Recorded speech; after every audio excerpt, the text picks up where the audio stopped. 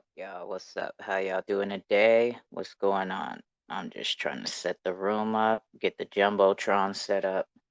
You feel me? Get all of that going on. Look at X-rated over there in that ROBAYC chat. Yeah, I'm in there too on my other chat. As a matter of fact, let me get. That's probably why some other people are over there. You know how I do. You know how I do the things that I do when I do what I does when I do what I do. I was trying to keep my, you know, my ears to the floor still. What up, R6? Mm. What is up? What up, Jakes? What's going on, bro? What up, Naj? What's up? What's up? What's up? So, Tunco, you see that StakeX is listed on BitTrue today, huh? Yeah, I seen that August, they bro. are headed that way. Mhm. Yep. What do you think that's gonna do to the price? Because it seems most of the times when projects get listed on exchanges, they they kind of tank. Well, I don't even really pay attention to the StakeX price because I just get it for free. And I'm just staking it and letting it keep do its thing until I need it. Then I'll go cash some out. Same. I did a little math on about how much I would be making per year, and it's like 12,000, 13,000, something like that. What XRP? Yeah. Okay, that's what's up. Um, let me see. So I'm trying to put all these. I just think some expected. Oh, you just did it today? Yeah. Yeah, I did mine the first day. I don't even know. I haven't even checked my wallet to see what's what. Oh shit! I deleted that one. Let me put it back up. So today's gonna be interesting, right? We got like 5 marketplaces coming to talk to us, and let us know what they marketplaces is gonna be like when XLS 20 drops. Something we have all been waiting for, right? So y'all asked and I delivered, right? I made something happen, Captain. I can't get solo and on XRP as much as I try, but whatever. I did the best I could with what I got. You feel me? So it's better to have the community marketplaces anyways. You dig? So we got Radical X. I got NFT Masters, Mint NFT. I need on-chain whales up there. Um, that's a meetup. Okay, here's talking about their marketplace, on-chain whales, and XRP Mart. And I think that would be it. X Mart.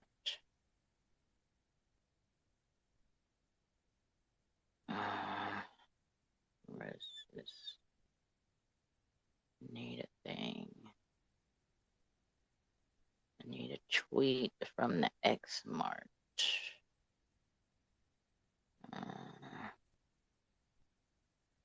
They're doing lots of giveaways. We could put, oh, here we go.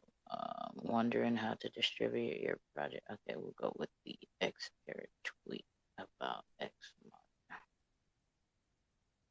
Mart. No. Okay, we'll go right here.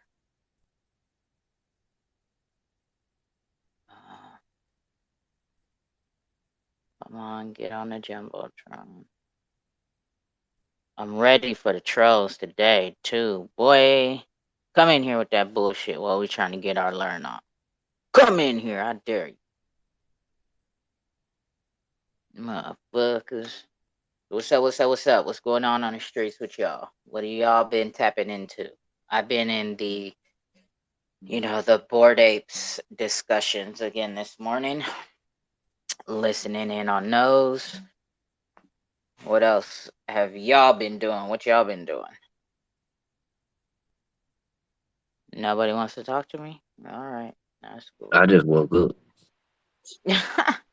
You sound like you just woke up. You got to work today? Yeah, I got work today. Mm-hmm.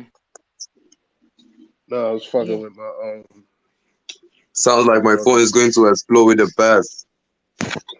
Wait, say that again. Naj? Too cold. Yeah.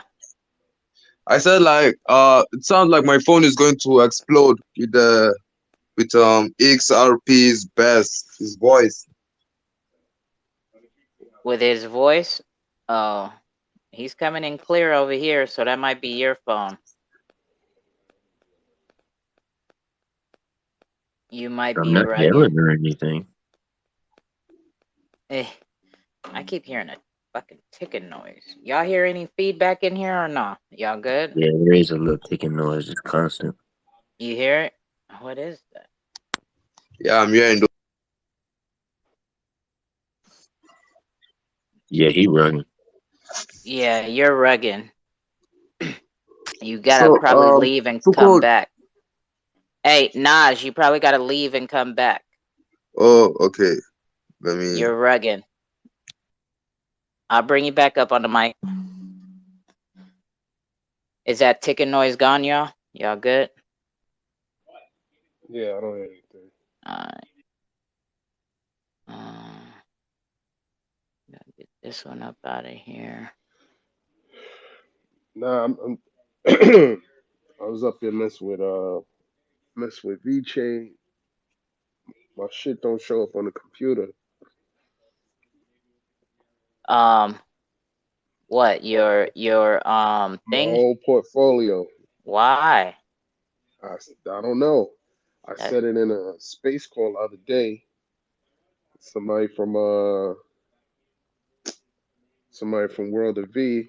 uh-huh. So he was like, "Oh yeah, send me a screenshot, and I'll have somebody will take a look at it." So I was like, "Yo, you gotta follow me first, so I could DM you." He follows me. I send him the screenshot. Crickets.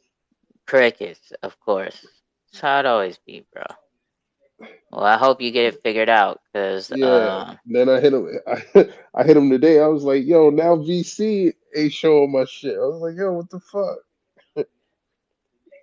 So still crickets, but I'm maybe they just don't like your wallet address. okay. I don't know. That makes Yeah, two of us. Yeah, yeah, you're Yeah. coming in good. yeah. Yeah. So I didn't get a chance to check out this XRP lecture because I've been busy with school stuff and all those things. No, we're supposed to be on Mm-hmm. holidays by now. Other school are on holidays by now, but this teacher like requested us to come and all those stuff. So it's kind of irritating. So I think Mm-hmm. tomorrow I will go to my brother's cafe. Then we do this research about this XRP ledger. I already downloaded the Zoom app. I have the Zoom app. I downloaded it. I just need to set up the wallet and all those shit. Yeah, it's Yeah. all good, bro. Take your time. It's not going nowhere. Yeah, we're gonna be here. And then what I sent you, that link on not on that link xrpl.org. Yep. That's a good starting. Yep, that's a good starting place. To start there, and then start googling some other stuff and hitting links within there, and then just going down the rabbit hole. But it'll definitely get you the groundwork, and then just continue coming to these calls and listening to the conversation. Today we're going to have the marketplaces that are on the XRP ledger, some of them, and they're going to be talking to us about what their marketplace is what we can expect from their marketplace. So you might want to take some notes. Whatever you don't understand, right? Everybody's gonna always be more than welcome to come ask questions. So this is what it's all about, right? We as a community have been trying to talk to some of the bigger marketplaces that are already out there, right? But they're not responding to the community when we try to ask them about the XLS 20 um update that they will be putting into their marketplace. So, you know, um I did as best I could, and I got the marketplaces that don't mind speaking to the XRPL community. So we'll have about 5 of them here once they start piling in here. Supposed to start at the top of the hour, so we still got like 15 more minutes. But yeah, this is what today's about. Good old and don't education. and For don't feel like sure, I you fall with that, don't fam. feel like you missing out, bro. Like it's no rush, man. Like this stuff is gonna be here. It's not going nowhere.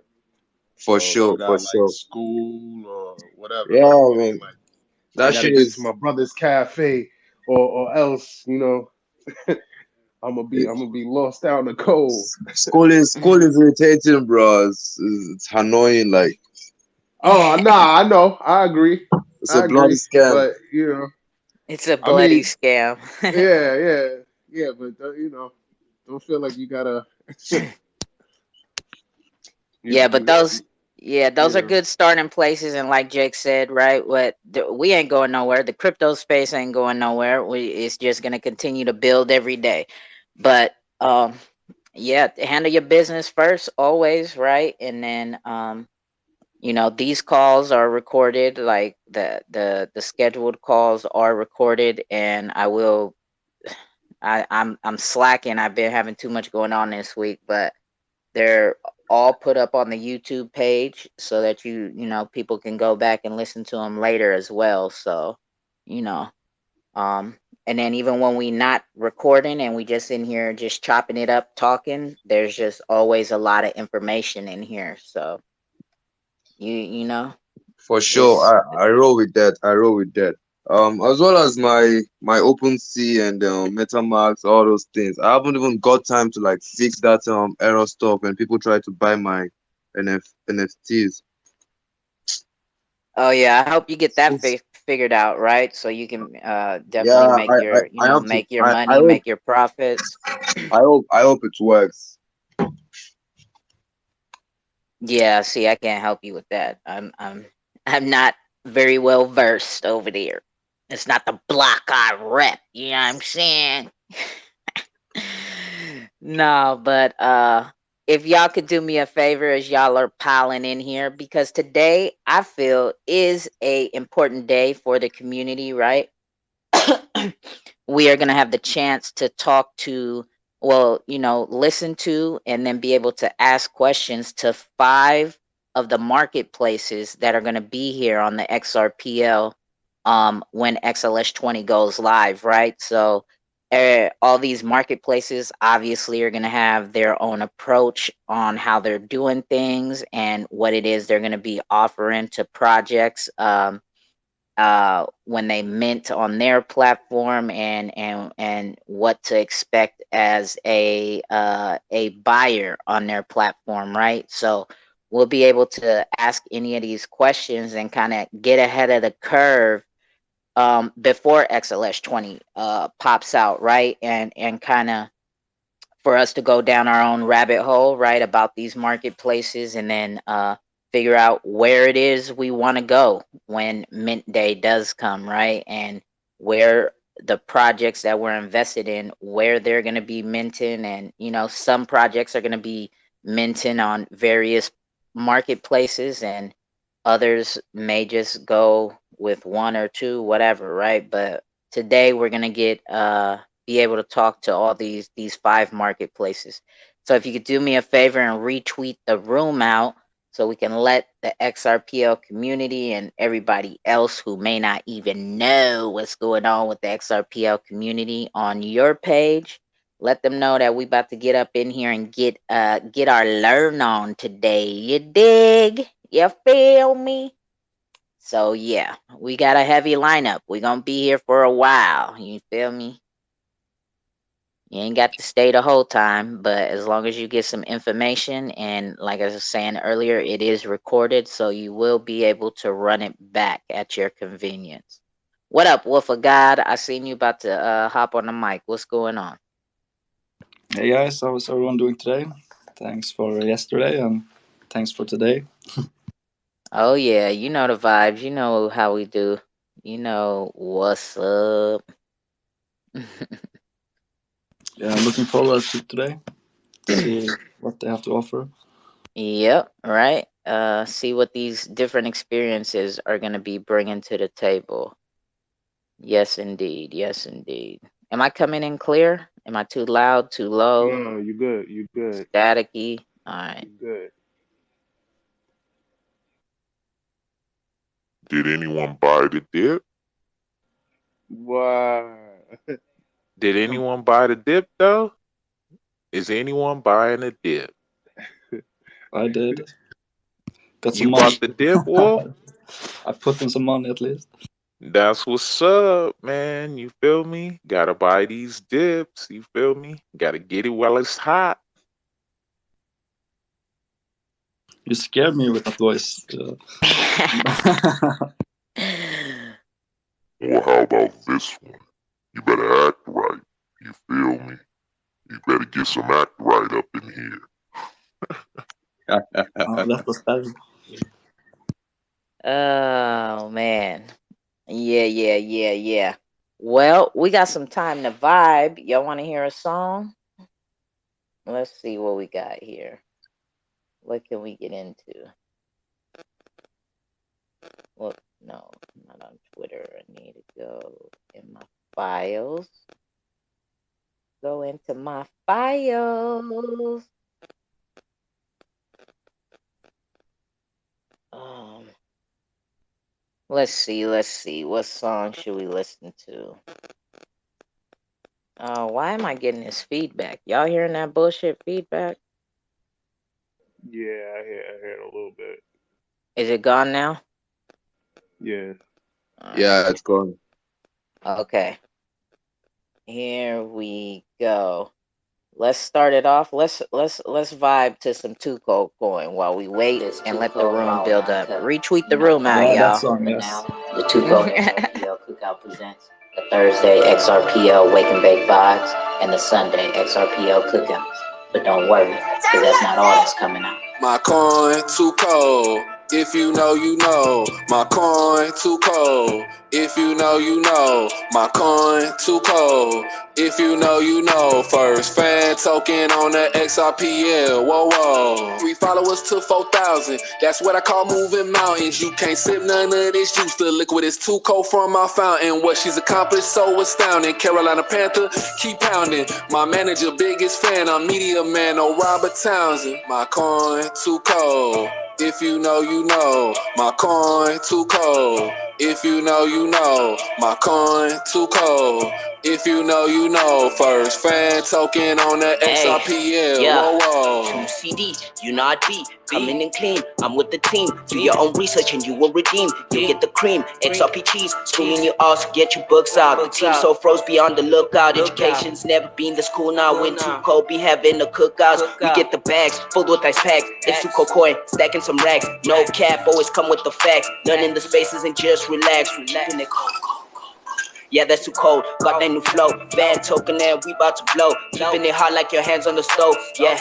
And you won't do what we do. Too cold and let me, yeah, that be the crew. And it too cold ain't doing your interview. Then we don't really care about your interview. Haters be worried about what we gon' do. Do your own research and get an overview. Homie, this is really nothing. You do your research and you will never My lose. coin too cold. If you know, you know. My coin too cold. If you know, you know. My coin too cold. If you know, you know. First fan token on the Xrpl. Whoa, whoa. You know the vibes, triangular trapping, you know that's a tide. Not talking about cleaning your clothes, 500K coins is in the supply. When had we lie? Hit the west side and go catch a vibe. It's very nice, the birds is gonna fly. You might get a job because she is hiring. Don't get fired like Trump. Kurt Franklin, you might get stung. She don't care about professionalism. She'll curse you out if you want. Why you thinking that it's a stunt? That two cold corn gon' pump. And we'll be on Xrpl, hearing that XL limit bump. My coin too cold. If you know, you know. My coin too cold. If you know, you know. My coin too cold. If you know, you know. First fan token on the Xrpl. Whoa, whoa. Instead of a Patreon sub, if you like what Tuco does, get you some to show some support and love. Education is the key to grow the XRPL cookout. Reaching other social media streams is a Tuco XRPL cookout streams. Yeah. That's So what's that up. is how we rocking and how we getting started. We still got some minutes right before the top of the hour. I see we got X Dude, who is the owner and creator, along with his partner, the crypto. Oh my God, the Crypto Tunes, right, for the X marketplace, and we also have NFT Masters. So we're still waiting on a few others to get up in here, right? Like I said, if y'all could retweet the room out, let everybody know that we will be getting started here in a little bit and hearing from all these marketplaces. You dig? This is what we have been waiting for, to be able to talk to some of these marketplaces and hear from them and see what it is that they will be bringing to the table when XLS 20 does drop, right? um because there's a lot to anticipate, right? Like, as soon as it's go time, would a marketplace be like ready instantly? Or is there going to be like an hour delay afterwards? Or like, how soon are these marketplaces going to be live? You know what I'm saying? Are they done building it and they're just waiting? What is it going to be for projects? Um, what's their process going to be as a project to mint on it? The process of being a buyer. Do we need their native coin? Do they have a native coin? Like, what, how? Yeah, these are all questions that we need to know. You dig? So if you guys, you tree right there, right? You're in a trio on my phone, X Dude, NFT Masters, and Crypto Tunes. If y'all could hit that request button and let's get prepared. You know what I'm saying? For you to come on in and give us this good old information. You dig? And I'm going to tell you right now, If anybody comes up in here talking some nonsense, you getting up out of here instantly. Okay? We're Let's not here go. for that today. We are Let's go. here to get our learn on Let's and go. to talk about some XRPL Let's marketplaces. All go. right? we're not here for all that other stuff. Not right now. You know what I'm saying? We trying to get educated and understand what is going to be happening on the ledger when this monumental moment happens for the XRPL community. Something we have all been waiting for is NFTs to go live and for us to start trading them. You dig? Buying them, trading them, holding them, caressing them, whatever you're going to do with your NFT, right? Just as long as we can get our IOU tokens and trade them into some actual NFTs, right? We've been waiting for quite a long time.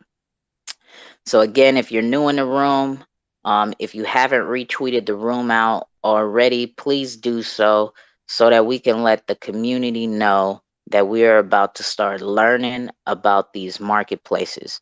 These other marketplaces are probably going to roll up in here, stumbling in here a little bit later, right? Nobody ever shows up right on time. You know what I'm saying? You want to mess around for a minute? What's up, NFT Masters? Oh, go ahead, Jakes. What's going on? Nah, I was just gonna shout out everybody in the room who's already here. Mhm. Yes, yes, yes, yes. Thank y'all for showing up and being here. Shout out to R6, Wolf of God, Naj, 808 Crypto, X Nunks, High Hatter, X Dude, Cryptoons, Nico, Chapo, Nomad, 2A, 2A Crypto. Shout out to all y'all. Shout out That's to all all of I you got. guys. Great to be here today again. Yes, yes, yes. This is what it's all about, right? Getting this education that we all need because we all do not know everything, especially in this ever growing space that's growing every like second that we're in it, right? Oh, she came. We got Mint NFT in the house. You feel me? So they're slowly trickling in. We got 3 marketplaces in here already. Okay. We still got like another two. I think we got another two. We got On Chain Whales, we're still waiting on. And Radical Exchange, we're still waiting on as well. But I think we got enough to start with right now, right? So let's get this ball rolling. Again, if you guys could, please retweet the room out. Let everybody know that right now we are about to get going. We have 3 marketplaces here already, waiting on 2. But why wait for them, right? We can get going and get this party started right now. So what up, NFT Masters? What's going on, my guy? How you doing? Hey guys, how's it going? Good, good, good. Nice to hear from you, and thank you for joining us and willing to come talk to the XRPL community about what it is you're doing on XLS. I mean, on XLS 20, on the XRPL, and what it is you're bringing to the community with your marketplace. And I know that you've met some people in real life, right? Some projects and their creators in real life at the this was it Sydney? No, the how do you say that? Brisbane. Yeah, Brisbane, at the Brisbane XRPL meetup in Australia. Foster's Australian for beer, right? All right. So thanks for joining us, NFT Masters. So let's get to it. Let us hear what you got going on. yeah. I'd just like to start off with thank you for hosting this space. So yeah, we're NFT Master. We received one of the grants from Ripple for the Creators Fund, and essentially what we're starting off with is we're building, or we want to build one of the most advanced XRPL marketplaces for NFTs. So we've got a few exciting things that we'll probably get into a bit later on. And yeah, we're excited to talk about sort of our processes, how things are sort of operating at the moment, and yeah, get into a bit more detail. Yeah, yeah, exactly. So let's do it. Yeah. If I'm not sure exactly where you wanted to start, if you wanted to get some more information about the mint process or the buy process, or some of the capabilities, so on. Yeah, Just we yeah, we we here and we want to All of that. know it all. We All want of to that. know everything that you can divulge to us and we can absorb so that not to compare, right? Like, oh, this one is way better than that one, but just to see what the differences is between how the marketplaces are being created and what it is exactly that they're doing. yeah. So what I'll do is I'll start off with the minting process. That's probably a good place to start. Um, so essentially, on NFT Master, how the minting process is going to work is, you first log into your account. So this is going to be with the Psalm wallet. I think that's pretty much a community standard at this point. Once you've logged into your account, you could then purchase mint credits. Now, there might be a few marketplaces that have their own token and whatnot. We didn't think this was probably the best approach. what we essentially wanted to do is we wanted to make it as easy as possible for everyone to be able to mint. So we thought the removal of having to set up trust lines for their own token and then purchasing tokens, I think the removal of that whole process just makes it a lot easier for creators that are sort of newer to the space. So essentially everything could be done with XRP.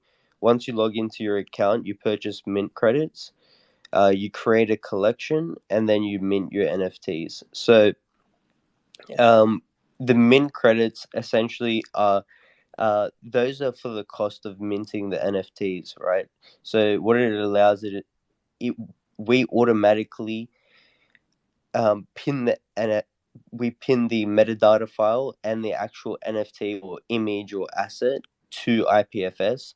For those that don't know, IPF is a decentralized storage, so it allows anyone to sort of view their NFT on their own marketplace or an NFT viewer or with inside a game or a display or anything like that. So it's just a way to decentrally store something, and obviously these have costs associated to them, and so those mint credits go towards those pinning of those files as well.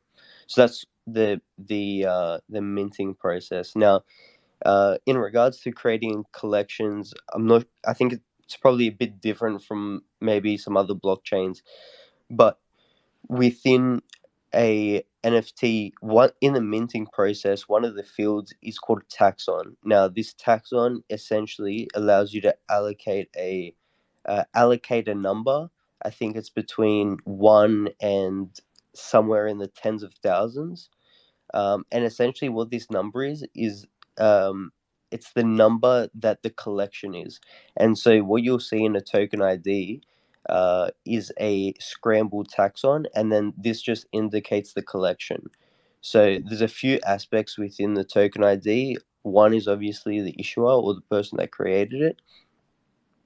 And so you're able to get the person that's created it and that collection and sort of grab all their NFTs from there. And so this is sort of the minting process that we have at NFT Master. But yeah, essentially we want to make it as simple as possible. Now, within the minting process, what we have at the moment is multiple file types.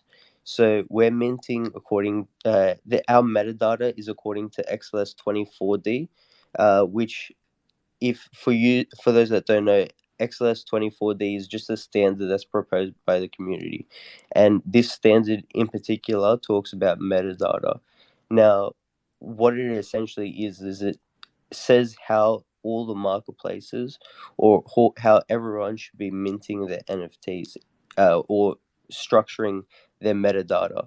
Now, structuring metadata is fairly important because it allows everyone to be on the same page and display, for example, the title in the correct position for the NFT or displaying the image in the right position. And so we're following that standard at the moment, and what we do have is multiple file types. So you're able to mint your images, audio, video, animation, and soon also 3D objects as well. And so those are the few things we're doing. Now, regarding our buyer process, for all NFTs, you're able to create a buy order and a sell order. So as soon as someone's created a buy offer, that indicates that they want to purchase an NFT. And as soon as someone creates a sell offer, that indicates they obviously want to sell an NFT. And this is all actually on the ledger. So any marketplace could pick this offer up and display it. And so what we do is if someone clicks on an NFT, we have a buy now price, which indicates the buyer, how much the buyer wants to sell the actual NFT for.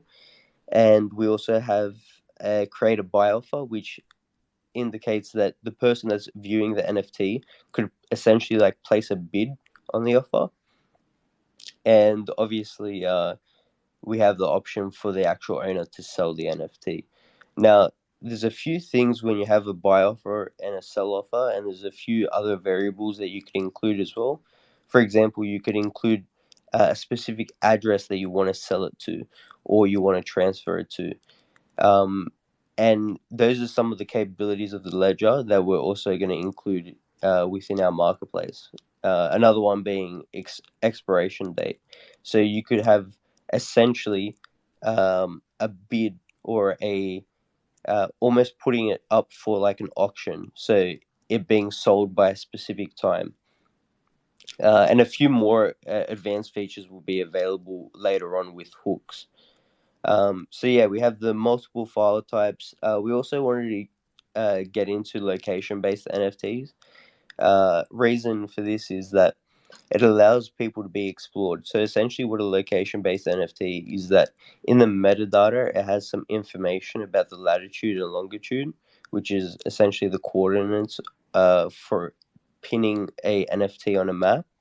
And yeah, this allows people to be explored. So for example, if someone's minted a music NFT and they were located in, for example, Brazil, you're able to scroll around to that area, find that NFT and where it's located, and and play that specific song or purchase that specific song in that location.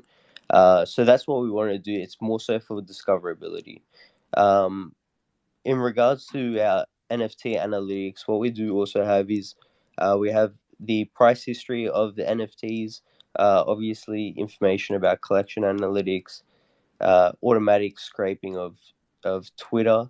So what you'll see in our marketplace is that if you're viewing a specific NFT, what we might do is we might fetch some information about that collection, and this allows, so essentially you will see maybe like 5 tweets that are most up to date tweets about that specific collection based on hashtag or the collection's account.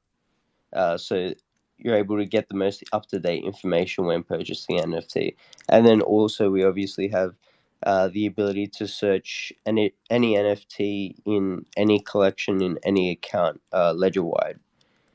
So those are a few of the things that we're sort of started off with, and we're launching pretty soon. I'm going to probably make a tweet sometime today regarding our beta launch. Now, the beta launch is going to be on XLS20D, which is the DevNet, um, and people will be able to actually experience the whole minting process and buying process. So we'll open up that beta for maybe a couple of days, and then after that we'll get the community feedback, close it down, make any adjustments that we need to make, and then continue doing that iterative process until we sort of get it right and people start feeling comfortable with minting on XLS20. So yeah, that's I think I've taken up a bit of time. If you guys had any questions, just let us know, and then we'll probably move on to the next person, maybe.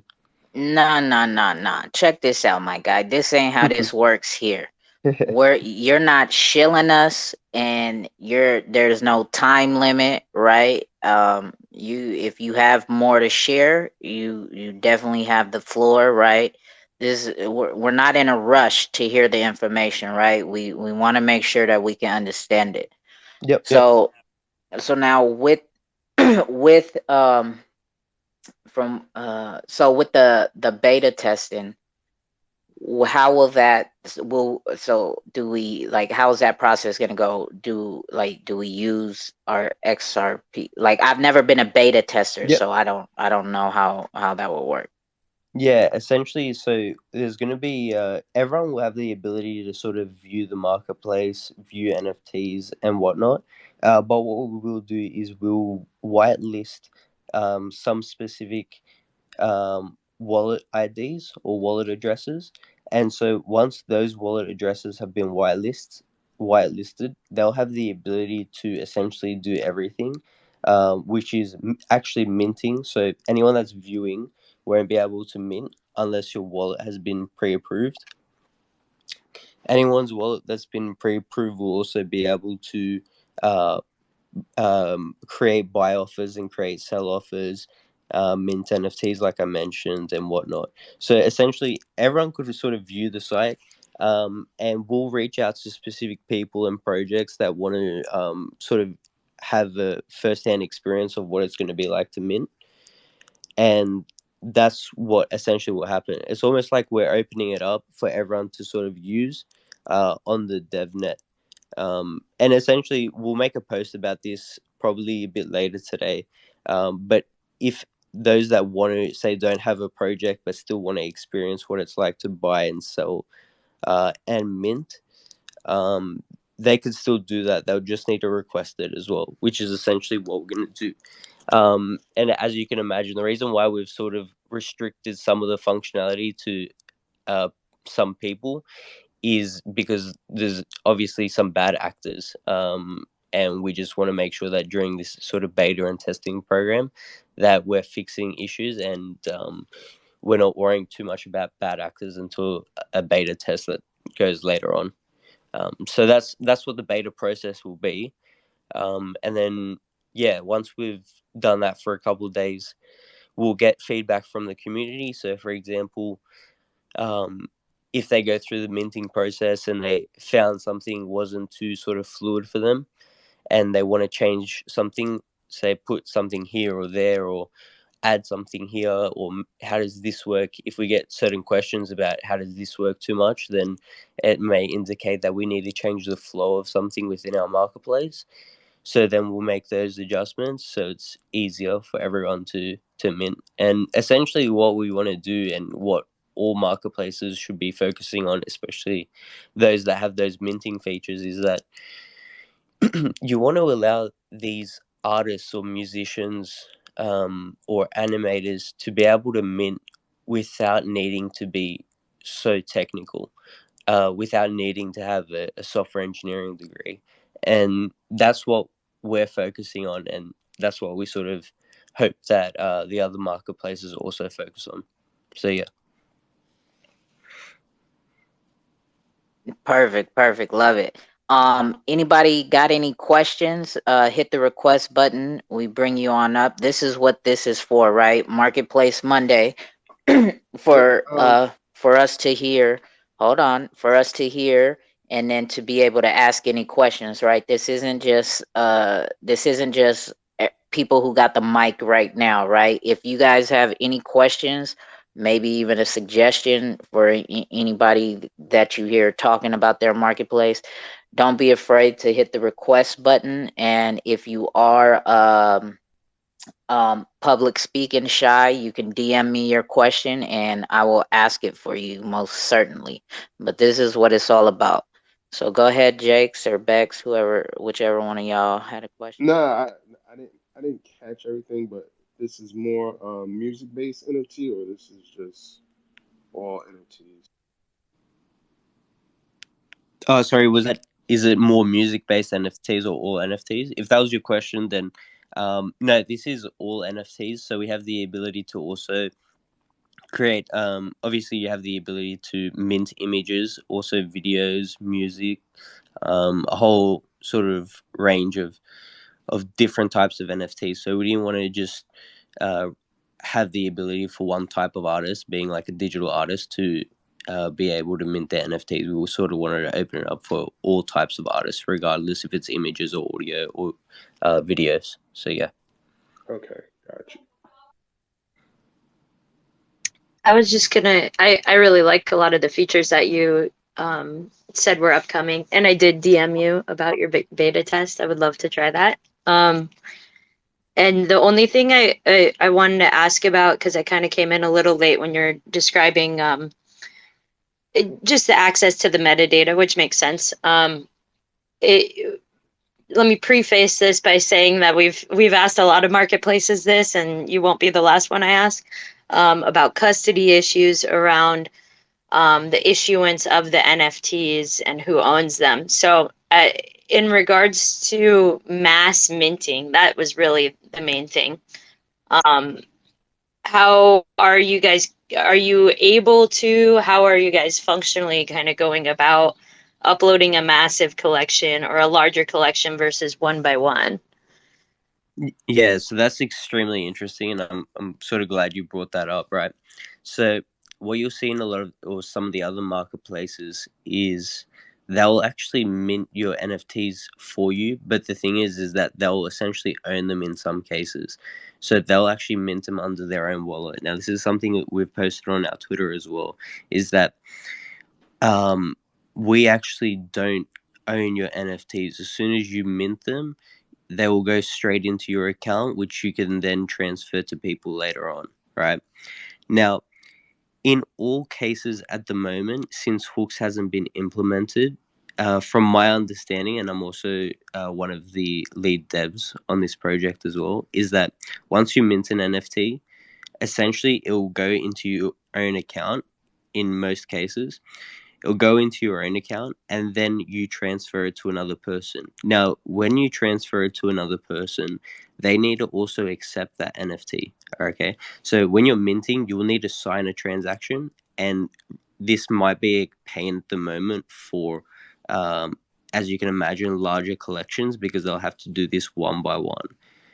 That's because we could theoretically we could automate this whole process and have it so that you upload your files and we'll automatically mint 10,000 NFTs. But the issue with it is that we'll theoretically to do that and make that whole thing automated would need your secret keys, which we're not doing and we don't want to do that.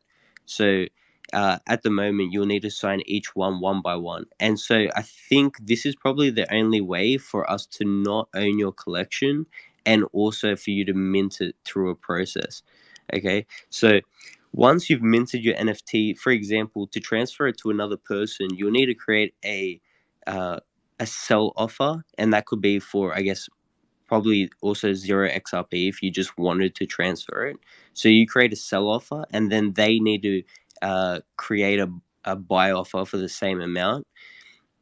And then once those two have been matched or one's been accepted, then the actual NFT will be transferred. You can't just transfer at the moment to one person's account because, as you can imagine, as soon as someone has your XRP address, they could just start theoretically airdropping you as many NFTs as they want, which would be an issue, right? So that's the current process. Now, what can happen in the future is that with the implementation of hooks, you may have it so that it automatically accepts a sell offer that's to your account from a specific address. And so before the mint occurs, you could essentially whitelist one of these projects' XRP addresses so that when they do create an offer directed to you for a specific NFT, that it'll automatically accept and go into your account. Okay, so this is sort of the way XRP is doing it, as opposed to, or this is their sort of version of smart contracts, and that's sort of how the transfer process will work at the moment, and also the minting process. So we have some things that we could do on our side that make it a bit easier, but at the moment, as I mentioned, those will need to be done one by one. If you didn't want your NFTs to be owned by a specific marketplace, and if you didn't have your own minting process. So yeah. But yeah, Okay. during Yeah. our minting process, during our minting process, what we also do is we also automatically create those metadata files for you and pin that metadata file as well as the actual image or asset or video or song to IPFS as well.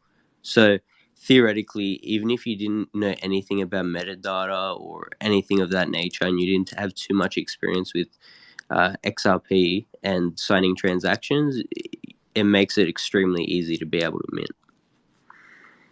I love that that's your focus, because user experience is going to be of utmost importance of these initial marketplaces coming out. And so kudos to you guys for focusing primarily on that.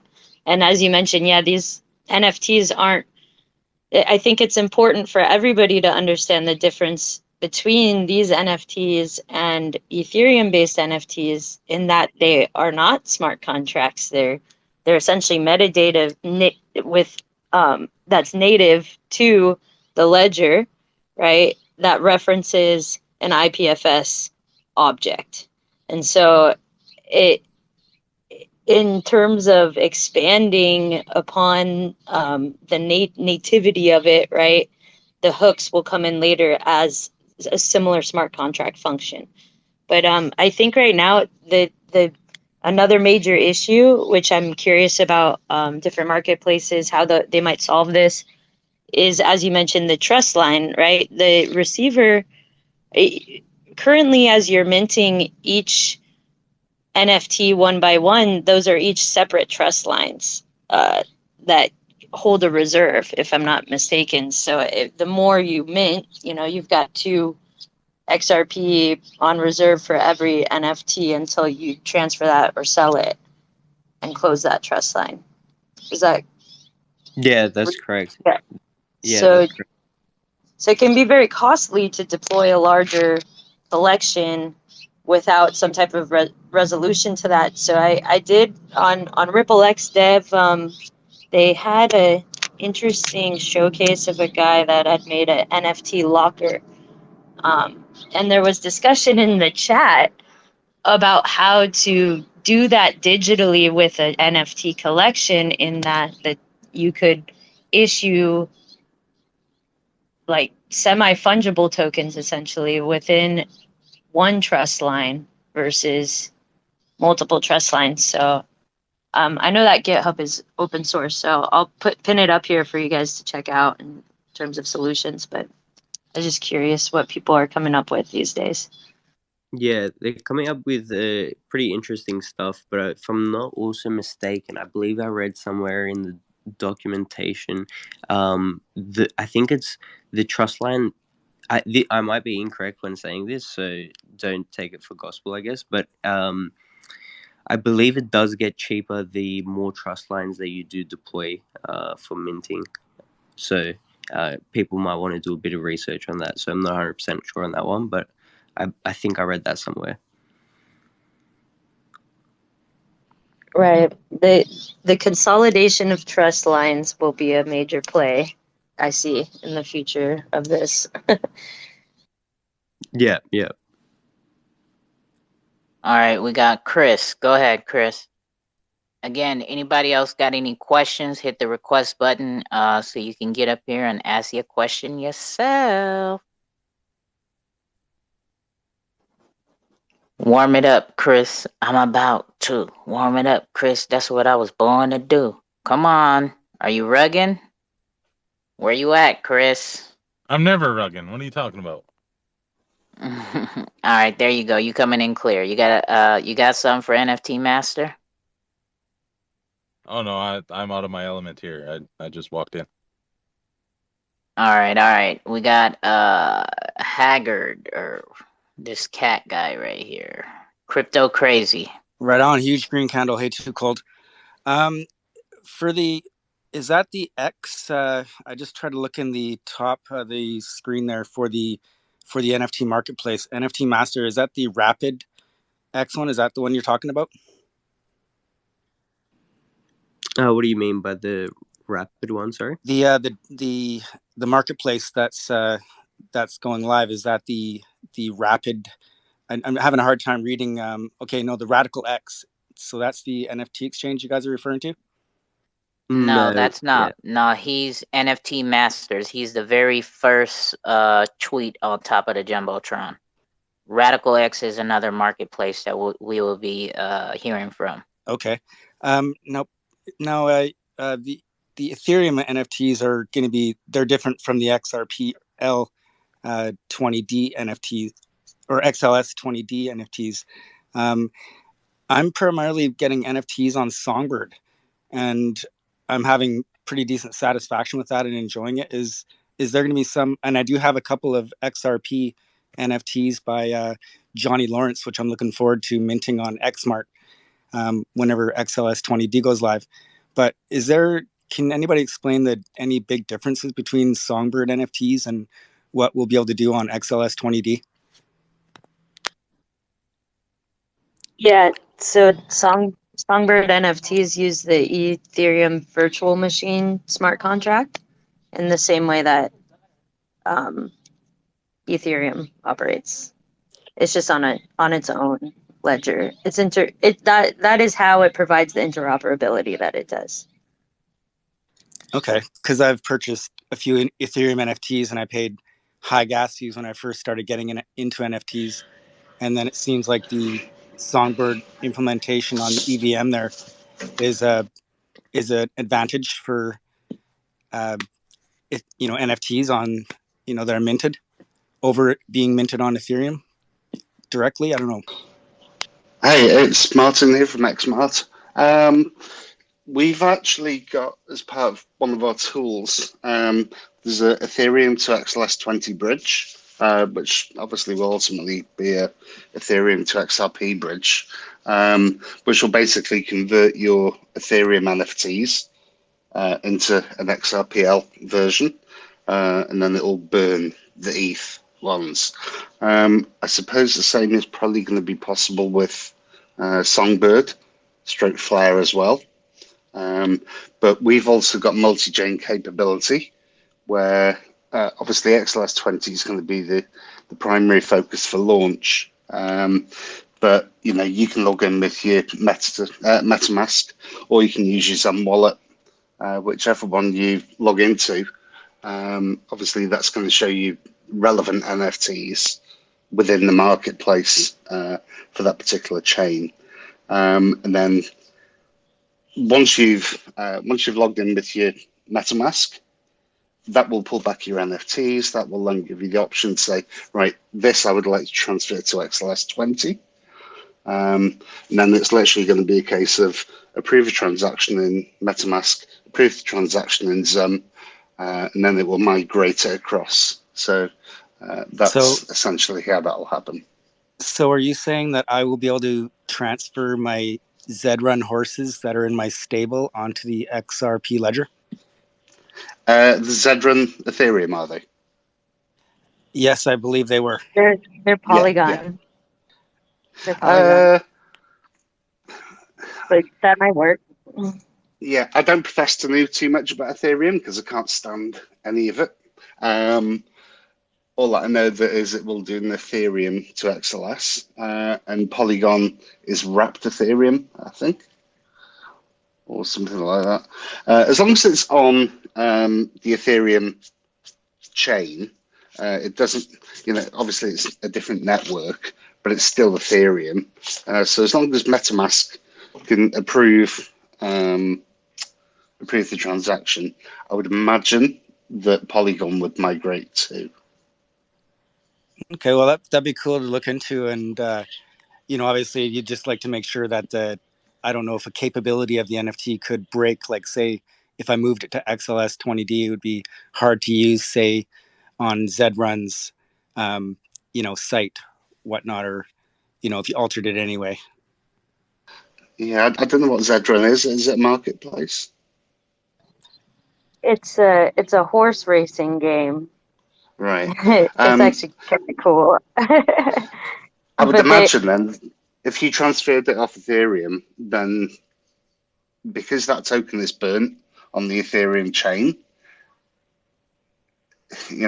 this is for like, well, I've created stuff on OpenSea. If I then wanted to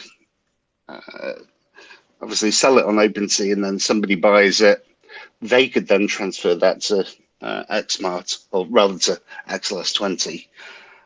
I think if you were going to use Zrun, because that token would be removed from the Ethereum network, it'd probably break your ability to do anything on Zrun. Okay, yeah, I was kind of going to look into that before I did that. Yeah. Thank you for the heads up. And Okay, I was also in a Too Cold in a conversation last night, and I think the people were talking about when people are moving some of these NFTs onto another blockchain and they're reminting them on a blockchain. How does that work out with ownership and all that kind of stuff? As far as piracy of a project, or it was pretty deep conversation there. I think because just normal transfer, because you're authenticating with both your wallets, it's not like you can do you can transfer somebody else's NFT. Obviously, again, you can always copy and paste images, but the actual original Ethereum token will be converted and destroyed at the same time it's migrated onto XLS. And it'll go from your wallet to your wallet. So I don't. All right, there's probably some smart ass out there who can do it, but I don't think that you could potentially have your tokens taken illegally.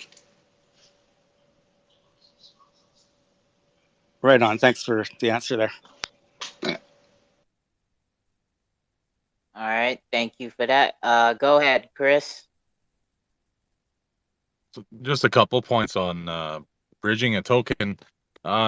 First, you'd remove any utility it had on the Ethereum network unless that project were to adapt to the XRPL.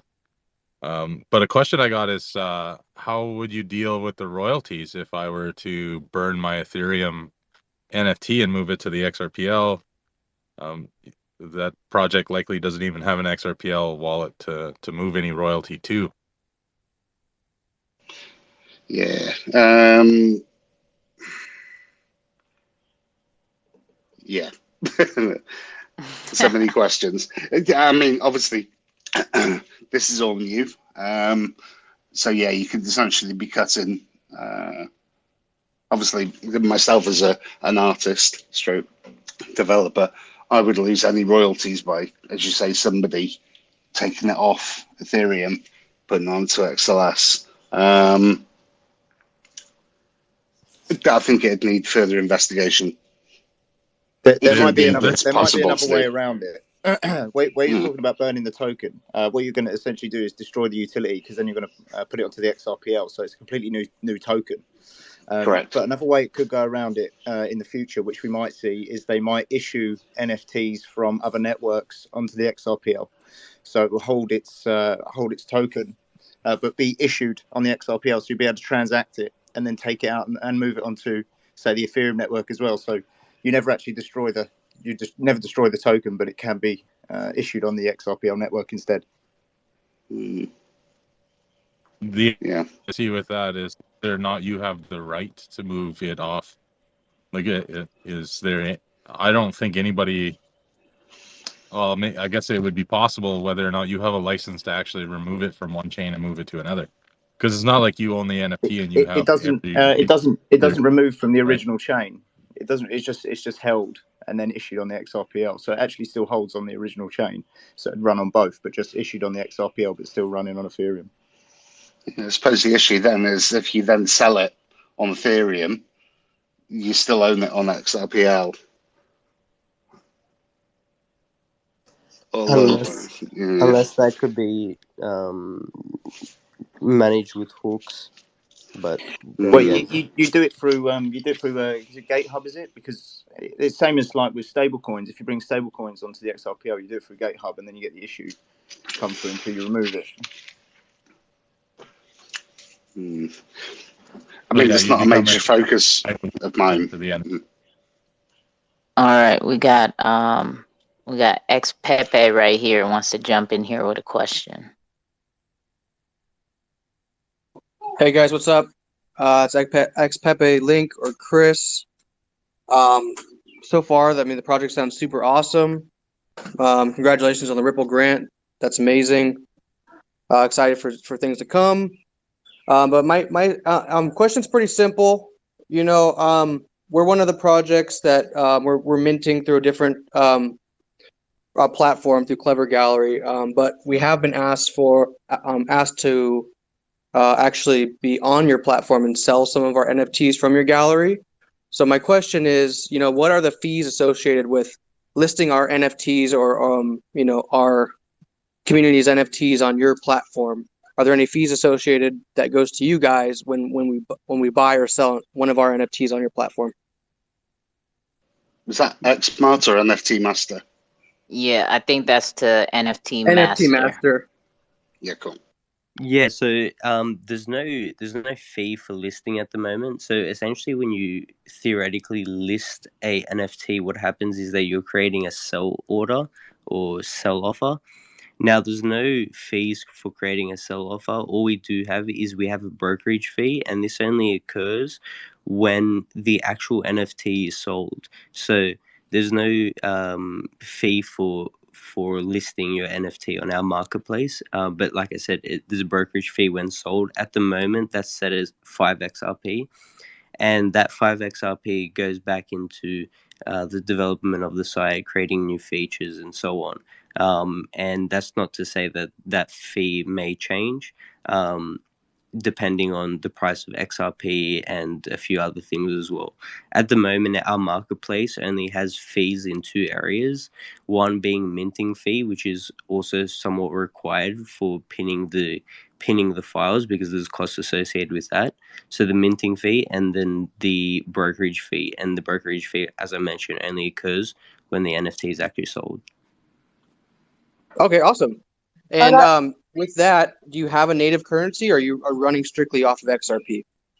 We'll have the ability for people to purchase with different currencies. We don't have our own currency for simplicity's sake because we didn't want to issue just another token. We don't think that, to be honest, marketplaces could probably, all of them could probably operate without needing to issue their own currency. But there are projects that, the actual NFT projects that create their own tokens, and they want the ability to sort of buy and sell with their tokens on top of XRP. So we'll start off with having XRP, and then we'll have the ability to purchase with different different tokens. But we, for the foreseeable future, won't issue our own token unless we really think it's necessary. But yeah. Awesome. Thank you so much. Answers all my questions. Looking forward to seeing and hearing more good stuff. Thanks for letting me talk. Thanks, Xrpl. No problem, Link. Now, when you say that different currencies, what other tokens or currencies are you anticipating aside from XRP?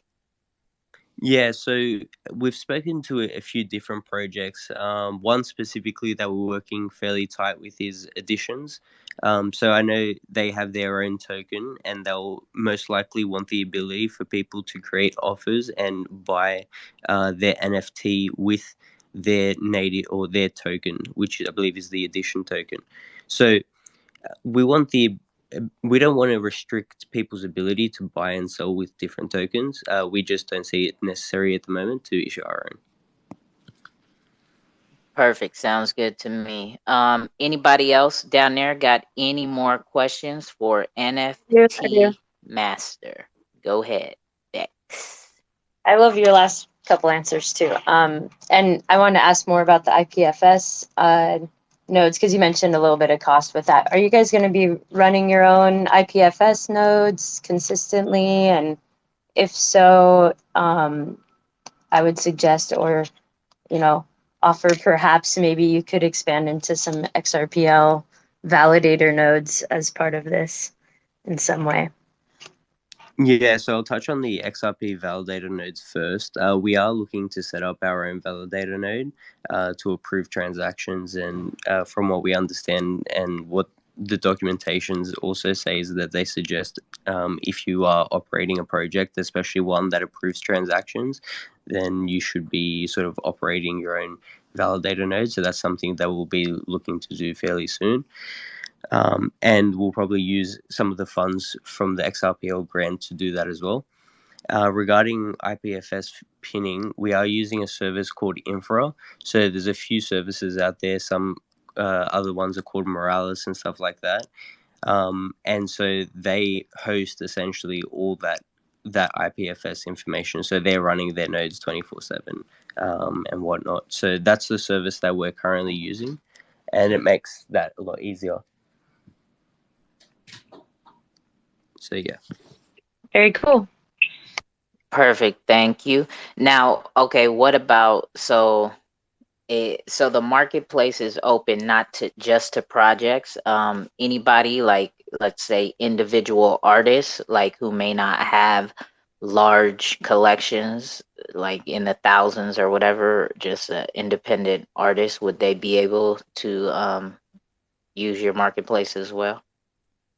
Yeah, everyone will be able to use our marketplace. Everyone will be able to mint. Everyone will be able to create buy offers, create collections, and whatnot. But we will have a part of our marketplace that is curated, that allows for projects that have been that have come to us that have said, look, we want to list on your marketplace in the curated section. And yeah, so we'll have that option as well, but we also allow everyone to be able to mint, buy, and sell. And how about like a auction feature? Would you guys be offering that? Yeah, so if you look at the auction feature, some people, essentially, it's a lot of it's just a UI around it. What the auction section part of it is, at the moment without hooks, is that essentially you're creating a sell offer that has an expiration date. Now, then you're able to have it as a UI with a countdown and sort of display it that it's going to end in a certain amount of time. But all that happens is that sell offer is no longer be able to be executed, and people are able to put in, say, a bid, but all a bid is essentially a buy offer. And so if, for example, the seller of the token sees a buy offer close to what their seller offer is, they might just choose to accept the buy offer. So that's the current bidding process.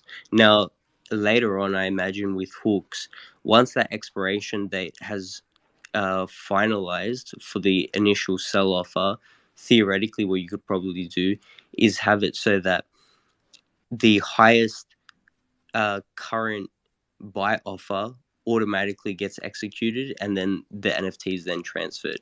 So currently, without hooks, that's how auctions work, and then in the future, it will be able to operate like a true auction, I guess. Cool beans. Thank you very much. Anybody else got any questions for NFT Master? Going once, so we about to do this auction right now. You feel me? Going once, Going twice, going 3 times. You're gonna have to forever hold your peace now and not ever ask him no more questions. Ever, ever. This was your only chance. Nah, I was playing. but NFT Masters, thank you very much. We appreciate you coming and taking the time to explain your marketplace to us, answer the questions that everybody has, and letting us know what to look forward to. And again, congratulations to you on the Ripple grant, right? So that's a big. I know that that's a big help for people who are creating and who don't necessarily have the funds and the startup team to be doing these type of Yes, things. So yes, salute. yeah, salute to you. Congratulations, my guy. Thank you, everyone. Thank you. Which also to me means Ripple, that's kind of I'm pretty sure a lot of marketplaces applied, but for Ripple to hand some money over, they see something in this marketplace that apparently they like and want to see built out. So yes, yes, yes. I'm excited to see how this is gonna work and what it's gonna be like when it hits these XRPL streets. So thank you for stopping in all the way from down under Foster's Australian for beer. um, but let's carry on to the only lady in the house repping for marketplaces, right? We got Mint NFT in the house, okay? And if I'm correct, who is behind that avatar or profile picture, I believe that it would be Miss Echo. So, Echo, if that's you, go on ahead, girl, and take it away. Let us know what Mint NFT Marketplace is going to be bringing to the XRPL streets. Hey, friends. Thank you so much for hosting this space. I've wanted to be in this space for a while and get to know other marketplaces, because I know we're out there, and I think there's a lot of opportunity for collaboration over competition in a lot of ways. I think we are doing different things in different ways. I certainly think like Mint NFT is doing something a little bit different from a lot of platforms. We're lucky enough to be also a recipient of Ripple's Creator Fund.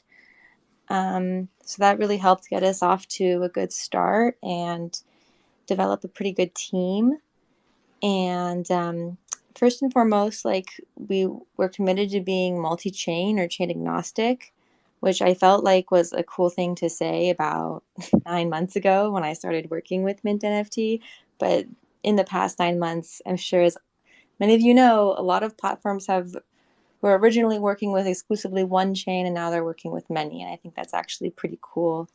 The blockchain I personally feel closest with is Xrpl, because of the amazing community that I feel like we're developing here. We haven't done that many drops yet.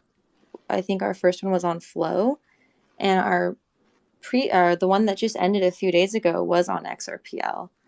And we're excited to hopefully finally mint those NFTs on XLS20 when the time arises.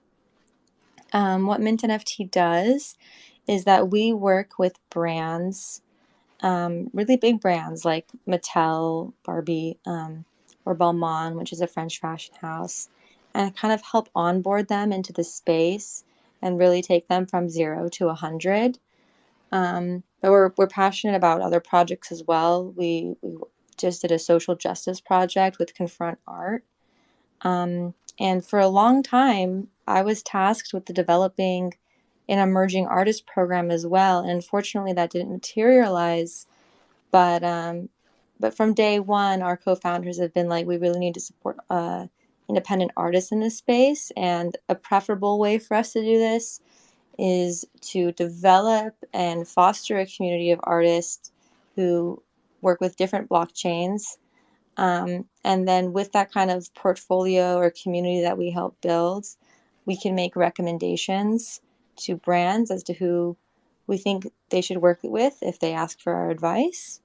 That's something that we really hope to develop over the next few months. In the meantime, we're really looking forward to developing our strategy with digital fashion on Xrpl. Yeah. So Mint NFT is so essentially you're bringing uh, when you say big brands, that means you're bringing different you're essentially tapping into markets that aren't tapped into yet, right? Such as, like you said, Mattel and whatnot. So with those type of big names, it's going to be drawing attention to the XRPL, right? So have you guys seen like things pick up on your end as far as people coming into your marketplace so far and whatnot? And I mean, I get what you're saying as far as you're bringing brands to it, but how is your marketplace like? Is it because it sounds like it's multi-chain, right? Like you're Yeah. different brands from different places. So how is that working on the XRPL? Like, is there a specific Mint NFT XRPL marketplace? Like, how is that interoperability being handled? Right. So when it comes to our different brand partners, they're all looking for different things. One thing that they're really looking for is like they really care about sustainability. So even though some of them may actually want to be on Ethereum, they feel driven towards other chains. And for various reasons, of course, we do recommend XRPL, but we don't naysay so much the other ones as well. We are pretty connected to Flow as well, and they have been really But you pleasant to work with. should. You should naysay if Nas playing. Like we're very open about what we think about, Solana's issues are these days. I think every chain has its issues. As much as I love Xrpl, it is sometimes tough to be like, oh, this is definitely the one you should go with, even though we can't actually mint on it right this second. And when it comes to interoperability, if you've kind of gone through our site, which is constantly changing these days, we're going through a pretty big rebranding. And unlike other platforms, although I notice other platforms do this too, especially the ones that are more competitive with us in that they are also onboarding bigger brands. Sometimes they do a lot of white labeling, or they have kind of a normal marketplace set up until they have a campaign, and then all of a sudden their entire site is devoted to that specific drop, which is exactly what happened with our most recent Balmain unicorn sneaker NFT drop. We devoted our entire site to them. Either way, users can log into their wallets and see a representation of the token that will be there soon once XLS20 is approved. And right next to that, they'll be able to see perhaps their NFT token, their NFT of the Barbie, which was on Flow.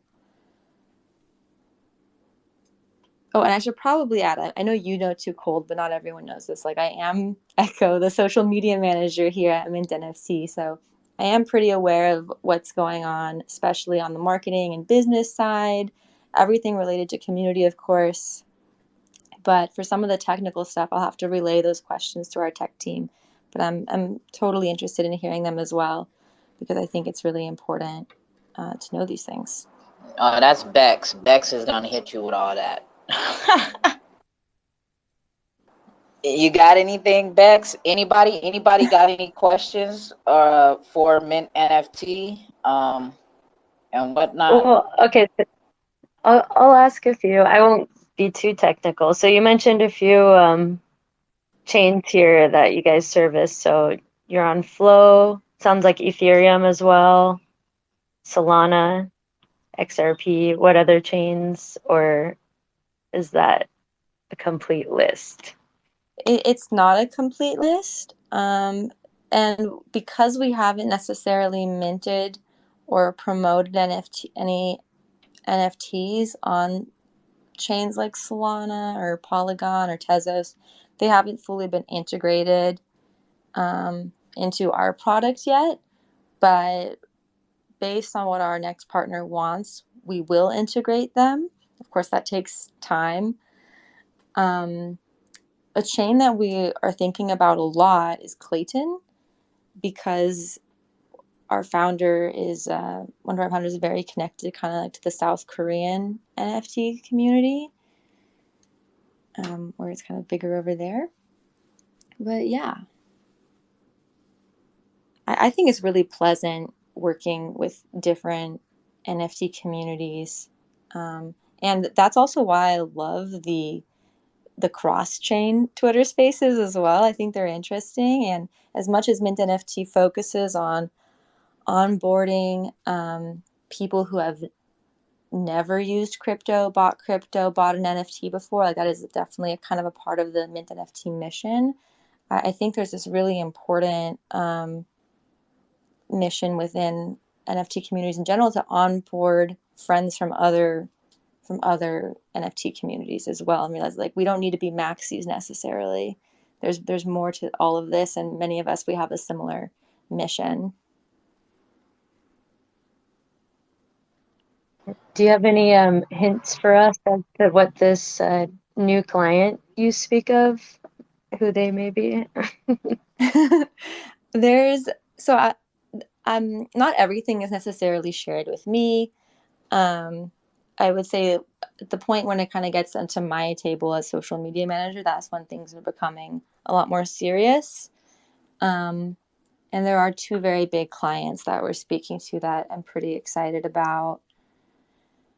What else? What else is going on? There's a lot going on. I can say that the Balmon, which is, by the way, Bex, thanks so much for coming to our Twitter space and asking a question when we were doing with the space with Ripple, because it does make a big difference when people from the community come up and ask really great questions. So Kiefer, Ripple's social media manager, and I really appreciated it, as did everyone else. So Balmain which is the French fashion house that we worked with on our previous drop. I believe in September, it's Paris Fashion Week. So of course they're doing something around Paris Fashion Week. I'm not sure if it's going to be kind of like open to everyone as the last drop was, or if it's going to be much more of like a localized NFT experience centered around their event. Either way, I'm very excited about it. My experience working with brands is that things are very touch and go. Like, it's very quiet for a few weeks, and then all of a sudden we're running like we're on fire.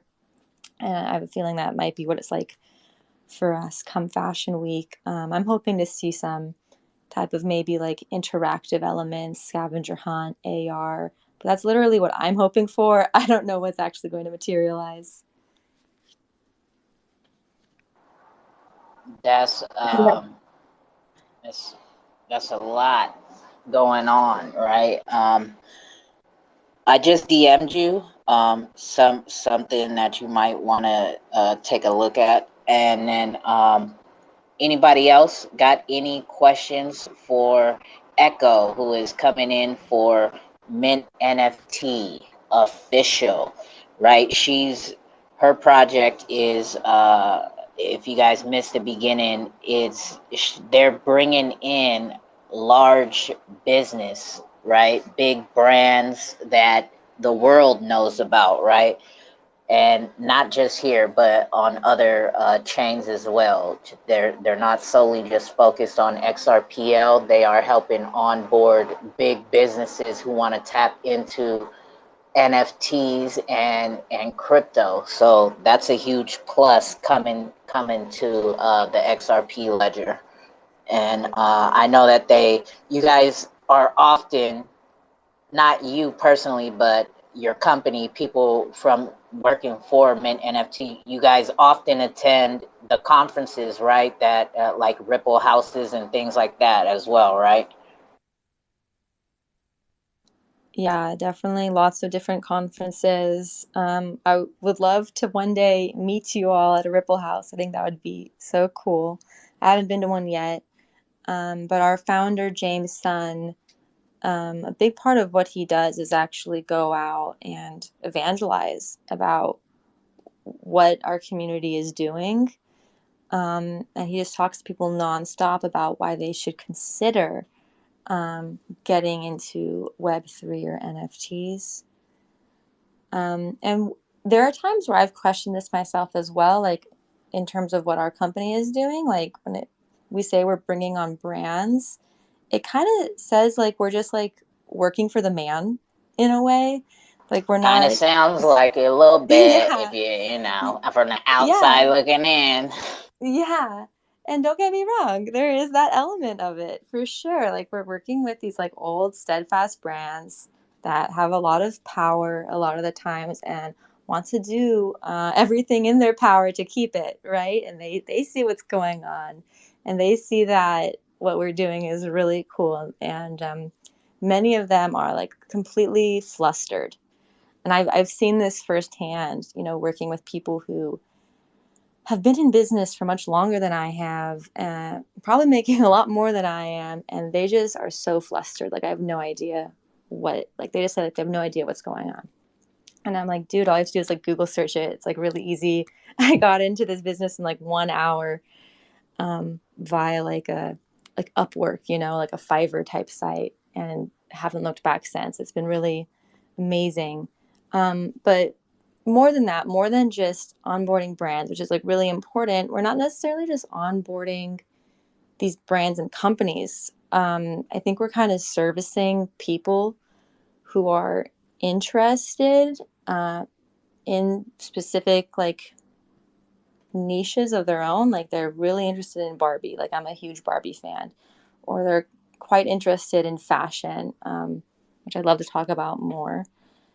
And we're helping all of these fans kind of get into the metaverse via like a very accessible way, via an avenue that they're already deeply familiar with and trust. And kind of what our founders believe in is that this is perhaps the easiest way to onboard just people in general. Is great. They love Barbie, we'll do Barbie. You know, they love Balmain, we'll do Balmain. Whereas perhaps if our founder just wanted to release an NFT of whatever he liked, it might be harder to onboard the general population in a way, because he's so niche in whatever he likes. He's actually not niche. Our CEO is one of the founders, I believe, of a site called Drama Beans, which streams Korean dramas.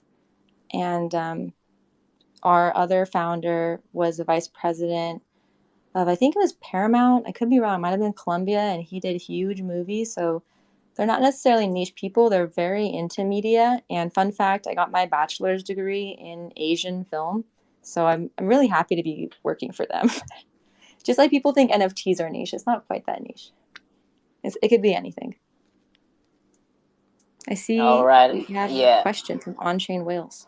Yeah. Well, Chris was first, and then On Chain Wells. You came late to the party, my guy, so you're gonna have to wait. All right, Chris first, and then we'll get to On Chain Wells. First, I just wanted to say I like your spaces on Wednesdays. It's one of my favorite spaces for sure. And actually, it's the first place that I've ever I'm about spoken to kind of. mute you. I'm about to mute you. That's your favorite space? Okay, you gotta go. All right, I'm about to Yeah. mute you right now. But I'm not really a public speaker, and the first time I spoke in there, I'm hooked. I speak in Too Cold Space all the time, a couple other spaces, and now I'm volunteering to speak in meetings at work, which is really weird because I don't like speaking to people at all. But my question is, how did you end up meeting Jebsy? How did that start? How did the whole spaces start? Wow. Yeah. Thanks for asking. Jebsy is such a great person, really.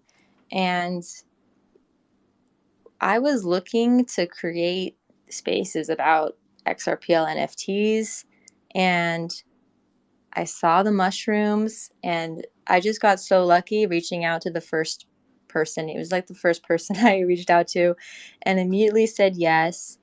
And then the plan was to just keep on asking new NFT projects. Like, then I did Ripple Reefs, and I love talking to Ripple Reefs. And then I thought, like, do I want to just ask a third project, or do I want to go back and maybe ask Jebsy again if he wants to do this? And then he just kind of wholeheartedly agreed. And then we decided to keep on doing it every Wednesday, 3 to 5 p.m. Eastern. We're doing it again. Something I wish that I was better at was bringing on more hosts in a way. And I think that Too Cold is really like a leader in this space for that, because he's always bringing together she's always bringing on really diverse communities. So, and I don't even know how you got this lineup, Too Cold. Like, you got 5 guests, and you got Chris to come up here and represent Clever Gallery. Like, this Cause is sick. I got that, I got that secret sauce. I got that secret You really ingredient. do. And when I don't respond to DMs, you know just how to you know who to contact so that I respond appropriately. So I respect that. Yeah, Tuco's the beast. I'm the plug, man. People gonna start realizing it sooner or later. Two Code is the XRPL plug for real. But yeah, so we got Chris, who also has, I mean, not Chris, Chris already asked this. We got On Chain Whales coming in all the way from down under, also, mate. Hey, Too Cold. How you doing this morning? Good. How about you? You Good, just good. woke Hey, up, it sounds like. yeah, you'd be right. It's kind of cold here. I think it's around I think cold for me is 10 degrees. But That's Celsius, of to course. yeah, to address my question to Mint NFT, now you bring on a lot of brands onto your platform. What does bringing these brands on enable? Does this give more versatility / utility to owning an NFT with these brands? Are they looking at bringing these functionalities on? Well, it's nice to meet you, On-Chain Whales. What's your name? I'm Liam. Liam. Yeah, it's nice to meet you. And NFT Master too. Like, it's so rare for me to be in a space with people from Australia or New Zealand. So it's really cool. Your question was like, what are brands bringing into the space, and are they bringing on like real utility or versatility? Yeah, yeah. Other than, I guess, just an NFT, because I guess they have more flexibility in the real world, I guess you could say, when it comes to, I suppose, one is exposure. But Right. my question is like, there was like a Nike NFT where you purchase the NFT and essentially, you buy a pair of shoes or something like that.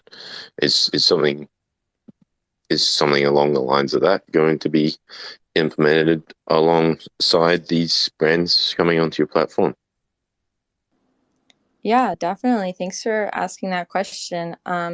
It's pretty in line with our most recent drop, which was different from all of our other drops, in that you bought the winners got the NFT of the Balmain Unicorn sneaker, and then they also received signed Balmain Unicorn sneakers to their door, as well as 2 VIP passes to the Balmain Festival in Paris during Fashion Week. They also got an NFT non-fungible thread, which is kind of like the membership pass to the Balmain NFT community, which is currently being built out and strategized right now, but will hopefully come with some cool things. Then they also got an autographed technical sketch of the sneakers. So I feel like that drop really kind of encapsulated what NFTs could be in a lot of ways. Like, they could come with this community element, or rather, in this case, really the promise of a community, because the non fungible thread community hasn't necessarily been built out yet. They come with an IRL experience. So you can meet up with other NFT collectors in Paris, or just regular Balmain fashion collectors in Paris. They come with the beautiful artwork as well, which I know Jeff Cole put a lot of effort into. And then they come with the sneakers, which aren't usual sneakers. They come with the personal touch of the actual designer, Olivier Rousting. And I think that's what I personally want from a lot of NFTs. Like, I would love to have the piece of art in my hand, the piece of art on my phone or my computer to show off in the metaverse. A personal touch and like a direct kind of communication with the creator if possible, and the community. I would prefer an actual community and the promise of community. And I think that's where brands are really suffering, is that many of them haven't truly gotten the community aspect down yet, or like this huge potential that Web3 is bringing into the space, that many of the brands say they want to have direct contact with their fans and build a community around their products. But at the end of the day, they'd much rather just, I feel like, this is my personal opinion now, not my company's opinion, they'd much rather do like a one and done, like sell their designs and then go back home. And for any of us who have worked in community management or run a Discord, you know that it can be a lot of hard work. It could be exhausting. It could make the brand or the creators Tell me open. about it. Yes, it opens up vulnerabilities, right? Especially on Discord. But just in general, like, think about Twitter, right? Like, right now, the way Mint NFT is doing things, for better or worse, is that when you make a bid on the auction and you didn't win, our founder needs to go in and personally refund it to you. And that takes a lot of time and being careful. So we've already gotten messages on Twitter being like, "Where's our money?" You know, written in like a tone that is like a little bit threatening at times. And we're definitely not trying to steal anything from anyone. But yeah, I hope that answered your question. I totally went off, didn't I? But yeah, we really want our partners to offer real utility and be versatile. And that could be, some of them are just pure art, which is great. We talk about that all the time. We've got to be really upfront about that. And other times it comes with a bunch of utility. And we're finding with brands right now, the consumer isn't necessarily oftentimes just expecting the token of the shoe. They're just in general with NFT collectors, we're expecting the token with the art as well as something else, at least, whether it be the amazing community or whether it be a physical item, etc. So I'm very Awesome. curious about what On-Chain Whales is doing too. So. Well, Oh, really cool to hear. we're gonna get to him, but he was late to the party, so he still need to go get his coffee, his cigarette, or whatever, roll his wacky tobacco or The coffee something. machine is warming up right now, so Yeah, he still got to wake up. You hear the sleep in his voice, but I love it. I love it. Right. So we have so far had the honor and the pleasure of hearing from NFT masters. Okay. Coming all the way down from Australia as well, mate. Right.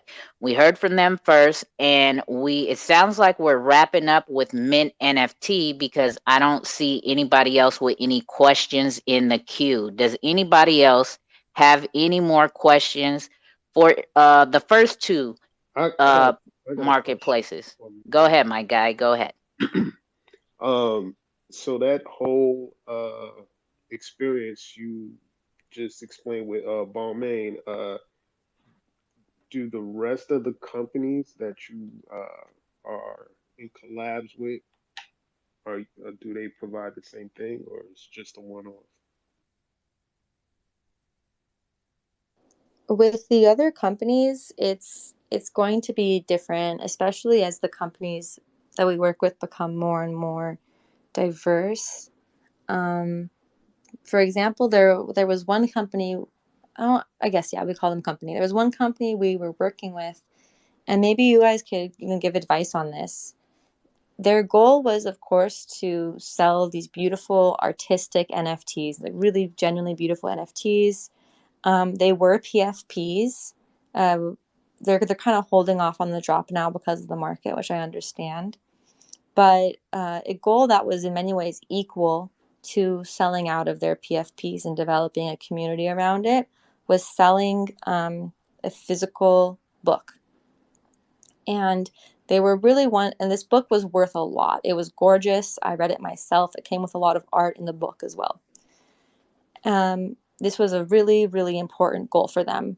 And they were thinking, should we make these NFTs, should we raise the price of these NFTs? Essentially include the cost of the book with the NFTs, make the NFTs a little bit more scarce because we only have a limited number of books available.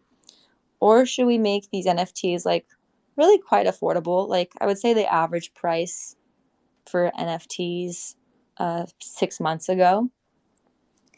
And then offer a discount for the book. And I actually didn't know what to say to them. I really felt like if they offered the NFTs at this kind of equal price point, and it came with other things as like I don't want to say the book was just the only utility. There was definitely other cool utility like trading cards and things around that. I felt like if they offered the NFTs at a kind of like the market rate for such like gorgeous, nice NFTs at the time, the NFTs were likely to sell out, and then the book with like the half off coupon would get some purchases, but they wouldn't sell out the book like they wanted to necessarily. And then on the flip side, if they had marked up the price of the NFTs to include this really gorgeous book, and then made them a little bit more scarce, there was a decent sized chance that the NFTs would not sell out, and therefore the community who had bought into them might be a little bit more sad with their purchase, perhaps, as well as the founders of the project, because it wasn't a sellout project, and I know that's what founders want, which I totally understand. I'm just curious what your thoughts would be. So do you consult with them before you you place their stuff on your platform? It's like nonstop consulting. It's truly nonstop consulting. I would say that the brands who are working with us are getting a huge deal. I can only imagine, because this is a new space to them. So this isn't their expertise lanes. So they have to take the back seat and kind of, listen to the people who are in the space, right? They're used to running their business and they're marketing how they want, but this type of marketing and entering this space, this isn't their lane. I mean, that's just common sense to me. So you want to be successful, you gonna go to Mint NFT official, you gonna whatever, partner up with them and listen to what they gotta say, and then all the things that you want to bring to the table. Shoes, they buy the shoes, then or they buy this, then you get that, and all that type of stuff, whatever. Anybody else got any questions for Mint NFT? I'm gonna tell y'all right now. I just since I have this new toy, right, to make these calls sound so kind of professional, right? You feel me? Kind of, got a little bit sounding professional, you know what I'm saying? Do you understand what I'm saying? You picking up what I'm laying down? So, because I have this new toy and the calls are coming in real nice and clear, and everything's we got everybody in here, and we have been talking for quite a while. I'm pinned down. Usually right before I had all this going on, I would be up and be able to walk around and kind of not feel like I'm in a lecture. I need a break, but I also need to be aware of the conversation that's going on. Y'all need a break because I'm feeling like we've been sitting in a lecture for a while. So if y'all are new to this space and don't know how Tuco gets down, we like to catch a vibe in here and kind of wake it back up and turn the energy back up and get this learning and informational experience to be fun for us, right? To sit in here and hang out and want to be here. So if you guys don't know me, I am Too Cold. I see a lot of new faces in here. I do have my own project. I don't really shill it too much, right? I don't want to talk about that. But my guy Lemmy wrote a song about it. You want to hear it? Here it go. All right, so we're gonna vibe to some Tuco coin, and then we're gonna get it real quick. Then we're gonna get it with we're gonna get it with Xmart, right? Reppin' Xmart is the Crypto Tunes and X Dude. So right after this song, we will flow into that marketplace. But here you go, vibe out to some Tuco coin. You can find all the information you want in the link tree in my bio, and you could catch me wherever to ask me about it or join the Discord. But let's catch a vibe real quick, y'all, and get right back to it. This Two Code Raw and Uncut. You know the vibes. For now, the Two Code XRPL Cookout presents the Thursday XRPL Wake and Bake Vibes and the Sunday XRPL Cookouts.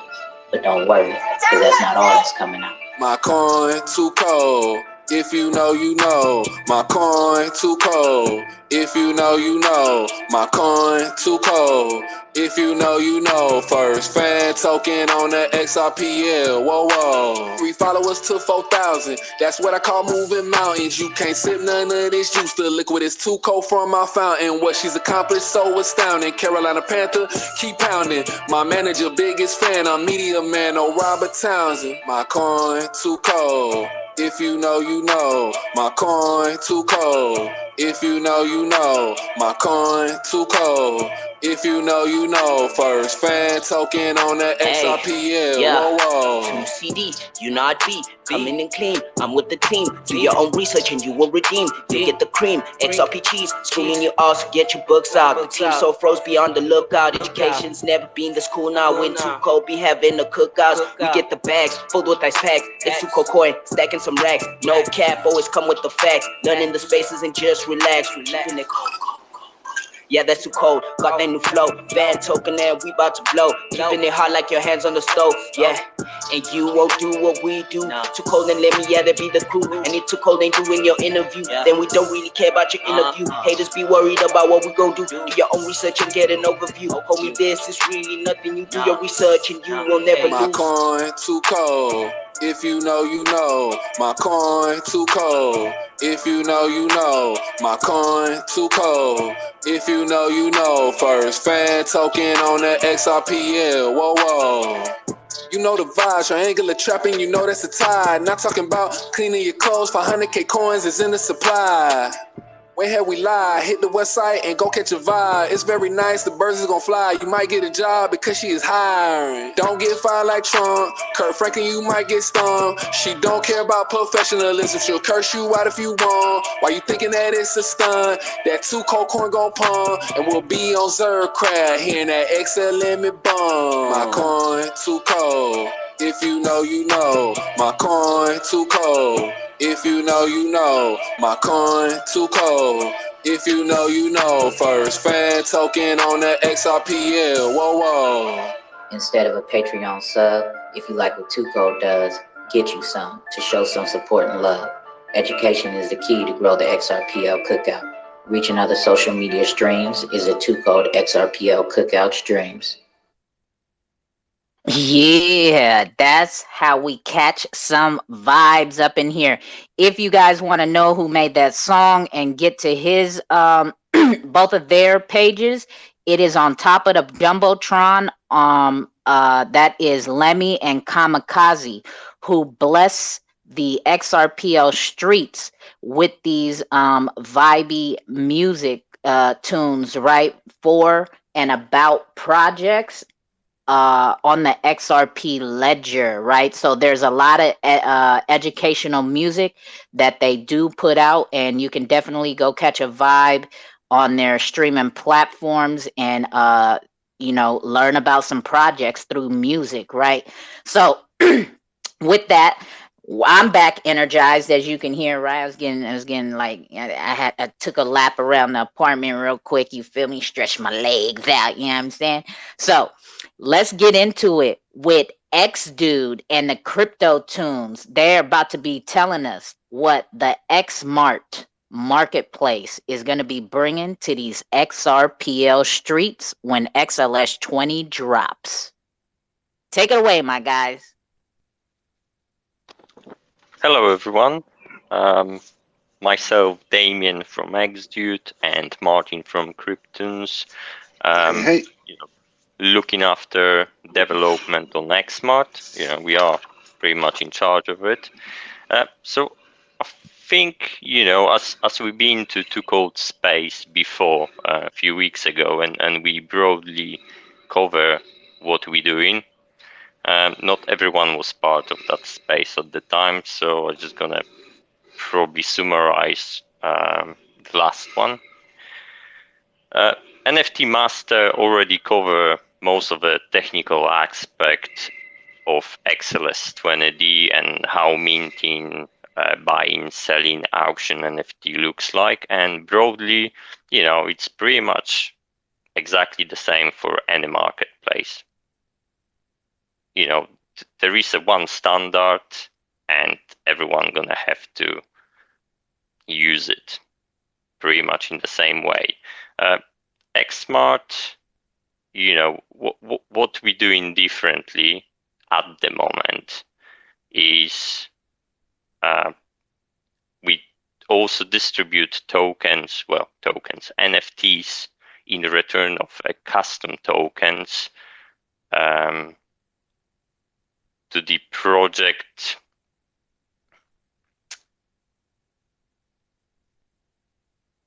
investors. And it's worth saying here that you can take a two ways of doing it currently. For a mass mint, for a project like mine, I mean Xdute, where I do have 10,000 tokens currently on Xrpl, which then got to be converted in NFT. So do I really want to accept every single transaction from the marketplace while they mint in my NFTs and then distribute them to my investors? From my point of view, I don't, and that's why me and Martin implemented the way where for a time being of distribution, we share the key with a project and distribute those tokens on their behalf through a spinner, which we implement, which randomly allocate NFT to the investor, in return burn off the token. And you all might say that this is either okay to do or not okay to do. But what I really want to say at this point, that everyone should have a right to good intention here. Yeah. So if we assume that everyone is a rug pull and trying to scam people, you might think that any of us could just create a rogue piece of code and pretty much any project coming to any of us giving a full project collection might just lose it, because you never have that 100% of validation that that there is nothing dodgy with a marketplace or the way they doing stuff. Yeah. So we all assume that the intention is good and we're trying to do our best. So within Xmart, you've got two options when it comes to the bulk minting. You either go that route where we as Xmart mint and distribute those NFTs on your behalf, or we just mint those 5,000, 10,000 collection, and we send all those NFTs to your wallet straight away. And you're gonna have to, unfortunately, with a current XLS 20 and how it works, accept each of those transactions, which it's 5-10,000 clicks in Zoom wallet.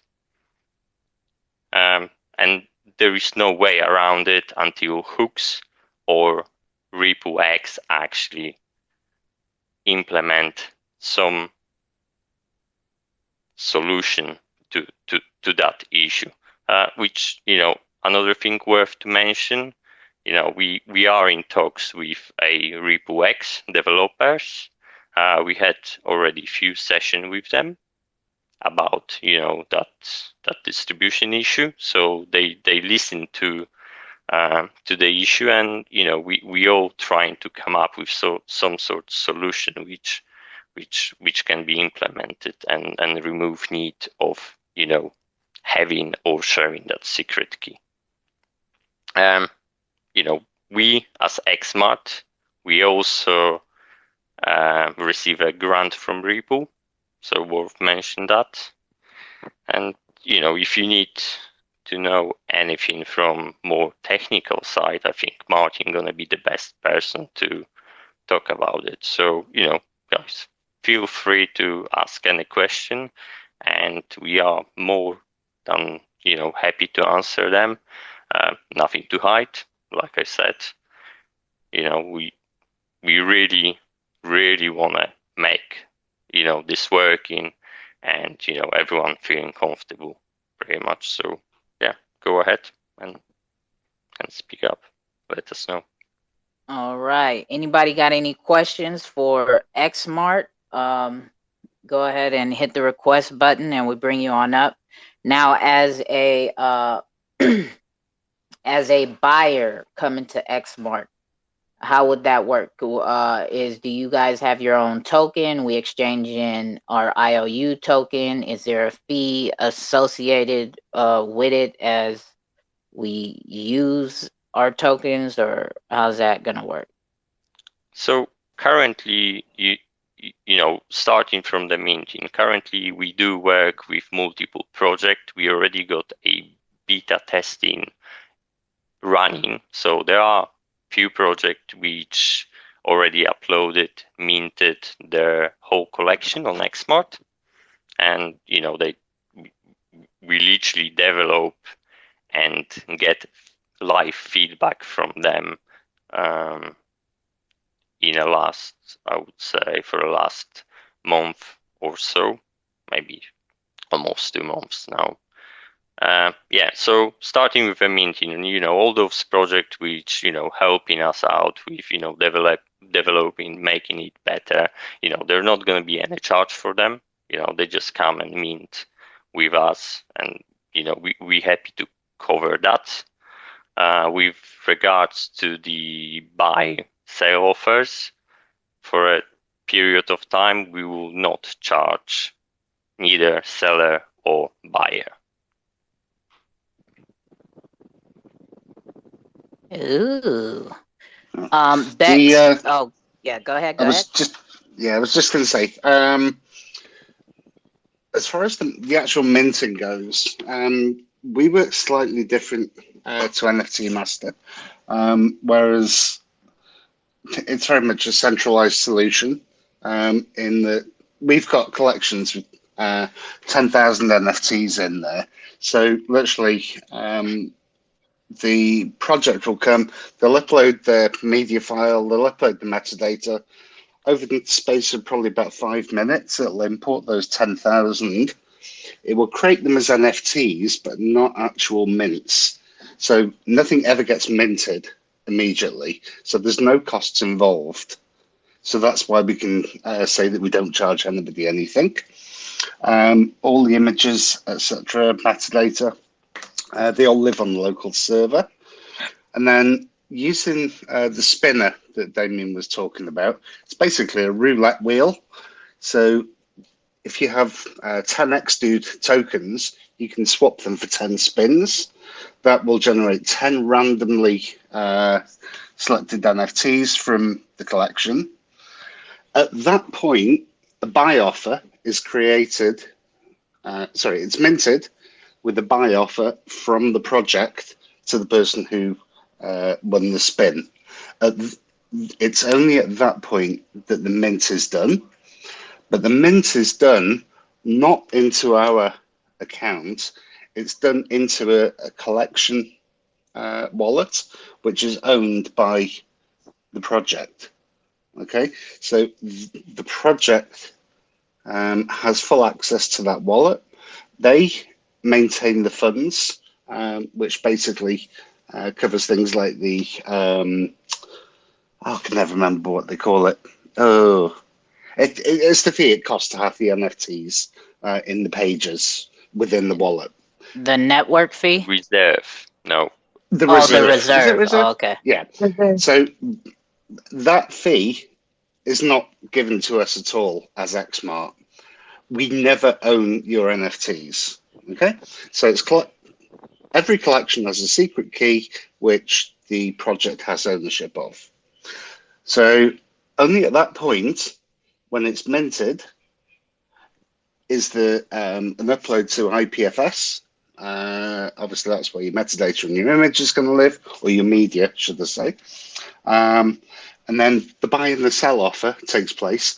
Now, because we know the secret key of that collection that is shared between us and the project, if an offer is then accepted by the ultimate buyer, we can actually process that order. We don't need hooks because we know the secret key. So we can put the buy offer and the sell offer together. And basically then we're not relying on hooks being live. So if XLS 20 goes live first, then we don't have to wait for hooks to come online later. And basically it just takes it out of the equation where you are not having to process 10,000 NFTs. Because that could take forever, and that's what we've raised with Ripple. They've seen our point of view, and they're going off finding a solution where The mint takes place by Xmart, is immediately transferred to the project, that is then immediately transferred to the buyer, all in one fell swoop. And then what happens then is all the royalties work out correctly and the brokerage. We got into a right pickle where fees weren't working out, and I think we mentioned that last time we were on the call. So I won't go over it again. But yeah, ultimately the fees are next to nothing. The only time that you're actually going to, or potentially, we will need to charge is when we're brokering the sale between the buyer and the seller. And that's all. And it's not going to be a huge fee either. Okay. And I heard you saying earlier as Mint NFT was talking, or no, as NFT Marketplace was in Huge Green Candle. My bad, guy, chopped your name up earlier.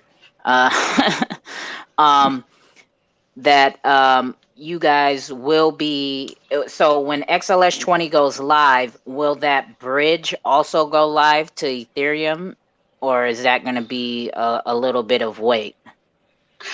That's a third party that we're involved with, so I can't actually confirm whether they'd be ready to go the same day. Again, until the code has been released onto the network and been approved by the validators, there's testing that's going to have to be done on the production side as well. It's all very well testing it on Ropsten and XLS20, but testing will need to be done on production systems. I think you got to be also careful, as other person already mentioned in this space, that once you migrate and burn the Ethereum token, it's pretty much mint by your wallet, so you're literally losing everything, all connection to Ethereum. So if that token had any functionality, utility, you probably not gonna have it anymore. So yeah, but I mean, just worth mentioning that. Yeah, so some things to definitely think about, right? And possibly some things that some of the developers in here might start brainstorming of ways to innovate and bring the utilities along with it, right? Like, because that's what we're here for, right? This space is forever changing and forever being built on, right? So hopefully hearing that information, that'll spark an idea in Beck's head, maybe. No, I was playing. But Bex, are you there? You got any questions for Xmart Yeah. or anything? Well, yes. In regards to Xmart, I'm seeing now that every marketplace has their nuances, right, into the markets that they address, right? They're different types of user base, I guess. And so in doing so, it sounds like marketing and partnerships seems to be essential to success in your like different niche genres. So you mentioned the bridge that you're going to have, is that going to be with Allbridge, or what is your partnership there for the bridge utility? Yeah, no, it's not commercially available at the moment. I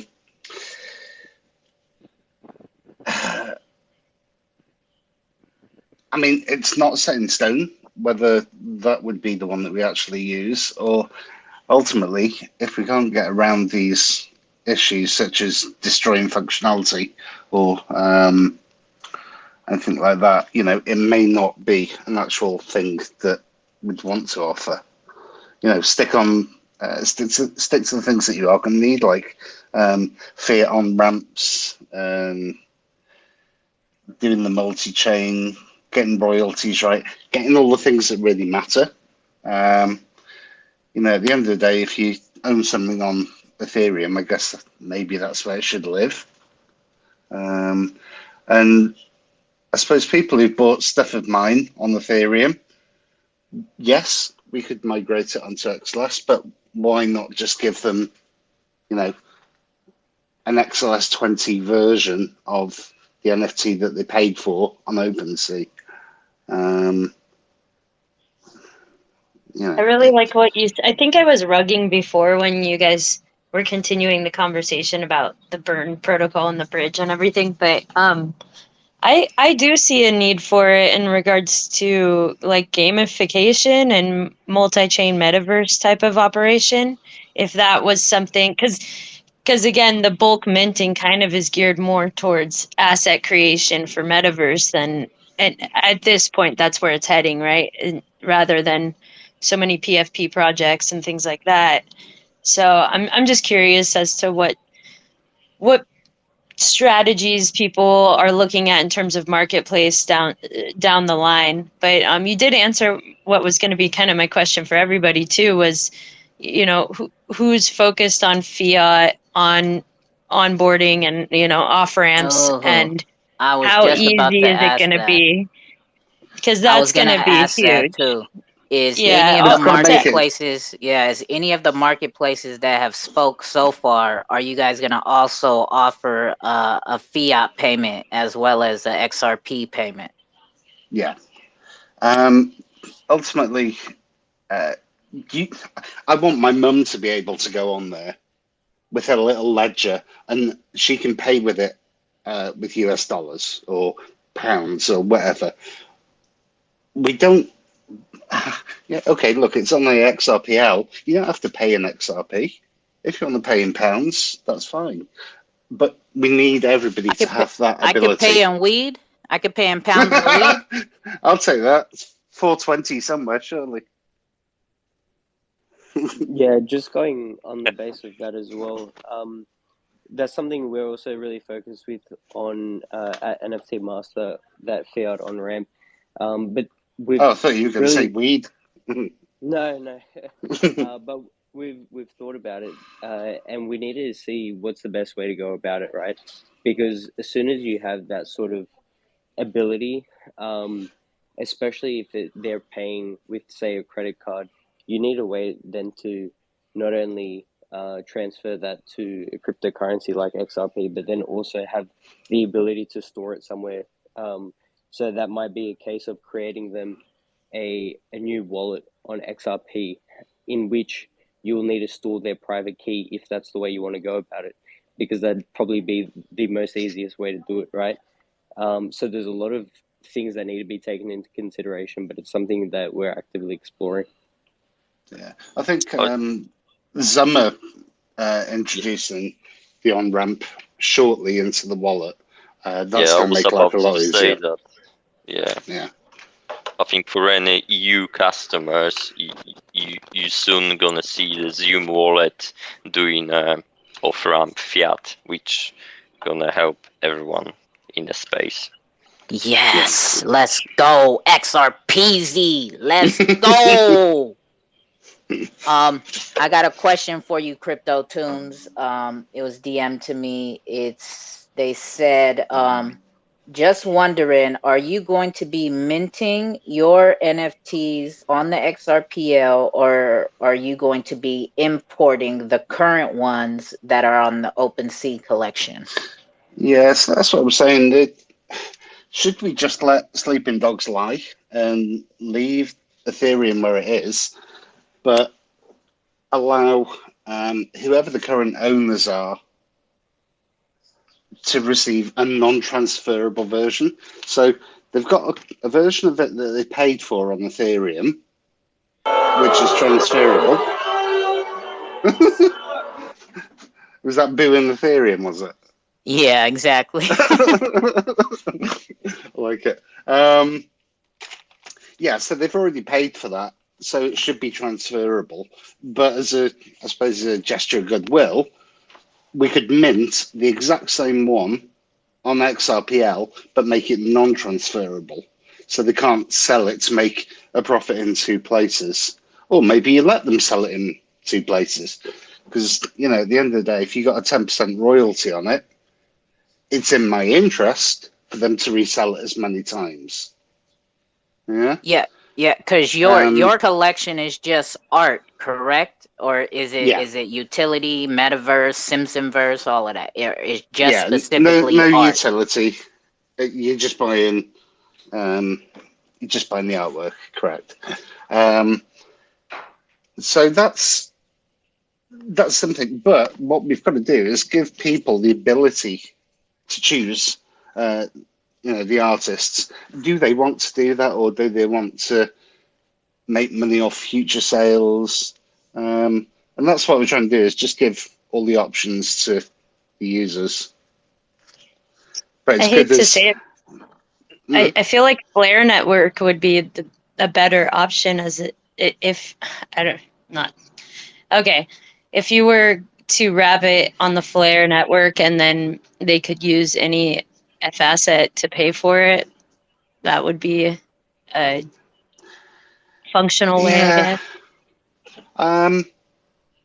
No, I've been in computers for 35, 40 years, and I don't know if you mean Flare Finance or just the Flare Network, but trying to do anything on Flare Finance was like voodoo. I didn't know what it was doing, and I just want the simplest way for users to come on and say, "Oh, I like that picture. Oh no, I haven't got a wallet. Make me one. Oh, thank you very much." And videos, what can we do to make it as simple as possible to get sales going through the site? And the more sales we get, the more people will list on it, and ultimately that's what everyone wants. And yeah, some people may start on FT Master, they may move over to us, they may start with us, then move over to an FT Master. And the beauty is, as long as we've got the ability to import from the ledger, once you've signed in with your Zen wallet, it says, "Oh, look, we've got 20 NFTs that aren't in your account on here. Would you like to import them?" Yes. And, people will move around. And as long as we just make it as interchangeable between all of us projects, make it easy so we've got lots of people selling, give people great experience across all of our networks, and yeah, they'll come to us for one reason and they'll go somewhere else for another reason. But yeah. Can I just have a quick moment there, just to say a couple Nah, of nah, things? nah, nah, nah, nah, nah. Elephants from New Zealand are not welcomed here. Nah, what's up, Rippleton? That's cool. Hey, look, just a very common misconception in the arena that we work in. Flare Finance and Flare are two totally different things, and they need to be separated. People use them interchangeably, and they're not. Flare Finance has got nothing to do with Flare itself. It's just like XRPL services has got nothing to do with the XRP ledger per se. They just use the platform. And I think it's very, very important we separate those. But, in regard to your the ability to do things simply, yeah, absolutely. I've been talking about that for a long time. We're too clunky, we're too complicated. We're running around trying to reinvent the wheel in a lot of cases, and all we've come up with is octagonal or square wheels so far. Yeah. Sorry, I was going to ask as well. I think it was on Chain Wales. Whereabout were you in Australia? Where's Vegas, buddy? Right. Yeah, it's all right. We just moved back here last year. Lived in Sydney for 10 years. So I was just wondering. Oh, beautiful. Must be getting colder down there at the moment. Hey, listen, our summer's as good as your winter. That's what I always love. 10 degrees was as low as it got. Um, yeah. Yeah. So look, as long as we're all on the same page and we know that people are going to migrate and whatever, and just make it as easy to swap around. I've got a pile of import tools. So if you've got stuff on OpenSea, it can import it. If you got it on um, essentially any of the other um, marketplaces that aren't on XRPL, we can just import and just make it easy for people to just get going. That's my goal anyway. I say my mum needs to be able to use it. Yeah, we need to All right, maybe get my daughter. going. Yeah, this is very important, to make that user experience as simple as possible. I mean, less clicks to, to get where you want, and that's what it's all about. With Xmart, that's what we work, onto. So yeah. Yeah. I mean, there are a few people here in this space which already interact with Xmart. So if they want to come up and say something, then yeah, just Oh yeah, because you have had beta for projects, right? So yeah, yeah, we've got few projects which currently uploaded their full collections. So they start allowing even their own community to jump on Xmart beta, to have a look and play with the filters and how it all hangs together. How the spin works, how the gallery looks like. And it's quite important to get that user experience and live feedback from those communities, just to make it easier, better. Yeah. anybody any projects want to come up here and share your experience so far on Xmart, you're more than welcome to. And anybody who has any questions for Xmart, go on ahead and hit that request button so we can bring you on up. Nobody?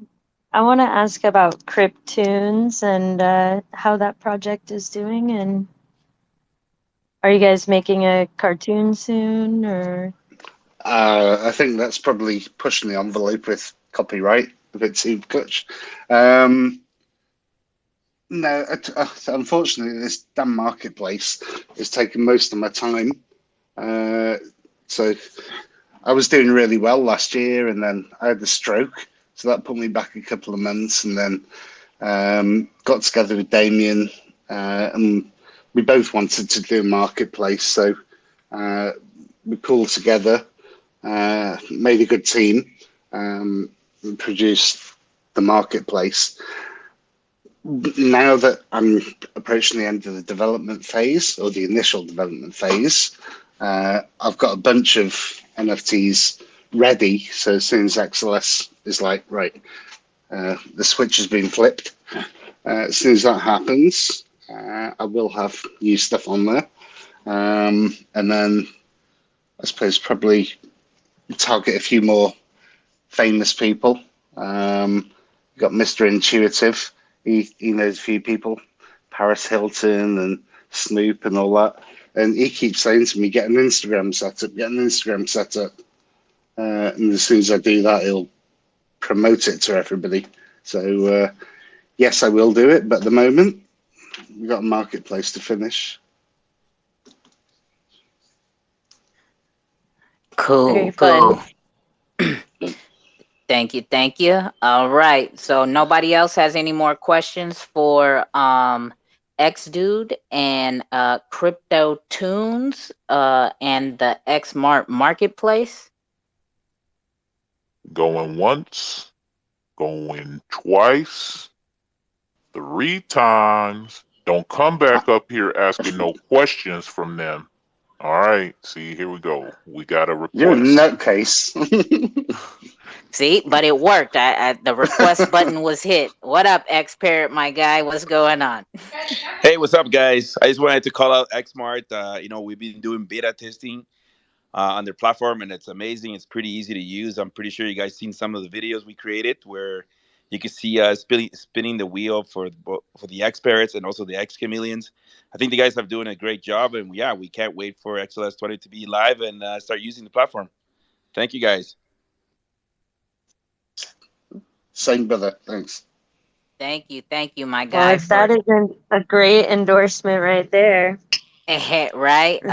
We got our guys from the X-Parrot community letting us know that they have been playing on the Xmart marketplace, and they ready. They ready. They ready to get these parrots flying on the streets of the XRPL. You feel me?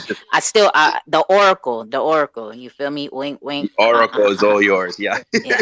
Yeah. Ready to All fly. right. Ready to fly. So with that, let's get on to Daniel, who is the owner of DP Monks Finance, which also is the owner, and that company and him is also the owner and creator of the Radical X exchange that is going to be on the XRPL streets when XLS 20 goes live.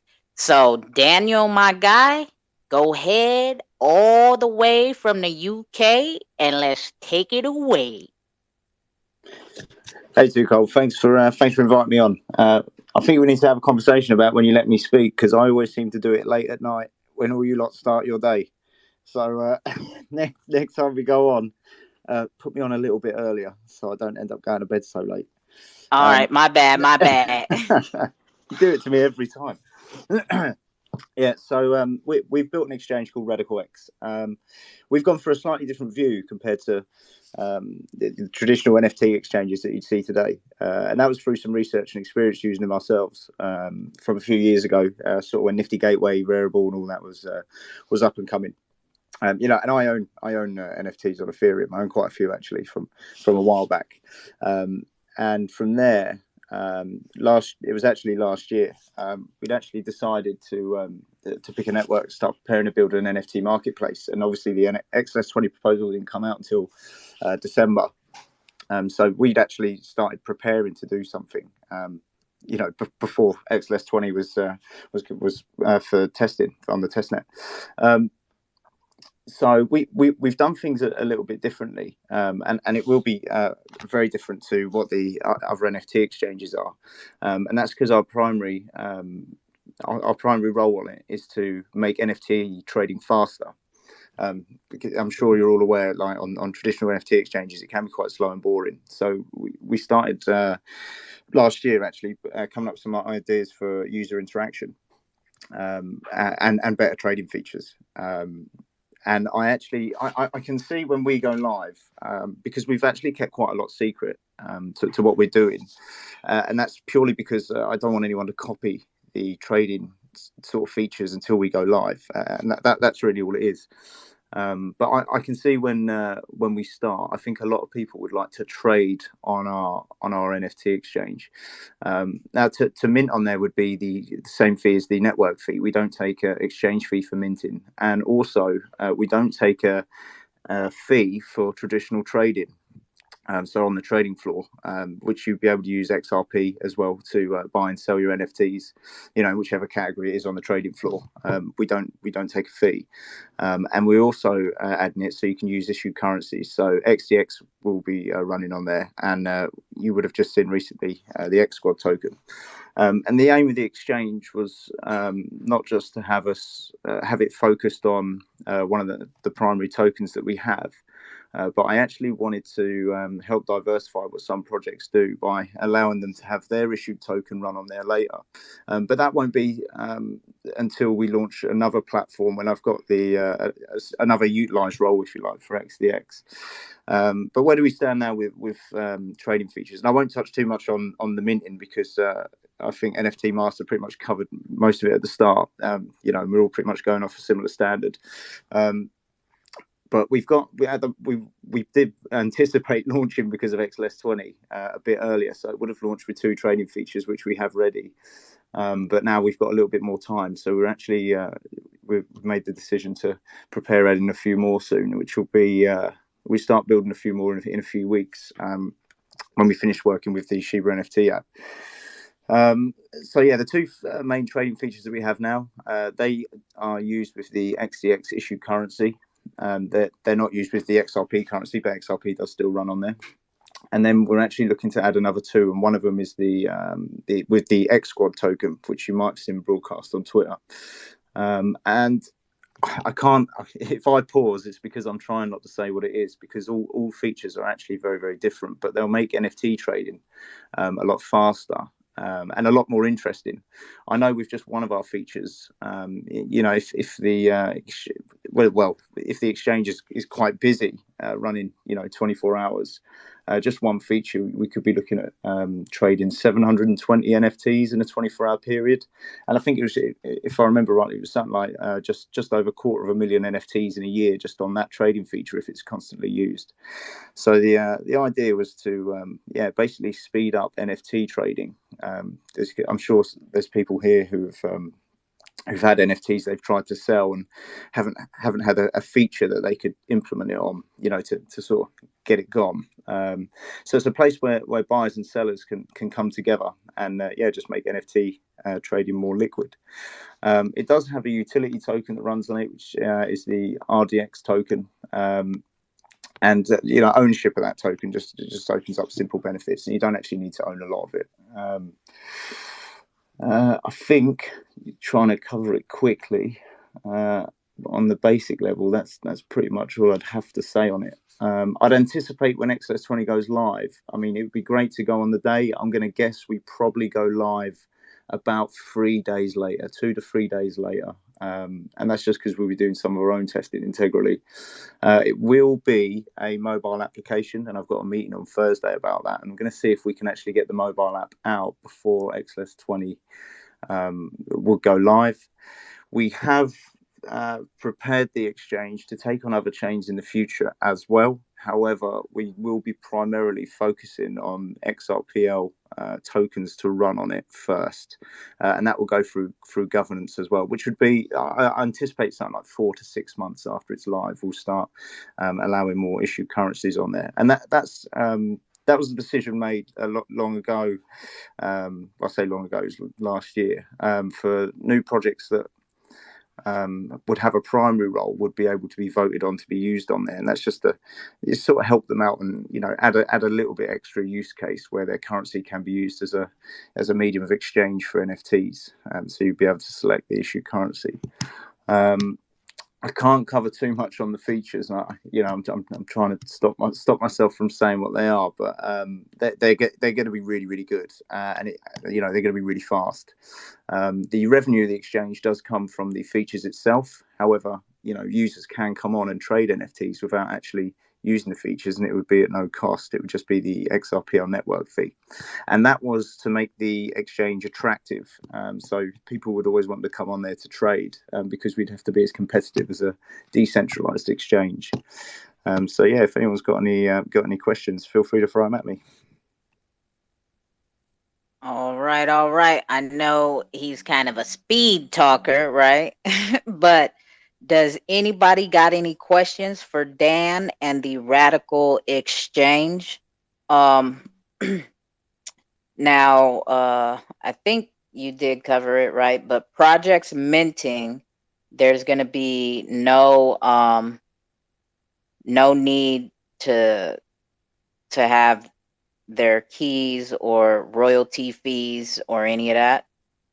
Yeah, that was always a prime aim. I didn't want people to mint on ours with royalties and then the exchange take the royalty fee, to their platform wallet. So what we've done is we've done a way where we can connect the Sun wallet And I need to get a little bit more confirmation on that and make sure it's actually still working, because all the minting we done, we prepared that months ago. We've mainly been on the trading features now, so I'll get confirmation on that and I'll do a social post on it to explain exactly how it works.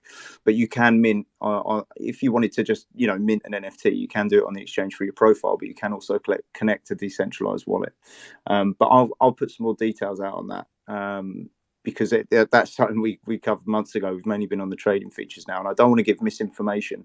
But the overall aim was to connect decentralized wallets to be able to mint, so it would be connected to your wallet. But yeah, I'll get confirmation on that. So I don't want to say something and give misinformation. All right. Bex, you got any questions? And then as far as what other I think I'm good. I mean, because I know, because we've had you here the like couple weeks ago, so you covered a lot for me, but I know a lot. I see a lot of new faces in here. So anybody in here that do you guys have any questions about Radical X Exchange? Well, so it seems trading focused, right? So what I guess without giving away too much, I'm almost envisioning like a Uniswap kind of scenario, or and tools to allow that to be easier. I know it's hard to make it sound attractive when you can't actually say exactly what it is. So yeah, and I really want to tell you what they are, because you'd be like, okay, that's really good, but I'm gonna when it gets closer to the voting coming on later, I will do a load of social broadcasts and videos to exactly what they do. But my main concern is obviously that it could be copied, duplicated, and do you know what? I'm more than happy when we're live. If people want to duplicate the feature, go for it. But I just want to be the first one to launch it first. And I'm pretty sure that some exchanges might go, do you know what? That is a really good idea. Can we build that in ours? And especially one that involves the X Squad token. I have to say it's actually a personal favourite of mine. And the good thing is to use the features is it doesn't cost a lot. That was always a prime thing as well. It doesn't cost a lot, and there is user benefits to some of them as well. There's a bit of risk added into it to make it more interesting, but there's always sort of users' best interests at heart. And most of the revenue that we get recycled from the features actually goes back into the RDX token holders. So a lot of it is recycled. I actually created a lot of it, so it will run quite automatic, so it'll have very little human interaction. And over the years, when we add in a few more features, at the moment we've got 6 that are actually designed, but we've only got 2 that are live on our testnet now. With another 2 which should be ready in about 6 weeks. So it's looking like there could be 4 live, depending on when XLS 20 goes live, and then we'll add a few more in as time goes on, and all uniquely different as well, which is good. It would be great for users because they can come on and decide how they want to move their value. What do they own? How do they want to broadcast it, kind of thing. But yeah, I really can't say too much on it. Plus, my developers will kill me because we've kept it secret since last year with all the ideas. But yeah, that's all I'm going to have to say on it. And I know it's hard to advertise, but you'll see when it's live. You'll see it's live. We, as a sort of company, as a Radical X actually wasn't our first platform that we designed. It was actually XD2. The NFT exchange wasn't actually meant to be first. It was meant to be our other application, which we're looking to start launching parts of at the end of this year. So it's been a bit of a weird sort of journey, and we also have an NFT program as well, which I'm sure some people are aware of, where we have the Avers, which is involved in something for game finance next year. So we have quite a lot going on as a company, and it's quite handy. I have got quite a large team, a bit bigger than what most realise, and I actually keep them I actually keep them very discreet, and that's mainly for sort of security reasons. And plus, I don't think they need the social interaction, for when I'm telling them off for not doing what they're supposed to do. And also recently as well, with the strange hacks that have been going on, I've actually got some of my developers to come off social media altogether, because especially with the application that we've built for Shiba NFT, I just can't have the risk of anything, wafty going on, especially with like token holders or what we're doing. So, we're quite secure like that, and we're quite discreet in what we do. But I do have quite a large team. We're able to do quite a lot concurrently, and yeah, just waiting for XLS20. It's going to be really good, and it's going to be really good for all the other marketplaces as well. I'm sure everyone's really excited about it, and it's going to be great for everyone to start minting NFTs and sharing their value around the world. But until that time, I'll just keep preparing, and I'll probably let out what some of the features are when XLS20 starts getting hinted that it's coming. But until then, I'll have to keep this one close to the chest. Well, that little bit of mystery sometimes helps. It's all in the marketing. I'm excited. It's going to be good. We like Two Coals are part of the syndicate, and I've got a lot of NFT artists that I speak to, and Exactly. I was about to segue you into that. So since you brought it up, why don't you go ahead and lay down exactly what the syndicate is and what Radical Exchange is offering to the syndicate members. So we currently have about 30 syndicate members who are NFT projects and content creators. And the syndicate, actually, the idea first come about, or the main bulk of it actually come about at the start of the year. I think it's around January when I was talking to MLP. And it was mainly because some NFT content creators weren't getting advertised, or they couldn't display what they were doing as a content creator because they didn't have a token project. So the main effort was to get them all together in one place and then help broadcast what they're doing, because some of the work they do is actually outstanding. So it was to help them out and to try and, you could almost say, prevent them from getting into a token project if they didn't really need to, because there was a lot of NFT tokens coming out ready for what's come with XLS20, and what's the hurdle once that NFT token has its role. I was a bit worried that some content creators could actually, as good as they are, they could actually lose their reputation by having a bad token project. So I sort of wanted to help out with that, and say, come join the syndicate. It's actually really easy to apply.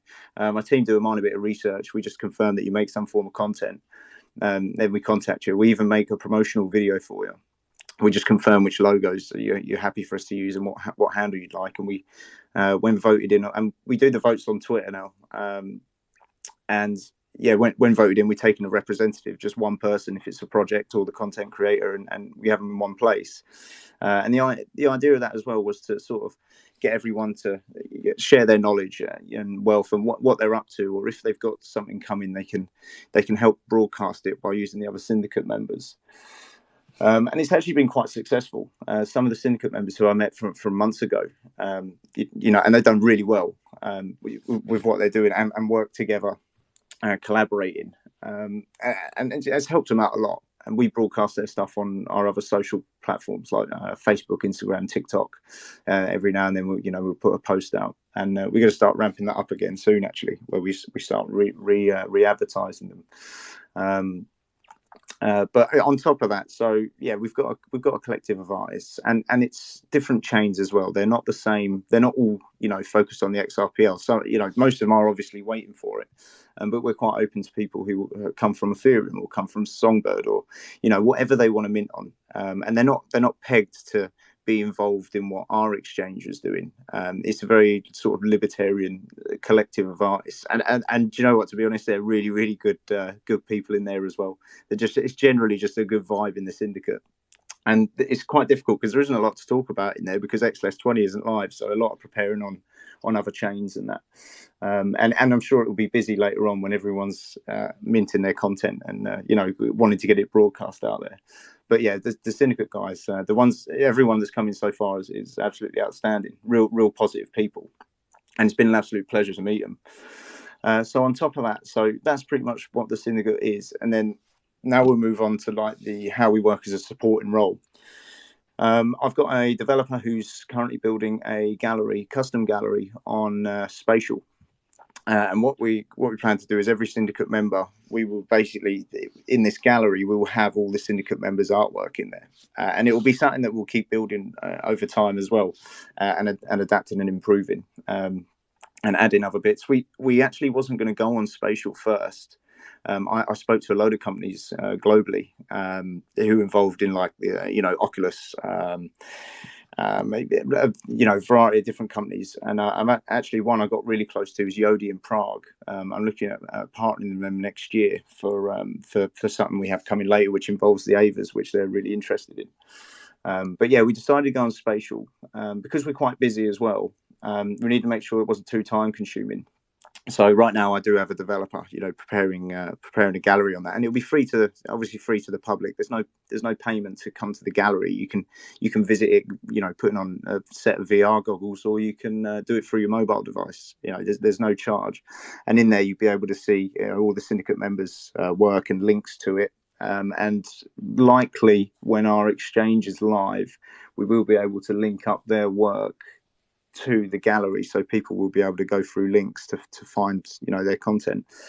And the syndicate was always going to be sort of growing collective as well. I did aim to have no more than like 100, because that's, even though we're supporting them, that is a lot of work that the guys are doing, and so I'm kind of capping it at around 100, and we have 30 now. I think I've got about another 10-12 applicants coming, and we start broadcasting them next week, and then we'll run another event to help broadcast what these content creators are doing, help get their work out there, but in connection to the Radical X exchange as well.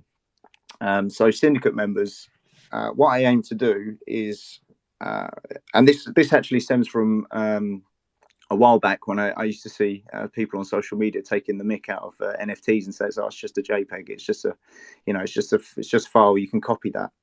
So I've been working quite a lot recently and looking at different ways to utilize NFTs. And one of the ways I'm going to do it on my exchange is with the syndicate members.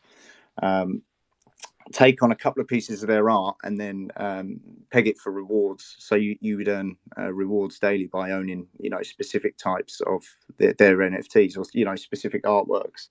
But I'm pegging it to the XDX token. So what will happen is, over time, as we launch our other platform towards the end of the year and other stuff we're doing next year, obviously the XDX token will rise and fall in value. But what their NFT artwork would be worth now wouldn't be, so much. It would be whatever it's worth is whatever someone's willing to pay. But when we peg our token to it through time, obviously the rewards will go up in value because of you earn rewards through XDX for owning their NFT. So it will indirectly raise the value of their artwork, considering these would be some of the first NFT artists on the Xrpl. I wanted to see if I could sort of bring in a rewarding utility role to some of their art. And that's what we'll be looking to do on launch, and speaking to them about which artwork they'd like to do it to, and that's something we have coming later. So yeah, that's pretty much what the syndicate is. It's just a collaboration of NFT artists from different blockchains, all working together, doing what they do. Yes. And aren't you accepting applications, or you're opening slots for people to join the syndicate now? Is that correct? People or projects? Yeah, so it's open now. And we've had quite a few emails come through, and I've also had some legacy ones where some legacy projects got in touch asking to join. And the reason that we've done it in gaps and it hasn't been a constantly rolling, allowing people to come in, is purely because we're building the art gallery. So it's in segments. So this would probably be the last time we'll take anyone on until the gallery's live. And I actually said that last time. But I thought we've got a bit of time. We could probably take in a few more, see if we can help out a few more. But yeah, after that, I'll have to decide, you know, how we're going to take it on, or even let the syndicate decide, because you know, even though it was sort of my idea, it is a very libertarian sort of group, and you know, I'm more than open if they ever discuss it. What, you know, how would they, you know, like to invite people in, or would they like to make some sort of competition? But it is open now. We are taking in anyone that, you know, gets in touch up to the 30th of June. My team will do a little bit of research in the background, make sure they are some sort of NFT content creator. We don't take responsibility for their token project if they run one. We just work with them for their NFT content. However, you know, I say this to all of them as well. If there is a way, you know, something that we can do as a group, or me myself, if there's something that we can do to sort of help with their token project, then you know, we do that. But we can't take responsibility for anything they're doing as a token project. You know, that's entirely their responsibility. We can't take that on. So yeah, that's pretty much it. If anyone's got any questions. Very, very understandable, right? Not being able to take on that responsibility. How about, okay, on the Radical X exchange, will fiat be an on ramp at some point, or is that just not? Do you know, I'm glad you brought that up, actually, because it leads me on to talking about crypto exchanges as well on here. So we in February we got in touch with a lot of exchanges looking to list XDX in preparation for when the exchange was live. We wanted to sort of accelerate the volume of use, if you like. But doing a lot of research, that I found a lot of exchanges weren't as supportive as what they broadcast, and I learned quite quickly that crypto exchanges, not all of them, but there are, you know, some that are not so supportive as you might think, and they're more in tune to get you on. And then that's sort of where the fees come in, and they take a large fee. With some, they take a percentage of your token, and then they pretty much bleed it into the market. And to me, I didn't see that as an option that I needed to do for XDX especially. But I did want to have it pegged to a stable coin. So I've been talking to a few projects recently behind the scenes. And most people go onto an exchange is because they want to have it attached to a stable coin. But what most people don't realize is recently the USDT and USDC can actually now run on the Xrpl. So I'm talking to a couple of projects now, and I'm looking at, given the timing of stable coins and the bad news, looking to time it right and start putting in some liquidity against the USDC pair, and then get other projects to join in as well, and so see if we can bring in a stable coin onto the Xrpl, so that way projects ain't paying $10,000 to $20,000 to list on an exchange to make a pair that actually already exists. So I spoke to a few projects about this months ago, and I've been trying to sort of I wouldn't say persuade, but just sort of educate and say, if we all done this together, you know, obviously the exchanges aren't going to like it very much, but it would be the preferred option, especially for users on the Xrpl, you know, to try and bring stable coins into a more liquid network. So that's sort of my aim at the moment. I have considered using a stable coin on the exchange, and if I do use one, it would probably be for a trading feature and then used as a currency on the trading floor. But as it stands at the moment, there's not a positive decision on that yet. But I do plan on trying to do a push to get the stablecoin USDC sort of more adopted on the XRP ledger, and you know, keep talking to different projects along the way and help them do it. And I'll be pumping you know, a few £1,000s worth of value, you know, over every few weeks of USDC into my own trading pair, just to see if I can get it kickstarted, because I think that's what it needs. And with a few other projects working with me, you know, I think we could bring a stable coin to the ledger, and you know, I think that could be really, really interesting. Sounds very interesting. So that's for fiat though, right? But for NFTs, would there be sometime in the future for fiat on ramp to just like swipe credit card to buy NFT? Do you know what? To be honest, that's not something I've considered. As a company, we have looked at doing some Fiat stuff. I've actually got one next to me. I've got a metal card demo that we made last year, long before I even started XDX actually. But as it stands on the exchange, it's not something that that I'm considering at the moment.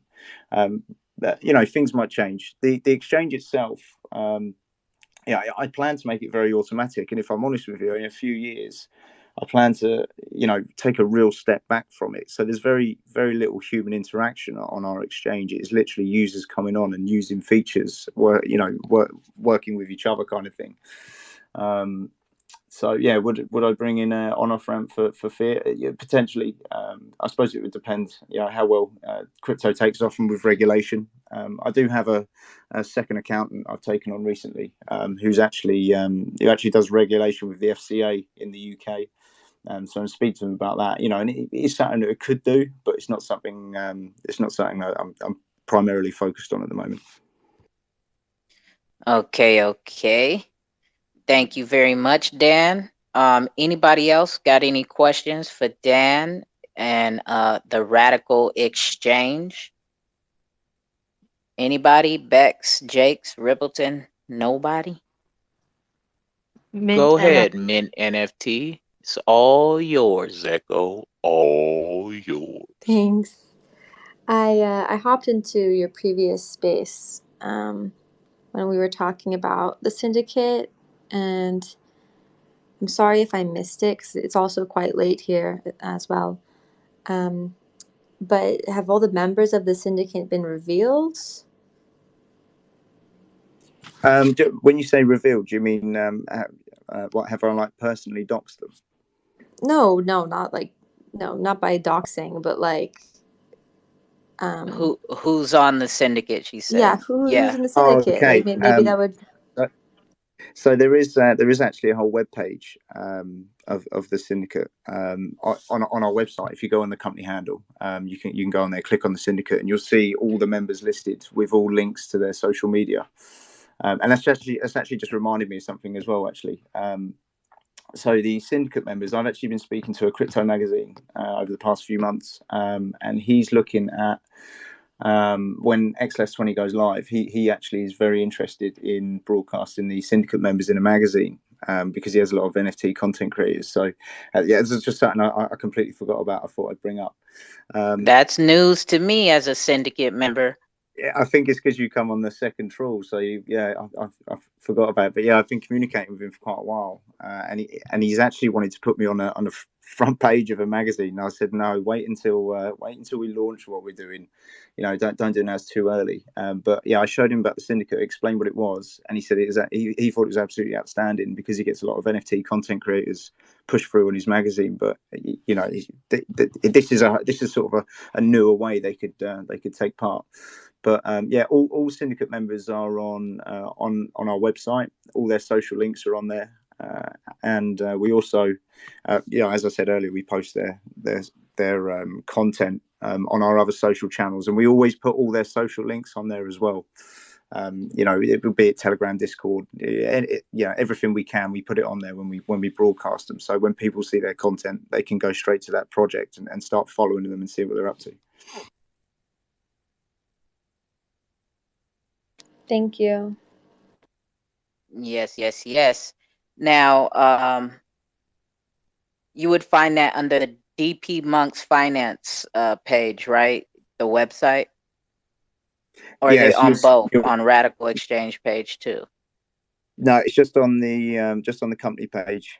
You'll see it. There's actually a box I put it in the top right. It says syndicate, and there's a carousel rolling of all the syndicate members' logos on there, which you can also click on to go straight to their social media, their Twitter. But yeah, if you just go on the website, go onto the syndicate, and then there's a long list of the 30 members, and then about another 60 odd blank spaces for anyone else who's looking to join. All right. So again, that's DP Monks Finance is the umbrella under which everything is being launched under, essentially, right? The Radical X Exchange, the syndicate.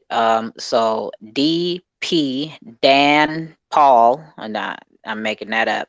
but Dan Paul Monk's Finance. That's the Twitter handle that you would want to get to look at that website he's talking about. So thanks, Dan. Appreciate it very much. Anybody got any questions? I don't have any questions in the queue right now. So y'all want to catch a vibe or y'all want to just keep it rolling? Keep it rolling, catch a vibe. Vibe, keep it rolling. I don't know. What you want to Vibe. do, Beck? You want to vibe? Vibe. What are we vibing to? What do you want to vibe to? Let me cue it on up. Some Got a Lemmy request? Ford. Yeah, Let's hear yeah, yeah. the ladies song. Okay, okay. Speaking of the syndicate, Dan, is that gonna come out today? That broadcast, as you call it, a broadcast for the Wednesday call. I'll speak to Mel about that. Mel's Yeah, taking the yeah. lead on that. Okay, well, she said it was supposed to come out today, but Wednesday, as he was talking about the syndicate, so bi-weekly Wednesday, Mel P is the co-founder of the syndicate. So me and her, she will be co-hosting along with me bi-weekly Wednesday, starting this Wednesday, as the women of the syndicate, right? And we will be talking to these artists and these projects, right, that are in the syndicate to do exactly what Dan just said, to help to get them more exposure, right? So Wednesday, we haven't locked in a time just yet, but we will. And so Wednesday, it will, of course, it will have, for me, it will have to be after Mint NFT's call, which I know is at like 2 p.m. Eastern, right? Because I do like to tap in there and see what they're talking about in there. Um, but Lemmy wrote a song about the women of the syndicate. You want to hear it? Here it go. And when we get back here, we're gonna wrap this thing on up with our guys from On Chain Wales coming in all the way from down under to tell us about their marketplace. But here we go with the women of the syndicate. Yeah. I'm on the block like a sender. Kick credit the women and my ninjas. Spit like money straight out the printers. Triple T blockchain, we getting bigger. I'm on the block like a sender. Kick credit the women and my ninjas. Spit like money straight out the printers. Triple T blockchain, I'm finna get on. Too cold, LP 808 can relate to the hate, finna skate like a ranger. No Texas, New York to Sacramento in the Lexus. The syndicate applying a lot of pressure. Artists, illustrators with a testimony. Women in crypto, why you flexing on me? Futuristic vision like a Jackson on me. No Jet Jackson, no procrastinating, ain't no crashing. Crypto stacking, we just maxing and relaxing. Every Wednesday, syndicate back it. I used to have my women back it up for some change. Now it's all in crypto, gotta make it rain. All aboard, better catch the train. I see a lot of them going out like a lane. I'm on the block like a sender. Kick credit the women and my ninjas. Spit like money straight out the printers. Triple T blockchain, we getting bigger. I'm on the block like a sender. Kick credit the women and my ninjas. Spit like money straight out the printer. Triple T blockchain, I'm finna get on. Like the SEC did XRP, or how the syndicate came in got me. Strong arm that like an armed robbery. No boule, no Illuminati. Karate chop flows like Miyagi. Yu-Gi-Oh warrior off of V-Chain. Psycho beast, psycho free. Quick women, mindset like me. Power couples, power structure. Metaverse on the black Mark Zucker. Rosie Rios writing on my fiat. Too cold, the MVP of this BI. Mel P 808 change the name, now she straight and she lit. XRP on the hip, Joe. LCAS, please flip the switch. Better know I'm rolling with the syndicate. I'm on the block like a sender. Kick credit the women and my ninjas. Spit like money straight out the printers. Triple T blockchain, we getting bigger. I'm on the block like a sender.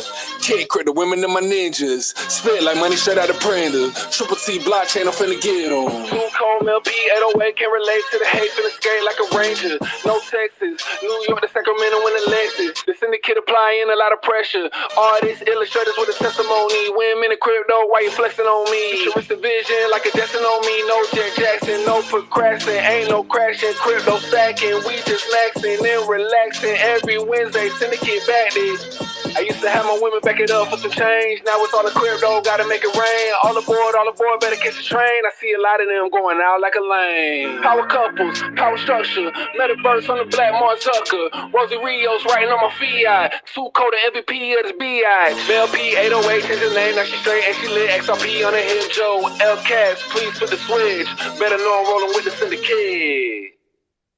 Yeah, let's go, let's go. That was a cool little vibe to catch a break to before we head on to this last marketplace right here on the first, right? I just kind of got this together, and I like to kind of make the names fun, right? So the XRPL Marketplace Monday is what we're doing today, and we're going to finish this here off with our guys all the way down under from Australia with On-Chain Wells. So go ahead, Liam. Let's hear what you bringing to these XRPL streets when your marketplace opens, when XLS 20 drops. Yeah. Hey, yeah. So I guess everybody's pretty proficient in marketplaces now. I'm amazed by how many different projects there are and how awesome they all are coming along. So yeah, I guess at On-Chain Wales we kind of just push boundaries and see what we can do. We recently presented at the XRPL meetup in Brisbane, and we got to meet NFT Master and had a big long chat with them. And they sound like they're doing a lot of similar stuff to us, focusing on the decentralization, not having a native currency, and just an awesome user interface from those guys from what I've seen. So I really highly recommend that project. It looks awesome. Looking forward to playing with it, that's for sure. So just a little bit, I get everybody's familiar with what marketplaces are. We've all seen OpenSeas and are very familiar with that, as well as Rarible. So I guess those are essentially the founding fathers of what we're all building on. And of course, we're copying what they've done correctly because it's tried and tested. And if you're not, then you're not doing it right, essentially. But I guess there's a few things I want to talk about in terms of marketplaces and standards. We like to set standards. We like to prove a point, and we like to change the way that the community accepts projects, essentially, what standards they should have in terms of the XRPL, because it's not really set at the moment. It's when we came on, there's so many scammy projects, half-done introductions to what's going on, and there's just all these tokens floating around, and it's like, holy crap, how do I know which one is legit and which one's not? So I guess I would assume everyone's very familiar with the Trust Before Trust line campaign that we ran for a while. Essentially just saying we want your trust before we move along with anything.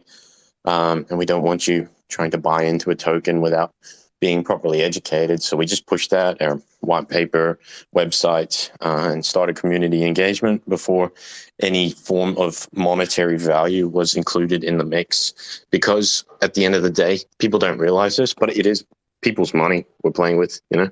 This is we're creating products for people, and run it like a company, run it like how you would invest in a project. So to, I guess, move back to what we're doing with the marketplace, is we've seen a lot of gaps in how it's being ran, in terms of development, and just too many corners being cut. I'd like to start my first point with minting and redemption. So those kind of sit along the same lines. We have all these IOU tokens, and we've been told by the projects, this will redeem for one NFT. But a lot of projects didn't realize it's not going to be as easy as just 1, 2, 3, right? You actually, it's either going to be a lot of, excuse my French, shit work in terms of transferring, burning, and doing it all manually. Hey, no cussing in here. No fucking cussing. All right. And then it's also if they want to take the route where it's quicker and easier, there's they need to be proficient in code. So they're kind of like between a rock and a hard place, I guess you could say, where it's going to be a lot of work to transfer, and the community is not going to be happy with something slow. And then it's going, if you need code and you go to someone else, there's issues there in terms of custodial issues. When it comes to, a lot of people are asking for your seed phrase because, you need the seed phrase to run code. So essentially what we said is, how can we do this, but without seeing their seed phrase?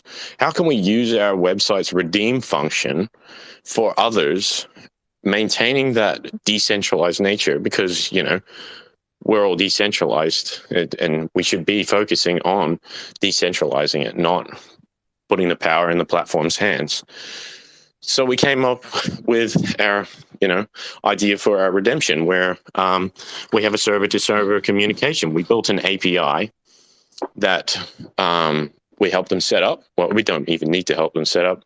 We send them a video in the package, and essentially it does all this redemption stuff, and we don't see anybody's personal information, and they remain in custody of their own assets. There's no central marketplace wallet that they need to transfer their NFTs to, where the royalties get mixed up, and then you can't really control your assets, and there's that loss of control. So that's our first major breakthrough, is this redeem functionality. Now, of course, it's not been easy to build. Of course, you wake up every single day and you go to bed at like 12 o'clock, and then get up at 7 in the morning the next morning, start working again, and just do it all over again. I mean, it's fun. I wouldn't change it, but it's not free as well, especially when it comes to server costs and data storage. So essentially what we're doing is we're enabling projects to come to us, say, hey, I want to do a redeem function. And we say, okay, cool. So that's 250 XRP a month, and their redemption lives on our website as a drop-down menu. People can select their project, press a swap button, and redeem the correct amount of IOU tokens for an NFT, all without anybody else needing access to their wallet with the NFTs. So using our server-to-server communication, our API, we're able to keep the control where it belongs, right? You personally wouldn't ever share your seed phrase with anyone else, would you? Like, seriously, it's just, so why would you do that when it comes to these more valuable assets? These NFTs. Why would you say, okay, they sound trustworthy, I'm going to trust them, they're a big marketplace, yada yada. Nonetheless, forget trust, and remember, this is a seed phrase. This is control, and you're not helping the development or the improvement of decentralization by saying this is okay, because this doesn't make the developers, I'm speaking for me and every other developer, this doesn't make them think, well, they're not happy with this, so how can I decentralize it? No, if we're accepting it, everybody just goes, oh, okay, cool, they're happy with that, and we'll just sit at this. So it comes, there's 2 points that need to be had. People need to start remembering what decentralization is, what it means, and pushing for it. And then projects need to remember that it's decentralization, and to build around decentralization and encourage it and innovate, not just make a simple line of code that's making 5 transactions. It needs to be a more polished piece of code that has struggle to find the word that that does a trick. It's the best word I could find. So that essentially that's the redeem functionality when we're looking at marketplaces. A lot of them are saying you need to transfer your NFTs to the marketplace's central wallet, and then we distribute it from there. And that's just, in my books, as like if I was an investor, what I would look at, or from a project's point of view, I would never do that. That would not be something after. So we thought, let's build it, essentially. So we did. And yeah, that's been really good. So that's all polished up. We're just making promotional material for that now, and then onboarding projects and proving a point, essentially. All while being relatively cheap as well. 250 XRP a month, like that's data costs, server runtime, and that's a month. Like you get rid of all your NFTs and you're selling each one for 100 XRP a pop, and you easily cover that. So, moving on to minting. Now, a lot of projects also, like I said before, they don't have the expertise or the know-how to easily and quickly mint their collection of 5,000 NFTs. So this has been publicized quite a lot. We've got that bulk mint app that'll be on our website, and people can just download and mint their NFTs into their wallet like that with a couple of clicks of a button, fill out the forms, and it's all done. And that just improves security and decentralization, making sure that people are minting themselves, not handing over their assets to someone in good faith.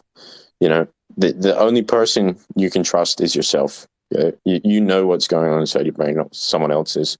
So that's why we made that mint app, so that people can just download it without having to pay a fee, without having to move the assets around, without losing custody of what they wholly own. So yeah, that's a nice little mint app. We'll also have a web native mint app where people log into our website with the Zum app and can complete the mint transactions with Zum, just by logging onto our website and say they want to mint a cute picture of their cat. They can do that on our website nice and easily. So you don't need to download a bulk mint app, which requires more steps. You just go onto the website and mint your cat. You don't want to be dicking about. Yeah, that will be Bex. Sorry? I said that would be Bex. Bex. Yeah, I definitely mint pictures of my cat all the time. Yeah, sorry. Yeah, yes, and we want to encourage that, and we want to make sure that not just the projects are getting catered to, so that everyone can mint a photo of their newborn, essentially, and you've got that ingrained in the blockchain on the XRP ledger, for instance. It's cool, it's easy, it's not complicated, and we've got all our tutorials. We make them all ourselves. We want to make sure people understand it. We're not going to remove the decentralized nature just to make sure that it can cater to the average person. We're going to maintain a standard and educate the average person. And this will help with the development and the adoption of decentralization and blockchain technology, while respecting, in a sense, while respecting what it was built for. As well, we move along to a lot of projects or marketplaces are onboarding projects, and you can only list the NFTs on their marketplace that have been onboarded, which I'm really confused about. Like this, why are they doing that? It just it doesn't click for me. The only other reason they would be doing that is because they don't know how to get the other NFTs. And so that's another thing we've done over here at On-Chain Wales. We're calling this marketplace, On-Chain Marketplace. So we'll be creating a Twitter account. We've already got that on hold, and Discord for all that. Then that'll cater for that. So it's like an umbrella effect, I guess. We're all linked, but we're just building these technologies with different branding, and that's just so people can differentiate it, essentially. But back to what I was saying, sorry, got sidetracked there. Marketplaces Stay aren't focused, enabling. my guy. Stay focused. No, I There's was so playing. much to talk. I got to remember to breathe. Hey, sorry, guys. Yeah, so we will focus on listings. So now you log into the website with Zum, and you've got this awesome NFT from another project, and you like this marketplace, but you go to look at your wallet and list your favorite NFT, and the marketplace doesn't see it. And you're like, what's going on? Like, I thought this was on the Xrpl. And you do some further digging, and you find out that this project has to be onboarded onto this platform before you're able to trade the NFTs on this marketplace. Well, shucks, like I just bought this NFT, and Did you now I just got to say get in contact. shucks? Shucks. Oh, shucks. Shucks. Oh, shucks. So essentially, people buy NFTs where they've got to now do digging around and more research for the marketplace they could bloody sell their NFT on. And that's just annoying in my eyes. Like as someone who owns NFTs, I don't want to go scrolling around the internet to find out where I can sell this bloody NFT. I want one place, and I want to be able to list everything. And so that's what we've done. Funny enough that I would segue to that. So we actually query the XRPL for all our listings, essentially, and people's wallets that are logged in to our website. We query the XRPL. We talk to it. We say, hey, what NFTs does this person have? The XRPL goes, these ones. We're like, okay, cool. What NFTs on our database already exist? And we go, these 2 out of their 5, for example. Then we show them the ones that are listed on our marketplace, and then we show them ones that aren't listed, and that'll come up in their account page. Now, you don't just get to look at your NFTs. You get to click on them, press list, and list it on our marketplace without having to find out where this project has onboarded to which marketplace and other crap like that. It's literally a one-stop shop. You go on here, it's decentralized. We're reading the XRPL. Bing, bang, boom. You're listed on our marketplace without having to fluff about, essentially. So that's another feature. And when I was talking with NFT Master, I really respect what they're doing, is because they're also following this outline. So when the XLS 20 drops, I recommend you guys check out NFT Master as well. It's an amazing platform that will be enabling the features that I believe in and our values over here at On-Chain Wales. So there's just an onslaught of features that we thought should be already there on the XRPL, but we're revolutioning the XRPL with things that should already be here. But yeah, I guess essentially what we're doing is we're proving a point that it can be done. Let's go. You already know how I feel about that. Yeah.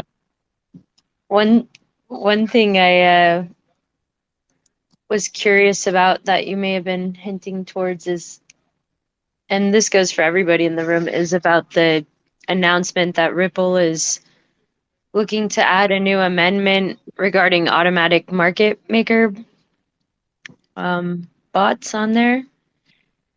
And I remember kind of joking about it, bringing back automated market making a couple months ago. So I'm glad to see that.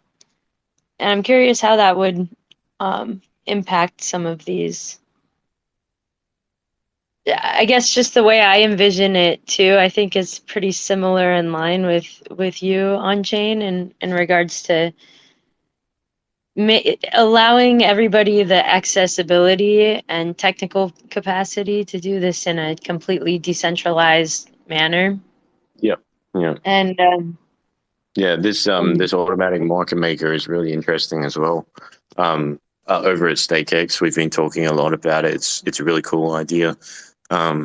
So I think it will be welcomed with open arms. That's for sure. Also, when I was listening into other conversations on this space, I heard a bit about auctions and how they're going to function, and that was, I don't know if everybody's overloaded with information. I can kind of I can leave some stuff if you guys want. I guess maybe a show of hands or something like that, and I Nah, can. keep going. Keep talking about it, man. Keep talking. It's what we here for, to learn. People know they should Everyone's show up still with their awake. notebook and pencil ready to take notes, because we That's right. do get a lot of information in these rooms. So yeah, keep going, Liam. Keep going. Yeah. Well, thank you too, Cold. So essentially, when we do auctions, we're going to be using I forget what it's called, brokerage on the Xrpl is what it's called. So it's using brokerage mode. So we're experimenting with it currently, and we're going to be dedicating a section of the website to like an auction house to make it as decentralized as possible. So brokerage on our platform will only be used for auction type NFTs, not general sales, because we do have our listing fee, and that just covers it. We're happy with that. So brokerage mode will be used. We've figured out a way to use it to do auctions on our platform, and we're currently decided to dedicate like a whole essentially like subdomain of the marketplace to auctions, and it'll be structured, I guess, similarly to eBay, and it'll be a lot of fun. It'll be really cool, like a bidding house. It'll be a different vibe. So once again, making sure we're keeping all this decentralized. There's not going to be one central wallet where you have to send your funds to and your NFT to be able to auction it off. It's not it's not how it should work. So yeah, well, I think I've really summed up most of what we're doing and put our points out there today. Essentially, I am interested whether there's any questions about what we're doing, how we're doing it, and happy to help and share some information, because people forget we're working on Web3, and if we keep our mouths shut about developments and advancements, you hinder development, I guess, the forward movement of it all. So yeah, Oscar. Yes. Yeah, anybody got any questions for Liam and the on-chain marketplace, right? That's Now the is your one. Yep. time to ask these questions. I know we have received a lot of information today, right? But this is what it is all about. Being up in these spaces, learning, and as Liam said, things are being innovated constantly in this space, right? I'm not a very technical person, so I don't ask technical, like techie tech questions. I just kind of ask from the consumer side of things, right? So the app the minting app, you say, is that going to be in Zum wallet? Is that going to get into the Zum wallet, or we would have to go So the to a website website? one, you have two choices essentially. So you can go to our website and you can go to mint an NFT, and you can mint one NFT of your choosing, however you like, and we sort the rest out. Essentially, we help you with the metadata, the IPFS upload, all that kind of stuff. That one will be integrated through some. Because you have to sign the transactions manually. So you don't want to do 10,000 mints for a whole project on, a singular mint app and just constantly do it over and over and over and over. It's not, nobody wants to do that. I don't want to do that. So that's why we built that mint app where, I you like download it doing from our that. I want to website. do it 50,000 times. I want to do it over and over and over. That's where No, I mean, you each got to to get their your own, honestly, you tangents, can Art. do it how you like. Um, but yeah. So if you want to do 50,000 of them, we're like, hey, we know that sucks on the website. How you got to sign it. So what we did is we created a Mint app. Download it, start the .exe, and then you fill in the information, and essentially it's just a beautified JavaScript code. Instead of having to use VS Code, install Node, and Bash, Git Bash, and all that other stuff that comes with it, you just download our app. It's got it all integrated, and projects can mint 50,000 NFTs with the click of a button. So it's just much easier. So there's two options, and it just comes down to volume, how much people want to mint. Oh, that's awesome sauce. So let's go with Survivor, and then we got X Dude right after Survivor, and then after X Dude, let's get to Nick Handsome. Hey, what's going on? I hope you can hear me. I'm at work and I'm using Bluetooth headphone. Yep, But you I don't coming have in a clear. nice. So yeah, I don't have a technical question. It's just one of my favorite phrases in crypto is trust before trust line. So I was wondering if Liam could maybe talk about when that first got started, what it means, and just the history of it. Yeah, well, it's catchy, trust before trust line. But essentially, we're just trying to prove, we don't want a hyped up token. We don't want to be all about the price action. We want to make sure you understand, and not necessarily trust, but you understand the project before we introduce investment opportunities.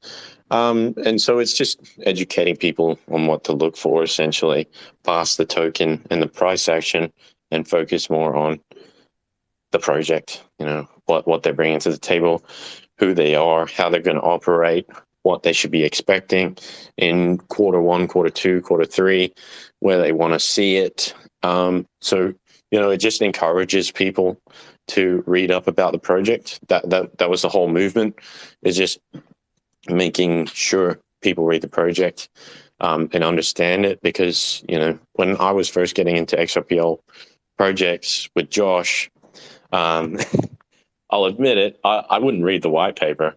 And I'd be talking to Josh, and he's like, yeah, this is a really cool thing they're doing, and this is why I'm investing in them, and I really love it. And I'm like, how'd you find that out? He's like, I read the white paper. I was like, oh, yeah, I did too, eh? Yeah. Yeah. So I'm not gonna lie. Nobody wants to read a long document when there's some fancy charts going on. You're trying to get in on the action. So it kind of took away that rush factor for everyone, and they could focus on reading and learning about the project without feeling like they're missing out. Essentially, and we just wanted to prove to everyone it's not our first port of call. It's making a token and let's get rich quick and shit like that. It's not. We hardly even care about this side of it. We just want to. We love building. We love building on the XRPL and developing every single day. So, that's what drives us, and we just want people to understand the decentralization values and stick to it. And essentially, we proved the point. You don't need to dox to prove that you're going to be responsible, and yeah, and that goes against decentralization. Doxing, you shouldn't have to dox and give them your credit card number, your tax file number, and say, I was born on this day at this time, and this is my penis size, by the way. It's just too much. If you don't want to have to share it, so you're just trying to prove a point. And decentralization is we can be decentralized. You can be anonymous and still trust people. That was an amazing answer. And yeah, I believe that a true decentralization means people can interact with anyone without knowing their identity, knowing that if you're all on this, whatever blockchain or platform it may be, if you're on there because you know that you're able to transact on there in the way that you want to and what works for you, instead of revealing your identity and the other funny things that you just said and stuff like that. I truly believe that crypto does not require the doxing of individuals, but it does require some sense of trust that gets built, that can be built and nourished a long time. Yeah, and that was like the whole idea of the Trust Before Trust Line campaign is we set a standard. Essentially. We when we came on to the XRPL, there was a lot going on, and a standard wasn't really being met or hadn't really been built, and people didn't know what to look for. So, without go to this YouTube video to learn about it, we just subtly, I guess, subtly pushed and proved the point. All right. Let's get X Dude. Hey, man. Yeah. Hello. Yeah, I just want to say, really cool stuff. Hats off. I mean, whoever developing on Xrpl, make it better. Hats off. Really great job. What I want to add on the subject with, on the book collection and distribution of those NFTs. I think we all looking for a middle ground and workaround which gonna suit everyone. But I think we should take a step back, and the actual issue is within XLS 20D. And what me and Martin done, we actually went to Xrpl and tell them, look, this is not good enough. There are projects which do not have a development skills, and they still got to distribute those tokens somehow. So if you guys could, implement a new transaction, mint, transfer in the same time, I mean, mint and transfer in What do one you go. mean, sorry, like mint? Are you talking about like you're minting on behalf of someone else and then transferring the minted to them, to their wallet? Yeah, pretty much. Yeah. So what we've done is we've created an app that. No, I understand what you guys doing, but if we had that native functionality within XLS 20, all of that, wouldn't be really needed because I think I could probably chime in here. Now, one of the things that you also probably need to consider is that the person receiving the NFT will also need to approve the transaction prior to them transferring. Reason being is because the ledger reserve, so you don't want to just enable people to just airdrop any NFT into any No, account. that's fine. But the argument is that if project come in to the minter, to the marketplace, which act as a minter on their behalf, there is a trust relation already there. You wouldn't go to someone and ask to mint, for you, without that trust relationship. What the main thing should be happening is in the owner's wallet. So there shouldn't really be a transfer of the mint. It should be minted in the original wallet and happen there. And so that's what we're pushing for and enabling, is that this happens. The bulk is the main issue at the moment that we're seeing, is that these marketplaces are minting for them and then transferring it over back to that account, and that's not really good enough. So what we've done is we created the code that we use to mint in our own wallet as on-chain whales. We essentially went, well, we can distribute this. People can just use it freely. So we just built up a UI, and anybody can download that and just bulk mint the NFTs, and that takes the stress from the marketplaces of worrying about what you talk about, the transfer of the NFT, that it becomes not an issue anymore, and that trust bridge doesn't have to be crossed with the project. So, but if that answers your question. Well, not 100%, because you still got to distribute, those NFTs to the investors. Okay. So then once you've done your bulk mint and you're talking about an IOU token, I talked about it in the beginning, was our redeem functionality. So what the redeem is doing is that project is connecting on their server with our application that we built for them. They're connecting on their server the wallet that holds the NFTs and telling the application when our main marketplace server talks to their server, there needs to be an exchange of this many tokens for one of these NFTs. And we select it randomly. So we're making sure these NFTs are minted beforehand so that people don't have to worry about anything fishy going on. Because if you're minting on the spot, you could change something, you could change anything. It's not really reassuring. So what we can do with ours is the redeem functionality is you run this redeem app on your droplet on DigitalOcean, for example, is what we use currently. You run it on there, and our server talks to your wallet essentially without giving any of the seed phrases. So you can bulk mint your NFTs, and then people can redeem their tokens and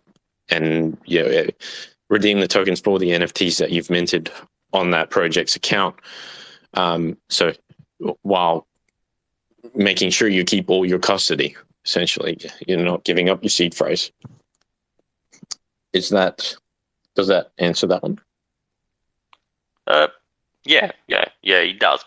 But again, like I said before, that we could have that native, additional functionality within XLS 20D, where the project could come in to the platform pretty much and ask them to mint as them and transfer to the investor. So in those terms, so you don't want to go to that's not decentralized. That's centralizing it. if you're going to the platform and saying mint for me, please, that's centralizing it. That's you're losing control of what happens on the minting process then. So that's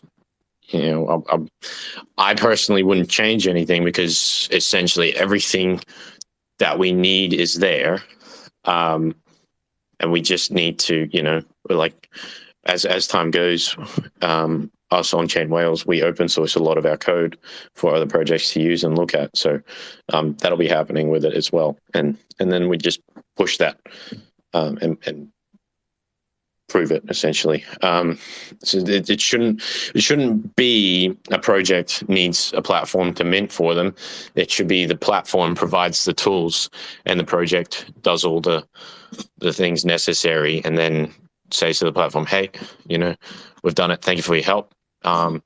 And it's not like here's my seed phrase essentially, because or we're trusting you to mint it correctly for us.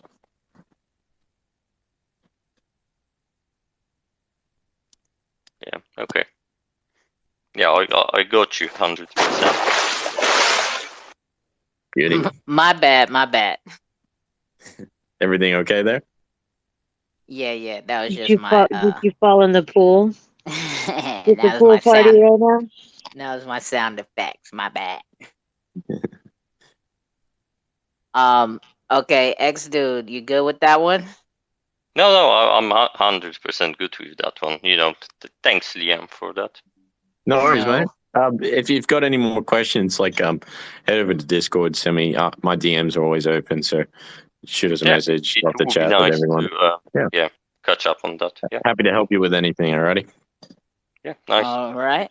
Let's get to Nikki Handsome sitting Hey there guys, waiting I'm just patiently. gonna have to bounce out now, but I just wanted to thank Too Cold for hosting this space. Thanks, everyone. All right, mate. Thank you for pulling up all the way Thank from down you. under, eh? We really greatly appreciate it. Go ahead and have you a Foster's Australian for beer. Thanks, guys. Bye bye. See you, mate. All right. Be safe. All right. We got Nikki Handsome. Go ahead, my guy. Yeah, thank you for this opportunity. Can you hear me? Yeah, Yes, yep. we Loud and clear. can. Yeah, thanks for this opportunity, Coach Stone. And on-chain Wales, it's been wonderful having you around on the XRP ledger since the beginning. So I want to appreciate you. I'm going to ask 2 questions tonight. My first question is this. Projects that would be minting on the on-chain Wales marketplace, will they be minting with XRP, or each project will be minting with its native token? For example, I'll stop you there. They won't actually be minting on our marketplace. They'll be minting on the XRPL. So it's not like if they mint, it doesn't mint on our marketplace. It all works on the XRPL, and we read the XRPL.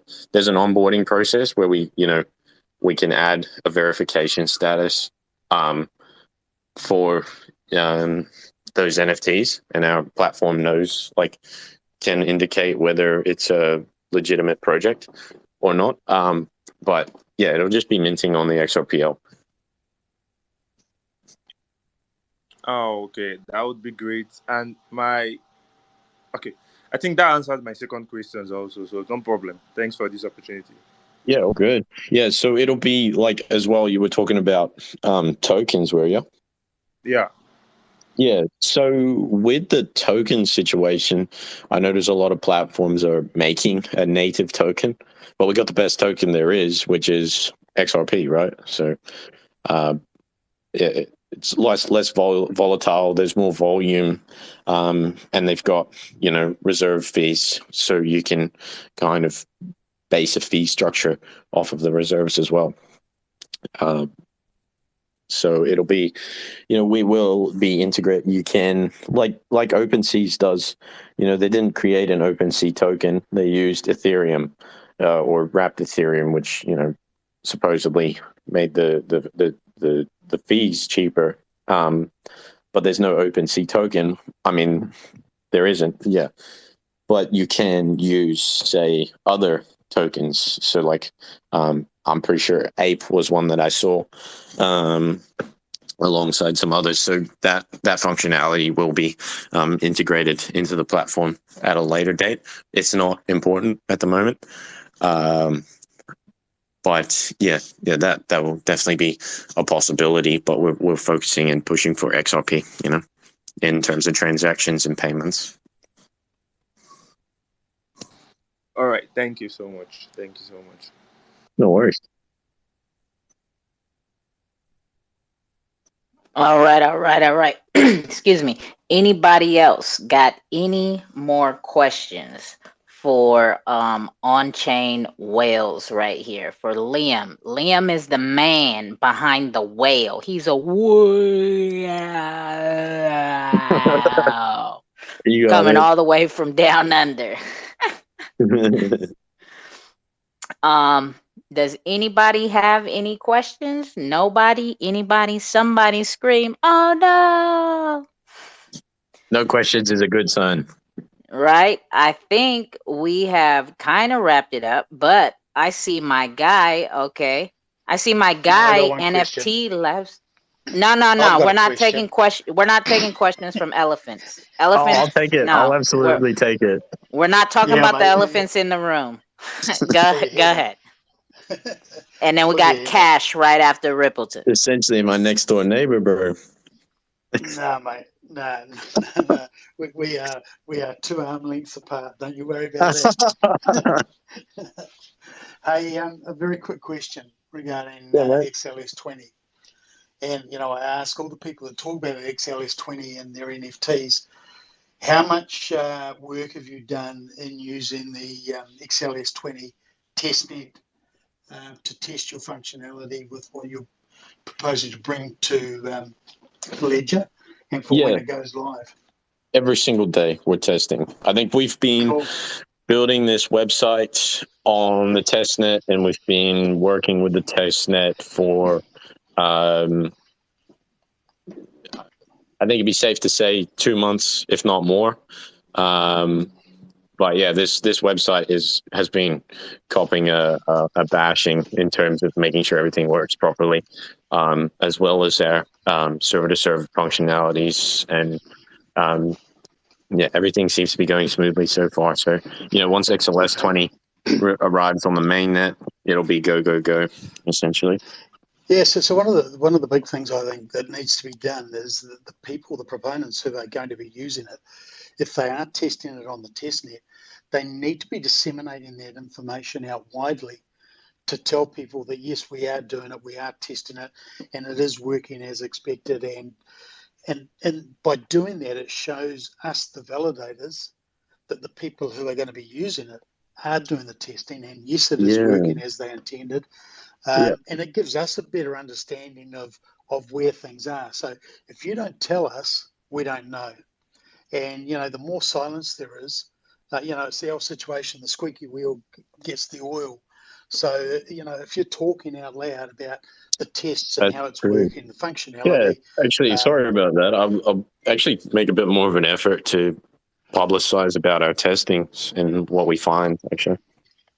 yeah, and what it does is it also encourages the other people who are building out platforms and what have you to integrate with their XLS20 to actually disseminate and discuss amongst yourselves.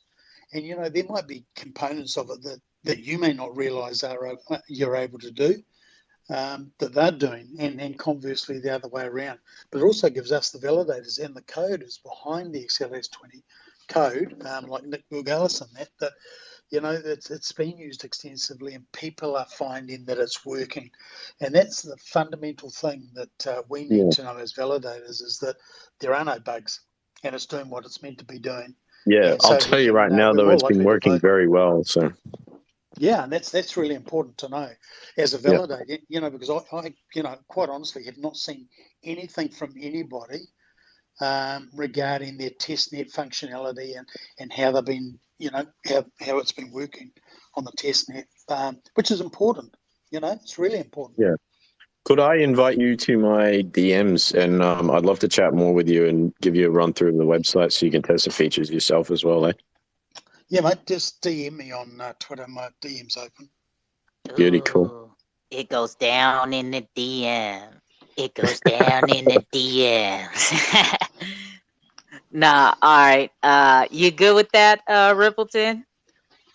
Yeah, absolutely. You know, it's just Uh, from a validator's point of view, Yeah. we try and encourage as much of the entire XLS 20 community who's relying on it, who's waiting for it, to be running it and testing it, because you can do everything you need to do when it goes on the on the main net live on the test net. And you know, and we as validators need to know that you've been using it and testing it and finding it's working perfectly, because Yeah. if there's bugs in it, we need to fix them.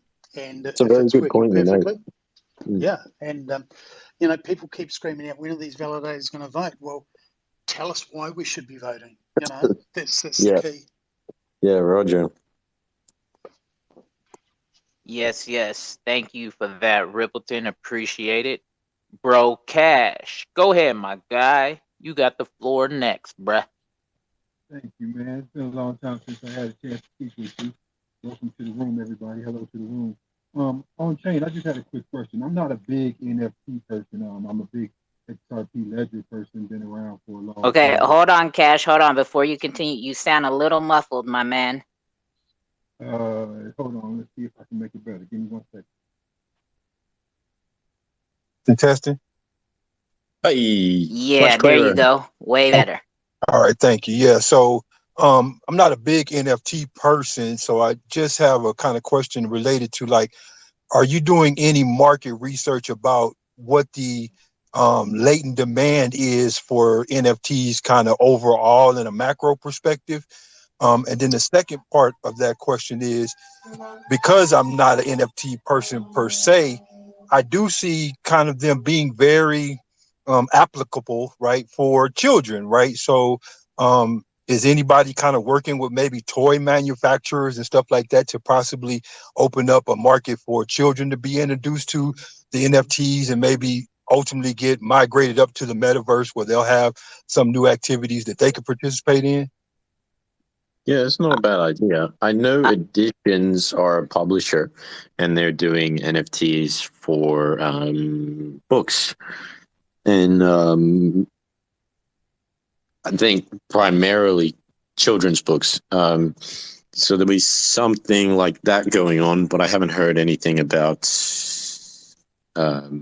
toys and stuff like that for kids. Sorry, mate.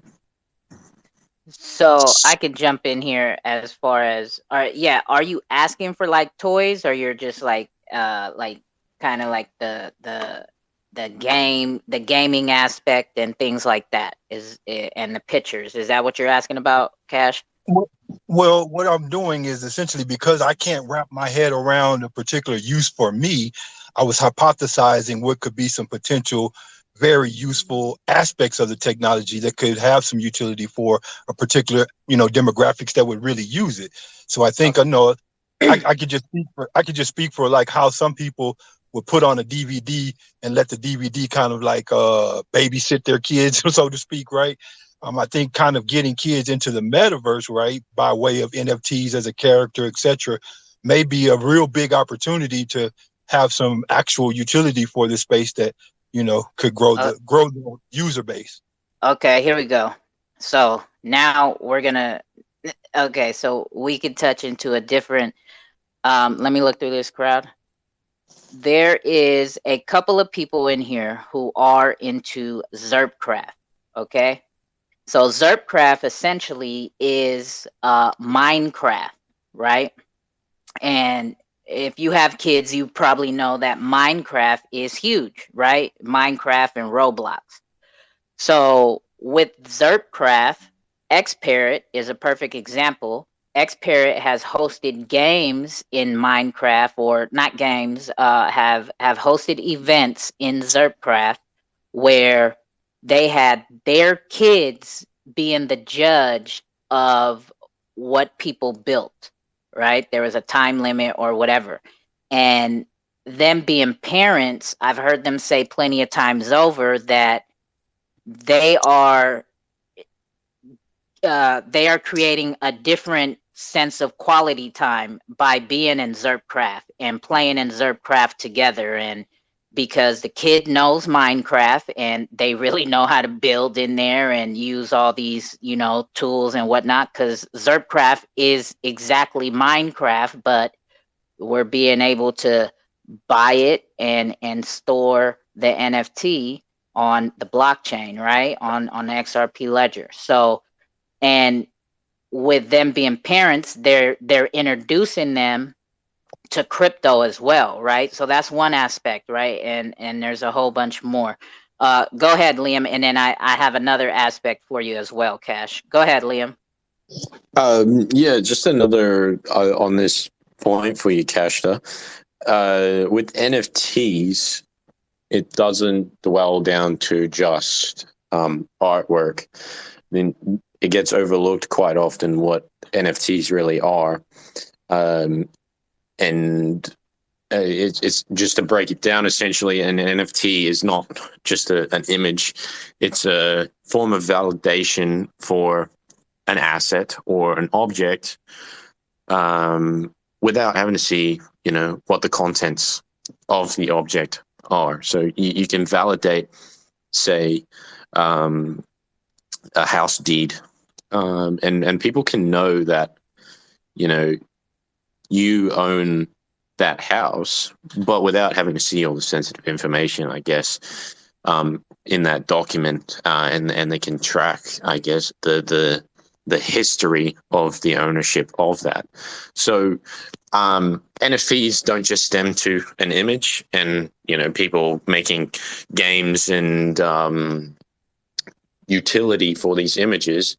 The utility already exists. This is just the main form of adoption currently is an image, a non-fungible token, which is, a profile picture essentially. So as time goes along, you might start seeing, it won't be, an NFT marketplace. I see NFT masters, they're going to be doing like, you can view something in 3D. So you could 3D scan your property, put it on the marketplace for whatever price, and sell the deed as a a blockchain registered product, and that just validates it on the blockchain as that NFT. So it's transferable to houses, to legal documents, NDAs, scripts, you name it, everything can Car be titles eventually could be NFTs. exactly it. So the use case is there, but I guess currently we're at this development phase of images.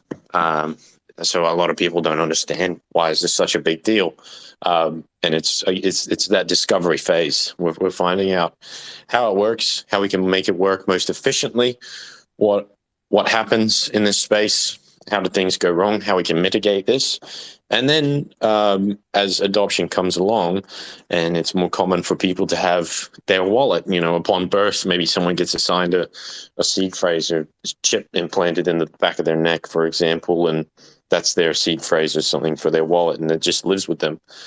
Like an identification number. And then there could be that,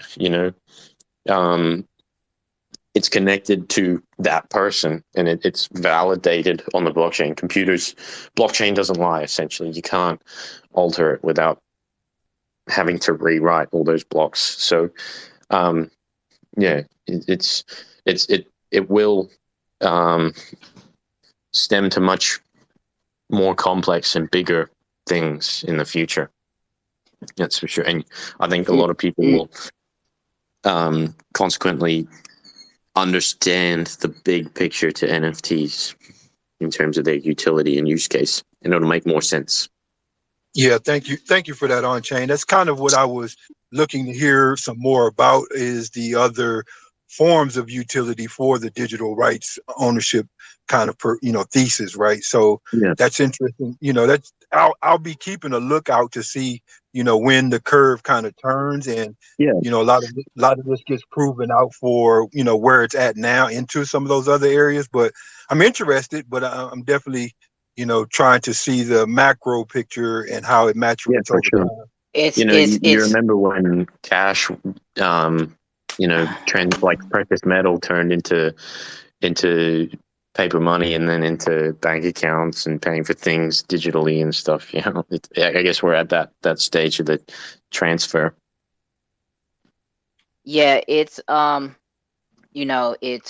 the beginning stages. So I saw this tweet a couple weeks ago, Cash, and it said 500,000 people are into NFTs right now. Now think of that number and think of the beginning of the internet when the internet started, and look at where we're at today with the internet. That's how early we are, right? And like, so I'm the ambassador for this project called Combat Kanga, right? And if you have kids who play video games, this guy, the owner and creator of Combat Kanga, he explained it to me in a way that really made sense. He's a very, very technical guy. So when I hear him tell me information, I have to have him tell it to me like 3 times, right? Because he talks very technical. But he broke down what Combat Kanga is, right? And he broke down what a video game really is. He said, people right now, kids, gamers, whoever is playing video games and buying quote unquote skins, selling their skins and trading their skins, renting them out, whatever, they're already using NFTs, but they just don't know it. It's already being used, and it's just the language isn't there yet, right? So what Combat Kanga is doing, they're not just an NFT project.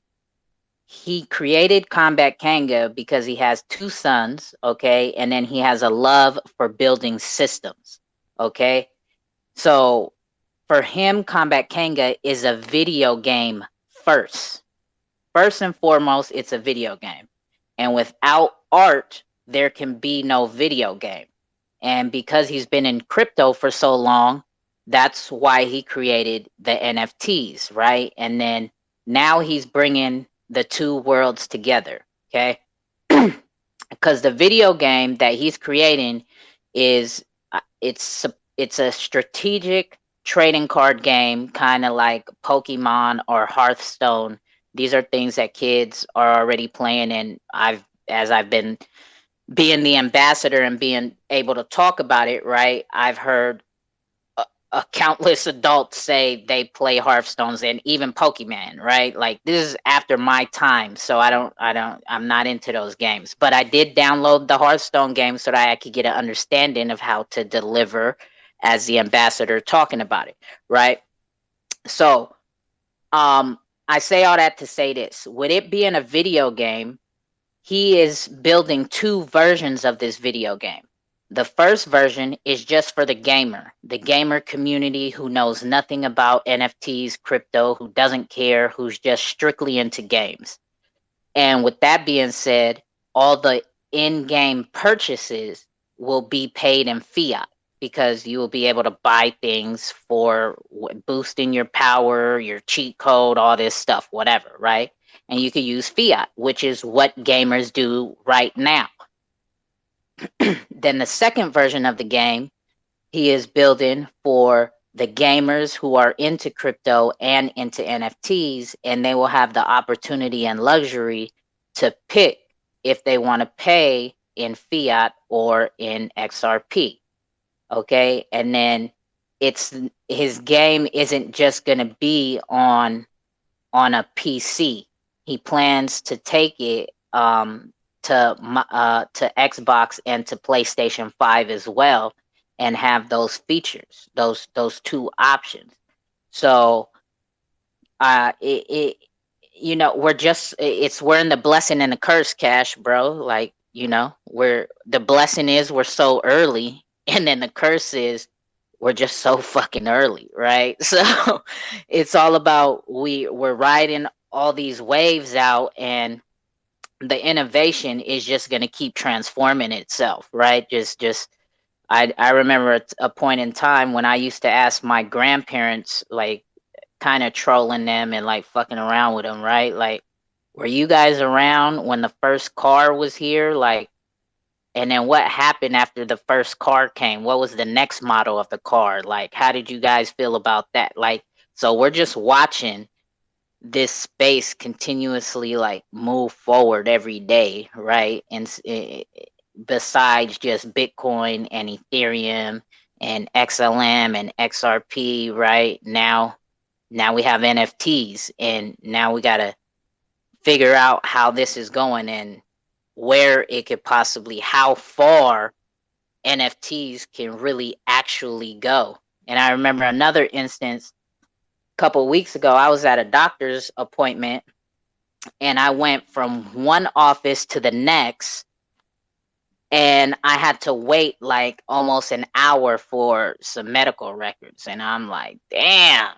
Like, if this was just on the blockchain, they just could have sent the NFT, like whatever, or just sent it to me or whatever, right? Like, I shouldn't have had to went from here to here to there to there. So I don't know. But X-rated, you want to add to that, bro? Yeah, am I coming clear? Yeah, you cool right now. You cool. Real quick, I just want to give Cash his flowers. He was saying a bunch of big words. I appreciate you using them big words. You almost sound like Ti or something. The other thing I wanted to say, X dudes, I fuck with you. I like how your logo. I like how the hat is turned sideways. You seem like you ready to party and shit. So I fuck with it.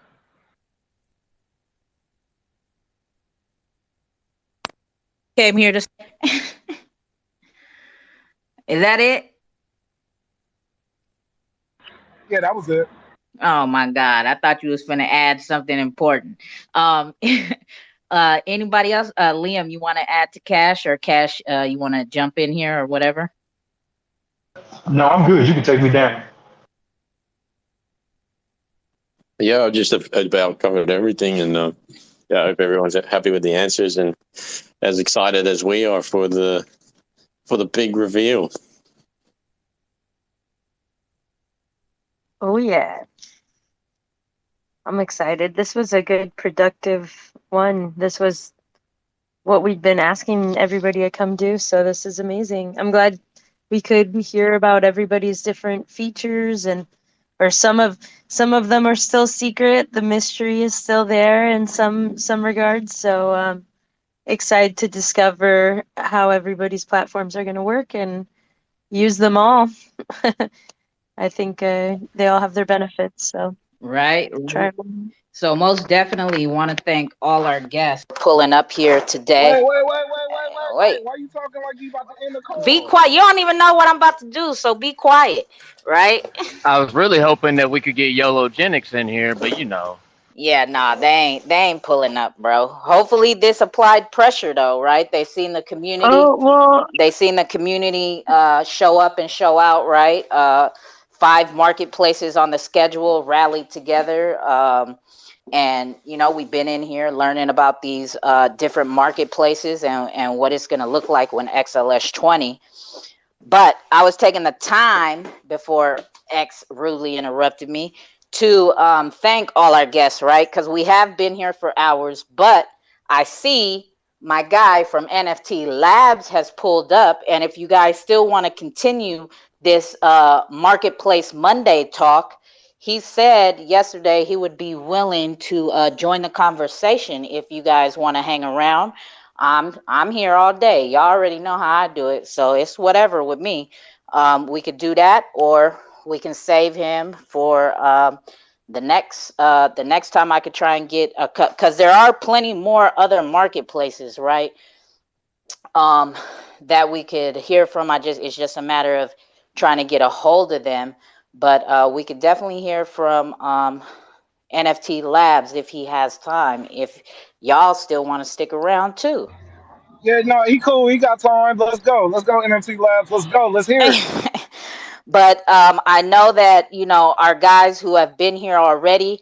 If you guys have to slide out the back door quietly, I want to take the time before you guys do head out, right, to thank y'all for pulling up and spending the day with us and sharing this information with us and answering all the questions that the community had for sure. So NFT Labs, if you want to get up here, you hit the request button, my guy, if you can, and we'll bring you up here. And everybody says they will. They want to stay, man. They want to stay. They like playing up in Two Cold's house. You feel me? They like kicking it up in here. You know what I'm saying? So I don't know if he's busy right now, but he's not hitting the request button just yet.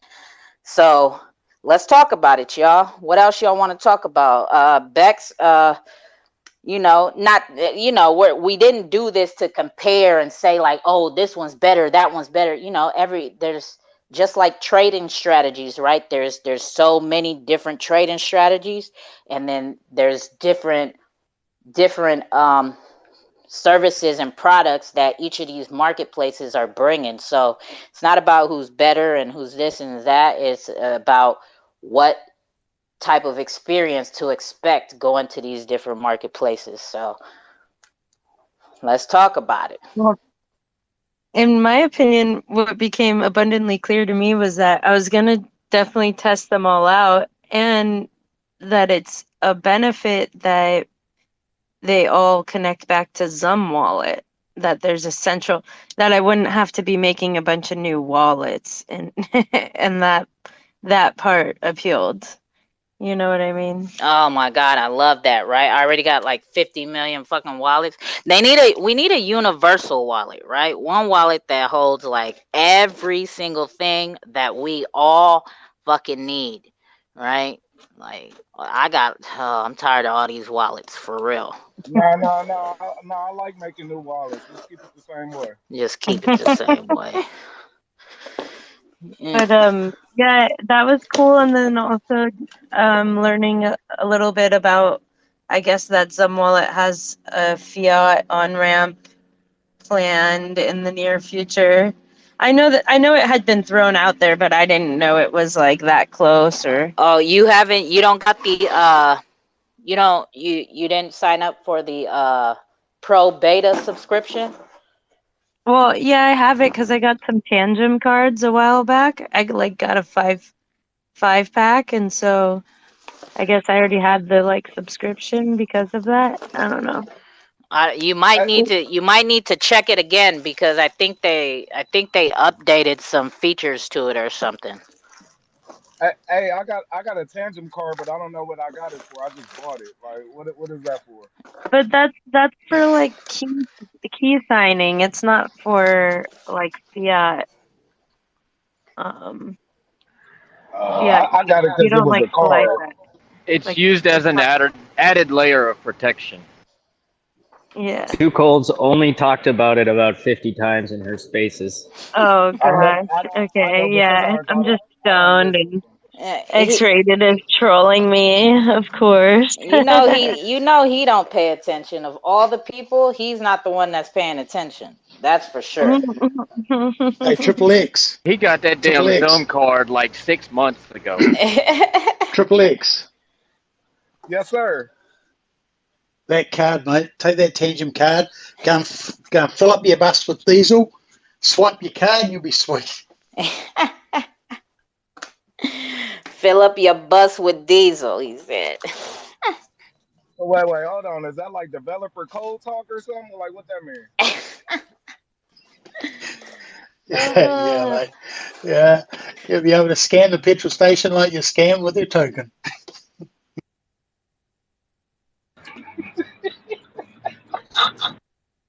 Oh, you missed it. You missed it, Rippleton. He gave us a breakdown the other day. He did an AMA with the fam of what X Pimpin was, the utility and all of that. I think he even got his logo that night too. Did you get your logo that night that Chris made, or what? Yeah, I got that one. Oh no! See, it's you about to say a whole bunch of bullshit, because you coming in like a banjo. I'm bummed I So, missed this. I would have loved that AMA. Yeah, Becky goes hand in hand with X Pimpin. he's been Yeah. having a personal AMA with me in DMs. Yep. Nah, bruh. Nah. You gotta leave. I don't know where you gotta go, but you gotta get up out of here, fix it, and come back. Sound terrible, my guy. Terrible. Get it together, bro. Get it together. Anybody else down there want to join the conversation? Got any questions?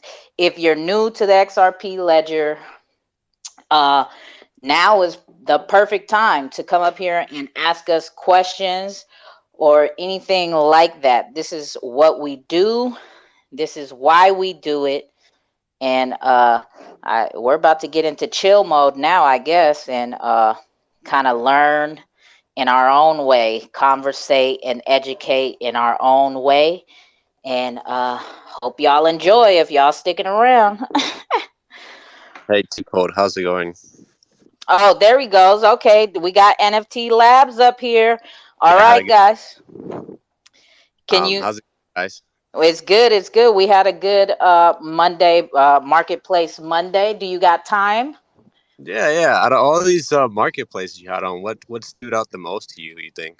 Well, On-Chain Whales is they're bringing a lot of different. I don't know if it's different. Is it different? They're bringing so they're gonna have a minting app, right? So that Bex can just go on the minting app and like mint NFTs of her cat, right? Easy as 1, 2, 3. NFT Masters, what they're bringing is pretty simple and easy. They're trying to make it as easy for anybody using their marketplace, right? Trying to make it as simple as 1, 2, 3, right?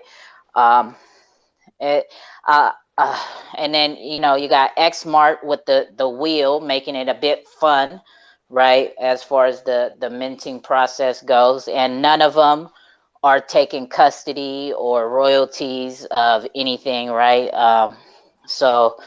As far as the technical side, you want to speak to Bex about that. What was most interesting to you, Bex, on the technical side?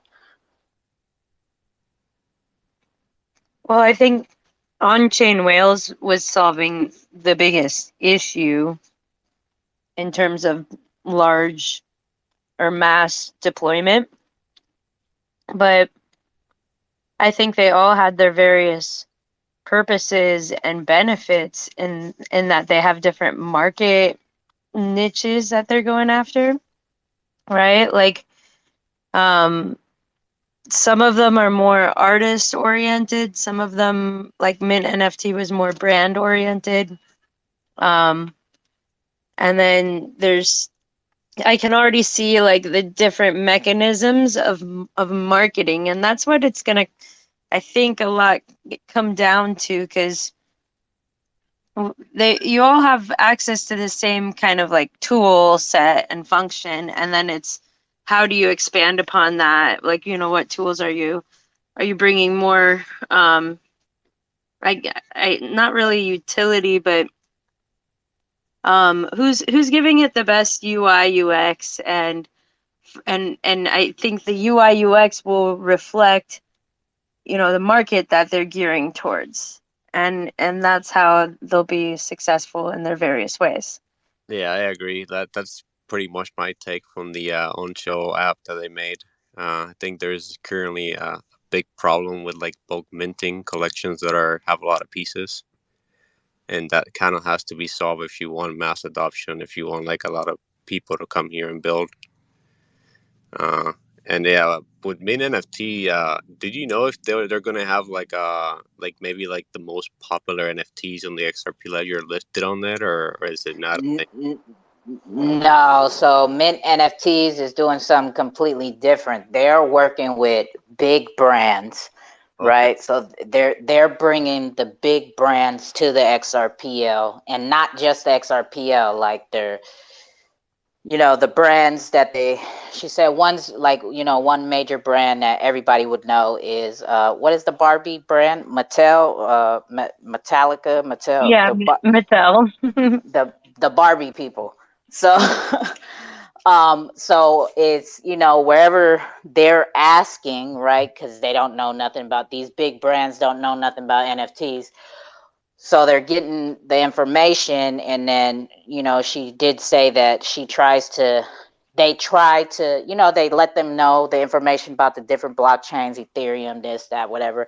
And they do try to steer them over this way because of the sustainability and, the transaction fees and all of that. But yeah, so that's, yeah, they're going to be bringing the larger brands to the table. So is their marketplace currently open, like maybe serving Ethereum? I don't think so. It seemed more like they were building like marketing stacks that were Web3 based for major brands. And then it was not super clear about their marketplace being just open to everything on the decks, which I think is, I mean, there's different models of the way to go about this, right? Is like you can be kind of like the internet marketplace of it where anything goes, or you can be a more curated marketplace and be selective, I guess, of what you represent. And I think they'll both have their different methods or purpose in the long term of how that plays out and the marketability of things. So Mint NFT was definitely focused on big brand for Yeah, now. they more of a niche. I think they're currently on the Xrpl. They're probably the only company doing that. It's pretty hard to get connections into big brands and try to convince them to make NFTs. I wouldn't say that in particular. I think there's a lot of groups working with big brands that don't talk about it yet until the functionality is there.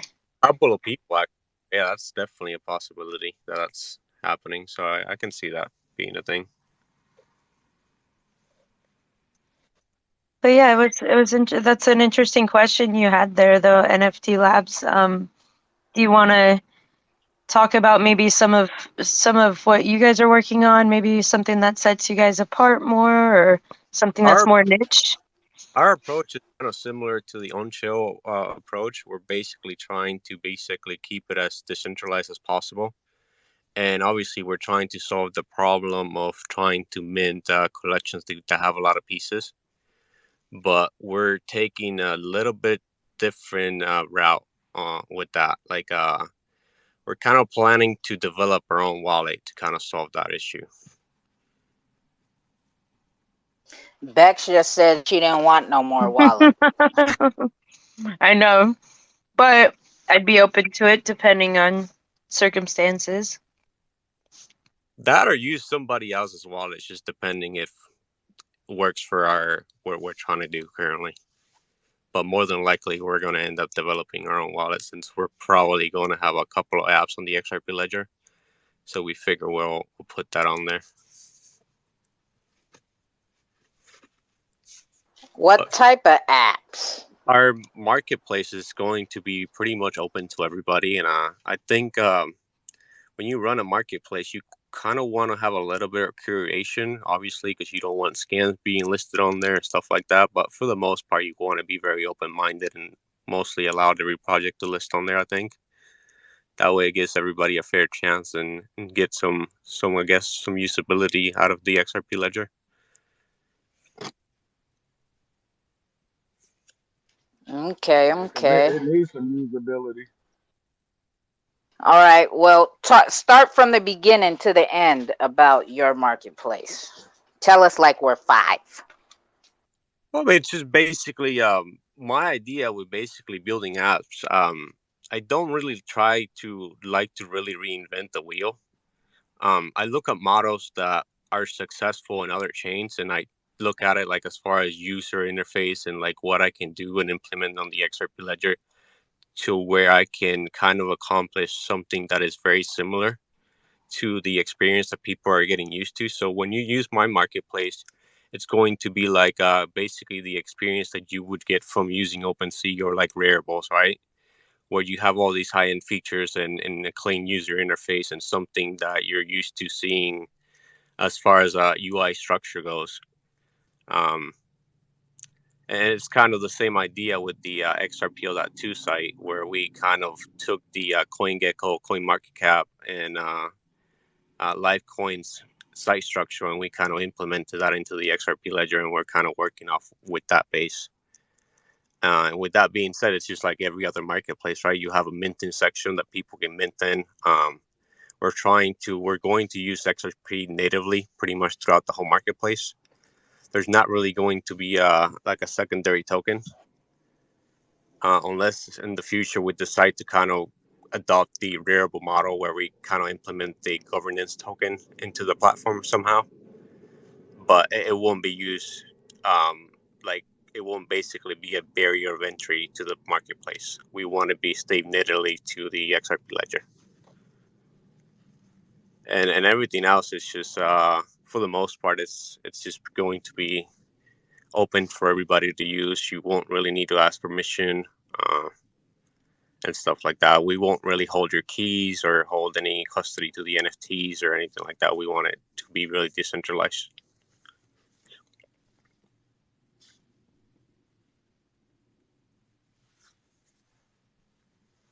And I think that's how it should be. Like I am an investor in the XRP ledger, and that's what I want to see. I want to see art to thrive, right? You don't want to be seeing a marketplace get insanely famous, right? And be setting up rules that basically go against the art. They basically do what you do in traditional arts currently, which is basically gatekeep and say what's good and what's bad. And in a way, that's kind of what OpenSea does, right? They kind of dictate what coins or what NFTs get pumped, but that's kind of the name of the game over there, I guess. Bex likes it. That's why she's Yeah. staying over there. There's a lot of insiders over there, and they have their tricks and stuff on they can kind of make these stuff pump. But for the most part, they pretty much allowed everybody to do their thing.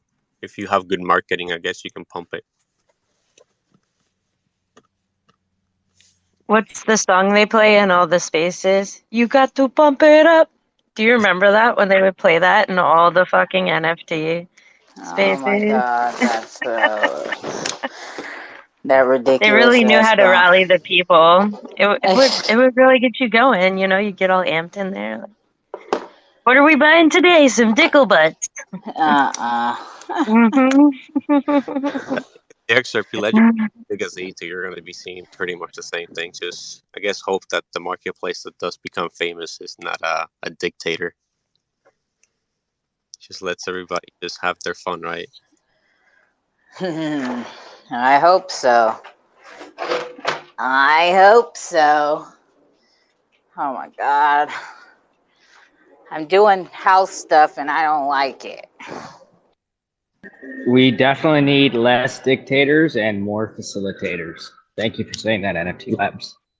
Yeah, man. Like the idea, like one thing I learned from Dirk, right, from Expector, is that he's always willing to work with other people, and he always has an open mind with like collaborating with other people. And I think more people should be like that.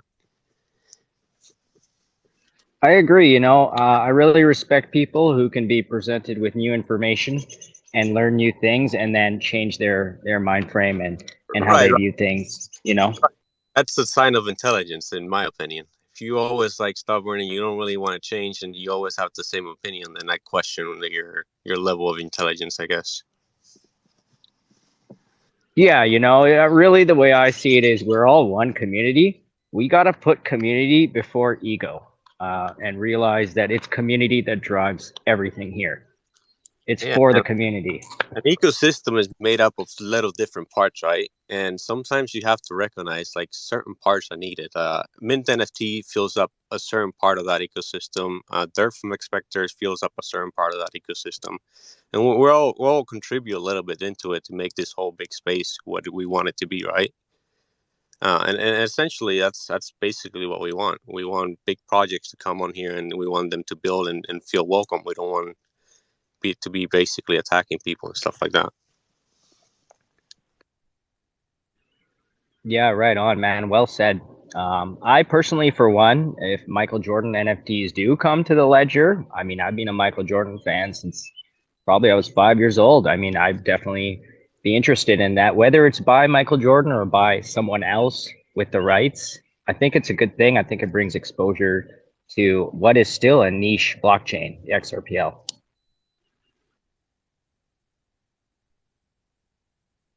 Yeah, most definitely would be good, but just people have to pass the right information though, right? Because then when the information comes out, it's like, oh, you guys lied, right? And if you have the right information ahead of time, like, you got to share that shit. Well, that's where you come in. We know you're always going to get to the bottom of what we have questions about, and I think that's why you are so well known and so well respected, is because you don't give a fuck. You want to know the truth, and the truth is what matters. Yeah, hey, real shit, too cold. If it wasn't for you, cause your boy Bearable Bull keep on saying that Michael Jordan is bringing his NFTs to the XRP ledger, and I don't do research, so if it wasn't for you, I would have thought that was true.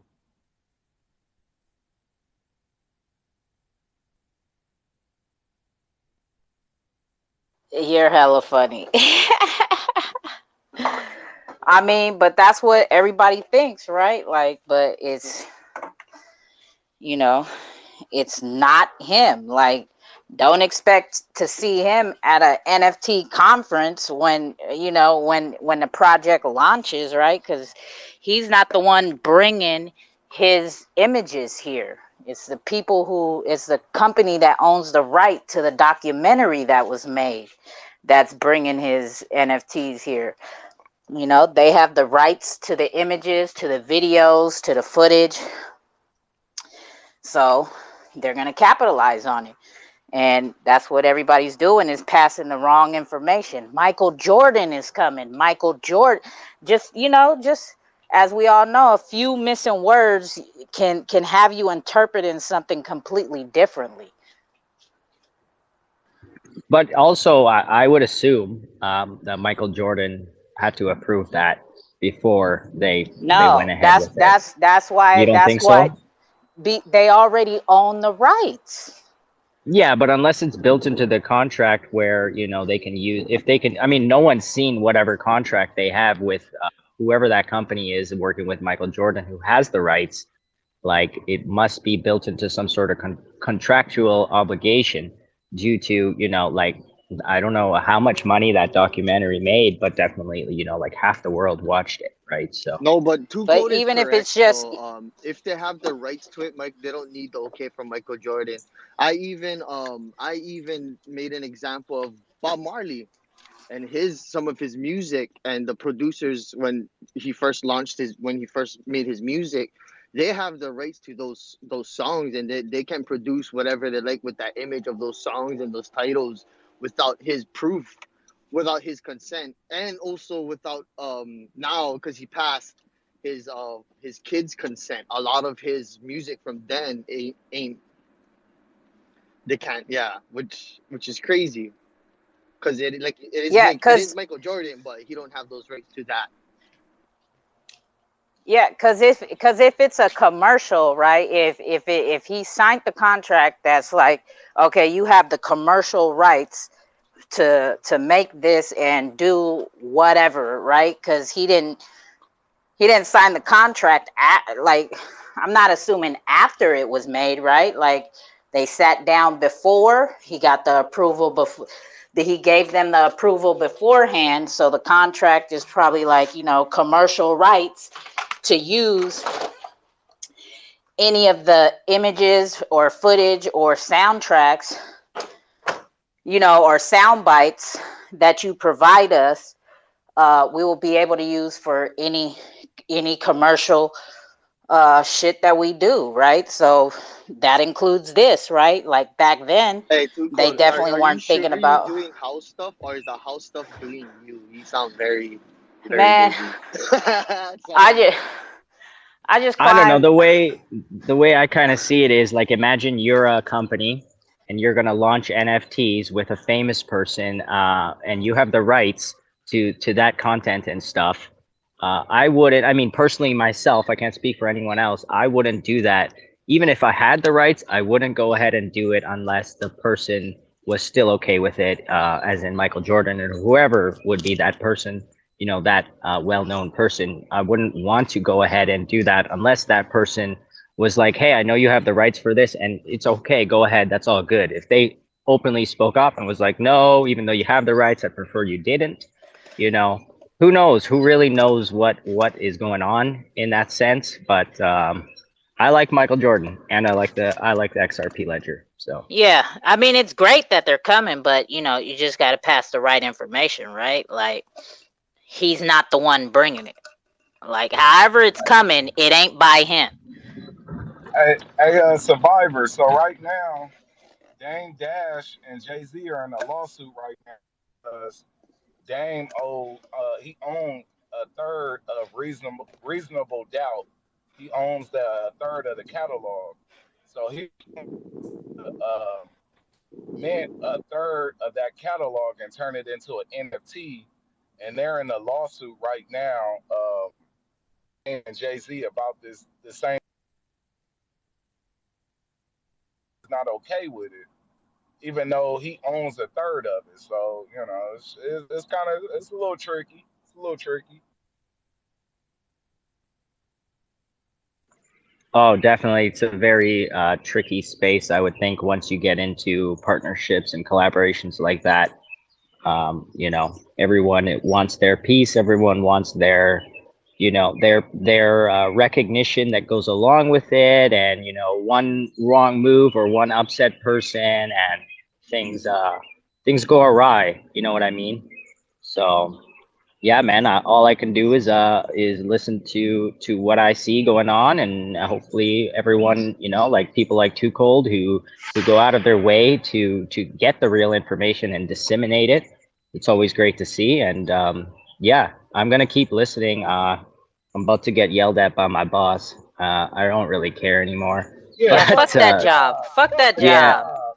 thank you. Thanks for an awesome space today, Too Cold and Bex. You guys rock, and thanks to the speakers and the And great X-rated information that was too. shared. X-rated too. Much love, everyone. All right, for sure, Survivor. Have a good Hello, rest of the bro. day at work. We got what's her I can't say your name. Yeah, there you go. I'm sorry, my phone just hang, so it goes on. I just want to listen. Sorry, guys. I want to learn more, so I'm just a listener. Sorry for the interruption. Oh, okay, no problem at all. You don't have no specific questions. This is what we here for. Nothing, just listening to your. All right. I'm just listening. I'm so shy. It's Sorry. okay. It's okay. All right, we'll put you back down to listener. Okay. Thank you. All right. Yeah, don't be Salamat. shy. Yeah, don't be shy. All right. She coming all the way from the Philippines. I can hear it. I know my people. You dig? Um, who else is up here? Thanks for Uh, saying hi. yes, I thank you for I coming got up it. and saying hi. I got additions up here. I pulled this guy up. What up, Another additions? What Aussie. up, my Hey, guy? what's All the going way from on? down under as well. The Aussies coming through today. What's going on? Yeah, no, I just wanted to listen to this space because it's obviously talking about marketplaces, which is fantastic. So I'd like to hear everybody speak on their marketplaces. So what's the agenda? Oh, you missed it. They What? came. They Yeah, you came and missed went. it. Yeah, we've been I'll here have. since 4 p.m. Eastern. Oh, right. Yeah, I was like fast asleep, so Yeah. I'll have to listen to the recording. So Yeah, you're gonna have to run that one back. Yeah, we had NFT Masters, they're from down under. We had On Chain Whales. Um, we had Radical X Exchange, Mint NFT, um, and who else? NFT Labs is right here. Xmart. Oh yeah, we have So Xmart Marketplace. Ex pimping. You ain't no marketplace. Shut he up. he made a feature appearance on an ex Lemmy song or something. And so now we which got one you was? up here, Editions. You're kind of a Yes. marketplace too, so do you Well, want to yeah, talk no, about it? we're not. We initially wanted to do our own marketplace, but as you know, that we're publishers. That's our niche. And so, we looked at other marketplaces, obviously, and Radical X is a great one because it's a space where you can do collaborations. And obviously, we're also looking at multiple because for different utilities. So, for example, the Australian outfit NFT Master. So that for us is more of a going to a space that is for where we can attract other publishers. So we're looking at the different utility cases that each one of these spaces bring. So, but us in itself wanted to develop our own, but we're sticking to what we know best, and that's publishing. Very cool.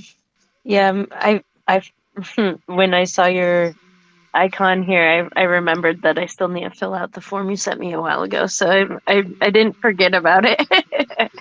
About I the just form, got yeah, no, distracted. Yeah.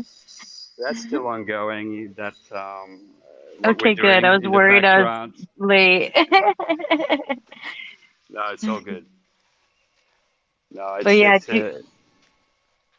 go ahead. I was just gonna say, do you want to talk more about what projects you have under wraps in regards to maybe publications coming up or projects you're working with? I know you were a Ripple grant recipient as well, right?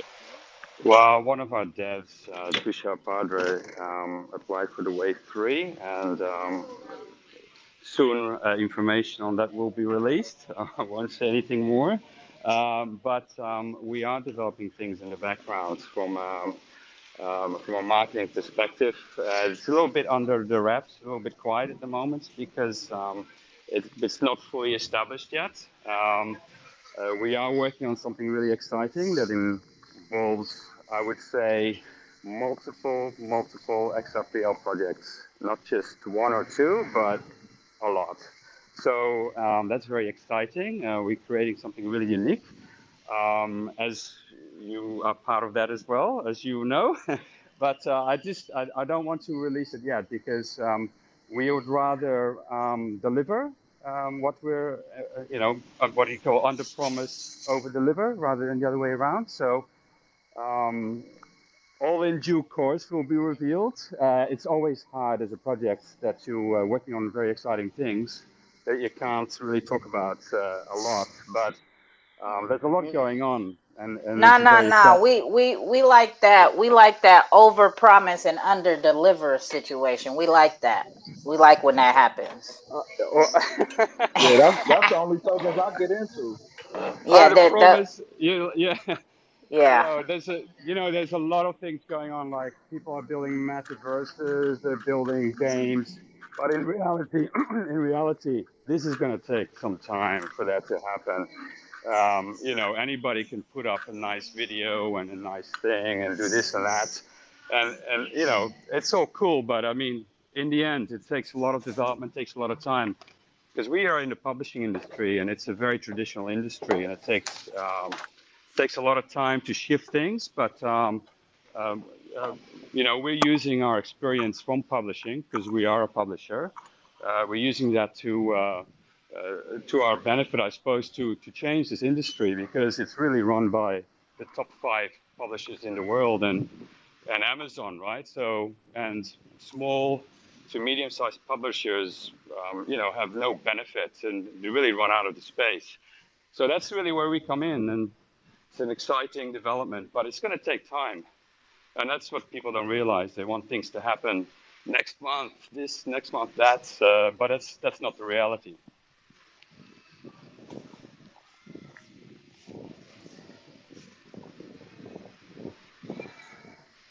Um, Chris, did you have your hand up? I saw.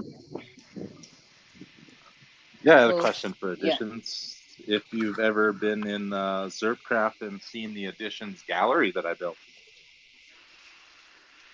Actually, no, I haven't. To be honest, I am ultimately a beginner in Minecraft, so I haven't even explored it to any extent. We just did a little treasure hunt with ex-parrots, but that's about it. In terms of, yeah, I haven't even had time to play the game. There's so much going on, and we're so busy doing things that it's hard to keep up with what other people are doing. So I'll have to go and check it out. You'll have to point me towards it. Hey, don't feel bad. I haven't been back in Zerpcraft since the glass dome was lifted.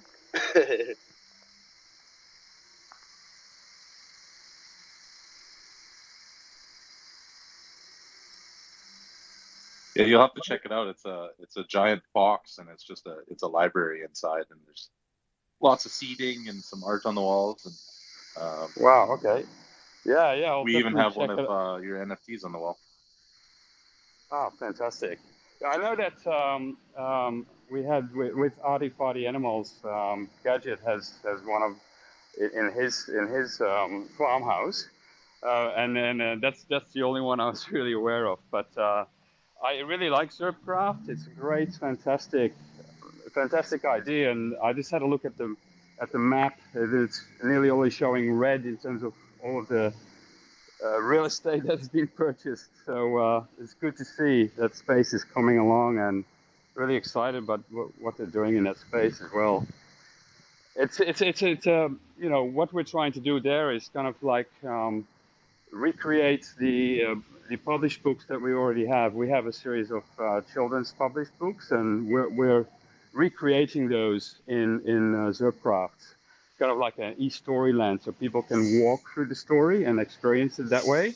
Well, I just haven't really thought about how to monetize that or how to go forward. But first and foremost, it will just be an experience for people to go and kind of read the story in Minecraft and interact in Ac- that way.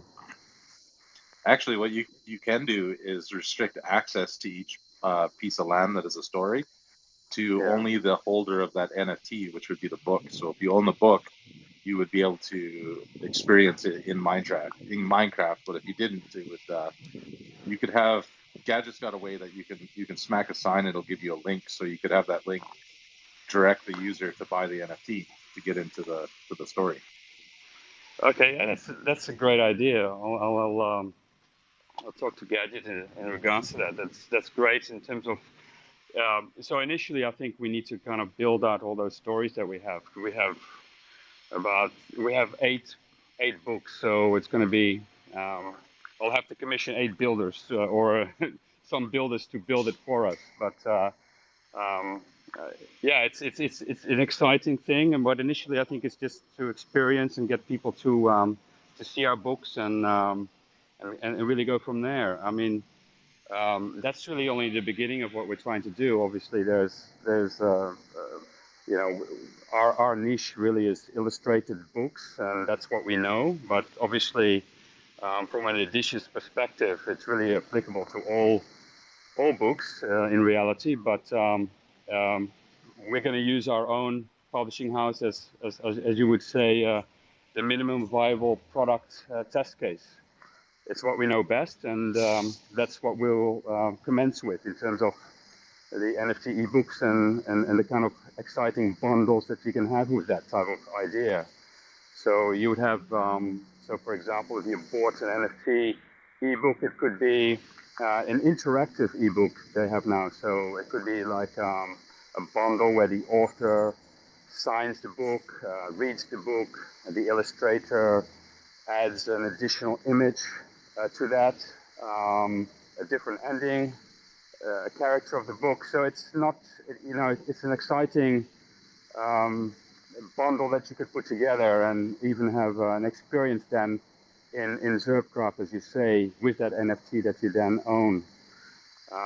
yeah, there's a lot of possibilities, but I suppose we have to start somewhere, and we're starting with our own books, and it's we're really looking forward to XRS 20 coming out, and actually the delay has actually helped us a little bit more rather do it properly so it's worked kind of in our favor, so we can really align of what we're doing. I think if a lot of projects are honest, the wait has helped them as well. I know a lot of projects have worked on a lot better traits and cleaning their images and their files, and the wait isn't all bad. Did you ever get a hold of Polar Bear, XR Polar Bear? Yeah, I did try and get in contact with them, and they didn't respond. So I'm not, but I know that he was doing some children's books as well. So yeah, I mean we're trying to obviously do some collaborations, but I try not to get into too many things because I really want to do things well from the start, and it's also my wife who's the publisher. She's very very strict on let's just do everything properly rather than do things have your hands doing multiple projects. You get lost and you don't do things well. So but it definitely we're going to do a lot of collaborations with other projects, especially with the syndicate. But there's a lot of potential there, and can involve a lot of different projects, and perhaps they can create stories with their NFT characters, right? With their NFTs, they can.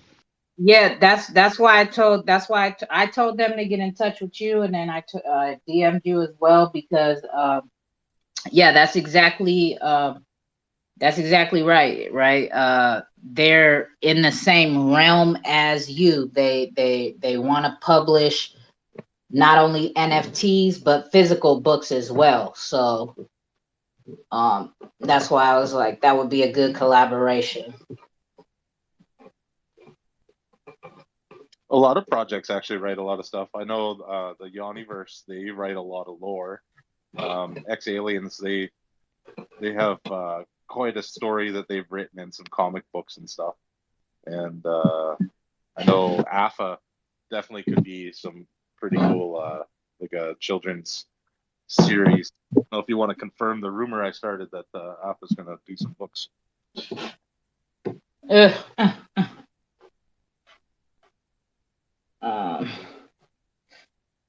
Do I want to do it like this? I got a question for this. Hello? No, you sound like a banjo. Fuck. All right, you came in clear right there. Okay. Additions. It sounds like you have great utility. I'm just concerned about the logo. Can we do something with the logo? Can you put like a book or something for your logo? I need you to tell a story with your logo. That's all I'm asking. Oh my God, this guy. No, because I But don't know what I it like do. the way you think, bro.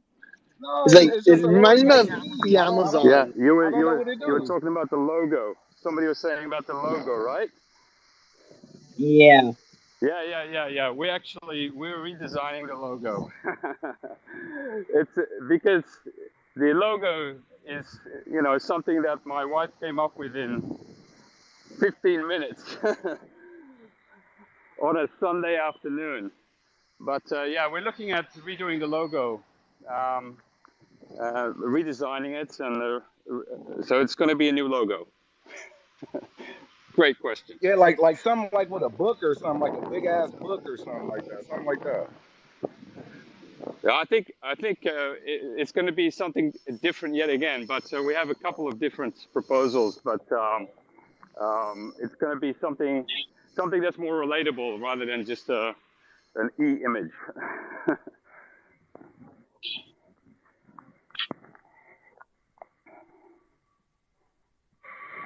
Great.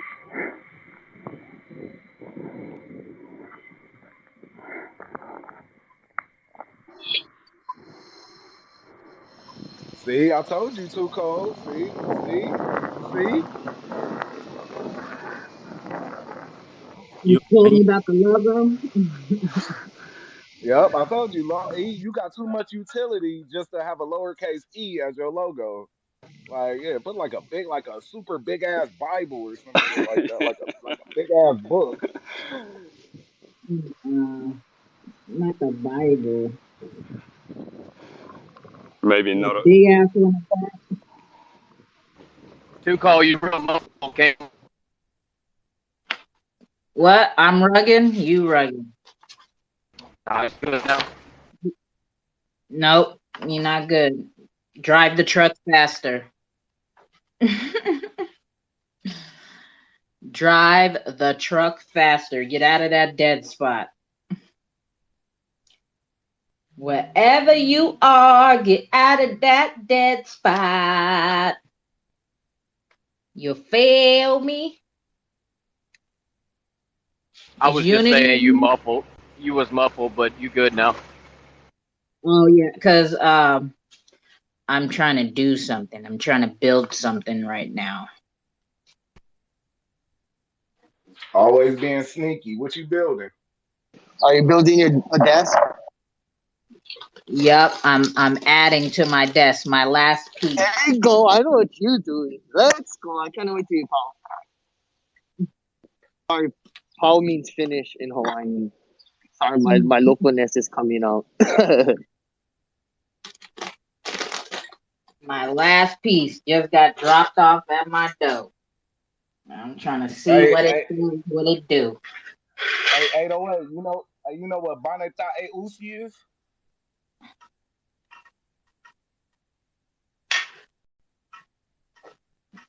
Did you hear me, 808, 808? you there, 808? What's going on? Baneta e Usi. Are you trying to speak Samoan to me, bro? It's Mata Usi. Nah, nah, that's Tongan. That's Tongan. I know all the Tongan cuss words. Well, it's Mata Usi. Oh yeah, Mate Usi. You right. Uh-uh.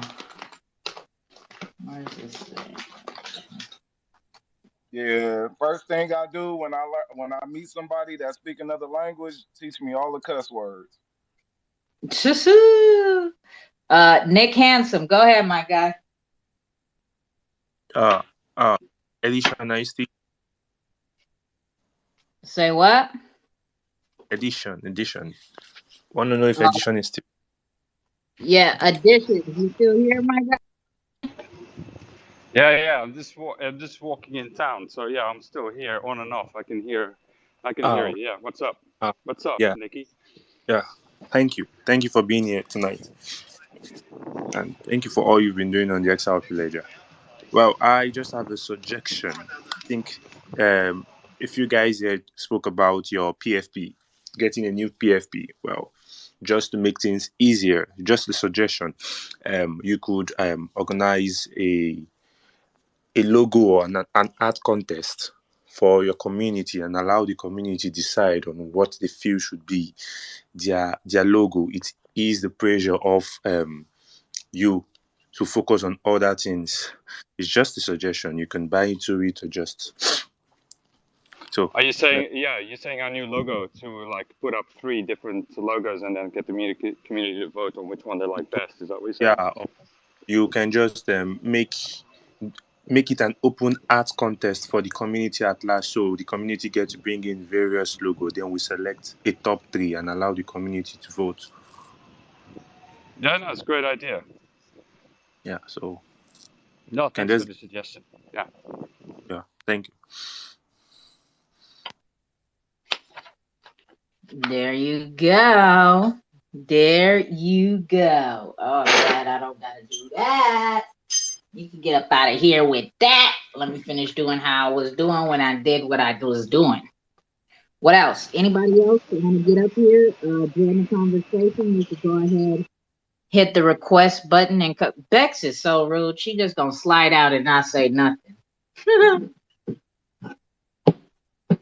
You taught her Yeah, well.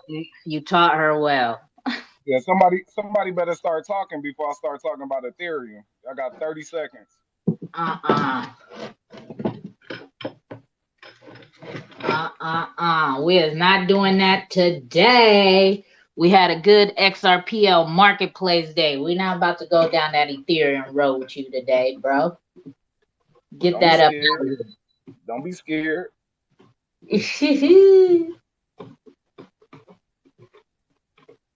um, I've been waiting for X to start talking about Ethereum. Go ahead, go for it. I was trying to be respectful. You feel me? all of a sudden you acting brand new. We not trying to get centralized up in here. Wait, X. I thought you had a delegation pool, man.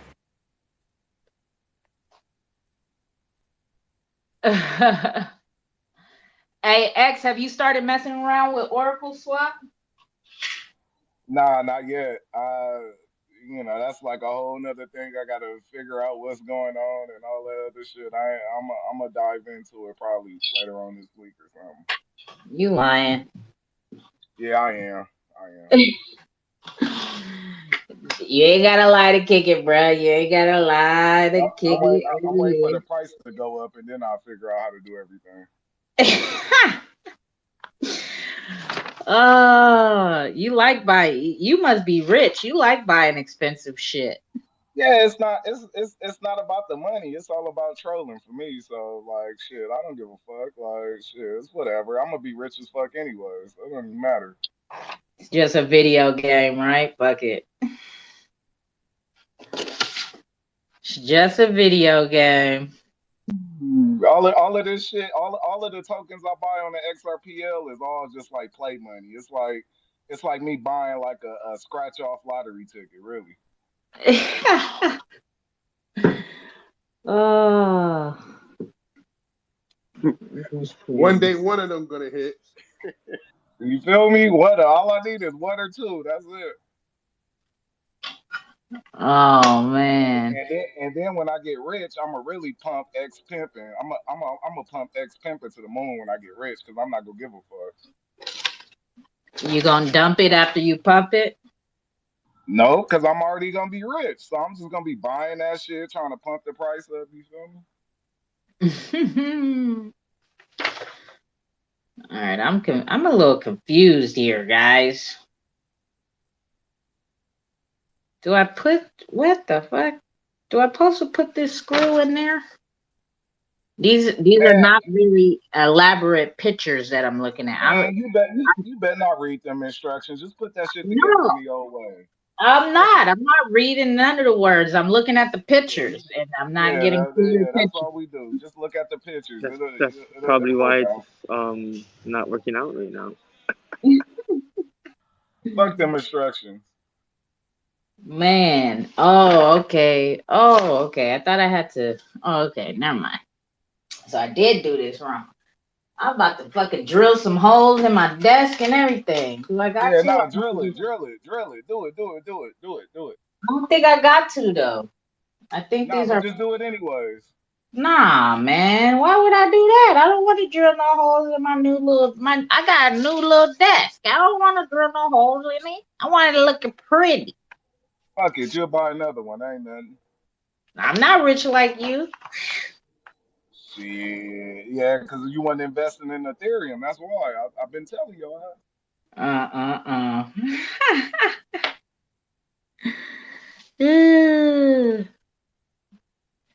Wasn't investing in Ethereum. Ain't that some shit? Where's the C? A B C. Yo, X, I heard you got off the lawnmower yesterday. I heard you got off the John Deere so you could talk in the Man, cookout.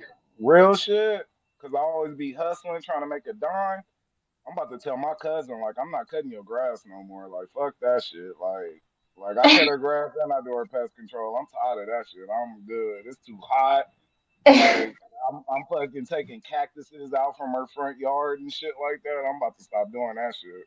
I already told her once I get rich. You need to go ahead and put whatever money. I'm gonna go ahead and do a free service for you, and then just save that, and then just go get a gardener because I'm not fucking with it no more.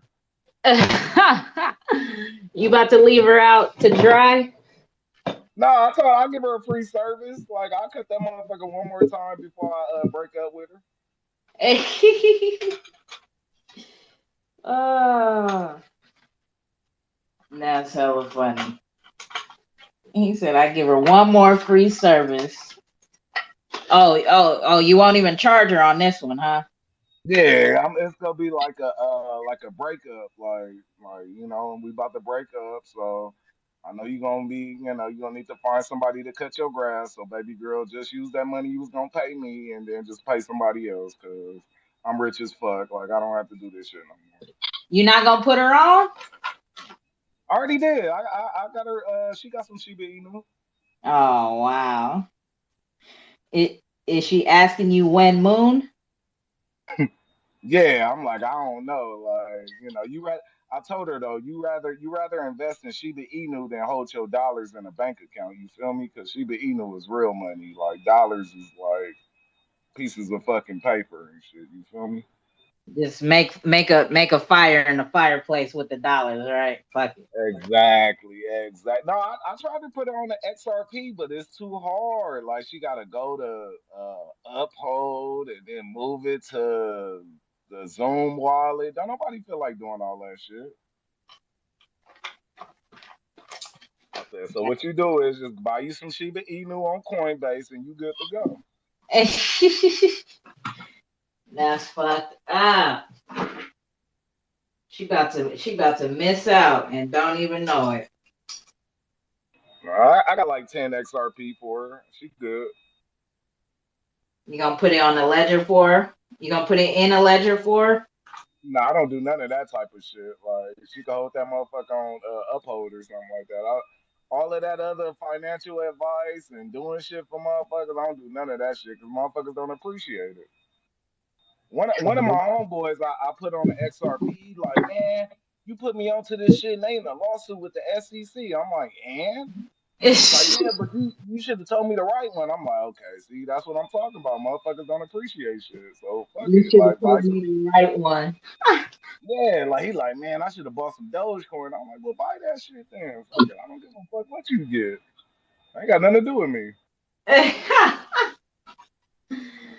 Oh, damn. Damn, son. They don't even be knowing, man. They don't even be Hey, knowing. hey, that's why it's important not to take financial advice from a troll. Like, you got to do your own fucking research. Like, don't be fucking listening to me unless you about to buy some ex pimping or something like that. Like, other than that, like, shit.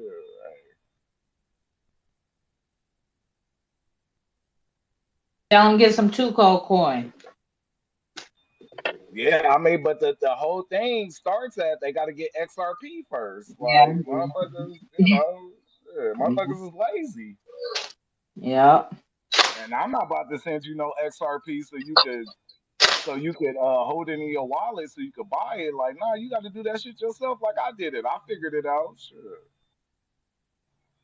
And I haven't even graduated from high school yet. So.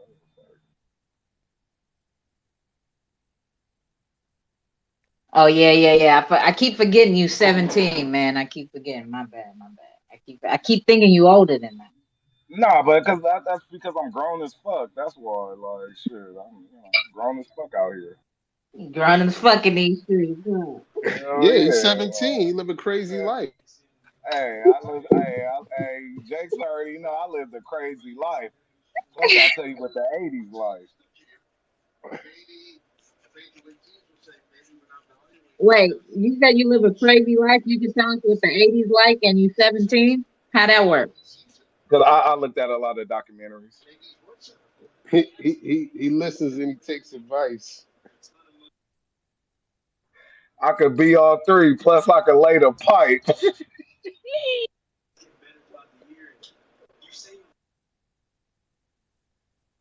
Oh my God, here he go. Now you a rapper? Always have been. Oh yeah, Always. check this out. Check this out. So I used to have a group. when I was a plumber, we used to be our name was Plumber Boy Swaggin'. You know what I'm saying? We lay pipe 24/7, 365. You feel Yeah. me? Here we go, Jakes. Here we go. Here we go, Yeah, I Jakes. Here we see. go. Here we go. Here we go. Yo, your booty is jello, and I'm a plumber swagging fellow, hands tied to them hips, and I promise I won't lag out. Chill, relax, cool, you would even call it mellow. I see a pretty girl, all I do is holla hello. Hello, I love the way you jig out. Looking at them titties, and I like how they wiggle.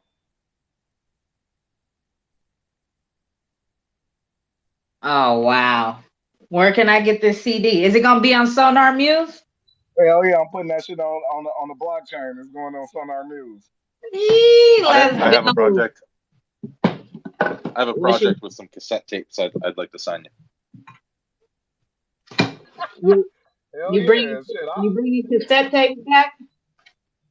Hey, wait, somebody said they had No a record joke. deal for me? Yes. Chris, what's up? Shit, I'll sign it Yeah. 360. I don't give a fuck. I seriously am working on a cassette fucking project. What's up? Can I get a 360 deal or what? We'll get you on there. Yeah, I don't even care about the money. I just want the attention and the fame. Fuck it. He gonna do whatever you tell him to do, Chris. Yeah, you want me to go to one of them Illuminati parties? Like, shit, fuck it. I don't give a fuck. I don't have no integrity. I don't have You, no you integrity. can you can exploit the shit out of them. Oh my god.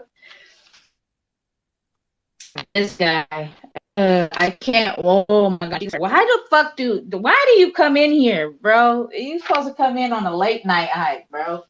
Hey, yo, hold on. I'm here at work with my buddy, my coworker, and we're just having a smoke, a sanctioned smoke. Usually it's strength in numbers, right? So we have a funny thing that we yell around the shop here. I'm sure Chris down there knows about working the shop.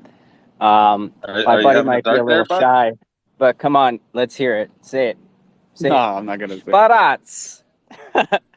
What Sorry, do you just having a little fun here at work. What do you say? So yeah, we like to it's just a common word that we shout out in the shop. I think it's an Italian slang or something like that. Sparats. Baba. Say it, Matt. Come on. Sparats. Say it. Sparats. Sparats. Oh, I love you too, Cold. What are you supposed to mean? No, spra, spra, spra, like that. Spra. It means whatever you want. It's really a filler word. It's like a filler word, just a fun word to say. Oh yeah, that's like me when I am on a construction, or just shit. I be saying it out here too. Like, give me that chingamadera right there. That's my filler word. That chingamadera. Hey, What's up? You about to talk some bullshit? You sound like a banjo. You guys check out my pinned tweet there about baby XRP.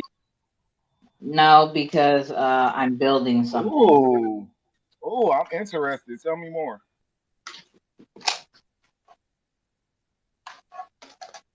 Tell X more. Oh, you gotta check out the pinned tweet. Well, I can't, Chris. My hands are full. I'm doing stuff. It looks like they're working on some pretty prime Twitter content. Like what? Like all the big assets. Oh, yeah. What that? Wait, who? What? Baby? What? Who? Oh my god! I don't see nothing. Hey, Chris, I like your ratio. Your ratio looking nice. I don't see nothing up there, Chris. No. Yup.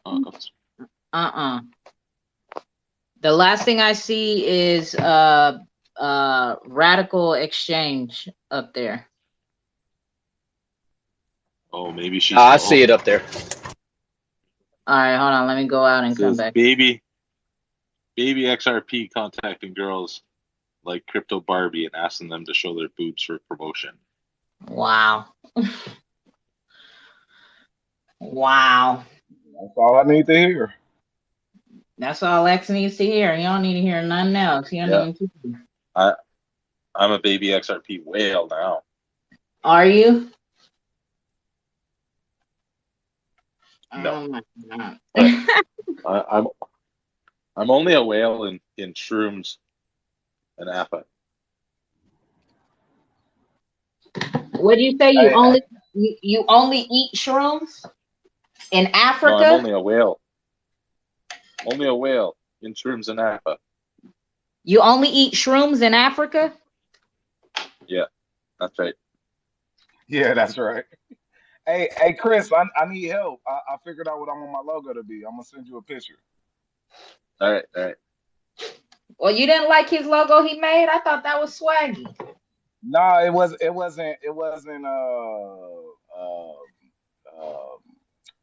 What's the word I'm looking for? It wasn't outrageous enough. Like I needed to be more like, what the fuck is this type shit? Like I need you to be like, whoa, like I can't let my wife see me looking at this type of stuff. You feel me?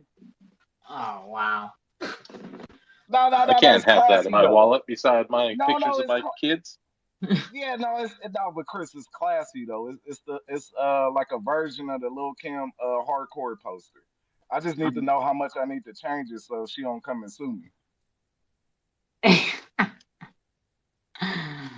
Ah, this guy. Wait. I'm It's ten. thinking. It's 10% X-rated. 10%. Shit, I don't know how much is 10% if I changed it. I hope I did. You basically just change the color of something, and that's 10%. Ooh, ooh. What if okay? What if it's in color and I turned it into black and white? Is that good? Is that good enough? Yeah, it's good Six, enough. you, Yeah. hey, real shit. R6, you going to court with me because I'm gonna be like, R6 told me it was enough. I thought it's 30%. I thought you have to change the shit 30%. I thought I heard it Mint NFT say it one time. It was 10. Oh shit, You R6 better gonna have you figure it out, mixed up, R6, because you gonna kid. be. He gonna have you mixed Yeah, up. no, James. R6 is about to get subpoenaed with me. Like, shit. I'm like, well, R6 said it. Like, R6 said it. Fried meat. yeah. And I wouldn't go anyways because it's completely decentralized. So I don't.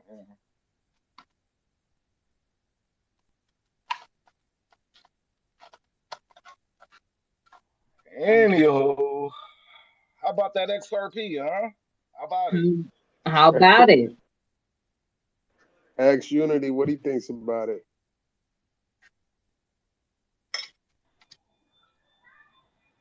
No, Unity gonna fuck around and talk your head off. You know how he do. Yeah, you left, man. And Unity was talking. He was talking my head off yesterday. Yeah, I bet. Oh man. Hey, give me some time to send you the picture, Chris, because I'm trying to take my time. I don't want you to look like I'm not like serious about ex Uh, pimping and taking it too like you're long. not professional. You feel me? Like shit. Like I already got a president. I made my homeboy the president of ex pimping. Any questions that you have about ex pimping, you could ask that motherfucker. I'm living Wow. my life. I'm living my life. This fool. Rippleton, don't come in here spreading FUD about ex pimping. I know what you about to do. Is he up here on the mic? There he goes. Yeah, I'm here. Same shit, different day. Man. You know what the second version of ex pimping gonna be? What, Scam 2? Gorilla pimping.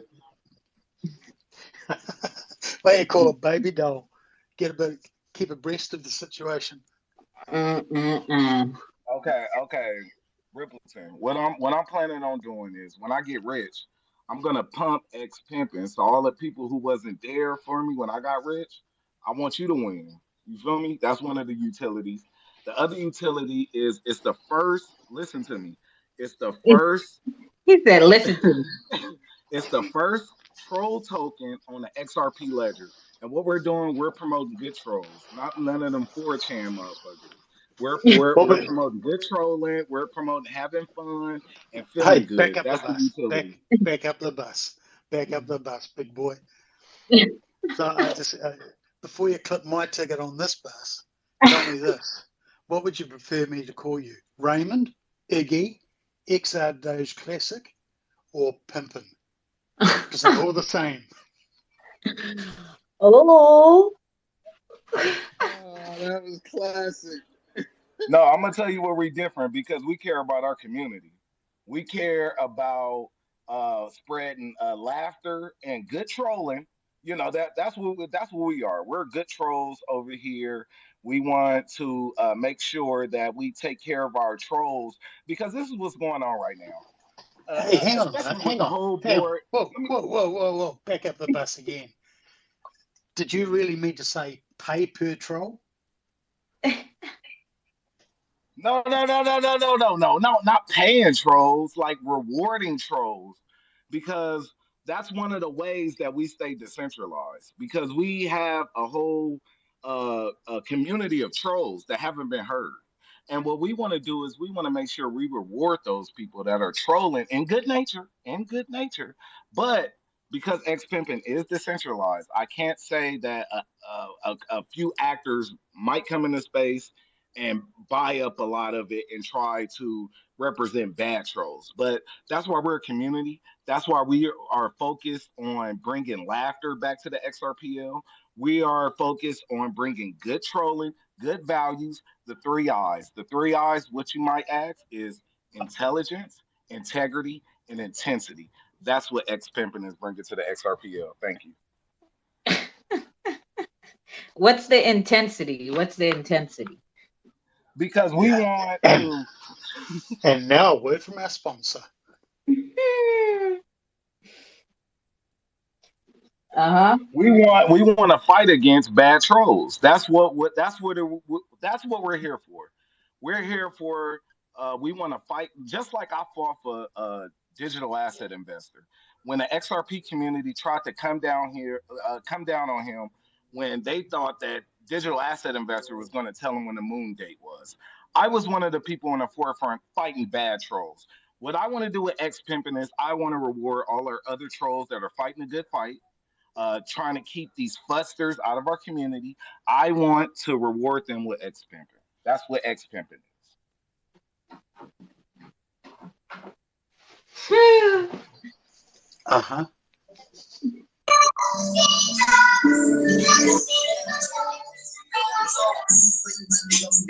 hey, what the hell is that? You sound worse than this electric That, drill. that Santa show buying the dip. You are about to get your privileges revoked. Keep playing. I bought the dip. That is too squeaky. Sino Shore's too high. My bad. I didn't even notice the damn music was playing. I apologize. You a damn lie. Hey, that motherfucker. I'm a sing- Hey, I'm he sounds sincere. He sounds sincere. Tuco. sincere shiner. See, that's what I'm saying. See, right there. I'm a saying the humble token that way. He a damn lie. Who? You.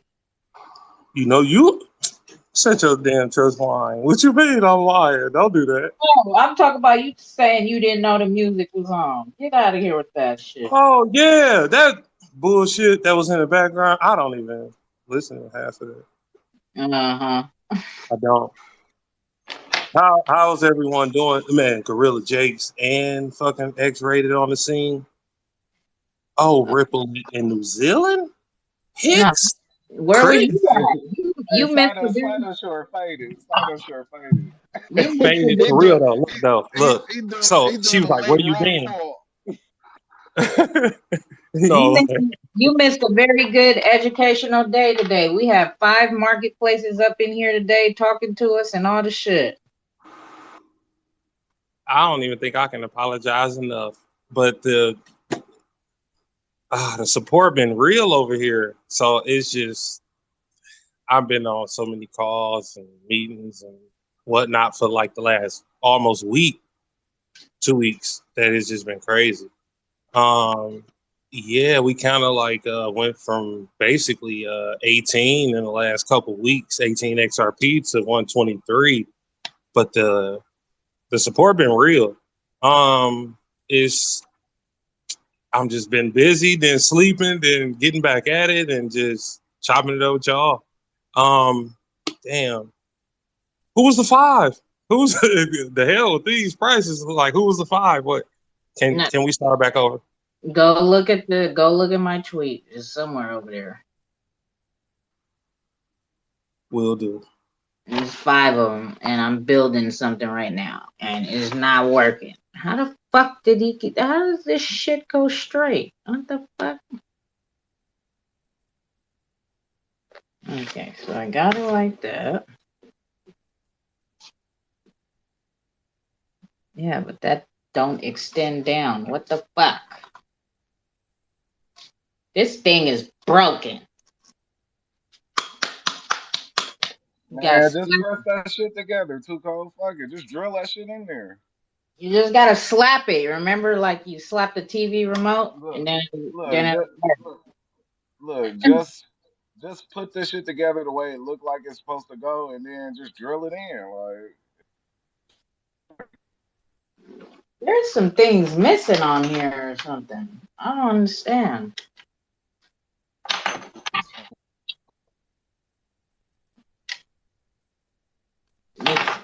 No, this how the fuck? You sound like a banjo, bro. Yeah, you getting rugged. Riggedy, riggedy, rip, rip, rip, rip, rip, rubbed.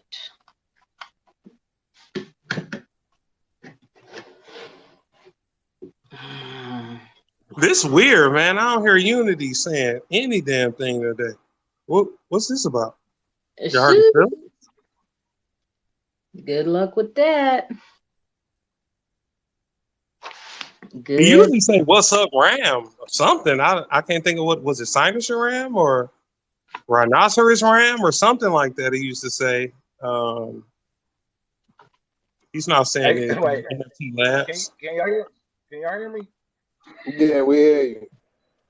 All right, hey, I don't know if you was in there, Jace, but what's up with Shore? Like before he like drop a knowledge bomb, he said, "Y'all ready to get rammed?" Like what? I think it was Chris that was like, "Hold on, chill." Oh no, I didn't mean it like that. Like pause. I ain't Yeah, pausing. he I ain't didn't pause pausing, on but that I ain't nothing. mean it like that. Like we're adults here. If Nah, I'm nah, nah, I'm not an adult. I'm only 17. But I'm like, hold on, you ready to ram me? Like, what you mean? I'm like, what? I just Like, you just go disrespect me in my ear like that? Pause. You feel me? Like, I just want to offer my sincere apologies. My my apologies if you guys took that the wrong way. Um, I mean, yeah, I'm a kid, so I yeah, took it the wrong way.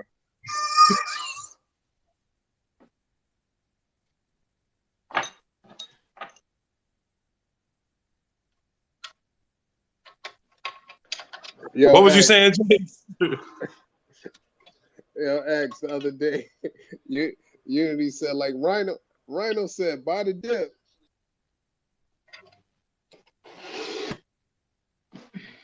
Man, look, that lady got me hooked right here. Too cold, man. Y'all better. I'm about to tweet this space out right back, man. She need help. Rhino He got sure the Sam. spirit. That shit is Hicks. You already know. You was here when she was doing this shit, and to come out like that, I was so confused on like who the hell is saying that because they sound like me. And I'm looking, and I'm like, maybe my phone fucked up, right? Because I'm not upgrading shit until shit happens, right? So That's I'm right. That's sticking with right. it. I'm looking, and I'm like, the only person that's speaking is Too Cold, and somebody look like they got their mic off, but then you hear that Too Cold swag type of vibe going on, right? And I'm like, get the fuck out of here. Because I'm laughing, but I'm like, I'm shocked as hell. But then I'm like, oh shit, it's Too Cold. And it's the new toy that she's talking about. Man, I'm just honored. It's a privilege, man. Shout out to Too Cold, Gorilla Jakes, X-Rated, Chris Hicks, Ripple It in New Zealand, 808 Crypto, NFT Labs, Unity, Cyber.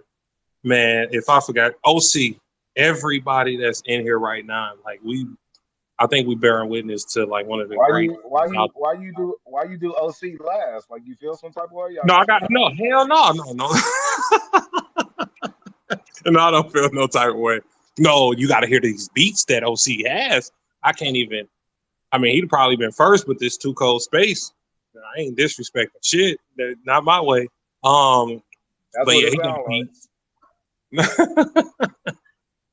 Bro got beats, and he really honing in on his craft. Too Cold honing in on her craft. X-Rated, man, you already got your own lane, bro. I can't even tell you like this Corey Holcomb to me. Um, uh, Ripple It in New Zealand, you already know.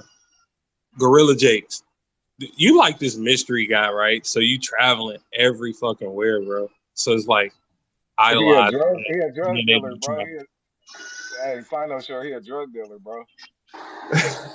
I kind of, that's when he was talking about pushing that P. What do you got over there? Whatever you need. Crack, heroin, shit, fucking meth, whatever you need.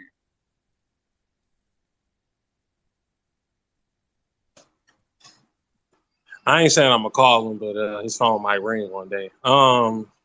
Man, X got a red pill or a blue pill. One turn you into a villain, and one turn you into a superhuman. I mean, you can take your pick. I'm just gonna shout out Too Cold one more time. It's like, damn, man, it feels good to be in this space. I'm gonna shut up. Yo, X, in the middle of the call, right? Yo, this dude, he was in here. He wanted to ask a question. Too Cold botched the shit out of his name.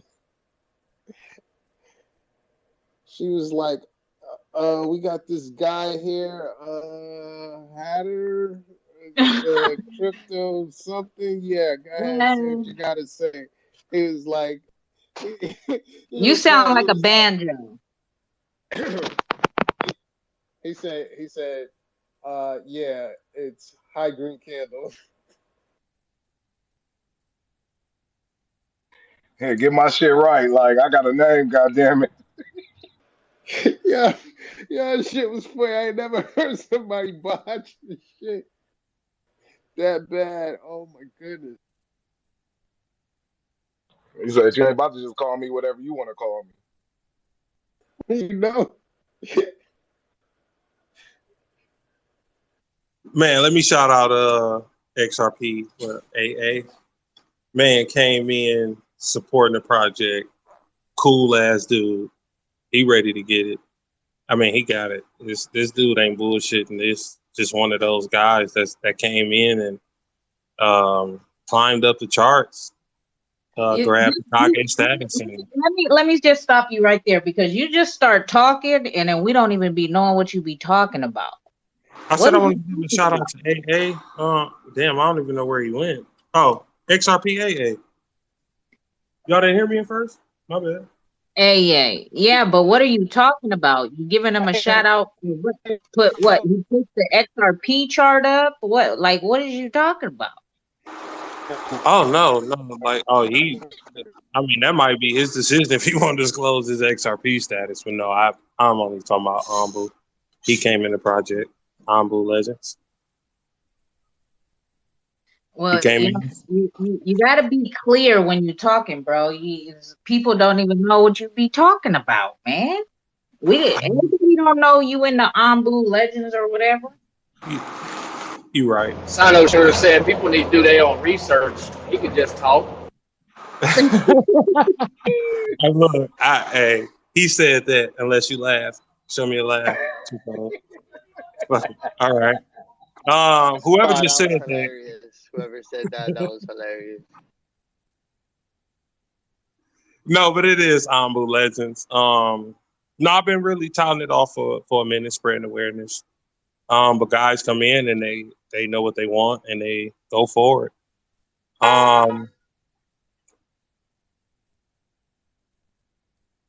Yeah. That's one of those projects that on Xrp owns, right? On XRP, yes. I wish there was a project to teach people to learn how to Shit, drive. send me the trust line.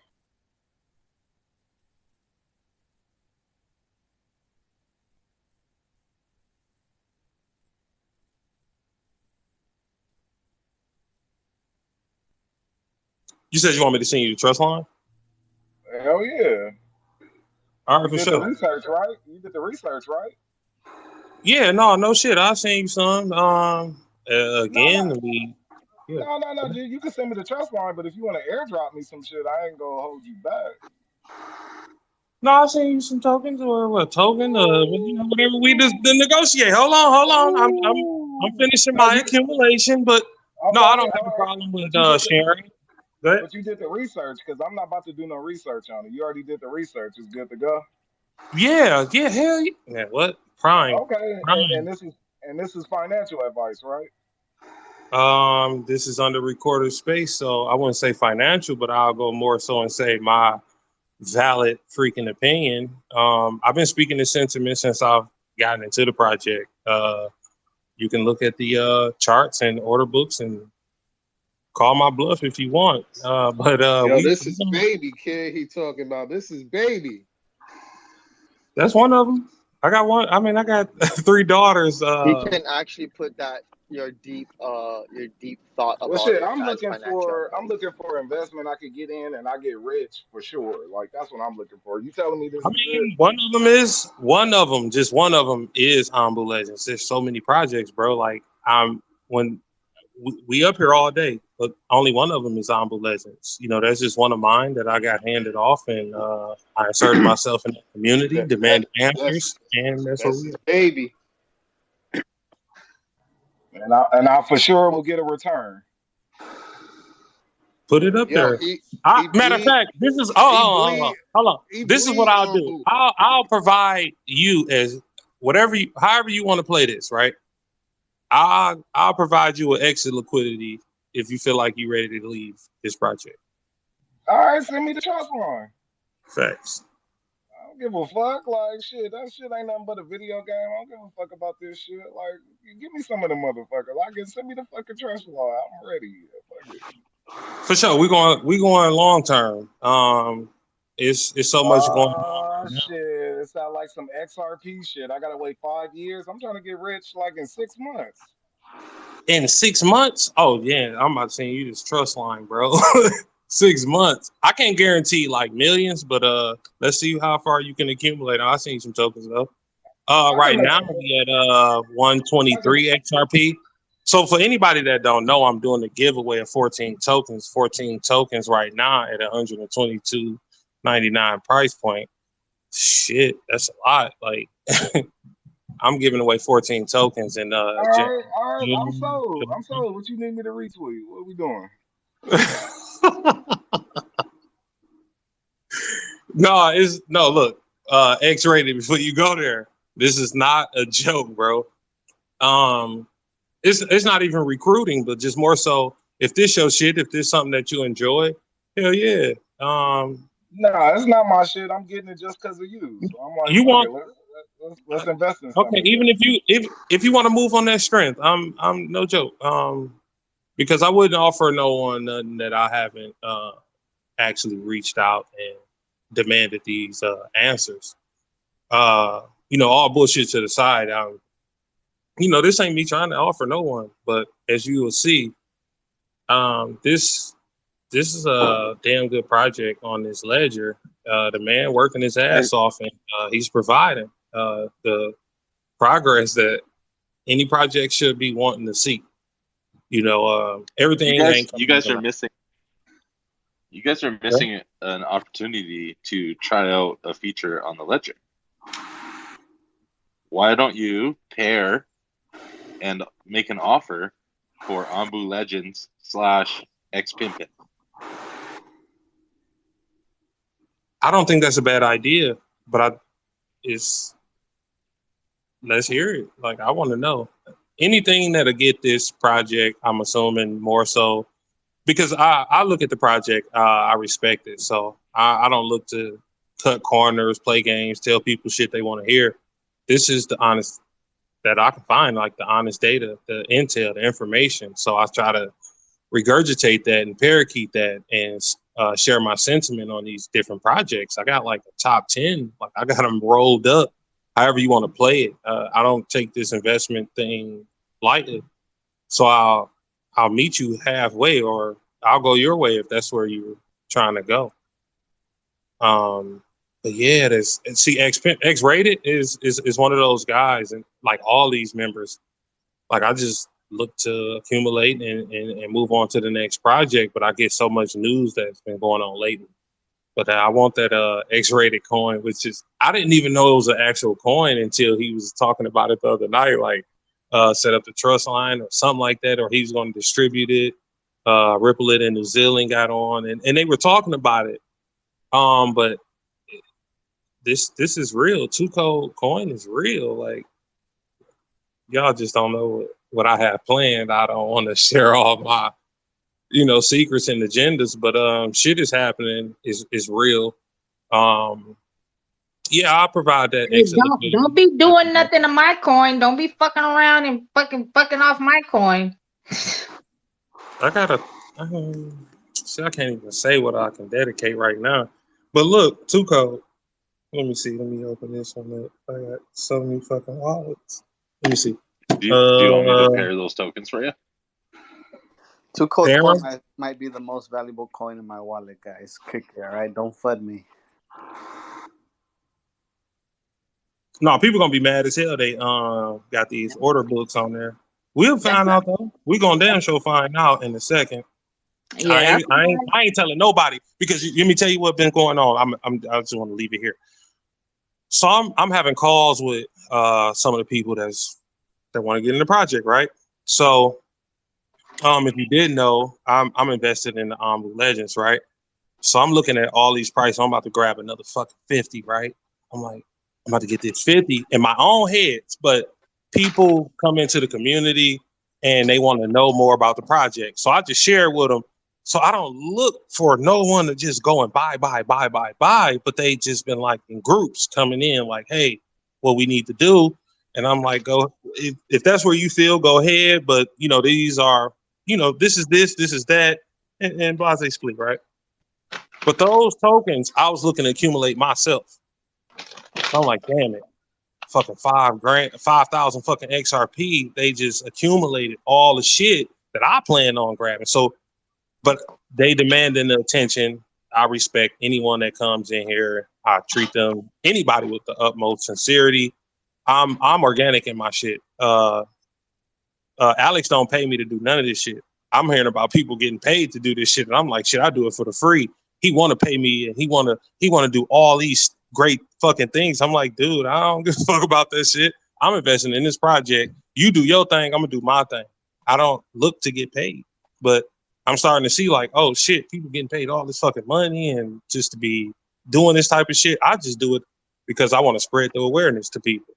I got lined up, but they come in there and they buying this shit while I'm speaking. So when you did that shit that day, Too Cold, they start doing it to me, and it's like they want me to get in the Discord and start talking to them. So I get to talking to them, and we keep fucking moving. And I'm like, dude, you got to be kidding me right now. Like, this ain't cool, but I can't control the market. That's what they wanted to buy. I should have shut the fuck up and bought the shit up, kept it moving. But they keep buying it up. Then I'm forced to buy 5 and 6 and 10 at a time. I'm like, shit. I'm trying to get my numbers so I can accumulate and move on. and they keep doing it. So when you speak sincerely, like you did that day, and you watch that price, and Hicks and everybody else was going to buy that shit too cold, you you're in there. You know where to go. We know where to go. It's just taking that leap, going forward, and staying on your path. So it's always yin yang ninja to me. You know, that's the yin and the yang. You got to balance that shit out.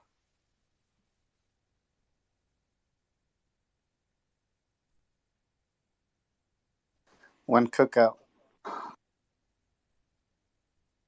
If you don't know when the cookout is, No, I'm asking when the project's gonna go to the oh, cookout. he was supposed to come. He didn't show up. Dang, you should have done a summoning jutsu. Too cold. He didn't show up. I was like, whatever. You know, I ain't sweating it. I'm like, all right, it's cool. On to the next. Who's coming next? Who's coming now? Who's coming now? They were supposed to be on this week. No, This. couple weeks ago. Them didn't show up. What's up, Chris? What's up, X? Sino, Ripple. What is Bex? Hicks, Bex ain't Gorilla in Jake. here. Huh? Bex ain't in here. Hicks? I said Hicks. Oh, I thought you said Bex. I'm like, Bex ain't here. She is not here today. She was here earlier, but her left it is. Whoa. What good info you guys get out of this paper here? You gotta run the. Oh man, fucking for real, this is that bullshit. God damn it. I think you disconnected. Who did? Your voice is different. No, I don't even have my headphones in because I'm like I'm doing too much stuff. Where's Jake's? Jake's, take the button. Somebody take this button. I need a non-rugger. Here, Unity. Unity, I sent you the button.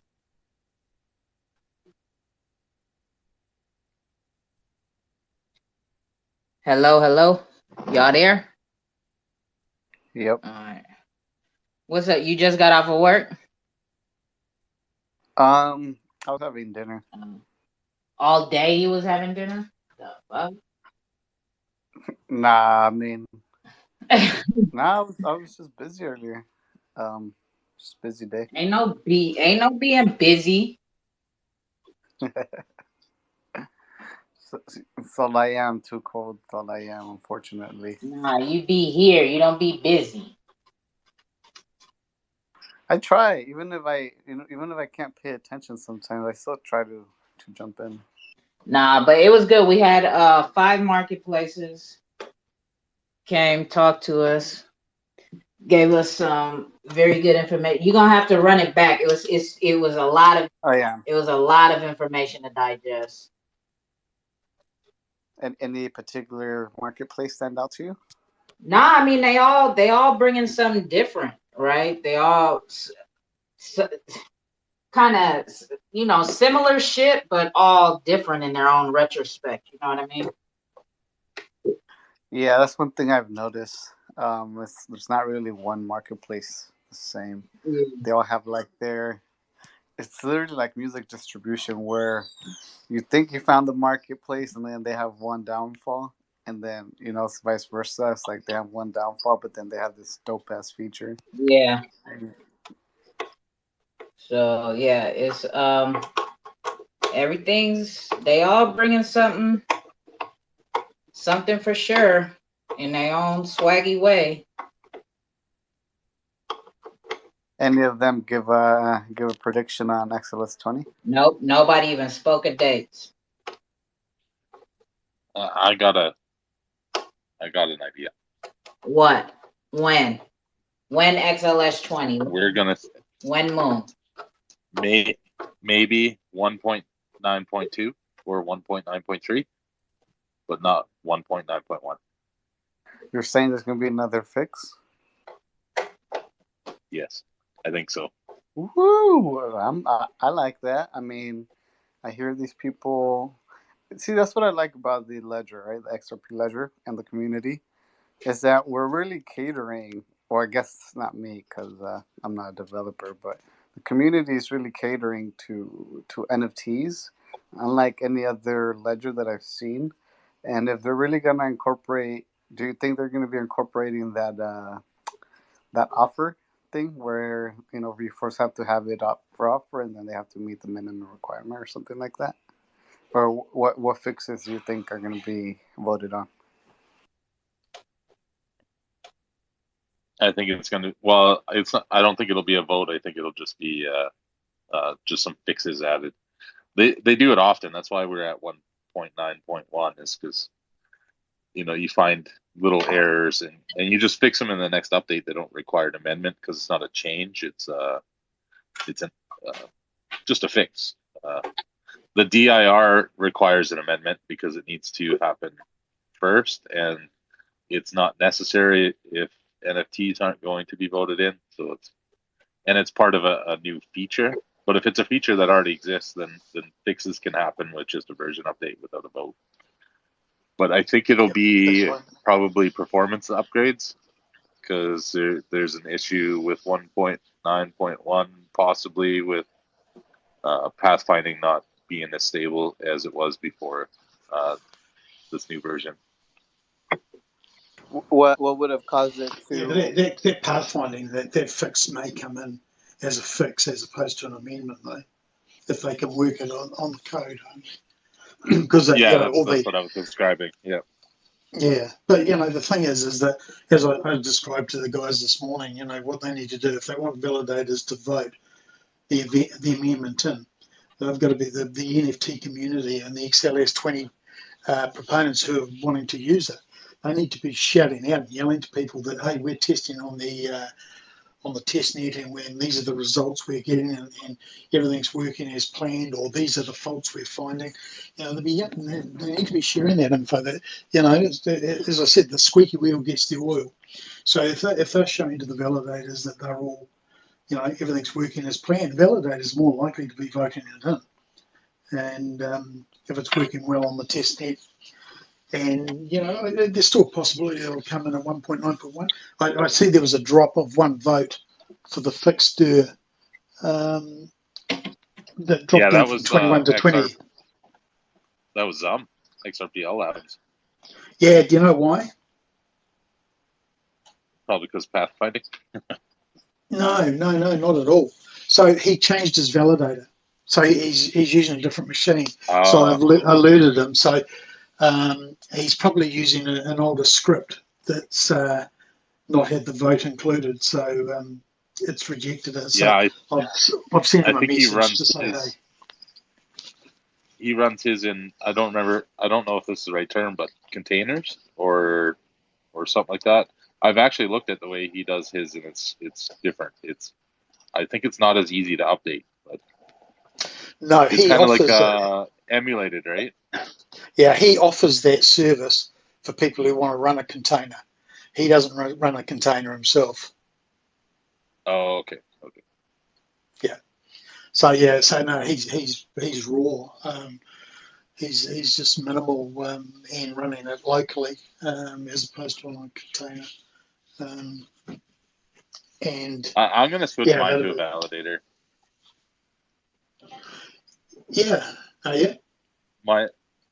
My server specs are like crazy. I could probably run like 3 nodes on it with the specs that it's got. So there's no reason for me not to have it a validator. I just never did it because it seemed like people just did it because they wanted to be a validator. Yeah. I might as well jump on that boat. Well, you can. There's room. Yeah. Don't expect a life raft if you fall off. Well, yeah. I don't know if I'll make it on any lists, but I'm not the most popular person with that community, right? Yeah, no, that's not even that. It's look, at the end of the day, it's whether you get on a list or not is relevant to your uptime and your ability to look after your validator, and it's got nothing to do with your personal opinion, and whatever it comes down to. Your reliability and all those things, and whether you're doxed and how reliable your machine is, how your validator actually performs ultimately. And uptime. I think I use the same server as Xrpl services, the same provider. Yep. And my uptime is always the same as my last update. So whenever I updated last, that's my uptime. So far, anyway. Okay. I haven't had any downtime. Yeah, cool. Yeah, and that's the key, and everybody will lose validations at some point for whatever reason. Can be just a glitch in your internet connectivity. Being on fibre, helps me for uptime. And I'm probably one of the more reliable validators out there with uptime. And mine's probably the least spec'd of all the validators.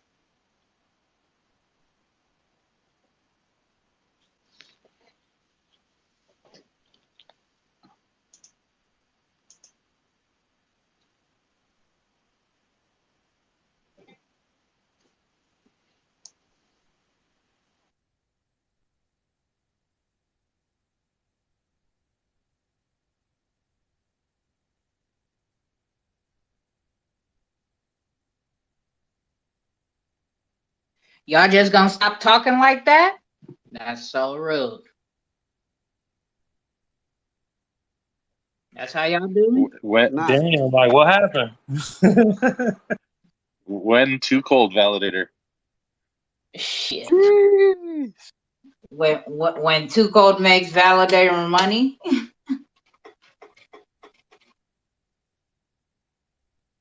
How about that? And then you know what I would do? I just give it to we say Windsor Wind. Did I say it right? No? I probably fucked that up too, huh? No, you just said it wrong. You fucked it up. Oh. Just call him Peter. Pizza? Yeah. Yeah, that's a lot. I mean, it's a hell of a lot easier, that's for sure. Yeah, just say, hey, Peter. Witsy. Witsy. Yeah. Okay. Witsy. Like he's a witsy guy. Okay, I got you. That's probably better than he's a windy guy. Oh, nothing. Never know. He probably does like Wendy's. We don't know that. Did you say Wendy's? I thought that's what you said. I bet he doesn't have a Wendy's. We do. You guys got Wendy's? Yeah, and it's shit. You don't like it? Nah. It is shit. Yeah. It's like KFC. KFC, McDonald's, Wendy's, Taco Bell. It's all shit. Hey. Watch your mouth. Watch your mouth. See, now we have Canadian versions of all of those restaurants and the American ones. And the Canadian ones make you appreciate the American ones. Yeah, ain't nobody fucking with McDonald's. like we have a place called Taco Time, and Taco Time is fucking disgusting. So you love it when you go to Taco Bell. At least it's not Taco Time. Hey, you know they brought the Mexican pizza back. It's back, bro. It's better than ever. I don't think they know about the Mexican pizza. And that motherfucker it look nasty, so don't judge it by how it looks. When you eat it, especially if you used to eating that canned meat, oh man, that shit is fire. You sound like a banjo, bro. I think he does the banjo on purpose. I think he's doing that on purpose. No, I don't think he is. He really be want to be in here in these conversations. Yeah, that's trollonomics right there. Am I good? Nah, not at all, bruh. Not at all. Not even one lickety lick, lick, lick, lick, lick, lick.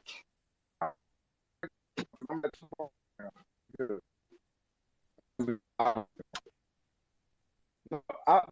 fucked up a perfect time.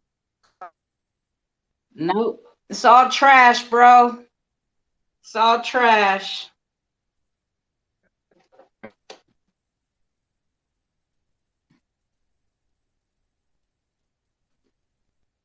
It is all trash. Oh my gosh. This is. Did you guys know that building stuff is hard? What are you building? Adding stuff to my desk.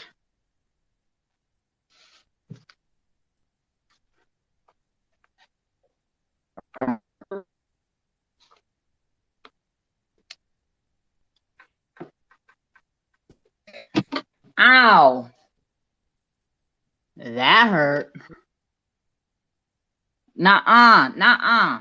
X-rated. Get out of here, bro. Gone somewhere. Gone somewhere, bro. And then come back and try it again. All right, my friend? Gone somewhere and come back and try it again. Oh, man. But see, this is what's hard for me is I haven't built shit in years, right? I haven't really like used my tools very much or none of that. So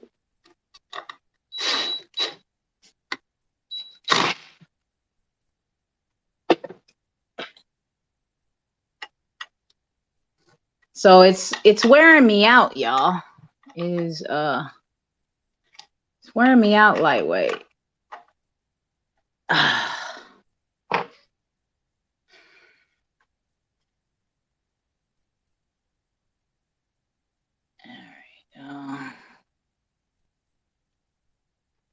not want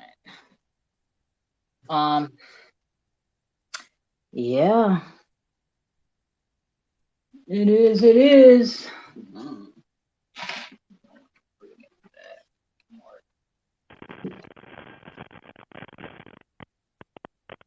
What's that?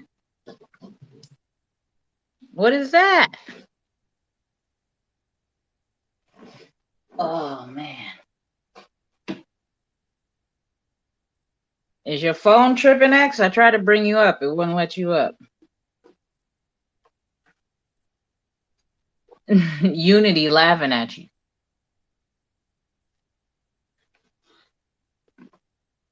Unity is laughing at you. Him making fun of you.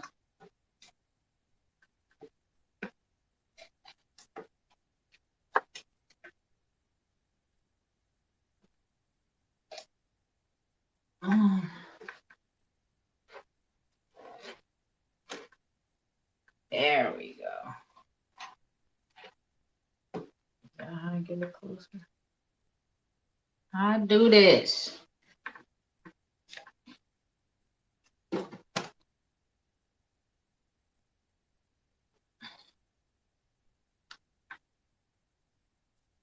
How'd that one get closer? Oh, because that one's at the same height. Alright. Well, if you guys aren't going to talk to me, as you guys see, I have other shit I could be doing, right? If you guys don't want to talk and have conversation, I could be doing some other stuff. Okay? You ever watch these? I think they're Vietnamese. They build these pools and houses and shit out of nothing. Like they're using bamboo. And Oh yeah, Yeah, that shit go ham. I've watched a couple of man, them. they are getting more and more intense. Like the one that I'm watching right now, they're actually like cementing it in and painting it. And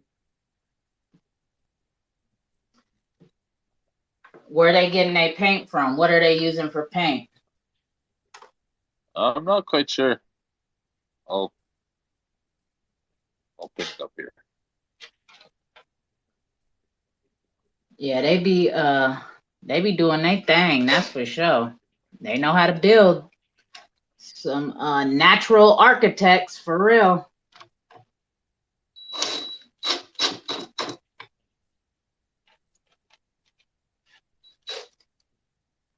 You back, X? Or you still sounding like trash?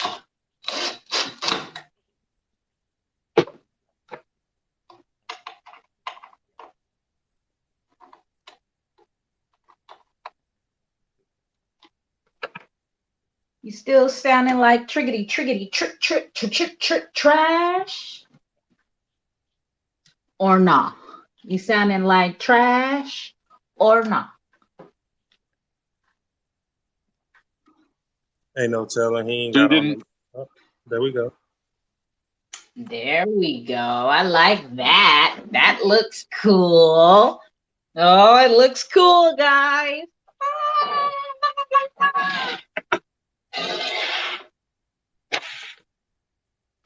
when you get it all set But up, my you'll have desk, to give us an office tour. I have to give you what?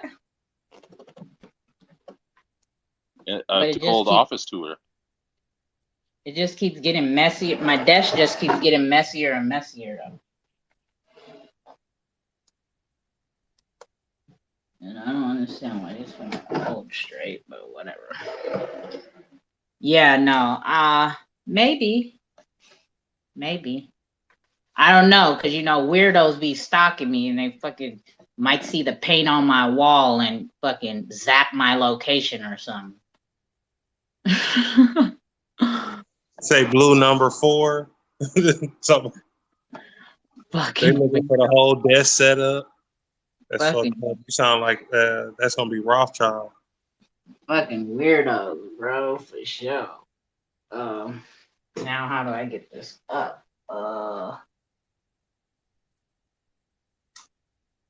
Maybe that's as high as it goes, huh?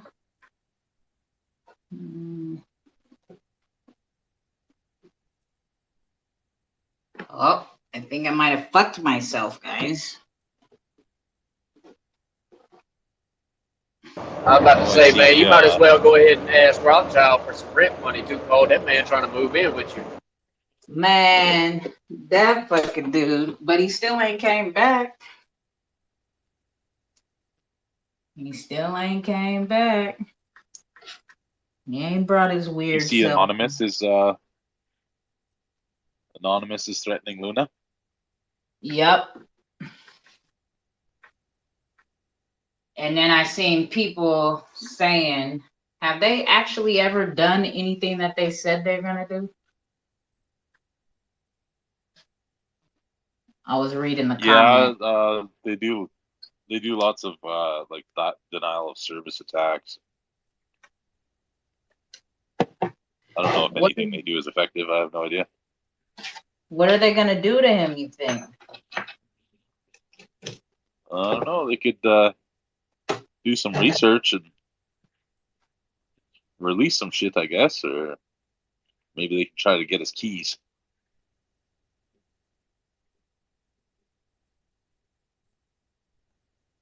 They'll do an unauthorized Luna 2 airdrop.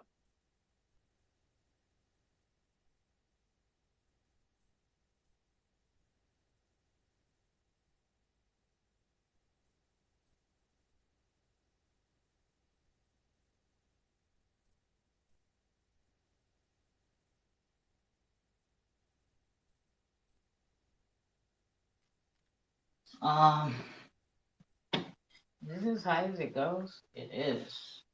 Uh-oh, spaghetti-o. Do I tilt it up? Like, how do I do this?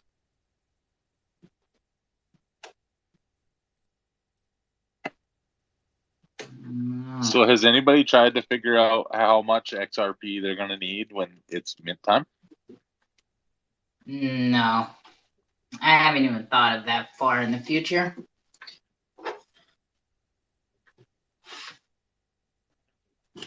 You think we're Is gonna that a need a lot of lot? stuff to mint?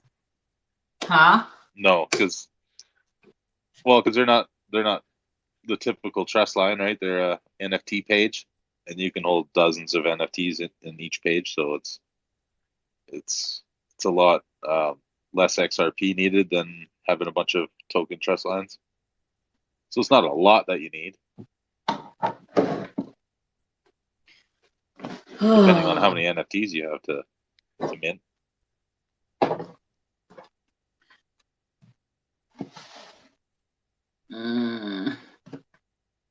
I don't like this.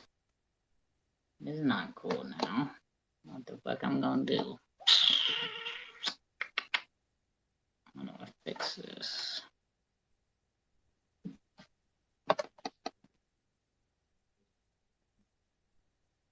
I don't know, guys. I don't know how to fix this. I made a boo-boo. Whoa.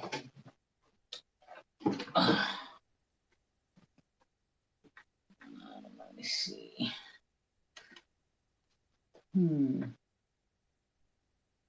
What can be done here? And that's as far back as it goes. Have you ever had Monkey on here? Did they ever come to a Monkey. space? Yeah, he's talked in here.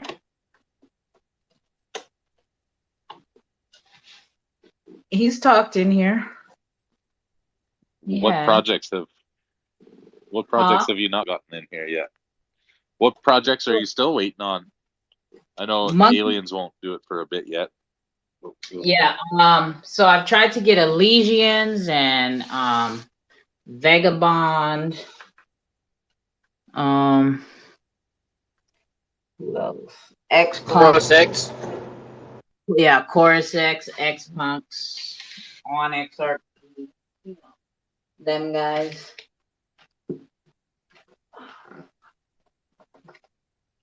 The Chorus X doesn't respond to you, or what's going on there? I'm surprised he wouldn't want to jump on. Well, to be honest, I won't lie. I don't think I've reached out to Chorus X. Can I try to go get X Punk or on XRP on? Should I? You me go try to get one of them? Yeah, we would love to have them. Say it again. I said, yeah, we would love to have them. Oh no, I'm about to go demand it right now. Yeah. Make something happen, Captain.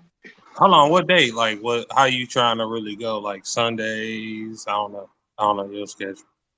You too busy. Yeah. Too busy. You gotta at least give me something to work with. At least I can be like, okay, let me give you a week to think about it, or a Saturday. You son of a bitch. I don't know. Yeah. Tell them that get in contact with me, and we go from there. Facts. I'm about to go and yeah, all right, I got you. Okay. Talk to my friends and shit. What about, is Fractal still around? That was a pretty big community. I think they keep airdropping each other new projects and stuff. I don't know if you've ever looked into that before.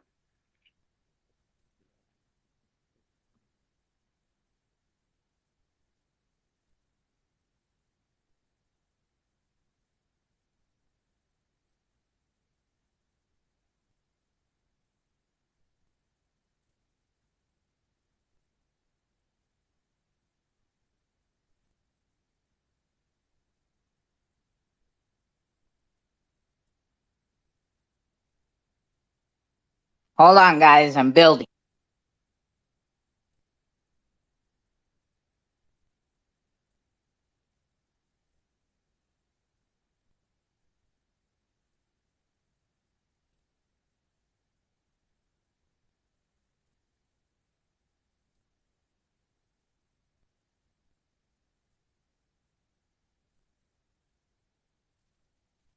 Did you ever download the Jeopardy?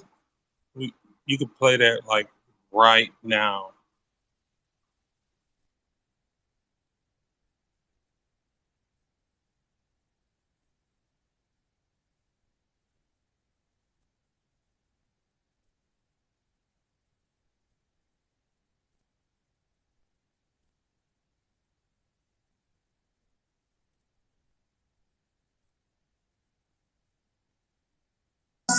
Now it's not safe for you. You switch like a president, babe. Then my people trick you. I'm sorry, now we were Jack girl. You switch like a president, babe. Try on with the key, bitch off on the bit. When I slide, night light on the blick. Bell in my shit when I'm outside. So they ran down, calling pin down. Nigga, you shit, I'm a private space. Hey, no, no. That sounds fucking terrible, bro. Terrible. You got to turn it down some. Yes, ma'am. I'll turn that down. I didn't quite notice I was back on. But yeah, I'm trying to get that exclusive to you in 1 second.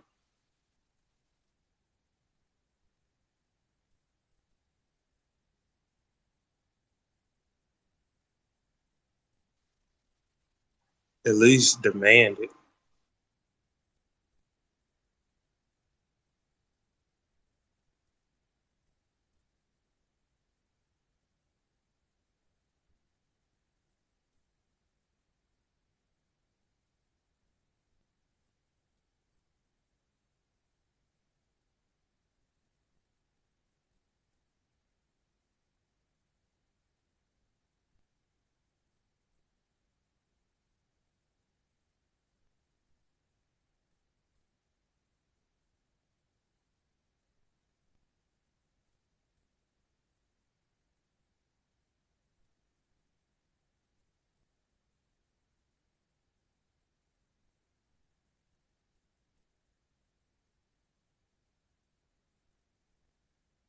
Wait, hold on. I didn't hear you. The Unity was talking too much. Sounded short. What did you say?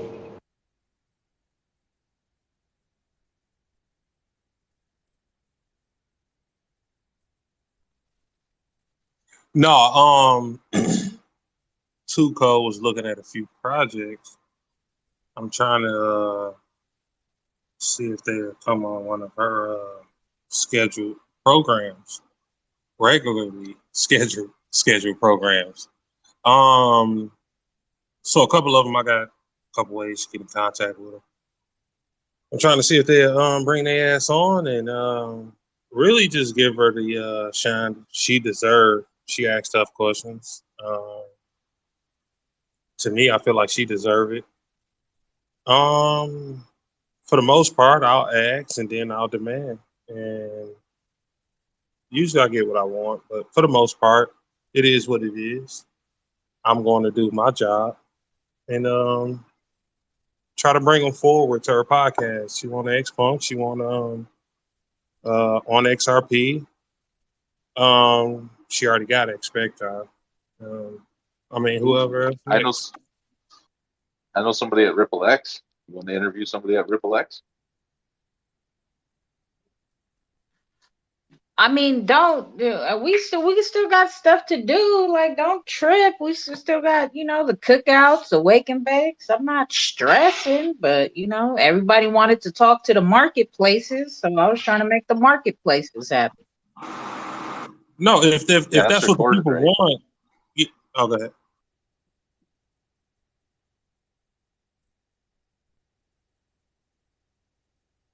What'd you say, Chris?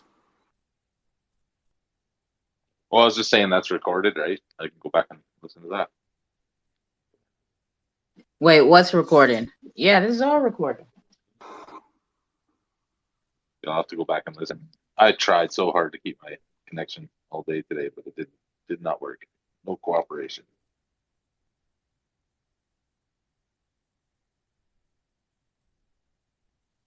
And if the people asking for, whatever, I'm gonna go ask them.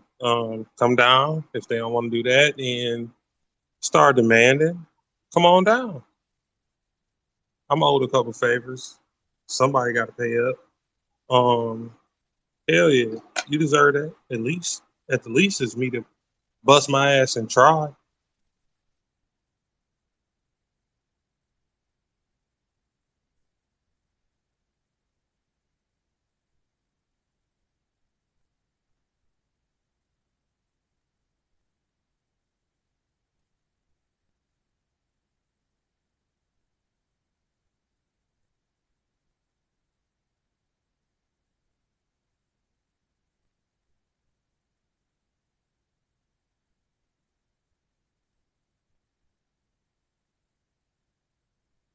should get XR Doge on here. You don't want to be speaking on here no more, huh?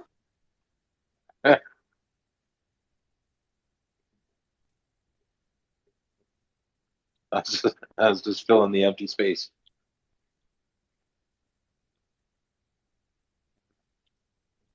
Don't trip, potato chips. I'm about to play y'all some music. What y'all want to hear? Xrpl. Whoa, whoa, whoa. Nah. We ain't doing that.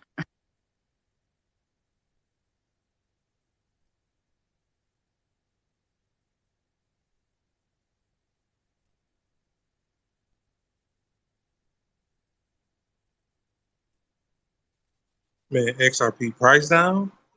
Ooh wee. I was kind of, I can't even say it was hope, but more so like, okay, what if it fell to a quarter USD?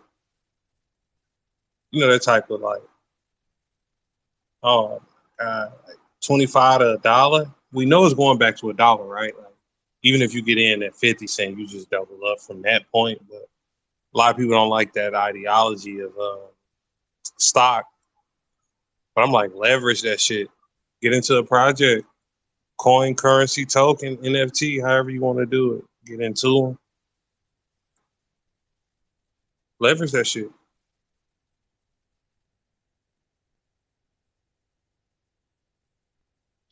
Yeah, I would much rather make money on something that's going to say double your money rather than trying to chase after those 100x projects that you just lose all your money on.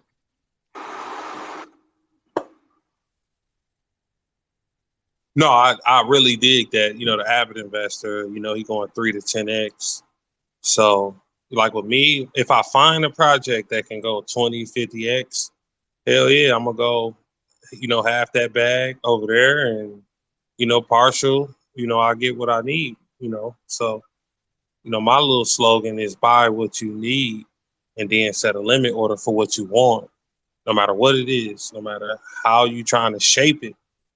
Always buy what you feel you need from whatever market. I can't tell no one where to go and who to invest in and support, but always buy what you need and then set that limit order for what you want. Because if that price move on you, and I got plenty of people that can contest to that in the last few days, last week or so, you know, they wanted to, you know, this is not for, you know, like to tout off about, you know, what a person accomplished, but man, people coming in and they look at these projects different and they ready to move and support by investing, support by going to do whatever they can to get these projects out there.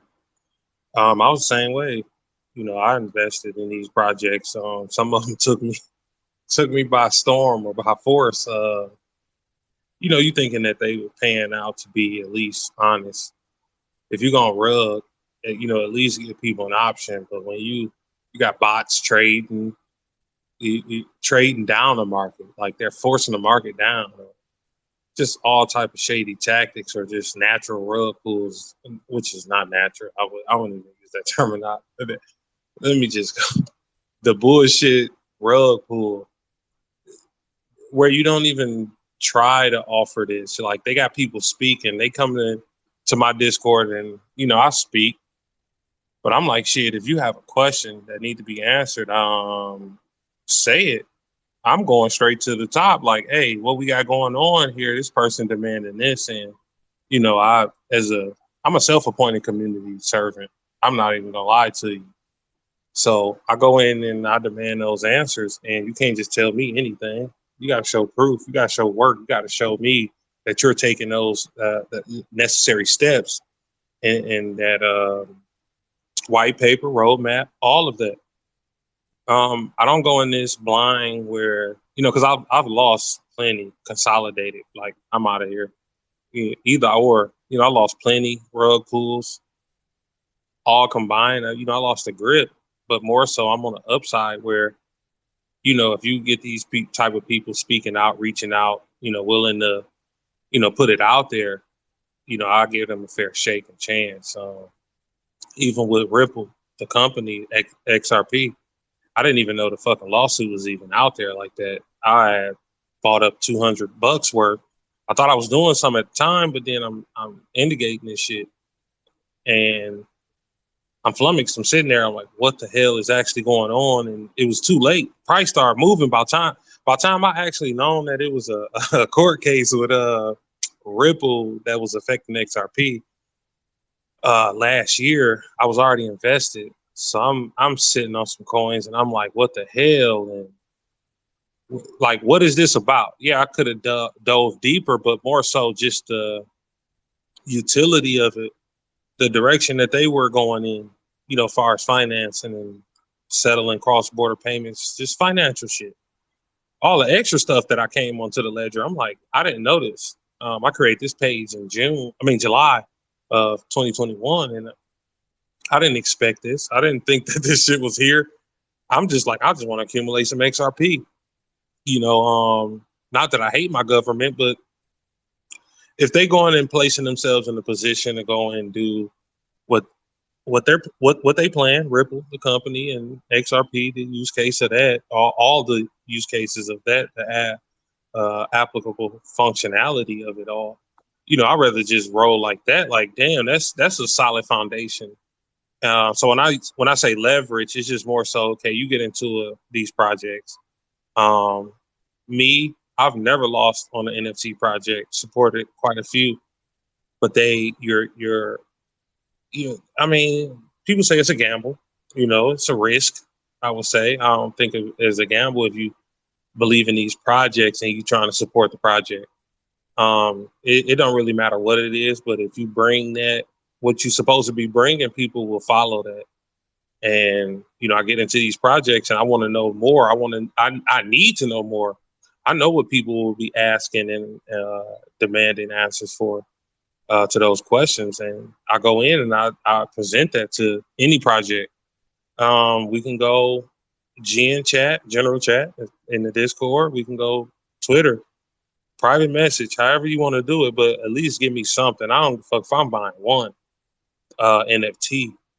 You got to at least provide me with something, some form of awareness, some form future forecasting. You got to be strategic with your shit. I look at all white papers on equal playing field, and then I go and start from the beginning. Any project, start asking questions before I invest my money. My time is first, but money is more precious to me. I mean, my time is more precious. I wouldn't lie. That's why I go with the time first. So I miss out on a lot of projects by trying to be more thorough and taking time to think about shit. Formulate my questions, give it to them. If they want to answer vague or blanket statements, I go back to the drawing board. Sometimes I might have a multitude of questions, and I'm like, no, that don't work here with me. I need I need some reassurance. So it's not easy. No, I didn't expect it to be easy. But I get into these projects. If you when y'all say something and I like a project that y'all be talking off about, I go and ask questions. I might not even state that I asked them these questions, but there's so much information coming down the pike where a lot of these projects teaming with each other. They got NDAs where you thinking that their project is no longer, it's like you might not deem it valuable, or they're not talking on Twitter and whatnot. And these people are building in the background. This is a class of people who are rare within themselves to build out on these different platforms. It's blockchains, using different protocols, answering or solving different problems that's out there. It's not enough people in the tech world, especially when they start consuming. When they start grabbing these people off the market, the next market that need those type of people, they loan them out. But that brings partnerships. That brings all type of things that people might not notice. Think about our daily lives is jam packed with shit. So we can't sit here and be like, okay, we know it all. I'll never tell you that. I'll never sit in a position or on a throne, a high horse, a donkey, and make an ass out of myself. I don't know it all.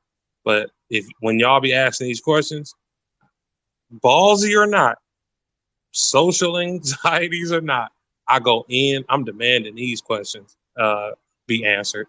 And I need clarity, not just you tell me a crock of bullshit. I peeped that. I put it out there, 3D8s, whether they succeed or not. That was not my mission. But I'm really trying to go there, bro. I heard a lot of great things, and then you move into these positions and they laughing and they joking. And I'm like, dude, bro, I'm trying to really go in on a project. I only heard great things, but then you sit here in my fucking face and you laugh and you talk shit to my friends, Too Cold, X-Rated. You make fun of fucking Xrpl in New Zealand. I can't deal with that. I don't fuck with your Project Moon. I ain't dealing with it. So when they gave me my shit, I got out. I tell him right now in his face, I apologize. I sold those rest of those 3 tokens. It was just a small something. You know, I pay my price. Should I give away $100 real quick? What you want to do, a 10x for my sins, Ripple in New Zealand? He was like, don't sell those tokens. You a piece of shit if you sell those tokens back knowing that you providing extra liquidity. And right now I give away tokens. It's the price is moving up in front of my face. I still give away tokens. I don't. That's not why I'm here. I'm like, I'm Kendrick Hardy. I'm just gonna give it away. But I got my daughters. I got 3 daughters. They all Kage status. They own 51 plus Ambu tokens apiece. I'm going long term. I got my little short term volatility bag, but not at these prices. You won't even notice. I throw them little 1 and 2, 3 out there, maybe a 5 out there. You don't see me. But these projects, man, they building. I got time. I was grueling out on the road. I was busting my ass, man, trying to be the best I can be. And these companies don't give a fuck, bro. They trying to get you in and out the door if they can. They'll find a replacement and train and pay people to take your position. I'm sitting there, I'm an owner operator. I'm like, dude, I'm making all this money. And the guy was so jealous of my position because his guys, his team, his friends didn't work as hard as me. There's no competition. I ain't never looked at nobody in my way as competition. If you got it more than me, man, I'm so in love with that, bro, because you went out and got it or your parents gave it to you. I don't give a damn. Like, I applaud that. So these projects, say it. I'm going in to ask. I wouldn't tell nobody to go and join my shit that I'm trying to tell people to get into. I'm like, hey, if that son of a bitch don't do what he need to do, I'm gonna put all my shit up, sell it for cheap, provide y'all with exit liquidity, get out this shit then. Go on about your way. But I'm so sure about these steps that I make. I give a lineup that's out this world, and most people already got them, so they know where I'm going. I'm not tripping. We don't need it. But like I said, we're gonna put Too Cold where she need to be. We gonna chip in. These things need to be talked about. This sentiment needs to be shared. I'm not in it for no exit liquidity. If you want to know, like, should I share my wallet address? I'm up there. But that don't mean nothing to me because I don't look to really spend it. I'm trying to hand this off to my daughters and move forward, bro. I'd take me a little twos and fuse, but I don't fuck for millions in my face, 10 millions. That's nothing. What really impressed me is like long term, like wealth and all that. So I might start talking shit if I approach 100 million or something. But I'm really like, you got to really find your way through these passages, and there's so many projects, and so many different ways to and just accumulate or increase your XRP.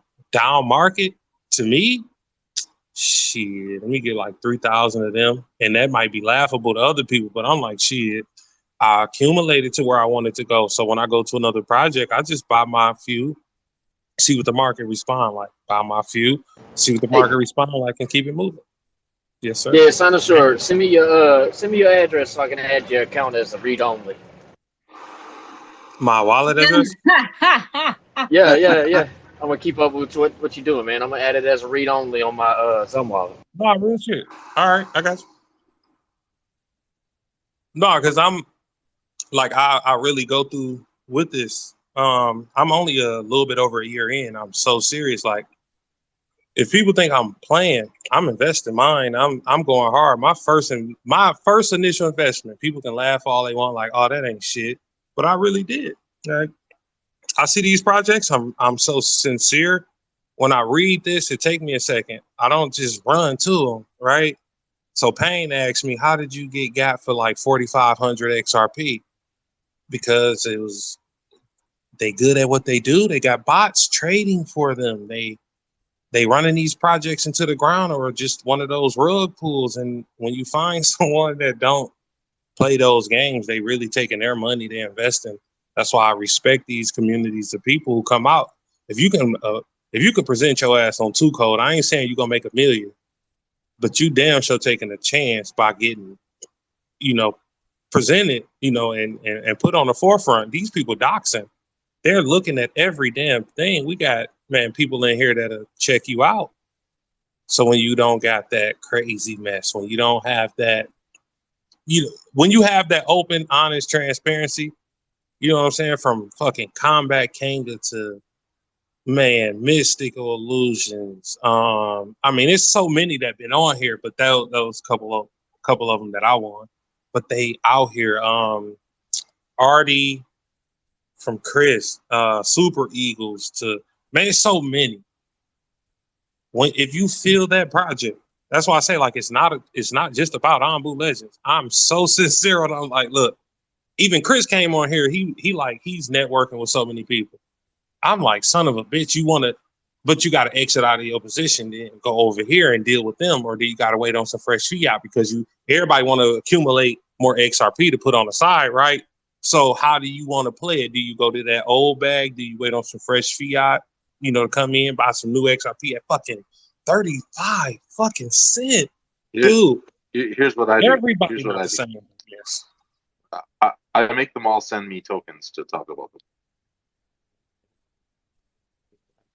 I'm not saying you want just because you I'm think I'm just playing. kidding. I'm kidding. I buy my own No, shit. people think I'm bullshitting. Like, I don't care about my wallet being exposed. I got several that'll never meet each other. I've been doing this since I had pistol license, weed and marijuana. Never mind.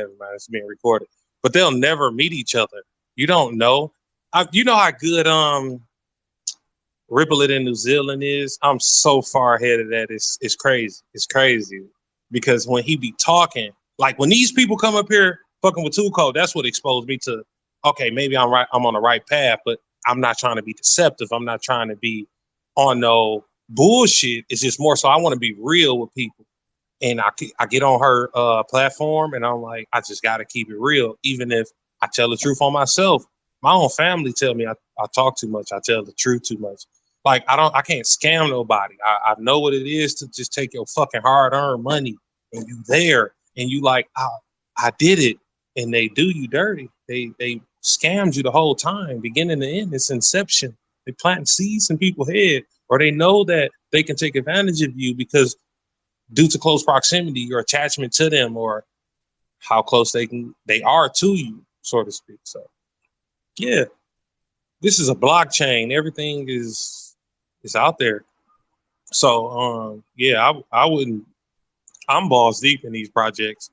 Yeah, everybody don't want to show it all, but hell yeah, I use one of my wallets as an example just to let people know, like, I don't be bullshitting. I'm going in accumulating. If it's a bullshit project, figure it out. You gotta get that community involved. You gotta get things going, and you gotta really invest. If it's your time and you investing, if it's your money and you investing, that's important. And if you happy, I'm just like, man, let's go. Because like certain people don't gotta tell me to go buy shit. I'm just looking at charts. I'm looking at things, and when you get on here and you ain't really gotta stare at the chart, you can just be more so relaxed. People coming on here, man, telling you and explaining their project, just laying it all out there. That's not an easy task because they ask, 2Code asks those questions, and the community demand on those answers. So I just give this like, yeah, it's one of those surreal moments where I just look to just like 2Code. Like, we just need good projects on the ledger. All that extra shit, I'm assuming is gonna come with it. Those, to me, cyber attacks, those bullshit ass people that's gonna get out there and try to rug pull and scam. We just gotta see through it. If we can prevent something, cool. But if not, let's Let's move this money together. Let's help each other out the best way we can. Even if you don't got it right now, don't forget about those next people. So there's so many things that I got planned that I gotta always stick to my plan A. And then when I make it down that list, things is just so amazing. I'm just supporting projects. I want to get into that well status. I mean, depending on the project, I'm probably well, but it's not one of those where that's where all I'm trying to be. I'm really trying to help people and bring and get people to this. Like you ain't, I understand. Like these XRP is so fucking valuable to me. So trust me, even though with my high risk and high tolerance, if you ask specific questions or you ask your question, I'm trying to answer it with clarity. You don't have to second chance it, doubt it, whatever that may be. I'm trying to answer with clarity. So these projects, so many of them, they out here, go for it. Demand those answers. Get it in. Check in with Two Cold, seeing what's going on. Check in with Chris. Forward that shit to Ripple it in New Zealand. Chop it up with 808 about these charts. Who else out there? X-rated. Yeah, he gonna give you the best. He gonna want you to invest in those signs.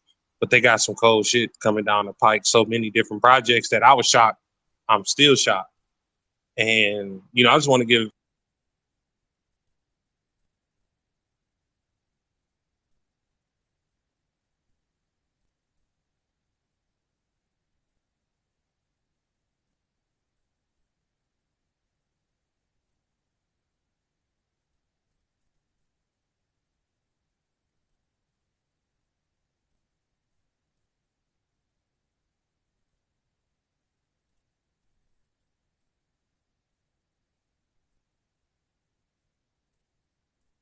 He was probably still What did talking you to do?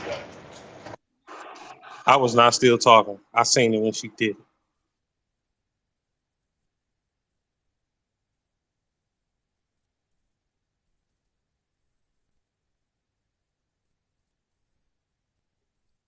You killed it. You killed the room.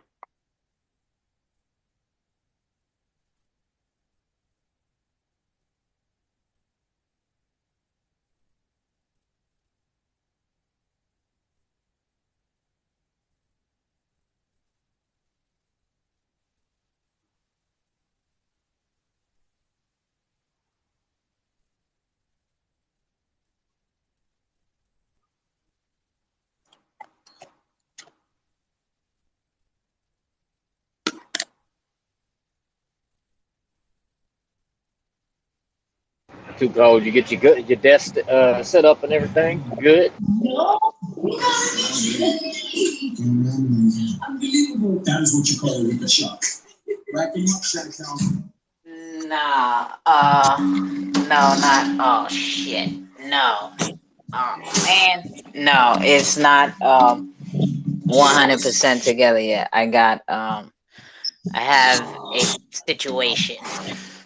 I took some wrong measurements, and I might have to send some stuff back,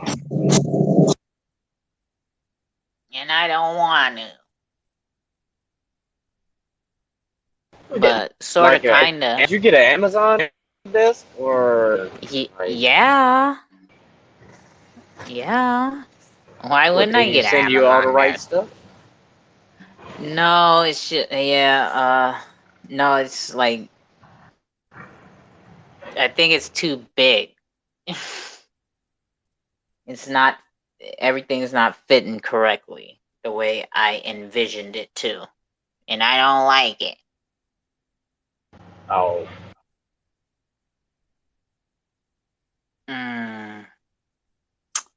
I don't know. I don't know how I'm gonna do this. I doesn't know. My bad, Sino Shore, my bad. I felt you needed a water break, my guy. Oh no, it's cool. You dropped the phone on me. Oh, you know that song is related to Tulsa, Oklahoma. Do you know that? Yes, ma'am. I heard you talk about it the other day. That just makes me more proud of you. You're everything that I thought and more than I ever could imagine. Mm-hmm. That's all respect. Greenwich, Archie, and Pine, the Gap Band. Three Corners in Tulsa, Oklahoma, in the Black Wall Street district. I heard you dropping it, and I'm like, it could have been one of those. Oh, I'm surprised, but I'm geeked up. I'm almost with my liquor, but I ain't gonna say nothing. So I'm like, hell yeah, let that shit be known. And you rolling through it, and I'm just like, hey, too cold. So I can tell. Yep, that's real talk. Real blocks in Tulsa, Oklahoma that were bombed by the U.S. government. The only time the USA bombed the USA is the night Tulsa burned and they took down Black Wall Street. Over what? Not miscommunication, right? Over false accusation from a young white lady about a young black man. And they burnt, yeah, and they burnt the whole shit down within 24 hours and bombed it. Crazy. Crazy. And they don't teach that in history at all. I had to learn that in at community college when I what class was I taking? I was taking Black American art history Let me tell you why I learned that at or African American art history. Yeah, go ahead. Where'd you learn it at? So I just made it out of middle school, right? And you always go back because you got siblings up there at the middle school. I'm in high school now and shit, right? So I go back and they yelling about this new guy, new crackhead on the block, like Henry. And Henry is officially a crackhead. No offense to him. That's just what he was. And to have fun. He come up to the school, he having fun. It was nothing malice, but he's singing and dancing. And one of his songs that he telling people like he really ready to perform for us because we always catch him on a bad day. He needs some money, so he got to make his act quick. So whatever the fuck this day was, it was just like he really put it out there the whole way down to everybody cutting off on the main street or whatever and going their way. He hit us with, you dropped a bomb on me.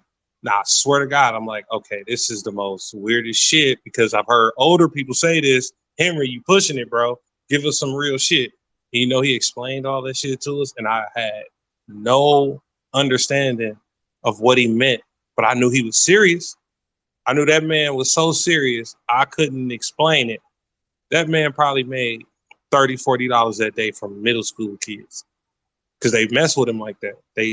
You support your aunties, uncles, and whatnot. You already know they messed up in a bad position, but we just walking up the street and just like, huh. But he put on a hell of a performance. He was just going in because that was one of his songs from the 70s, 80s that he enjoyed, and he told us how that song came about, and it put me. I didn't know nothing about what he was talking about per se. I just knew he was serious, and then later on, I come to find it out. I kind of like my recollection was off, but then I remembered the number one song that crackhead used to sing, which was no joke, was "You Dropped a Bomb on Me." And that was one of the guys, just like I tell you about the story about the other guy that was at the store. They come with all this information. So while you would look down, when the person would look down on the person thinking that they don't offer anything, that respect those people, and they give you so much information and data. It just shocked me that these people are truly walking around like walking encyclopedias and dictionaries and historians who will go with fine tooth combs over just historical facts and present them law, everything. You like, wait, what? Where would you get this from? Then you go look up this this law versus this or this person or the state or the federal government versus this person, and you just like, this don't even make sense. And it's just a person falling victim to, you know, the everyday life, the streets, the different vices. You know, we have people like that in our community, but they presented that information, and I was just shocked that that was his song. Yep. I was mad when I learned about that. I'm like, they didn't teach us none of this shit in no middle school, no high school. They didn't even brush up on it in any way, type, in any form of the manner at all. The night Tulsa burned. And that's crazy. Like, why would you not want Black America to know that there was a time during a great oppression that Black people really had a whole entire neighborhood filled with Black millionaires during a time of severe struggle? Because you don't want to give the Black people that hope. Like, get out of here, man. Why would you suppress that information? They truly believe people uh, that's Black will try to place them in position and do these things. That's not what I've never gotten that sentiment from anybody that I know. People just want to be left alone and be treated, you know, according to these constitutional laws and, you know, pursuit of happiness. You know, if a cop is out here acting out, you don't just sit here and victim shame or blame the victim. These people are acting out to the point where they are willing to sacrifice their own. It don't matter the kind, however you want to shape it. This is something that when people truly wake up, they don't play that game anymore. They don't want to cross over because that means annihilation of their kind, whether you want to be segregated into whatever society. This is a situation that's so delicate to the point where now people are starting to wake up. It's just that great awakening of what do you do now, and when did they start lying to us? So people go back. So when you're dealing with crypto, people be hip to it, and we starting to realize the truth for what it is. But you deal with cognitive dissonance where people are attached to certain societies or ideologies or mindsets, or core beliefs that they're not letting that go. Prime example, I had a chick that went to church. And just so happened I met her when I was leaving that church. Not a church specifically, but just like that ideology of Jesus, so to speak. I mean, I think that's each one of us. Like, you don't just make it here, you know, on just like a wheel. I mean, not just a wheel, but it's a miracle that everyone is here. It's events that take place for you to be here, and you was the strongest to be here. Now you here, and even inside of crypto, I don't your depression status that it was at, and we help and relieve that. You know, I was depressed. You know, I deal with that shit down there every day, but it's not more so in that level or in that degree where you had to go through, and then you jump on here and people want to be assholes and shit. You know, but we deal with that, and a lot of us can't even express that because we're so afraid to be shunned and what's that the black, shunned and, be the black sheep. But that we start talking about and sharing our sentiment in these spaces, and these things start to bring to realization that we come from, no matter how you want to put it, we come from the same thing. Like, we just want to be great, we want to be left alone, but we deal with this XRP case, we deal with people harassing us, people trying to rug pull, cyber attacks, governments out to get us, the financial system in disarray. No matter which way you want to go, your best bet is to move forward and try to invest your time first, and then your pretty pennies, because they will need these different protocols and blockchains and whatnot. But again, we wouldn't I wouldn't have been able to share this, I don't believe, like in this sentiment without a two code. Gorilla Jakes, X-Rated, Chris, Ripple It in New Zealand.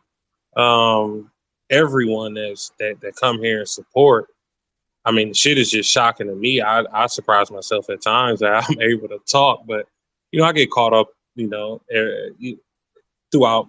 Just like right now, like I get caught up and I just want to shy away and don't get on these calls. But just talking, all I can do is try. I try my best, just like Too Cold, and we try to give it the best we can, and don't lead people astray. Don't tell them those lies, because it's shit that I can shield, but that don't mean anything, because I wouldn't want a person to shield me.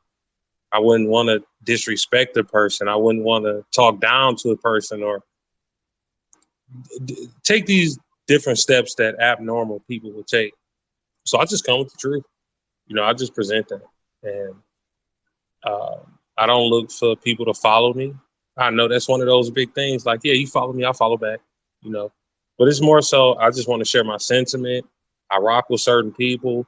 That don't mean I won't rock with you. It's just you got to be really on that level. You got to be thorough about it. And those people like that's here, they be hearing it. And just like Hicks, I be wanting to FOMO into these projects, but Hicks got it made, man. Cyber, he a well in like 1,000 different projects. And I just look up to those guys.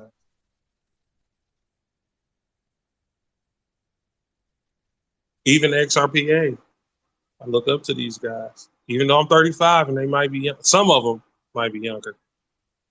There's a lot of looking up to that I do. I'll be 31 in August. No, hold on. Say that again. Yeah, I'll be 31 in August. Hicks, you like a damn, see, my assumption making an ass out of me. I'm 35, so I'm thinking, no, not saying you're old, but the way you come off, the way you present yourself, I look at it as equal or greater than me, which don't mean a bad thing, just more so. I thought you was an elder of mine. So, yeah, damn. Yeah, man, learn that respect, son. Learn that respect, because I'm sick of this shit. Hicks coming in here, he don't pay me no respect. No, I'm joking. Right. I done changed my name to Rhino Sure Sam, man. I'll accept that. I'll accept Hicks.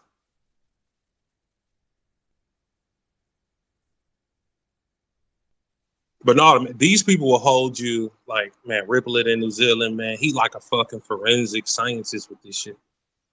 I'm gonna give another one. Chris, he's not a joke. I don't know where they get this time to fucking indicate this shit. Like, where? Okay, Chris, really, where do you get the time if you in oil fields and whatnot? And how do you retain that type of information? How do you sit here and know for sure what you speak is the truth? Just like Ripple in New Zealand, but I know I'm he just like I'm full of shit 100 times. How you bullshit? How? When? No, I'm not even falling for that. All right. Good one, sir. But yeah, man, it's High Hatter, Zero Doubt. I mean, this is it. Man, people will be understanding. Oh, I don't know how to say your name, so I'm gonna say My Young Gift, My Young NFT. So I'm gonna say that NFT Labs. Mayung. May Young. Okay, May Young. But yeah, I be looking up to these people even since last year. I told Chris same thing. Got to apologize. I'm like, damn, bro. I'm thinking he was like this supreme asshole, right? Even when 808 was in here, I was explaining it to him about a month ago. I'm like, dude, I did not know that it was laying like that. But I'm glad I didn't approach it in that way and be like, oh, he's an asshole, block him. Now I can't retain the information that he's presented because I was being biased. But I never took that approach. I was just thinking it like, he's an asshole, but okay, I'll keep him under my watch. But then you go research that shit and you go see the sentiment. You'll see where he's talking about where he knew he was wrong, but go look at when he was right. But look at when these people told you, presented these different projects on these space calls. Ripple it in New Zealand calling them out left and right. I can't put a price on that. What are you supposed to say to that? That's an asset. These people are assets to me. So yeah, I invest my time to try to make it here It's on funny time. You go ahead, Chris. once in a while I'll send a message to Rippleton once in a while, just be like, hey, check this out. Almost every time I've ever done that, he's already been on it. He's like, yeah, I know. Already doing the research. He's But on all those of these people tokens are when they're made. cynosures. Those people are brilliant, interesting in their own right. That's why when I heard you start speaking, I'm like, hold on, what in the fuck was I thinking? And I just let it go and thinking about it. And you bring so much fucking valuable information, and you're able to offer your opinion in ways that it challenges me to start thinking. And then you have a guy like Ripple in New Zealand in the same vein, and I'm like, dude, look, I don't know how this came about, but all I can do is apologize, show respect, and take these notes.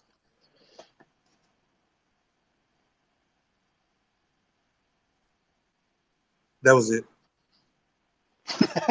He was made it. the mistake of inviting me down there, so Yeah. we'll see you in February, Rippleton. Hey, good on you. Okay. Yeah, no problem. Summer. Get your toes wet in the ocean. Yeah, it seems that the plane ticket is twice as expensive in February as it is if I went right now.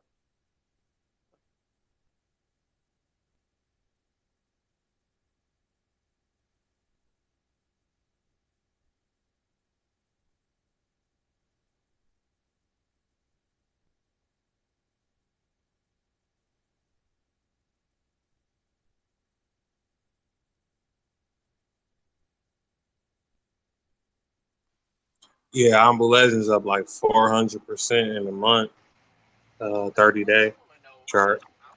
So it's like one of those moments where I try to explain to the guys, like, dude, just give it time, patience. You know, things going to happen. I accumulate. I'm holding a lot of these tokens that I have lifetime. I don't look to sell. I'm in it for the art. I'm assuming passive income to the point where I don't have to sell my tokens. I'm not trying to make all these quick flips all the time, but I got my short-term volatility bags prepared. But just for the most part, if things shake better than my expectations, then I'll add more to it to the point where I don't have to sell. But majority of my tokens or NFTs that I accumulate, even gifts, I don't look to sell those that I win. So I'm not money hungry. I know how it can be coming from the bottom, and trust me, I'm I'm not far from there. But I do look at this ledger and not take advantage, but more so utilize it for what it is. This is a business. This is investing, and you must be sure, very calculated and concise on what you say and how you present this shit to people, because you can put up all the disclaimers that you want, but how did this person find out about these projects? How you have to go to court for this shit. So I present anybody with the most accurate data, and these things that these people present is so invaluable to me. Excuse me, like the people that I name, I can't replace them. I don't look to replace them. If I see them in certain groups, and my little lady's not yelling, and I can jump on that call. Sometimes I just go on the call and just all I can do is I got two of them in one arm, one crawling everywhere, or depending on the situation, they everywhere, and it's just you got to keep it moving. You got to be steadfast and firm in your beliefs and understanding the data that you accumulate. So when I'm hearing these people speak, they challenging as hell. Just like the other day, New Zealand was like, he told Tuco, he was He's like, no, you fucking bloody do need 12. And the way he presented it and the way she presented it, I'm like, fuck, I dig that. But that's challenging to take it from that aspect because she asked the question on one of her giveaways and it was fair game. But they got him here. They got somebody that's very fucking challenging, blunt, open, and honest, transparent about the shit. I thought she had his ass hit. Not Hicks. It wasn't Mozzie. It was I can't think of her other host that she'd be having up, but they had him. But he's so damn good at what he do. He was like, look, in order to set a trust line, you do need to put the 10 down first, so it's 12. Like I fucking said, I'm like, oh shit. I'm gonna act like I knew that. But this type of shit I explain to people. So I was looking at it different. That was Y'all yesterday. laughing. Yeah, that was yesterday, when she was running the questions. Yeah. I says, I protest. But it fucked me up though, rippling in New Zealand. It did because I'm looking at it because if I'm helping somebody get on, I know they need 12. But how the question was presented and how you inserted yourself into that questioning, like you want to protest. Like what the fuck would he be protesting, right? So here we go again with I'm not even a seasoned veteran, but I'm like I'm very fucking challenging on when a person steps that boundary, and I felt like this is real shit. I felt like who is Ripple? He gonna go at too cold like that? So I'm like, what he gonna say? What he gonna say? So I'm riled up on the one end, but I'm like, damn. When he finished, I'm like, yeah, too cold. You take that too cold. I'm like, because he's right, and it's a beautiful thing because she don't be tripping about it. She acknowledged that, but she's preparing for the next quiz. So you gotta be active. You gotta be aware of these things. You can't just be Yeah. hell bent. But Yeah, let them know the big what we're thing talking is, about. People live in New Zealand. Let them know. yeah, the big thing is, when you do these, is that if somebody came along and said it was 12 XRP, she would have said no. She would have said the answer's 2. But it's the way in which you've asked the question, as to whether how you perceive the answer to be is right or not. Like I could have challenged also when they talked about the number of XRP that's been distributed. Well, in circulation, the accepted answer was 100 billion, where in fact that's not actually the answer. When you look at the true answer is what's after fees have been paid, and after all the burns and what have you, and like there's only 99.989 billion in existence now because all the others have been burnt.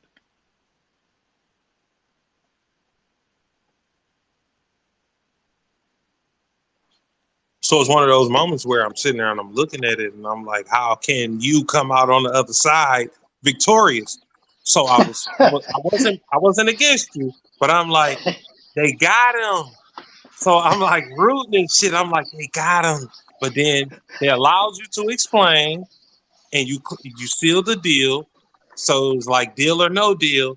And there's no deal really. That you gotta accept what it is. Like that's I dig that.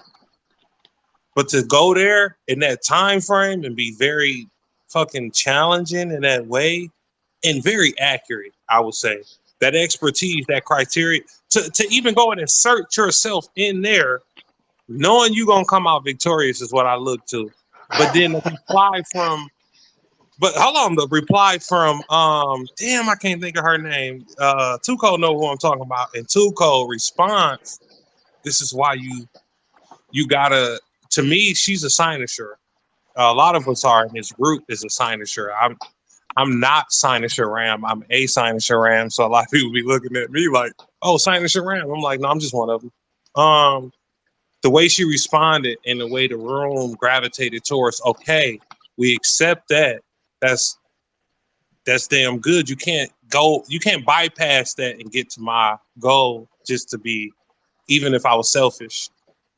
And she put that out there, and she rolled with it, and she stuck with it, and she was understanding on what it is, and now she's prepared for your ass for the next time. So a lot of people thinking they be getting away with stuff, and she hit.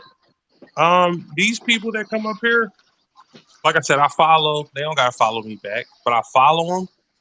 I look to see what they say, and they've been at this. They got the expertise, and sometimes they can be wrong, but you got to find it. They almost had you though, Ripple it in New Zealand, but Almost.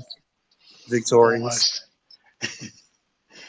The big thing is, when you're dealing with people like that and giving information, and it's I think of it as education. Bring a bit of humour to a learning experience, and no better time than in a contest, and raising a protest, because it's the last thing she would have expected to have. But at the same time, it's a learning thing for people to understand that there are some requirements before you can set a trust line in their circumstance, and that you have to have at least 12 XRP, otherwise you can't do it.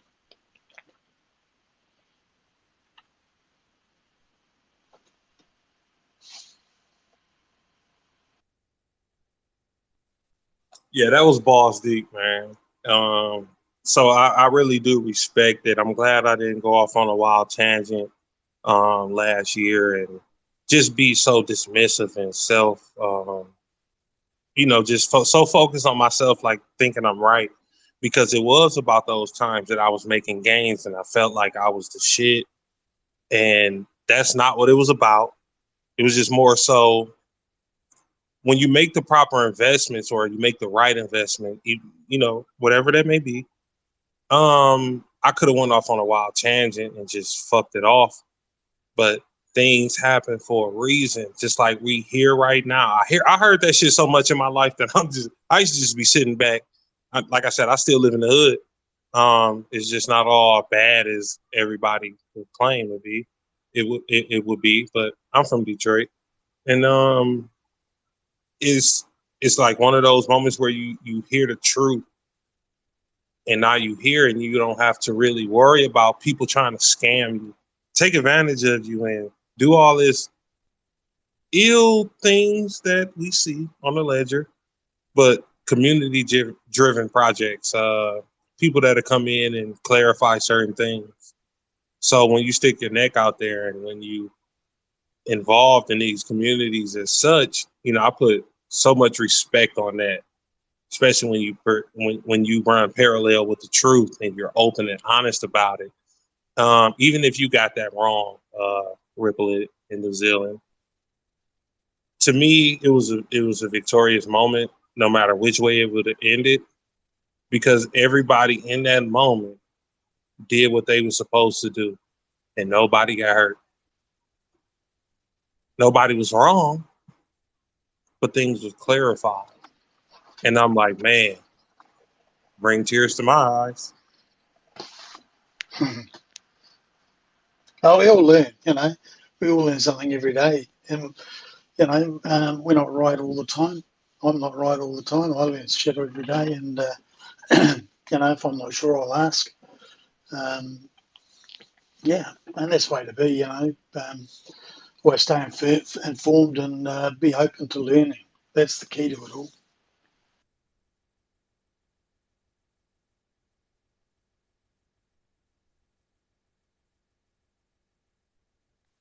Too Cold, you gonna hit us with that good shit or not? Like, it's getting late. Oh, damn, I don't even see X rated no more. But no, that new toy you got is fucking hilarious. I don't know how did you get me in there in that position, but it's an honor and a privilege for you to be doing that, especially with mine. I'll sign off on it. You can do it. Just do it. You sign this around whenever you want to be, but that really make me feel better, make me feel good, make me sleep well at night. Sometimes it keep me up because I want to make sure I'm staying on my path and just presenting this truth to people, not just trying to FUD or FOMO and cause distraction, but help align, create the balance, and keep people on their path. And again, man, shout out to all these great people that's out. If you listen to this, I'm talking to you. I'm speaking to you, even if you don't think I am. This is one of the most amazing things I've ever experienced, man, having these people being able to be in a conversation. You know how hard it was to get Xrpl in New Zealand, Chris, all these people on a space call. Some of them will tell you I was on plenty of space calls, but they talk, they communicate, they out here trying to, whether it was a quick joke or not, that's comedic relief. I'll accept that. But that information comes down, all I can do is respect it, bow down to it. And it's deep, it's surreal, but I thank everybody. It's a humbling experience. It's a humbling experience.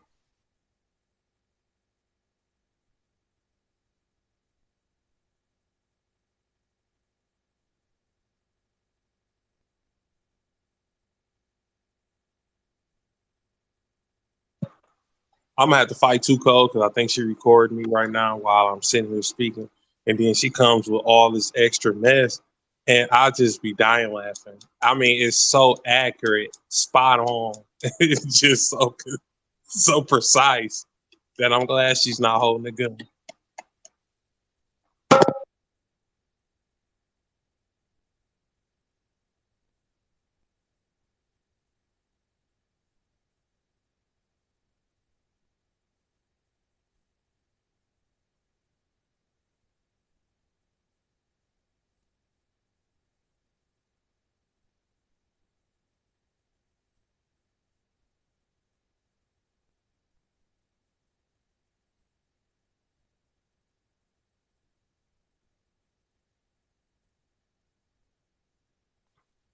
I'll play music if you guys don't want to keep hearing me speak and engaging. I feel like Tuco right now. Damn, I'm taking over her space. Yeah, you just behave, young lady. I got this. Xrpl in New Zealand. You got the first 30 minutes. Chris, follow Unity. You got the rest of the night after that. You got 1 hour to prepare. Whatever you have to say until the sun comes back up. It's 10:55 p.m. Eastern Standard Time over here. I look, 5:30. So you got 7 hours. So Oh you yeah. better get it. What have you signed me up to? Man, just whatever you want to speak about, tell us, like inform us, let us know certain tactics. Shoot us with, I mean, hit us with your best shot with the, just capturing those images you be posting on Twitter. Any information, any data that we can use, utilize. We don't take for granted. I don't take for granted when you speak. Yeah, that's a hard one. So, yeah, photography. Jesus, I take photos. Travel the world to take photos. Um, but yeah, photos are funny things. It's like most things artistic. You've got to be in the moment to be able to take a photo and give it some feeling and give it some passion um, and make it connect with you. You know, if you don't have that, if you don't have that connection, you know, your photos are flat, they're boring, and they're just snapshots. So yeah, thousands and thousands and thousands. I've got hundreds of thousands of photos, and very few of them are what I would call special. Most of them are just boring throwaways that I keep. Can you remember that day you inboxed me? You was like, Tuco and Pearl ain't talking about shit compared to what you talking about. That's her little camera that you was talking about. Can you explain to us, like, those different advantages that you have over what Tuco is offering in her photography? Well, each photographer's photography is their own personal work, you know, and whilst there are some set rules around photography, you know, as to what is perceived to make a good photo, A good photo is in the eye of the photographer. The other ones who deem whether it's a good photo or not. And so what I perceive to be a good photo will be totally different to what you perceive and what Too Cold perceives to be a good photo. And so, I've seen many a photo that I regard as something that I wouldn't class as a good photo. Has done very well at selling, because it's in the eye of the beholder. Excuse me. And it's entirely up to them and to the people who portray the photo. And I can honestly say that I've put out photos that I thought were shit, and people have loved. But yeah, it is. It's all in the eye of the beholder, and nothing to do with the camera that you use. Um, I've got some really expensive cameras and lenses. Some of my most liked photos have been photos I've taken with my iPhone. So it doesn't matter what the camera gear is. It's the image that you take. You know why I brought that up? It was because of Rothschild, that guy that came in here. He paid you homage. He was more so looking up to you, but when you didn't tell him what he wanted to hear, it was shocking to him that you would still side with Too Cold because you did your research. You've been vetting these projects and different things that's going on the ledger. And then what ended up happening is it backfired in his face, and he was like, "Oh, I don't have, all the equipment that Ripple in New Zealand has." And I'm like, man, you didn't come here about no damn equipment. You came here to expose Too Cold that week, and he couldn't. There was nothing to expose. Everything already been vetted. Everything already been looked over. But he was damn sure he knew you was coming with the thunder and the heat and the fire to say, hey, Too Cold, you done fucked up. We on your ass. But when he didn't hear that, he was just baffled.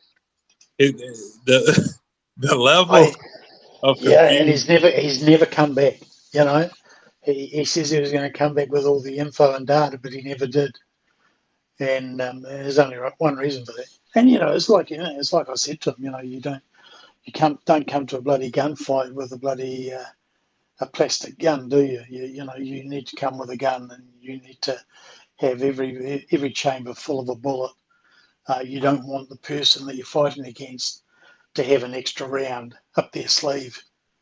You want to be able to match them every step of the way.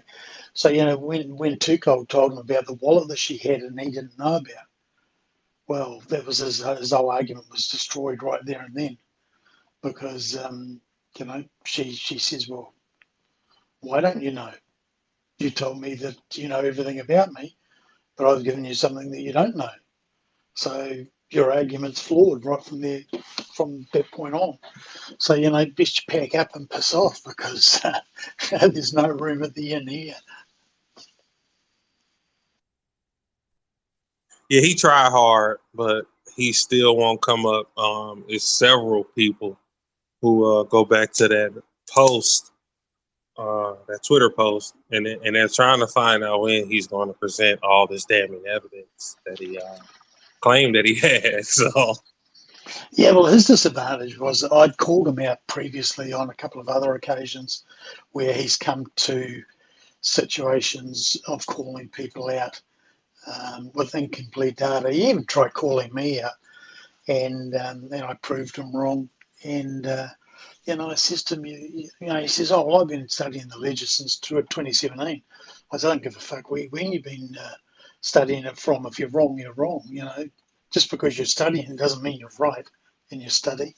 I says, "These are the facts, and if you don't understand how to read it, I can sit there in front of a Japanese book and read it to myself. Doesn't necessarily mean the words that I'm reading out are right, because I wouldn't have a clue what Japanese is." But yeah, that's the sort of the way he works, he gets hold of something and thinks. A classic example is the people who turn around and say to you, you know, this particular wallet's got thousands and thousands of child activated accounts. And you say to them, yeah, that's because it's an exchange wallet. But they're all of the impression that it's somebody's wallet. But no, it's an exchange account. And of course, it's going to have thousands of activated accounts. But those activated accounts don't belong to the exchange. They belong to the people that activated the account. So they're not representative of the account that the person holds on the exchange, those child accounts. It's only representative of a person who used that account to activate that wallet. So, yeah. And it's understanding that. It's understanding the ledger. And the more you play with it and the more you do things with the ledger, the more you understand it. And you understand how it functions and how wallets work and you know how you can be connected to a wallet when you aren't actually involved with a wallet purely because somebody sent you some XRP that activated your wallet and all of a sudden you're linked.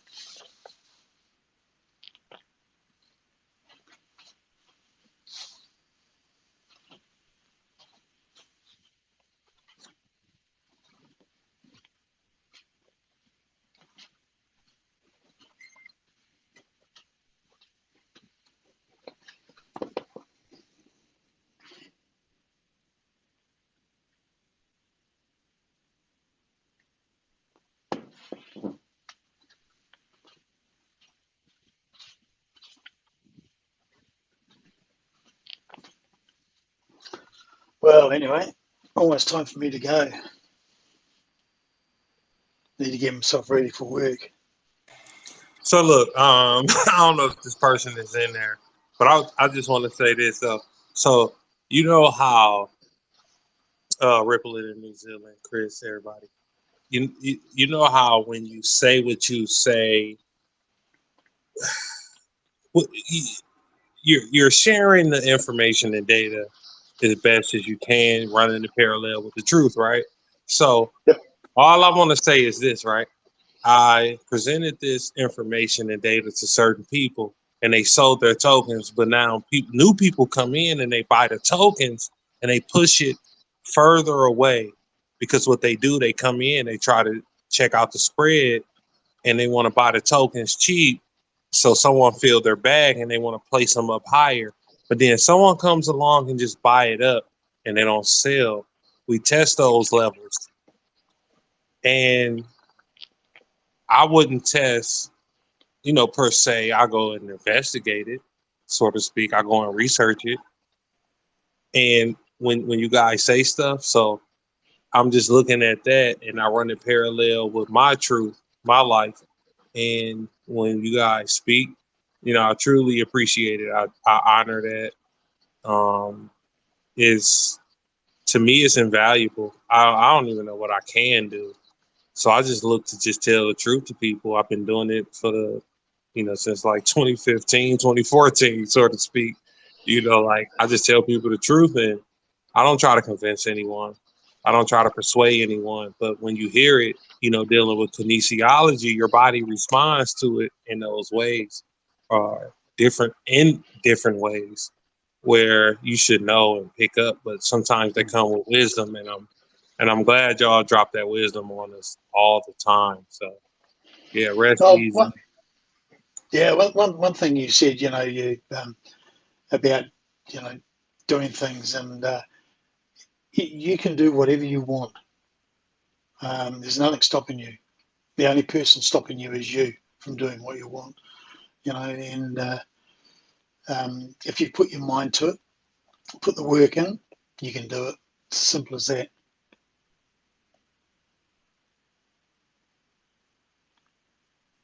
Yeah, I agree.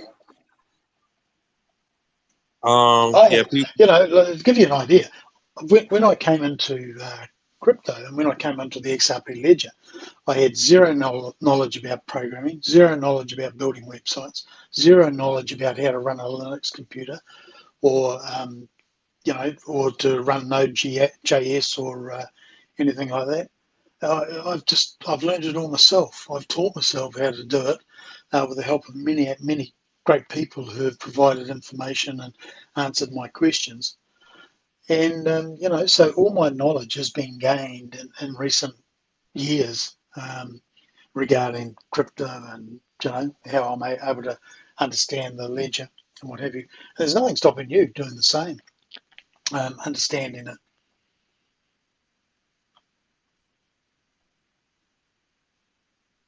Yeah, I'm autodidactic. I dropped out in. You still here?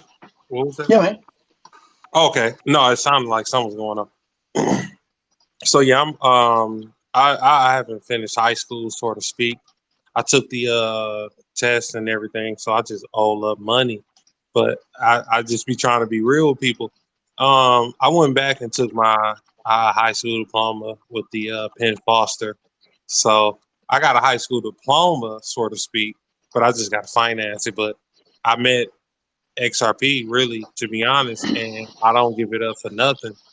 So it's just a matter of just finishing paying out or finishing out because it costs money to take those online courses and whatnot, but it comes from one of those accredited places where you get your high school diploma, and I finished that shit in like a month. And and this only goes to show how old and out of whack those people were, offering a GED of that nature. But at the end of the day, is really trying to stay focused and stay true to myself. And when I hear these different signatures, I it's intriguing to me. So even like just being honest, like I just gotta put that out there, all of you just have my mind baffled where some days I might not even say anything. I just be sitting here listening, and it can be the most simplest thing and providing clarity or reassurance that great minds might think alike at that time or on that, or just the progress that I've been making. I just want to, just shout y'all guys out anytime, and, just looking at that and from that aspect.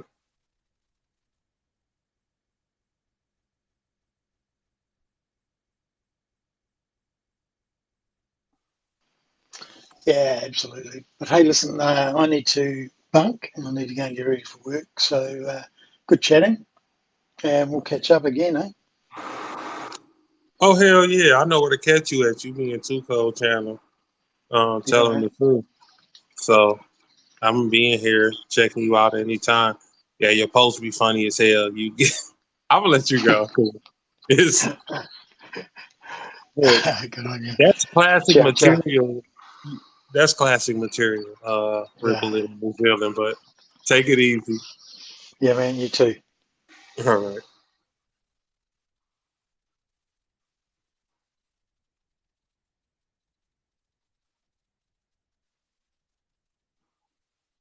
Too cold. What happened? Unity. I ain't heard you speak all day. Unity. What's going on?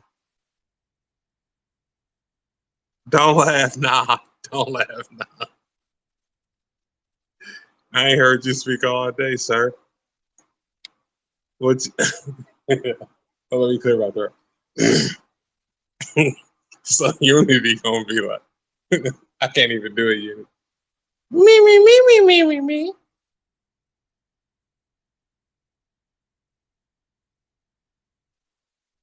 Y'all think I'm joking, but Unity sound like Barry White. I swear to God, he's infused with Isaac Hayes. His voice is deep as hell. That's all I'm trying to explain to y'all. And he lure you in. I don't know if he an angel or a devil, but all I know is that that's a hell of a voice when you hear it. Ain't that right, Unity? Hold on, Too Cold. Really, you did not go to sleep this early. There's no way Too Cold is sleep this early. It's price action going on everywhere.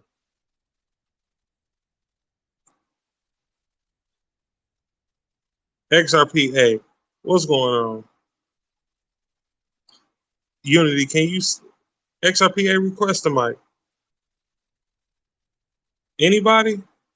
Somebody? Back me up. I gotta go pour another drink or something.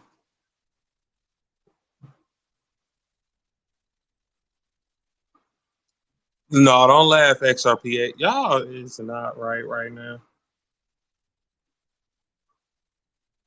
Chris, can we have a conversation? Man, just tell me everything. Whatever you want to get off your chest. I'm about to take notes. I want to pour this drink first. Hello. Sign up. What's going on? Yeah. Morning. Anyway.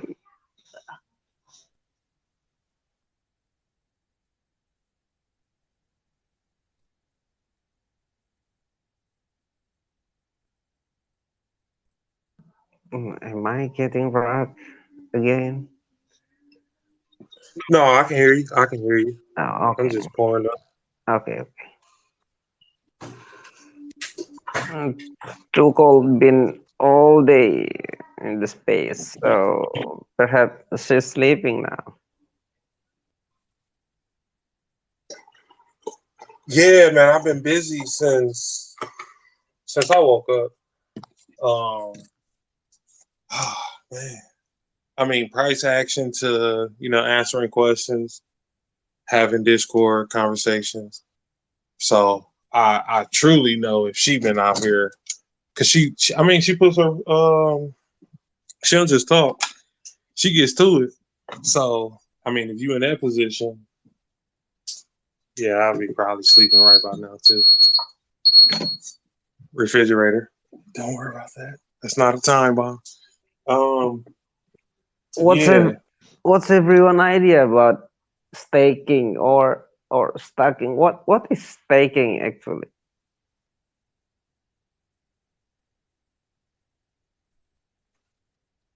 I mean, depending on the protocol, some of them want you to. I mean, Chris, did you hear that question? Y'all got to Yeah, be. I mean, Chris, what is staking or stacking? Staking your coin, this coin and that coin, you gain that coin. The first coin you stake, the second coin you stake, you got the third coin. What is that? How is that benefit the coin is stake? I mean, how will that benefit the deaf? Anybody? I can answer it, but I think Chris is the one that can provide that, and then I could potentially speak behind that. If you want the best answer, Chris, it look like he's available. Chris can potentially offer a better explanation or understanding before I go and attach myself to that. Chris, if you available.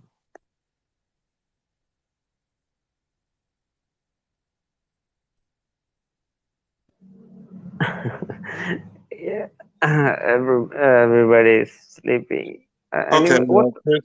Yeah, Chris. what time is there, Sino? I mean, to me, staking is more so involving. I mean, depending on the protocol, depending on the blockchain software, whatever, however you want to put it, that you'll be getting involved in. So you always got to read the fine print. But staking is just basically holding a token or several tokens to meet these criteria in order to receive. I'm assuming what they'll call passive income or a reward. So they call it staking rewards, whether you want to make it passive or not. So depending on their blockchain protocols and the procedures that they want, some differ from others.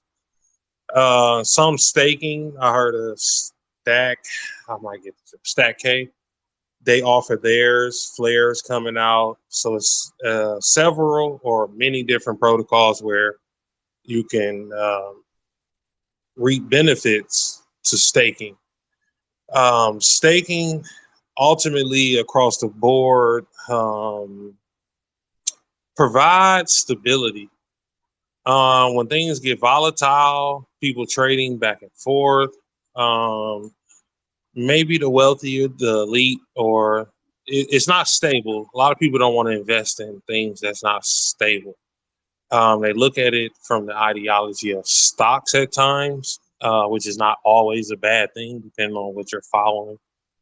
So you're sitting in a position where you're trying to say, hey, I'll pledge this amount of tokens, coins, currencies, NFTs, this amount to this cost for a reward. So some of them offer you to stake via the, just hodling. Some of them stated where you have to relinquish basically your rights or not give up the keys, but just more so trading the possession of them. They take custody of your tokens while you're going through these processes. So not all are the Chris. There you go, Chris. Jump in anytime. If I'm Chris got his hand up. I don't know if you guys are going to be able to hear me. I'm rugging really bad. Am I coming through or no? Clear. You're clear. Go.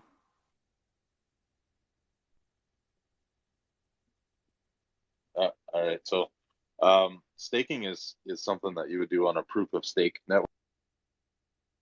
That network are required to hold a large amount of currency, and that's to prevent bad actors on the network.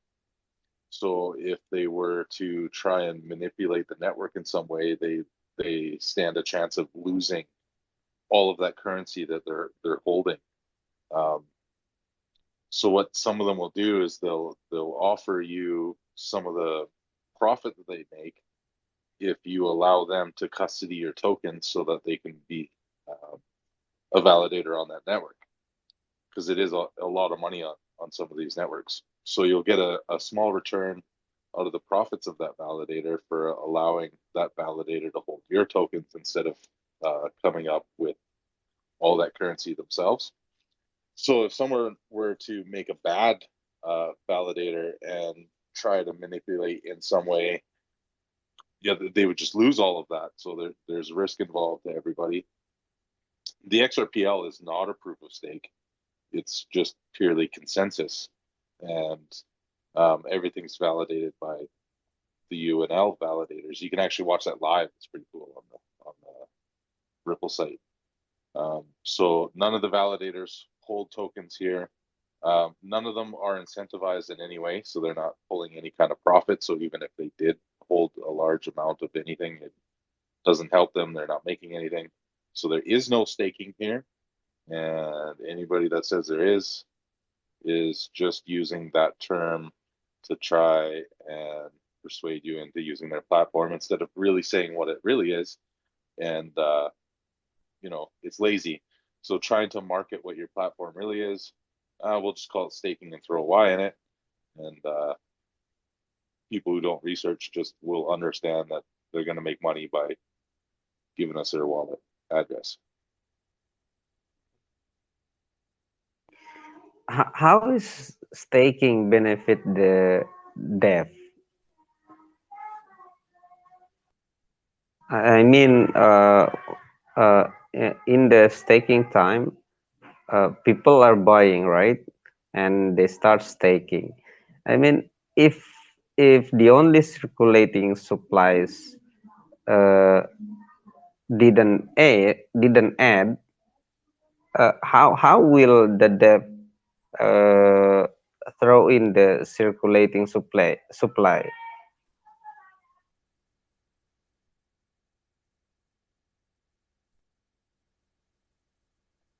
My connection's really bad. I didn't catch all of what your question was.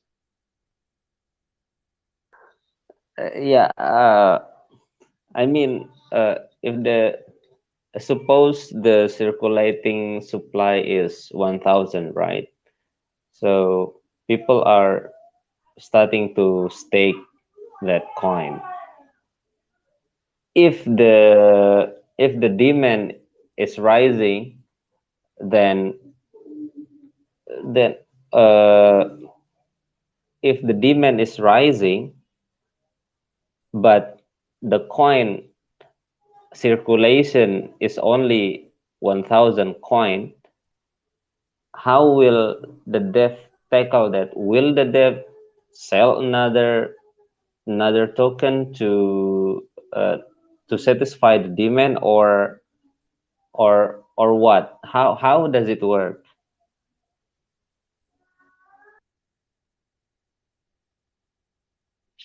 So I'm assuming you're talking about like on StakeX, like Xrpl.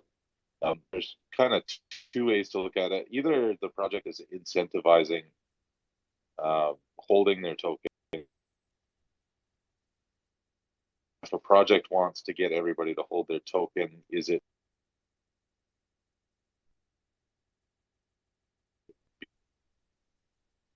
or is it to remove all of the competition in selling the token so that the holders hold? So that's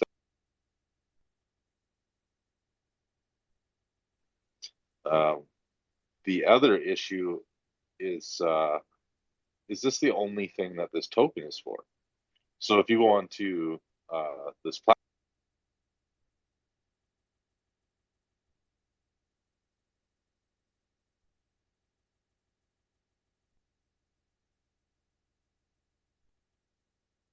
Yeah, your signal really bad. I think you're rug again.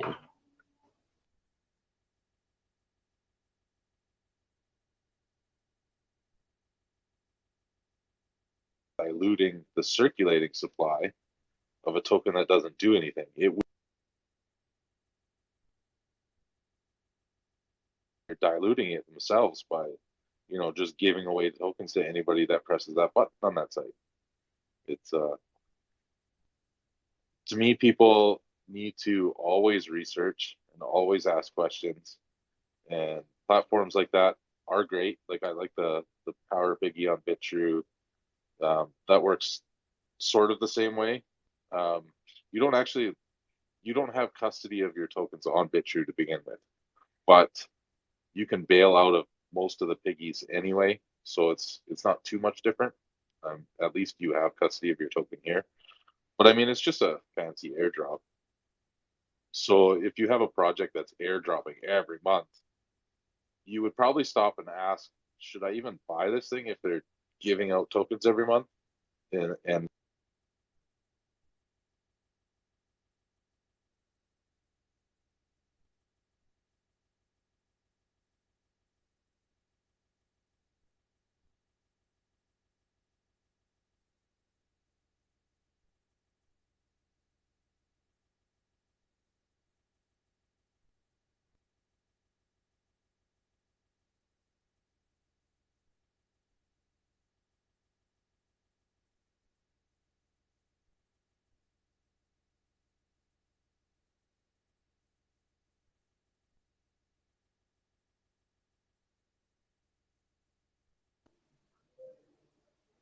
Yeah, I didn't catch that all, but I uh, I start to understand the the thing about staking.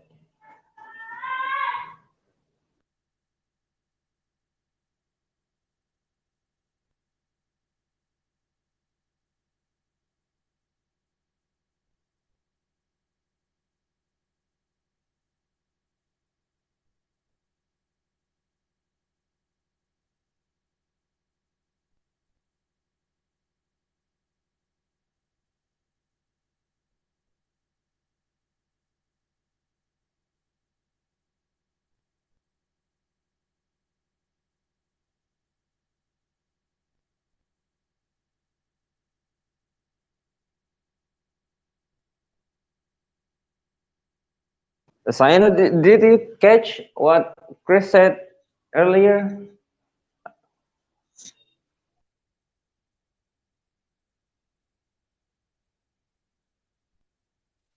Hold on, say that again. Did you catch what Chris said earlier? I mean, I lost I Yeah, for the most almost part, yeah, you just got to be aware of what you get involved with. Um, Damn, I mean, yeah, I that's why I almost said like Chris didn't asked hear about what the tough ones. Yeah, say it again. I almost didn't hear what he said. I mean, I lost his voice. What was the last thing you heard? Uh, it was about Beetroot, and I lost it. I mean, maybe he's talking, but he got drugged. So the idea of staking is I, generally I understood the idea, but how can that benefit the developer of the coin if it's not spent coin? Hold on, you rugging a little bit yourself as well. So can you say it one more time? Ah, It's cool. uh, We here all night. I'm assuming. I think what he's trying to say is, how does it work? How does staking work actually? That's what he's trying to say. That's what yeah. Chris was trying to How explain. how Was oh, go ahead. how does it work? I mean, how does it benefit the developer of the coin if the coin is not selling? I mean, it's just giving the people coin, right? If it's not selling, then the demand will go up because people not selling. You saying potentially not buying it? Well, demand, if they're true to what they state and the protocols and procedures that they take to ensure that people will get the benefits that they deserve, or that that they stipulate, yeah. But he's also stating that that goes against a lot of other things that don't quite help the project. They're bullshitting. Um, what was another one where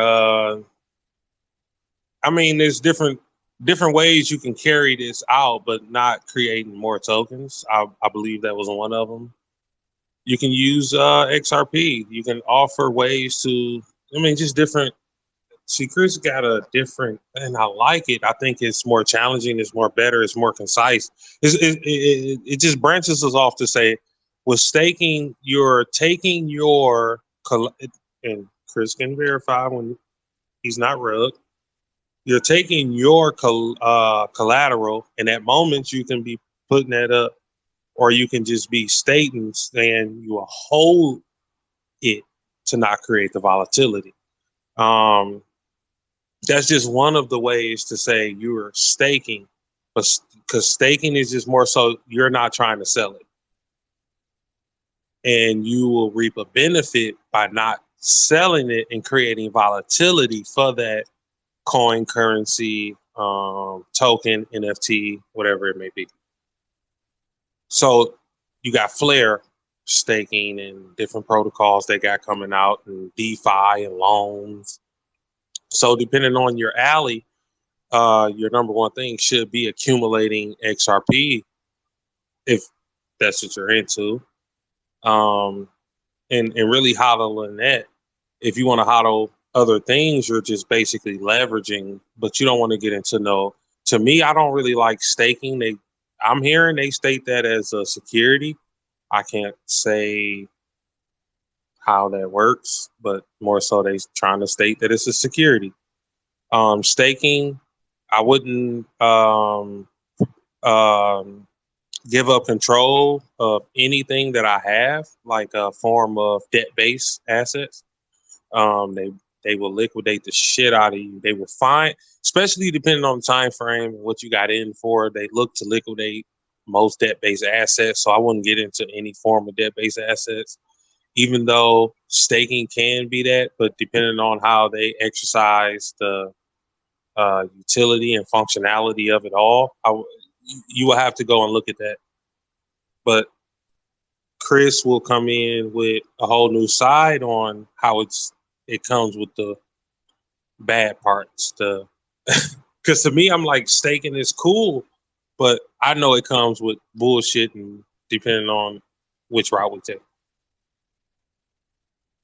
So, so if staking is going on and the price is rising, right? The price is rising because everybody is not selling.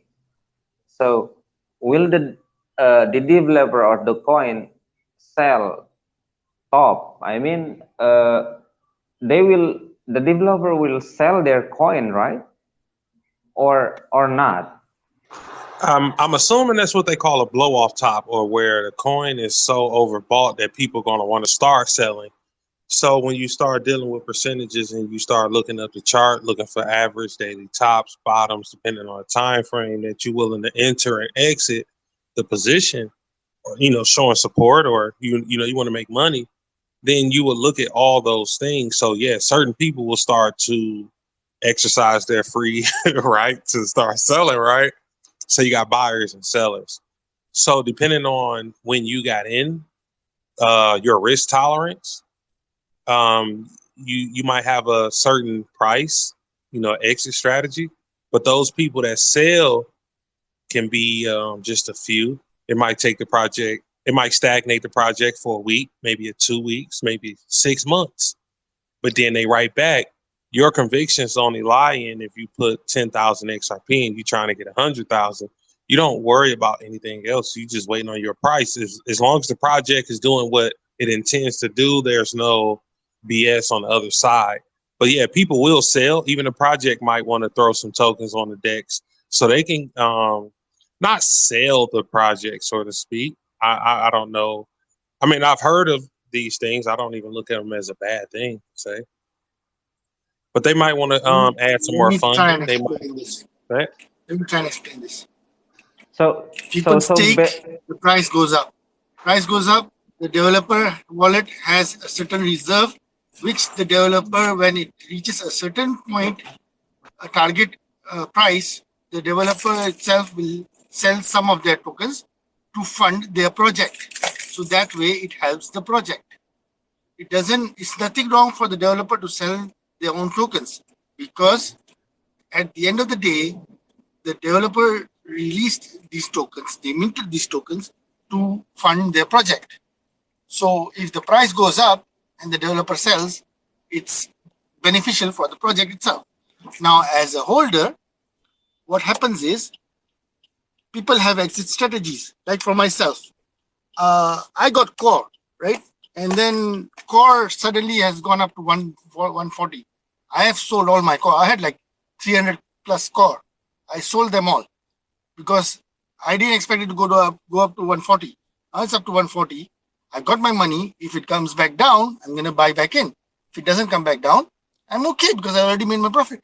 So that's my strategy. You might have a different strategy. So when somebody is selling, somebody else is buying. So that's how the market works. It's a free market. There's never going to be a situation where nobody wants to sell at all. There's always going to be somebody selling. There's always going to be somebody who want to buy. I hope That's that a helps. clear. That's really help. I mean, is it really legal to sell for developer to sell their token? Yes, that's how they. I mean, once you go to their white paper roadmap, they must have operational costs. So some of them might do a pre-sale. So when you're dealing with Ambu Legends, Alex, he did a pre-sale, 500 tokens at 50 XRP price point. I didn't know that that's what the price was, but let's just keep that moving. So he sold out. He might have placed a few on the decks, but he's using that to provide extra funding for the project. He's not dumping. He's not taking those XRPs and cashing out, so to speak. He's using those XRPs, just like multitude of different projects will use those XRPs. Maybe they might cash out a few, long as they're not dumping majority, or if they're trying to play it like, oh, they didn't really do that, so to speak. As long as they answering the questions, they providing that type of work, I wouldn't mind if my project that I'm in, talking about right now, Humble Legend, if he wanted to sell some, I wouldn't mind that. It depends on how many, what time frame that you would do that, but I don't have to worry about that. We already have funding for majority of everything. We just gotta wait the time. We gotta, keep it moving until XLS and certain things happen because certain things are coming up into the play. But these things happen. But he already captured his funding for the game development, marketing. We just haven't started marketing. I'm the only one that been marketing in that position because I just feel damn good about the project. Is I've gotten people that want me to market for them, but they offer me peanuts. So you know what I tell them? I'll just market the shit for free. Fuck out my way. Why would you sit here and offer me something so chump change that they know my wallet and I'm not no fucking baller? But it's crazy if I showed you what they trying to offer me and I'm like, I do that for free. I love the project, but don't play me like you gonna offer me a couple hundred XRP and we not talking on the time frame you guys would be talking. Look, I'm not even going there. The point that I'm making is I do this. These things happen. People are here. And this is only the market that we can say potentially the bottom. We might go down further. We might. But just understand that the things that's coming to the ledger will be a standard, not just for the ledger, but for all other blockchains as well.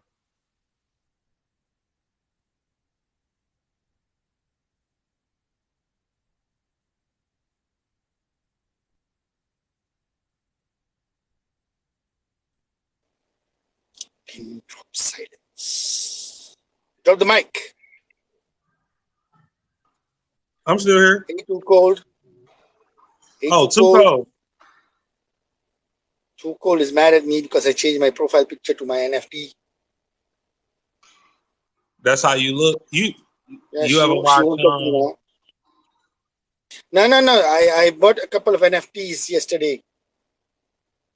So I minted them.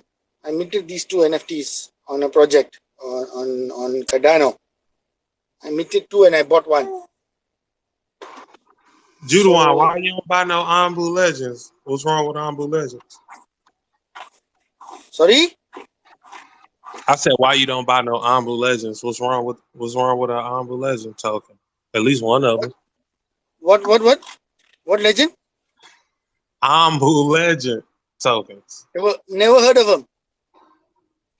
I post the them. marketing sucks. Yo, who? The marketing part sucks. I've never heard of them. The marketing? That's Sino's project, sir. I know. I'm Legend. kidding. No, it's not my project. No, I'll be honest. Like, that's how I roll. I'm just a supporter of the project. Send me some details. I'll have a look. All right.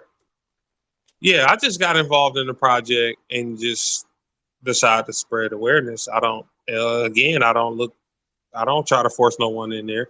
I want people to, if that's what they feel, if you like the project, cool. I'm not here to shield anything of that nature. No, you should shield. Why shouldn't you shield? You have the mic. You have the opportunity to sell platform. Well, shilling has a bad rep with because when I got into space and I can provide all the things that I say. Shilling got a bad rep because those people that were shilling a project, shilling just become more so a one-sided conviction, and they're not actually paying attention to what's going on. So it's a half truth. It's not me. It only gets to the malicious part or deceptive part when they actually be deceptive. But some shillers truly believe that what they say is correct. But they won't try to provide you with no information or data. Shilling is fine by me because if you don't shill, then I wouldn't know what your project is all about. So I look at shilling in a positive light. Some people might look at it in a negative light, but it's up to them. At the end of the day, we decide what is right and wrong. We decide whether or not a project is good enough for us to invest. So do your own research. That's what you know the vibes. I gotta Right, right, go for right. a We while. know. I'll be back later. I'm gonna be back later. I'm just dropping into the store to buy something with my kid. I'll come back later. See you guys. See you. See you. For sure, get you some Ambu Legend tokens and NFT card. But yeah, I dig that. Um, it's just more so shilling got a bad rep. I'm, I'm not saying I wouldn't shill, but I'm not just in the shilling. I just want to provide the clarity. If you have a question, okay, what if I'm sitting up here and I didn't think of a question, and I'm so hell bent and just so just firm on my beliefs on this project, any project that it may be, and then I'm sitting here and don't nobody say anything, but then you hold, maybe you have a question but you don't want to ask it, and then you end up asking me, and I take a whole nother course, not just because you asked that question, but more so because that holds value, that holds weight. That's how my brain operates. I don't just you're not gonna just sway me, but if you ask me a question, even if it's not in a good way, it might take me a little time to figure it out. But I don't just let shit go. I might it might come right back at you like, oh, I don't give a fuck. But honestly, I'm thinking about what was said. And I'm trying to think about what was said when it was said, due to the simple fact that I've been so wrong before. I had my convictions where I was so wrong that I thought I understood what these people were saying or that person stated and meant. But now I just look at this shit for what it is. You want to know more? I'll tell you all I can. You ask a question. Sometimes you might ask a question and I was thinking. And I'm like, oh no, fuck that. I'm going to ask him this. I'm going to ask that person that. I'm going to say, hey, not only does this person want to know, I want to know, and I seen somebody else say they want to know as well. But what is this? How can we get to the bottom of these things? And I, if you're not answering that, I'll just tell people like, look, it's not working out in our favor. It don't look good. I think we need to focus on more or another project.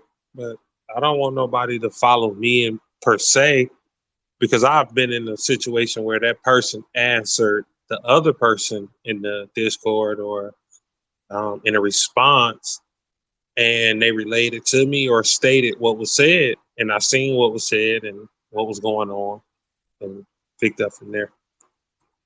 But yeah, yeah, shit is amazing right now, especially on the ledger. So many ways you can uh, find value. You don't have to always make things up. You know, it's out there.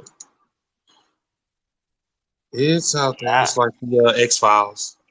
Yeah, it's really great to hear that from someone who is really supporting the project. It's quite rare to find someone who is generous enough to answer every question about the project he's supporting. Yeah, if you have a question, if anybody stated anything, just like Two Code, she going to get that information for you. Or you might present something that we don't know. We trying to go find that information. So I'm mostly self-appointed, and I'm genuine when I say like I didn't know people got paid to do the shit that I'm volunteering to do because I like projects like this that I'm involved in. I like X Punks, OXP, Expectar. I like these Combat Kangas and just so many of them. Super Eagles to Chris, the other one, Artie, because I had that original airdrop, all that. Yep. So I enjoy these different things that's being presented to us. It's just we get lost in ourselves. Sometimes it's not bad. we can make it a lot of times where it's not good at all. Like we get locked in at times where we think we know it all, and I've been called out in front of, like, as I'm stating it, it been just called out in front of my face, and I'm not about to argue. If it's the truth, and I know it to be the truth, then I gotta go ahead and apologize. But sometimes people will argue knowing that they're wrong, knowing that they shouldn't be arguing that. But this is the ledger. Everything is tracked. I just say I wouldn't mind doxing myself, but it's just more so people. I feel too cold when she don't want to step out and get out here and show her face. I mean, to me, we should protect her, make sure she okay, make sure she all right, and ain't nobody fucking causing her harm. That's cool with me. But at the end of the day, we can't force her out here and show her face and be vulnerable. Nobody's there to have her fucking back. You know what I'm saying? Like, we got to have each other back. And I wouldn't tell nobody no crazy mess, you know what I'm saying, to get involved with. Um, and I pick up on that.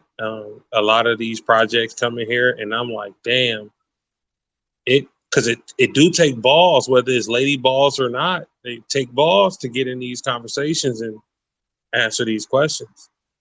The community comes up, present themselves as such, and they answer them. Sometimes they can't even answer them, but it's not like they being deceptive. It's just more so, maybe it's an NDA, or that's a hell of a question to ask. A question, answer to be, demanding of an answer of that nature. So, yeah.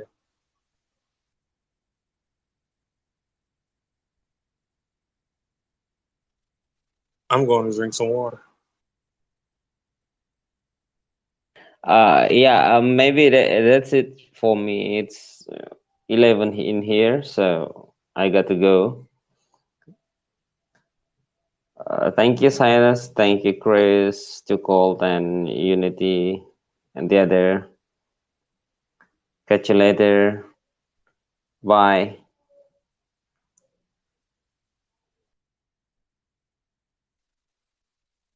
Yeah, he was getting out of here. Unity, what'd he say?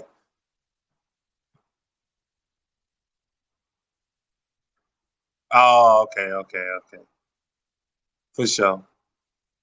But no, man, I look up to these people. Chris, Xrpl in New Zealand, got the hell up out of here. But those are different perspectives. Um,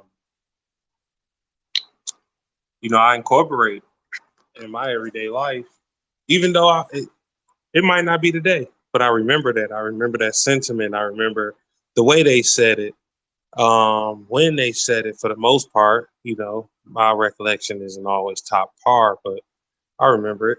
I know who said it. I remember when, you know what I'm saying? Like, I go back and recollect these conversations. So a lot of conversations that we have, yeah, I go back and think about those and just press rewind mentally and go back over those situations, because I want to be as accurate as possible. I don't want to give anybody false information or misinformation.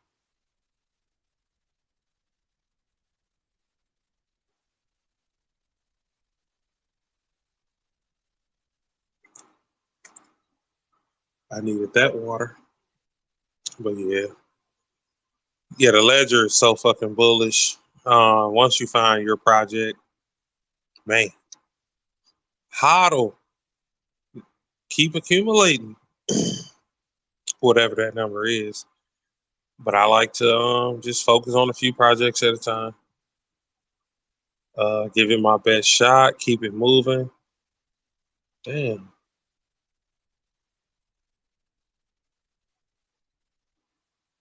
Wow. No, oh, damn. No, my bad. I'm thinking that was something else. Yeah, expect they've been clowning. They've been clowning real bad. I think they made it up then at 20 cent. Let me see. Expect they went up to basically 20 cent. I give them 20 cent. 0.199499 XRP, basically 20 cents. I look at XRP as my currency, so I don't look to sell much XRP for fiat at any given moment. So many use cases for XRP that shit. It's a currency. For what it is, I'll just buy what I need using or utilizing XRP. In that way, that's what it's for. Yeah. Look at it like your savings account. More volatile, more reward. And it's actually less risky than the conventional savings account because you will be the non-custodial holder of a wallet and you don't have to worry about what anyone else say. You do have to find on and off ramps. That's how they get you. Too cold, really, you sleep right now. OC, did you feel me, bro? Stop laughing. Wake her up, Too Cold. OC, wake Too Cold up. I know you could do it. Too cold. This is your. Can you hear us now? I'm about to put this on Bluetooth. If you can play us those beats, man. If not, then I appreciate it just for the try. I tried. Oh, those. I'm on my phone. I'm not on my computer right now to route it through, bro. Dude, you got it, bro. Whatever. I don't know. Look, I'm just be honest. I don't know how you came up with those beats, right? But whatever it is, you may not be finished with those beats, and some of them may be finished, ready to go, right? Wait. Whatever that What beats? What beats are you talking about? man, you played those beats. OC, you played shit out the. I'm not even. Nope. I can't even. I know them when I hear them. You never gave a description. You just start playing the beats, and you asking us which ones do we like, and I'm like, man, if you don't fucking get out of here, I don't Bro, know if you.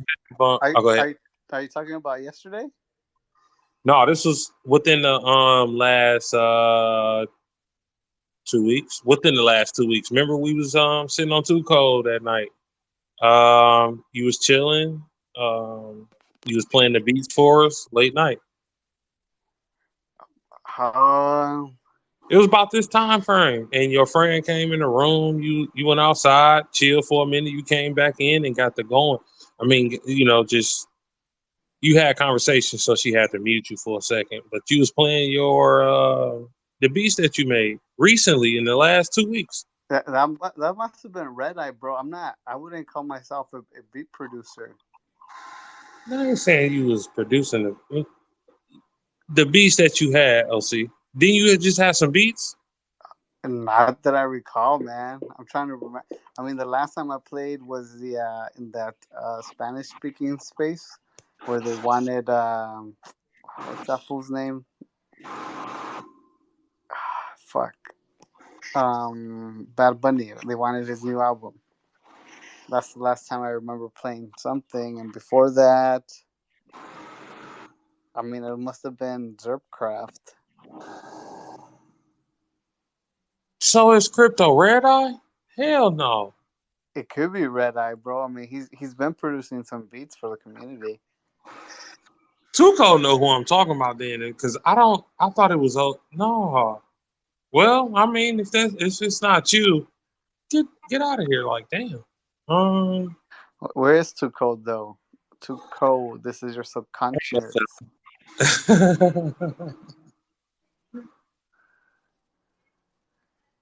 No, it wasn't Crypto Red Eye.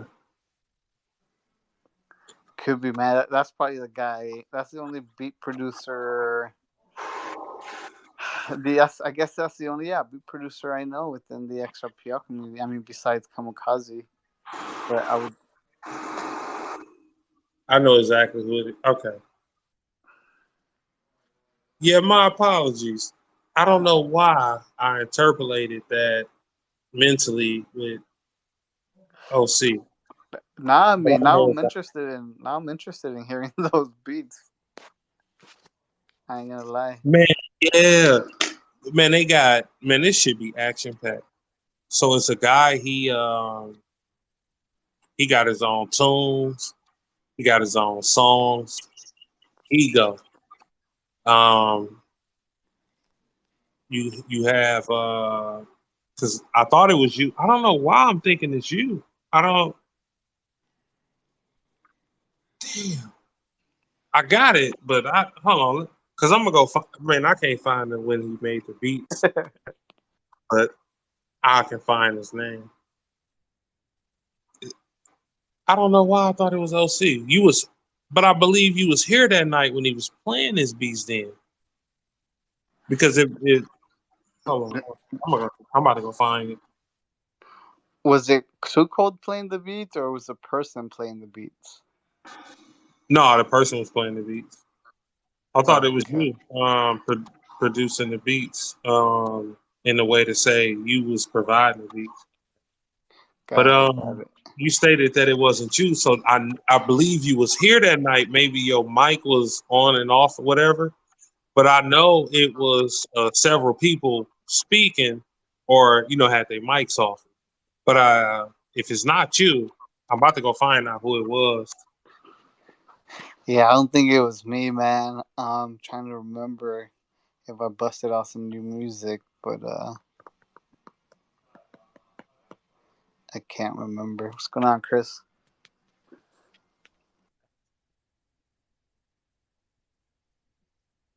Oh shit!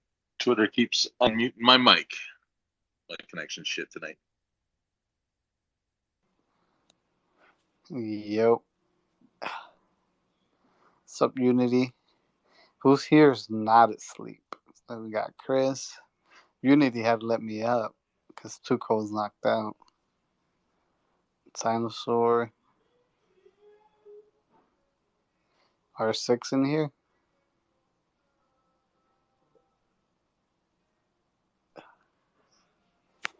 Oh man, I need to go to the fucking bank.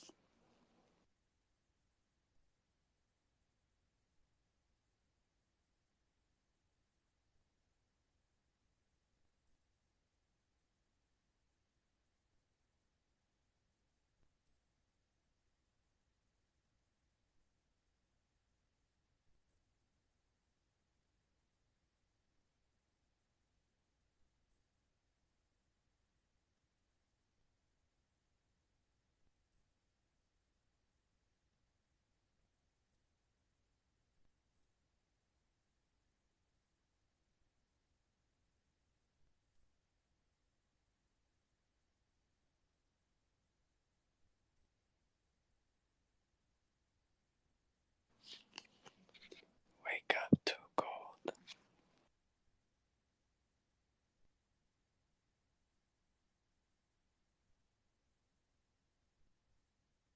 Yeah, I ain't gonna go to the bank if I keep laying down. Yeah, I'm gonna find that name. But I swore it was you for I don't know why or what weird reason why. But then I want to get to the bottom of that. But yeah, Tuco been out for a minute. I don't know, taking a break or what.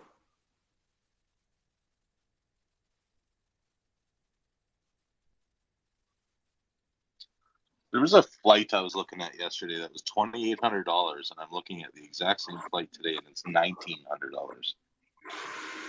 I hate booking flights. Is that the same day? Same day, same airline, same site. Different day. I mean, different time frame that you looking. I wonder Yeah, what just what the hell do that be? Look, I'm not flying. I just want to know what the hell can that be. the only difference is I'm looking on my computer instead of my phone.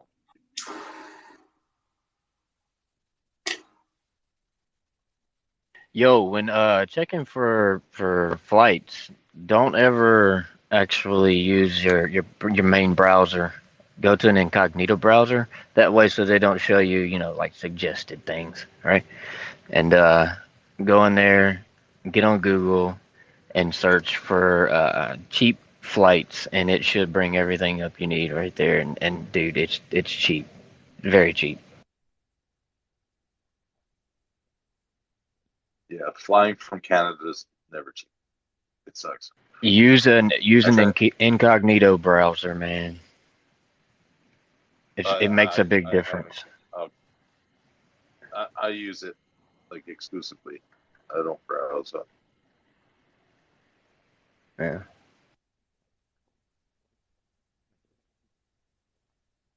But yeah, if I was willing to spend a day to drive into the States, I could also save another $1,000, which is crazy because it only takes me a few hours to cross the border.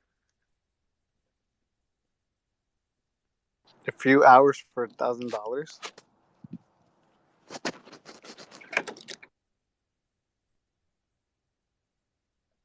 Yeah, it ends up kind of eating up a day though, because there's certain times you don't want to try to cross the border, and then by the time you get to the city you're trying to get to fly, parking, and you might as well stay the night.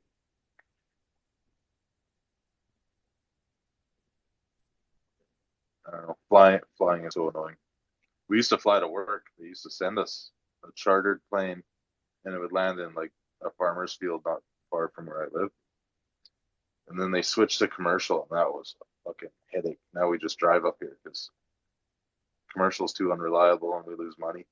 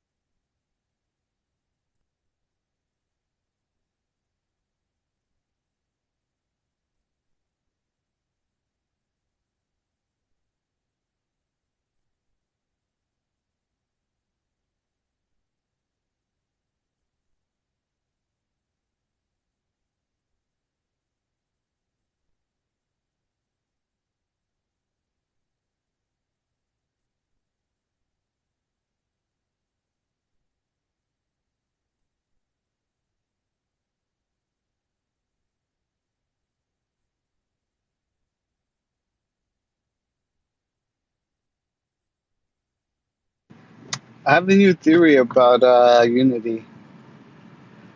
I think Unity is artificial intelligence. And the only time we heard his voice was when the owner, the master, was first booting Unity up online. And that was pretty much all the intro we need for us to be tricked into thinking Unity is a real human and not artificial intelligence. Um, that's my new theory. I ain't gonna lie. I'm scared. So Unity's a replica.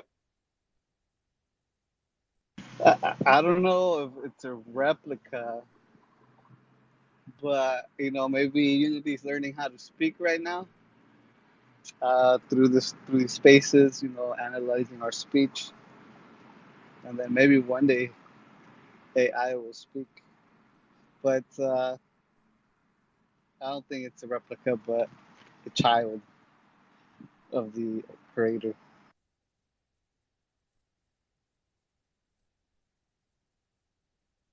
What happens if you send an AI to learn how to speak in the goblin spaces?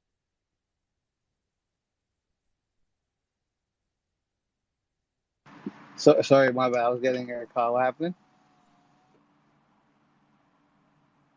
I was saying, what happens to an AI if you send it to the goblin spaces to learn how to speak? I haven't been to the Goblin space, to be honest. Um, but I don't know. I think Unity was purposely planted in too cold space to not only learn proper English, but to learn the foul language of the English vocabulary.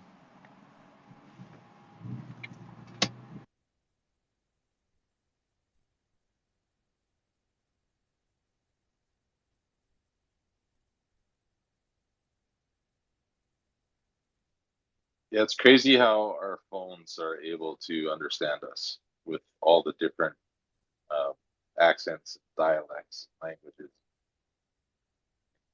It's pretty crazy. I actually lost my phone today while I was on the quad through the bush, and I ended up having to retrace my trail. And I was just screaming, "Hey Siri!" Until it finally responded. I found it.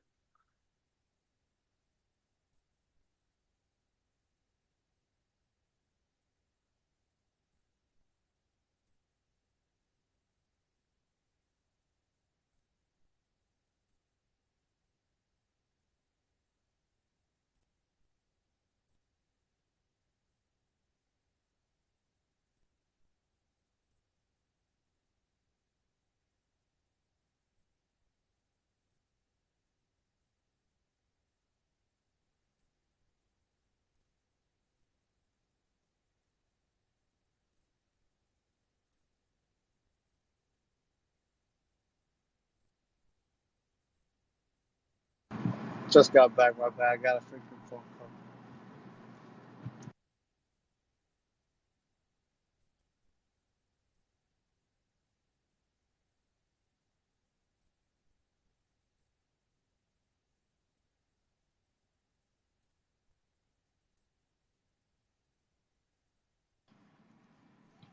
Too Cold Sure is gonna be posting a long recording.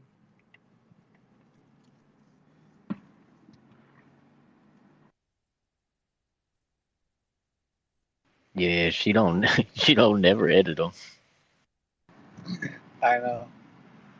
It's a bitch, man. To be honest, it's probably the most boring part of production.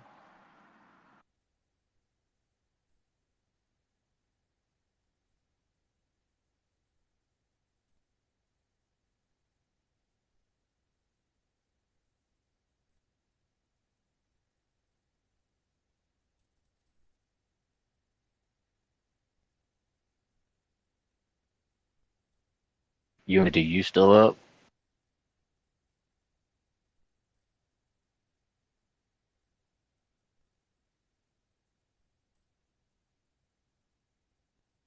You see how Unity took a little second to activate? It's in sleep mode. And they had to process it. I'm catching on to you, Unity.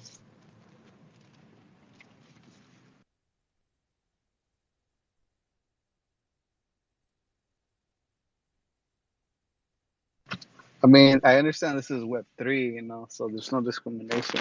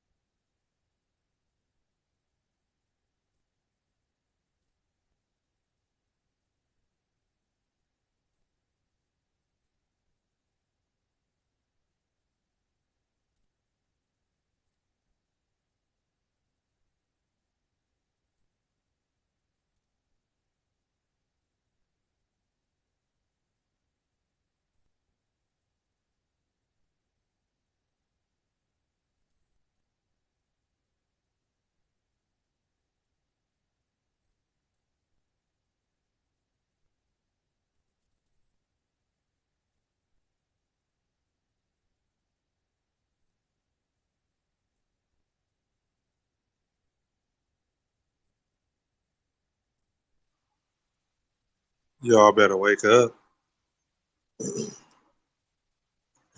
I had to get some snacks going. Going to the bank.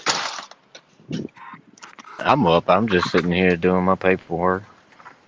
What you working on, R6? What paperwork? Talk to me. Talk to me. My load sheets. Him a goddamn trucker Your load coming. sheet. Oh, your trucker. Got it. Yeah.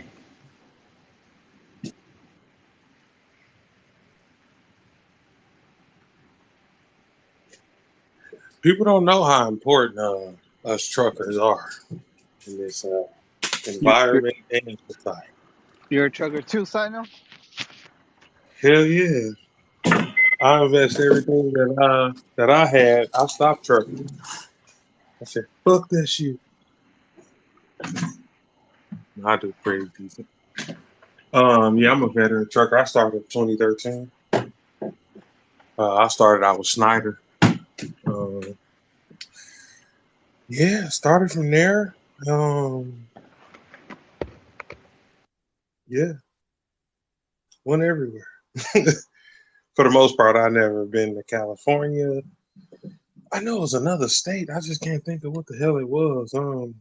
Hawaii. I mean, you know the ones that's together. Not Hawaii and Alaska. I've never been there. Bro. Chill. Stay calm.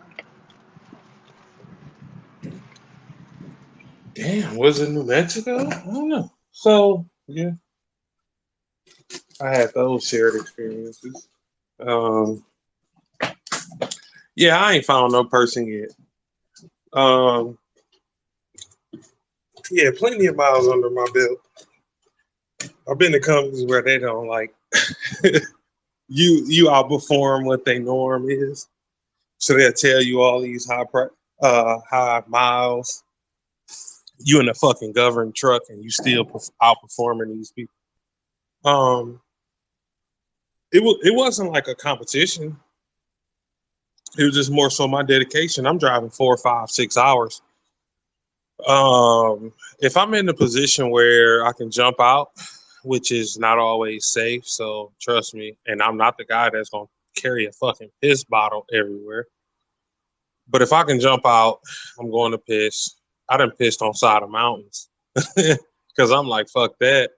Climbing a mountain in 10 speed, whatever. Yeah, we're not built. Some of the trucks not built for the mountains and whatnot. So it just gets to the point where it's just like certain things. Like yeah, I'm willing to go the extra mile for. Trucking is one. I think every dude, like every man got that one thing. They be like, okay, maybe every man should try this, try that. I think it's trucking is one of them. Fuck that, bro. I can't. I don't know why. It's just driving makes me sleepy. Man. Uh, man, especially going to Laredo. But I used to call people and I wake up here, finish my day off over there, and I'm putting the miles on it. I had certain trucks that was not governed. So when you get to certain jurisdictions, certain states, they allow you to open up. It don't say trucking. It's just more so that's the speed limit, and they don't have a trucking because Texas is amazing. Depending on the direction you're going as well. But I used to look at it like a vacation. I used to be on permanent vacation, especially when you can go to a truck stop, you know, have some fun. They got the slot machines in the lobby. They got a little closed off area where you can go play the slot machines. So I go there and just have fun, man. I got a 34-hour restart. Shit, I'm gonna make the best of it. And then sometimes it gets smooth where my 34-hour restart, and then I still don't have not the time, but more so my schedule is at another day where and I'm getting paid for it because I negotiate.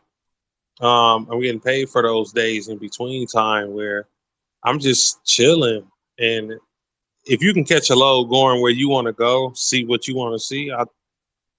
Like I said, if you want to go places, yeah, you can always jump out that truck and take a 34-hour restart. Um, go wherever you want to go. Call you a Lyft, Uber, if it's in that vicinity, and do that. Me, I've done it. How often can you do a 34-hour reset? When you reach your hours, when you reach top of your hours, you only can work so many hours over the road. 70-hour work week. I mean, they got different stipulations depending on what's going on where you can go over those hours, but you got to always check with the company that you with because they don't care what the law state. They don't want to even deal with the law, so they might not even offer you certain things that you can do with your ELD, your electronic logging device. So do not go and try to think you're getting away with something if you don't understand what's going on now. If you can operate respectfully in the law of dealing with trucking, your company gotta more so go your favor. Because if you know and understand the laws and you understand company policies and dealing with OSHA and dealing with all these FCA laws, I mean, it's just so many of them, right? Federal law, guidelines. They can't force you to do shit. It's just you just want to make sure you covered, make sure you're in the position that you need to be in. What they did here to try and solve some of that is the driver gets, I think it's a minimum of an $1,800 fine for driving over hours. Your dispatcher gets twice the fine, and the company gets 10 times the fine. So it's really bad if you're an owner Dang. operator because you're the driver, the dispatcher, and the company. So the fines are outrageous. So people don't do it. But we have 140 hours for 2 weeks. The reset is different, and then we have the 7-day, 70-hour.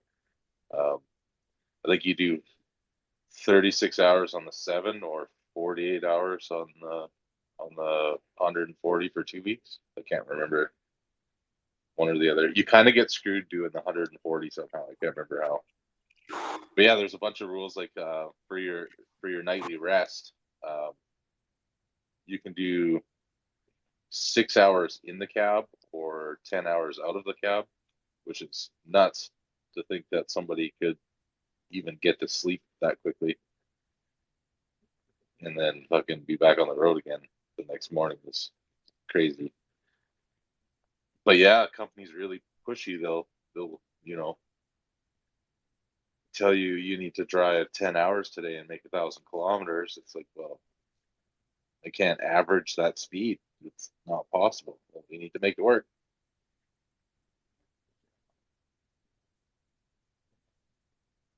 Yeah, highway driving sucks. Okay. You go ahead, Chris. You kind of faded out. I thought you was done speaking. I was just saying highway driving sucks. What's better is hauling oil is definitely better. I'm over the road. If you're going to place me in the truck, I think the best thing is over the road. And the only reason why I say that is if you're going to be at home, you got to be getting paid. But I've never witnessed nothing so beautiful than just traveling and going where you want to go.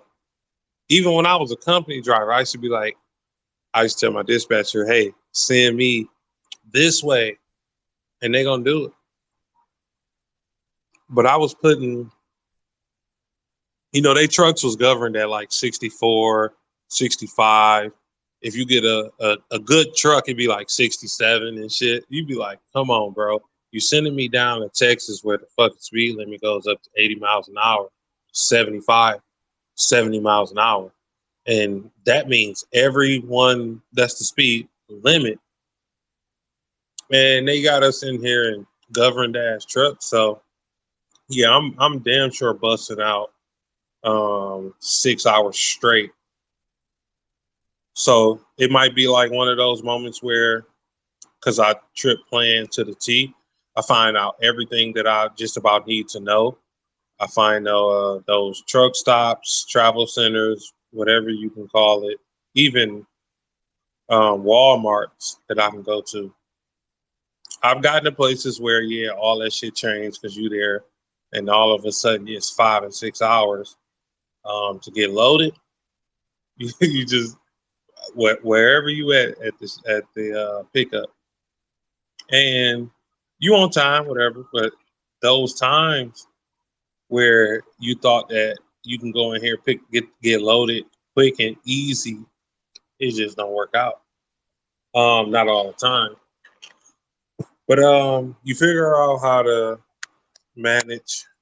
You get, because I was dealing with paper logs and ELDs. Yeah, you couldn't beat me. Our reset times, Chris, before I go there, is 70 hours. So I used to work in my time frames to the point where I always had hours left over that I can borrow from my 80 and keep it moving, because I learned these ropes right at the nick of time, but they was really implementing ELD. So I'm learning this on the ELD, but I figured out how to a paper log. None of that means nothing to me.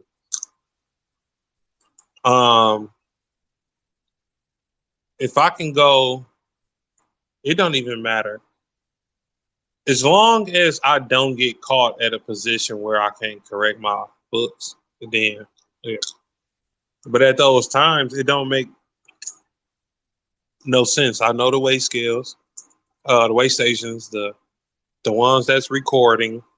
I don't have a my what's the damn toll roads, the bypass, and I don't have none of that. The fast track. Fast track, all those. I mean, I got caught out there with some of the best with those damn devices. Um, yeah, I don't need it. I don't require it. So yeah, I might take different routes to get to where I need to go. But at the end of the day, I've I wouldn't say never, but I haven't had no situation where I messed up totally or been at fault. I woke up late plenty of days and I figured it out. I know I can't stop for the next 7 hours for real, 8 hours for real. Made damn good time, but I was taking hot loads and my dispatcher decided to play games and they lost one.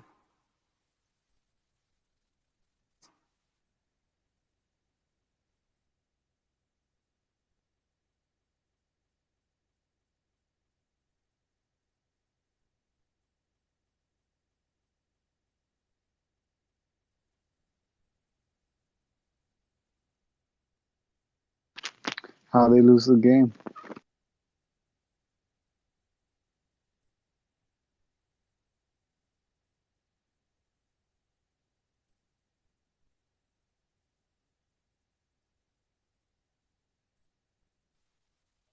Say that again. I didn't quite hear. How they lose the game?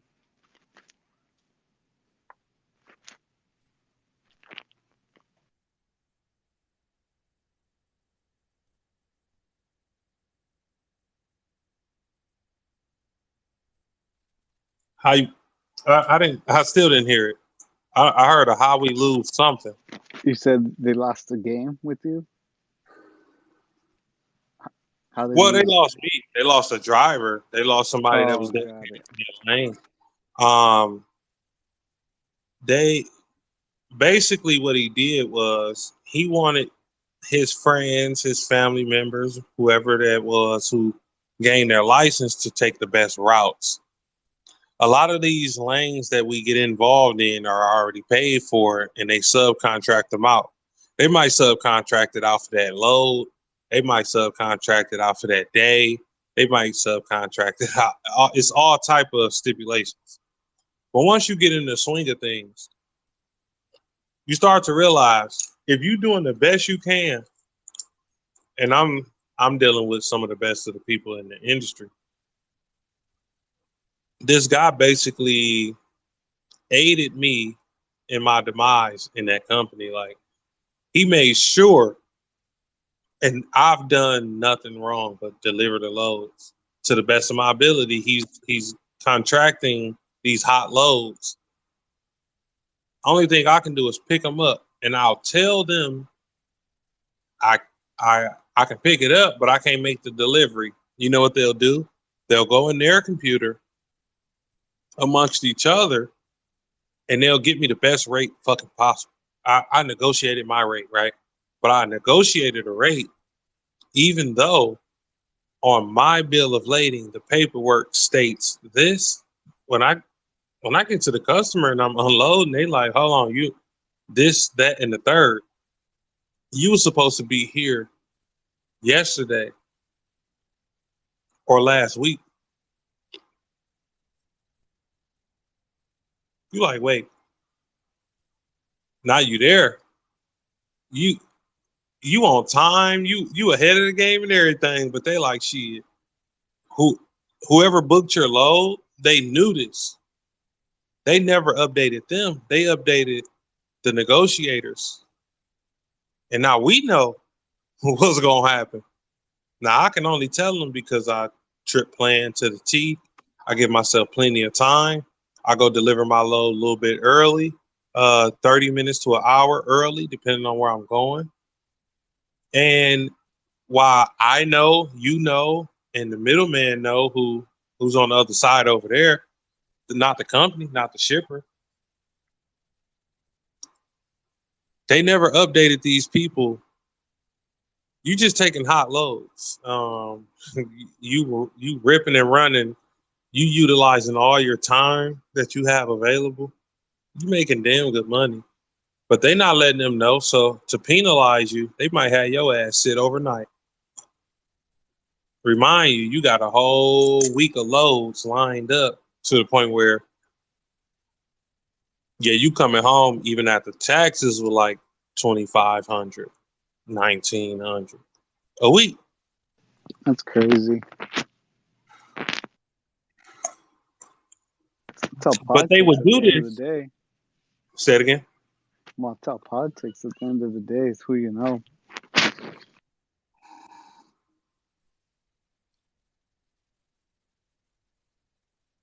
Yeah, I don't know what the hell I did to deserve it, but when I was looking at my numbers again, it's like I'm in a governed truck. So when I got unleashed to a truck that wasn't governed, man, you be like, what the hell wrong with this guy?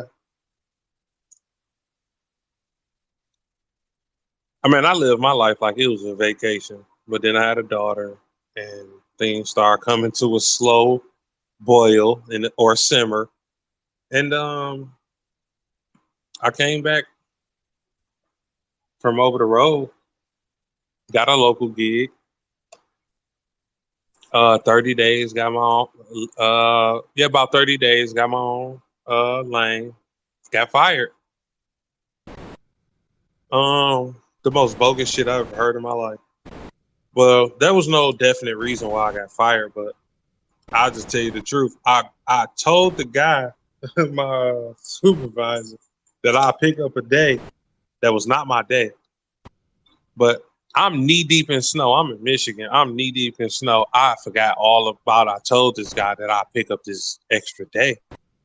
And when my day off come, which is the day I picked up, shit, I ain't wake up and think about that shit till 8 o'clock at night. It was too late. I'm supposed to Damn. be there, registered, and gone by 3 o'clock. I'm 5 hours late. I done forgot all about what he told me. I mean, what I agreed to. So that's not even the reason I got fired. You know, the reason they still told me I got fired is because I was smoking weed. That's not even what they wrote. That's just what was said. What was written was everything they can say to say, because, okay, if you don't come in to work, they got to find somebody else to cover your shift. I was that guy. I'll cover that shift. I'm supposed to work today. You want me to come in? Okay, cool. I missed a day. This is my first day. Remind you, I just got a lane, my own 2 lanes, and I haven't been there no more than 32 days. I'm just a month in. Now it's drivers that been there for a long time or quite a while. They don't have their own dedicated lane. He tried to make up everything. And I'm just like, dude, it's cool. I'll see you later. You know, like it ain't no big deal. Just say your employees, um, you value them more than you would do me, because I was getting paid hourly and they were getting paid day rates. So if they jam me up with a bad guy and we out there till the sun come back up, I don't give a fuck. I get paid hourly. And do it look like I'm in a rush to go home? Nope. But I'm doing my job in a timely manner. There's nobody that can point their finger and say Murphy's not doing what he's supposed to do. That's not what's happening. But yeah, they get rid of you, man. They try to replace you. They come up with all this old frivolous ass bullshit, kick you to the curb. So many people came in the industry and taking these low ass rates to the point where it's fucking up the industry. They going autonomous right now.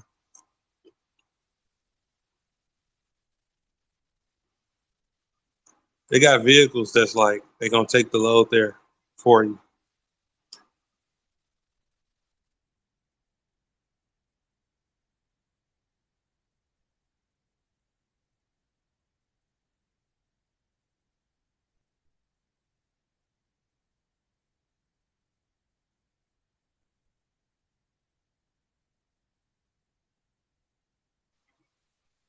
I got a friend.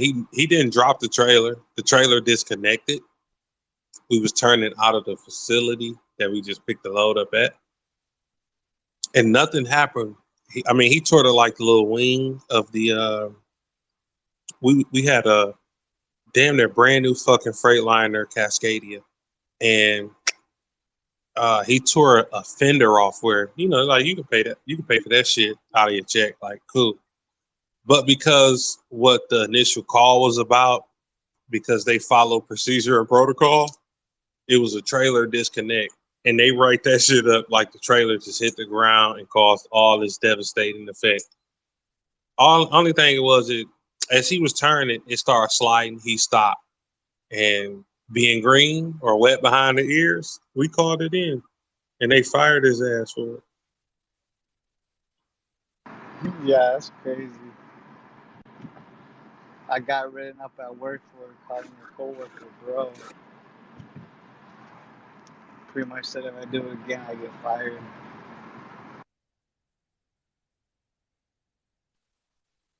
Right now, imagine you just wreck your whole truck, cause the load to be late.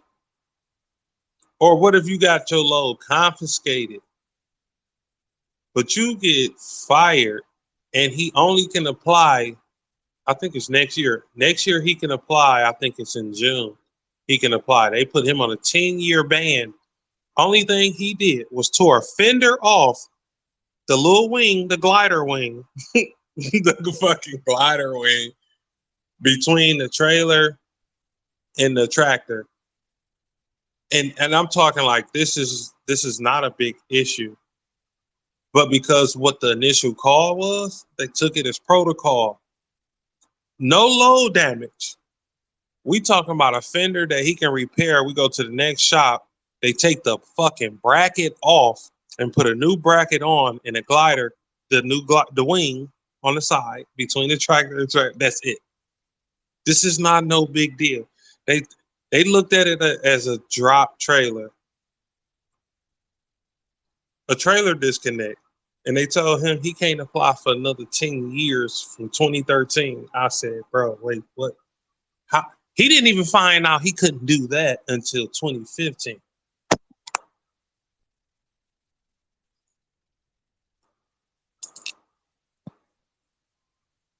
They took 2 years to let him know he had another fucking 8 years or whatever to so he can apply back to the company. And I'm like, we are sitting here with a guy named Ken eating a dinner while driving on the highway.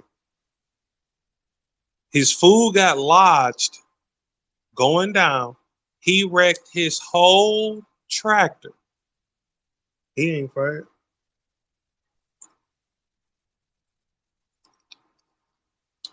Ken was a veteran. They like, shit, Ken can wreck his truck. Y'all new ass is not coming in here having a trailer disconnect. So, again, that was Snyder International. And I'll go back to Snyder to the day. Good company.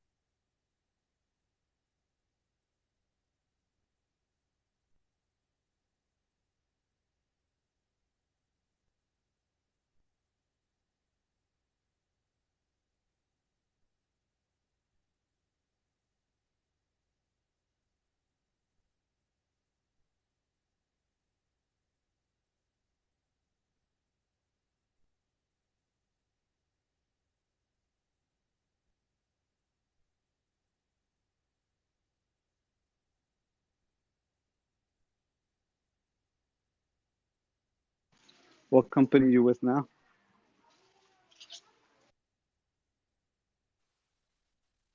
Say it again. Which truck company you with now? Oh no, I'm off the road. Yeah, I got the hell out of there.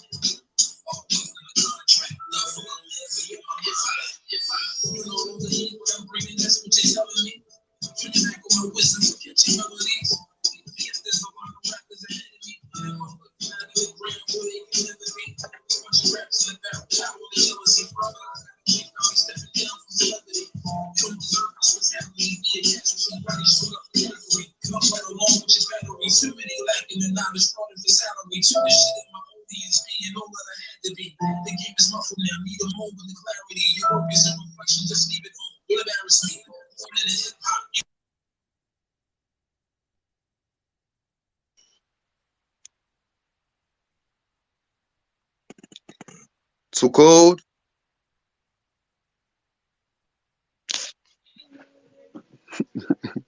She's knocked out. It's tired as fuck.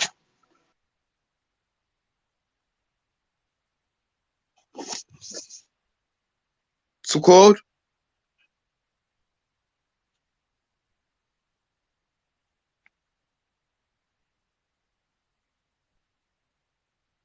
Too cold. Shit.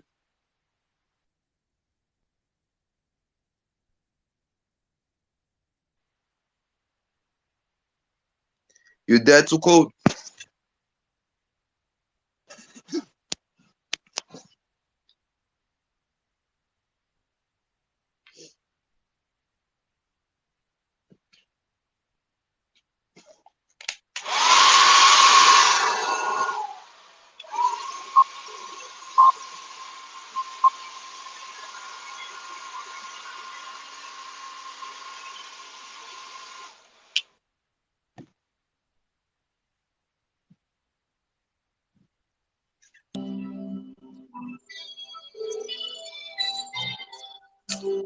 Too cold.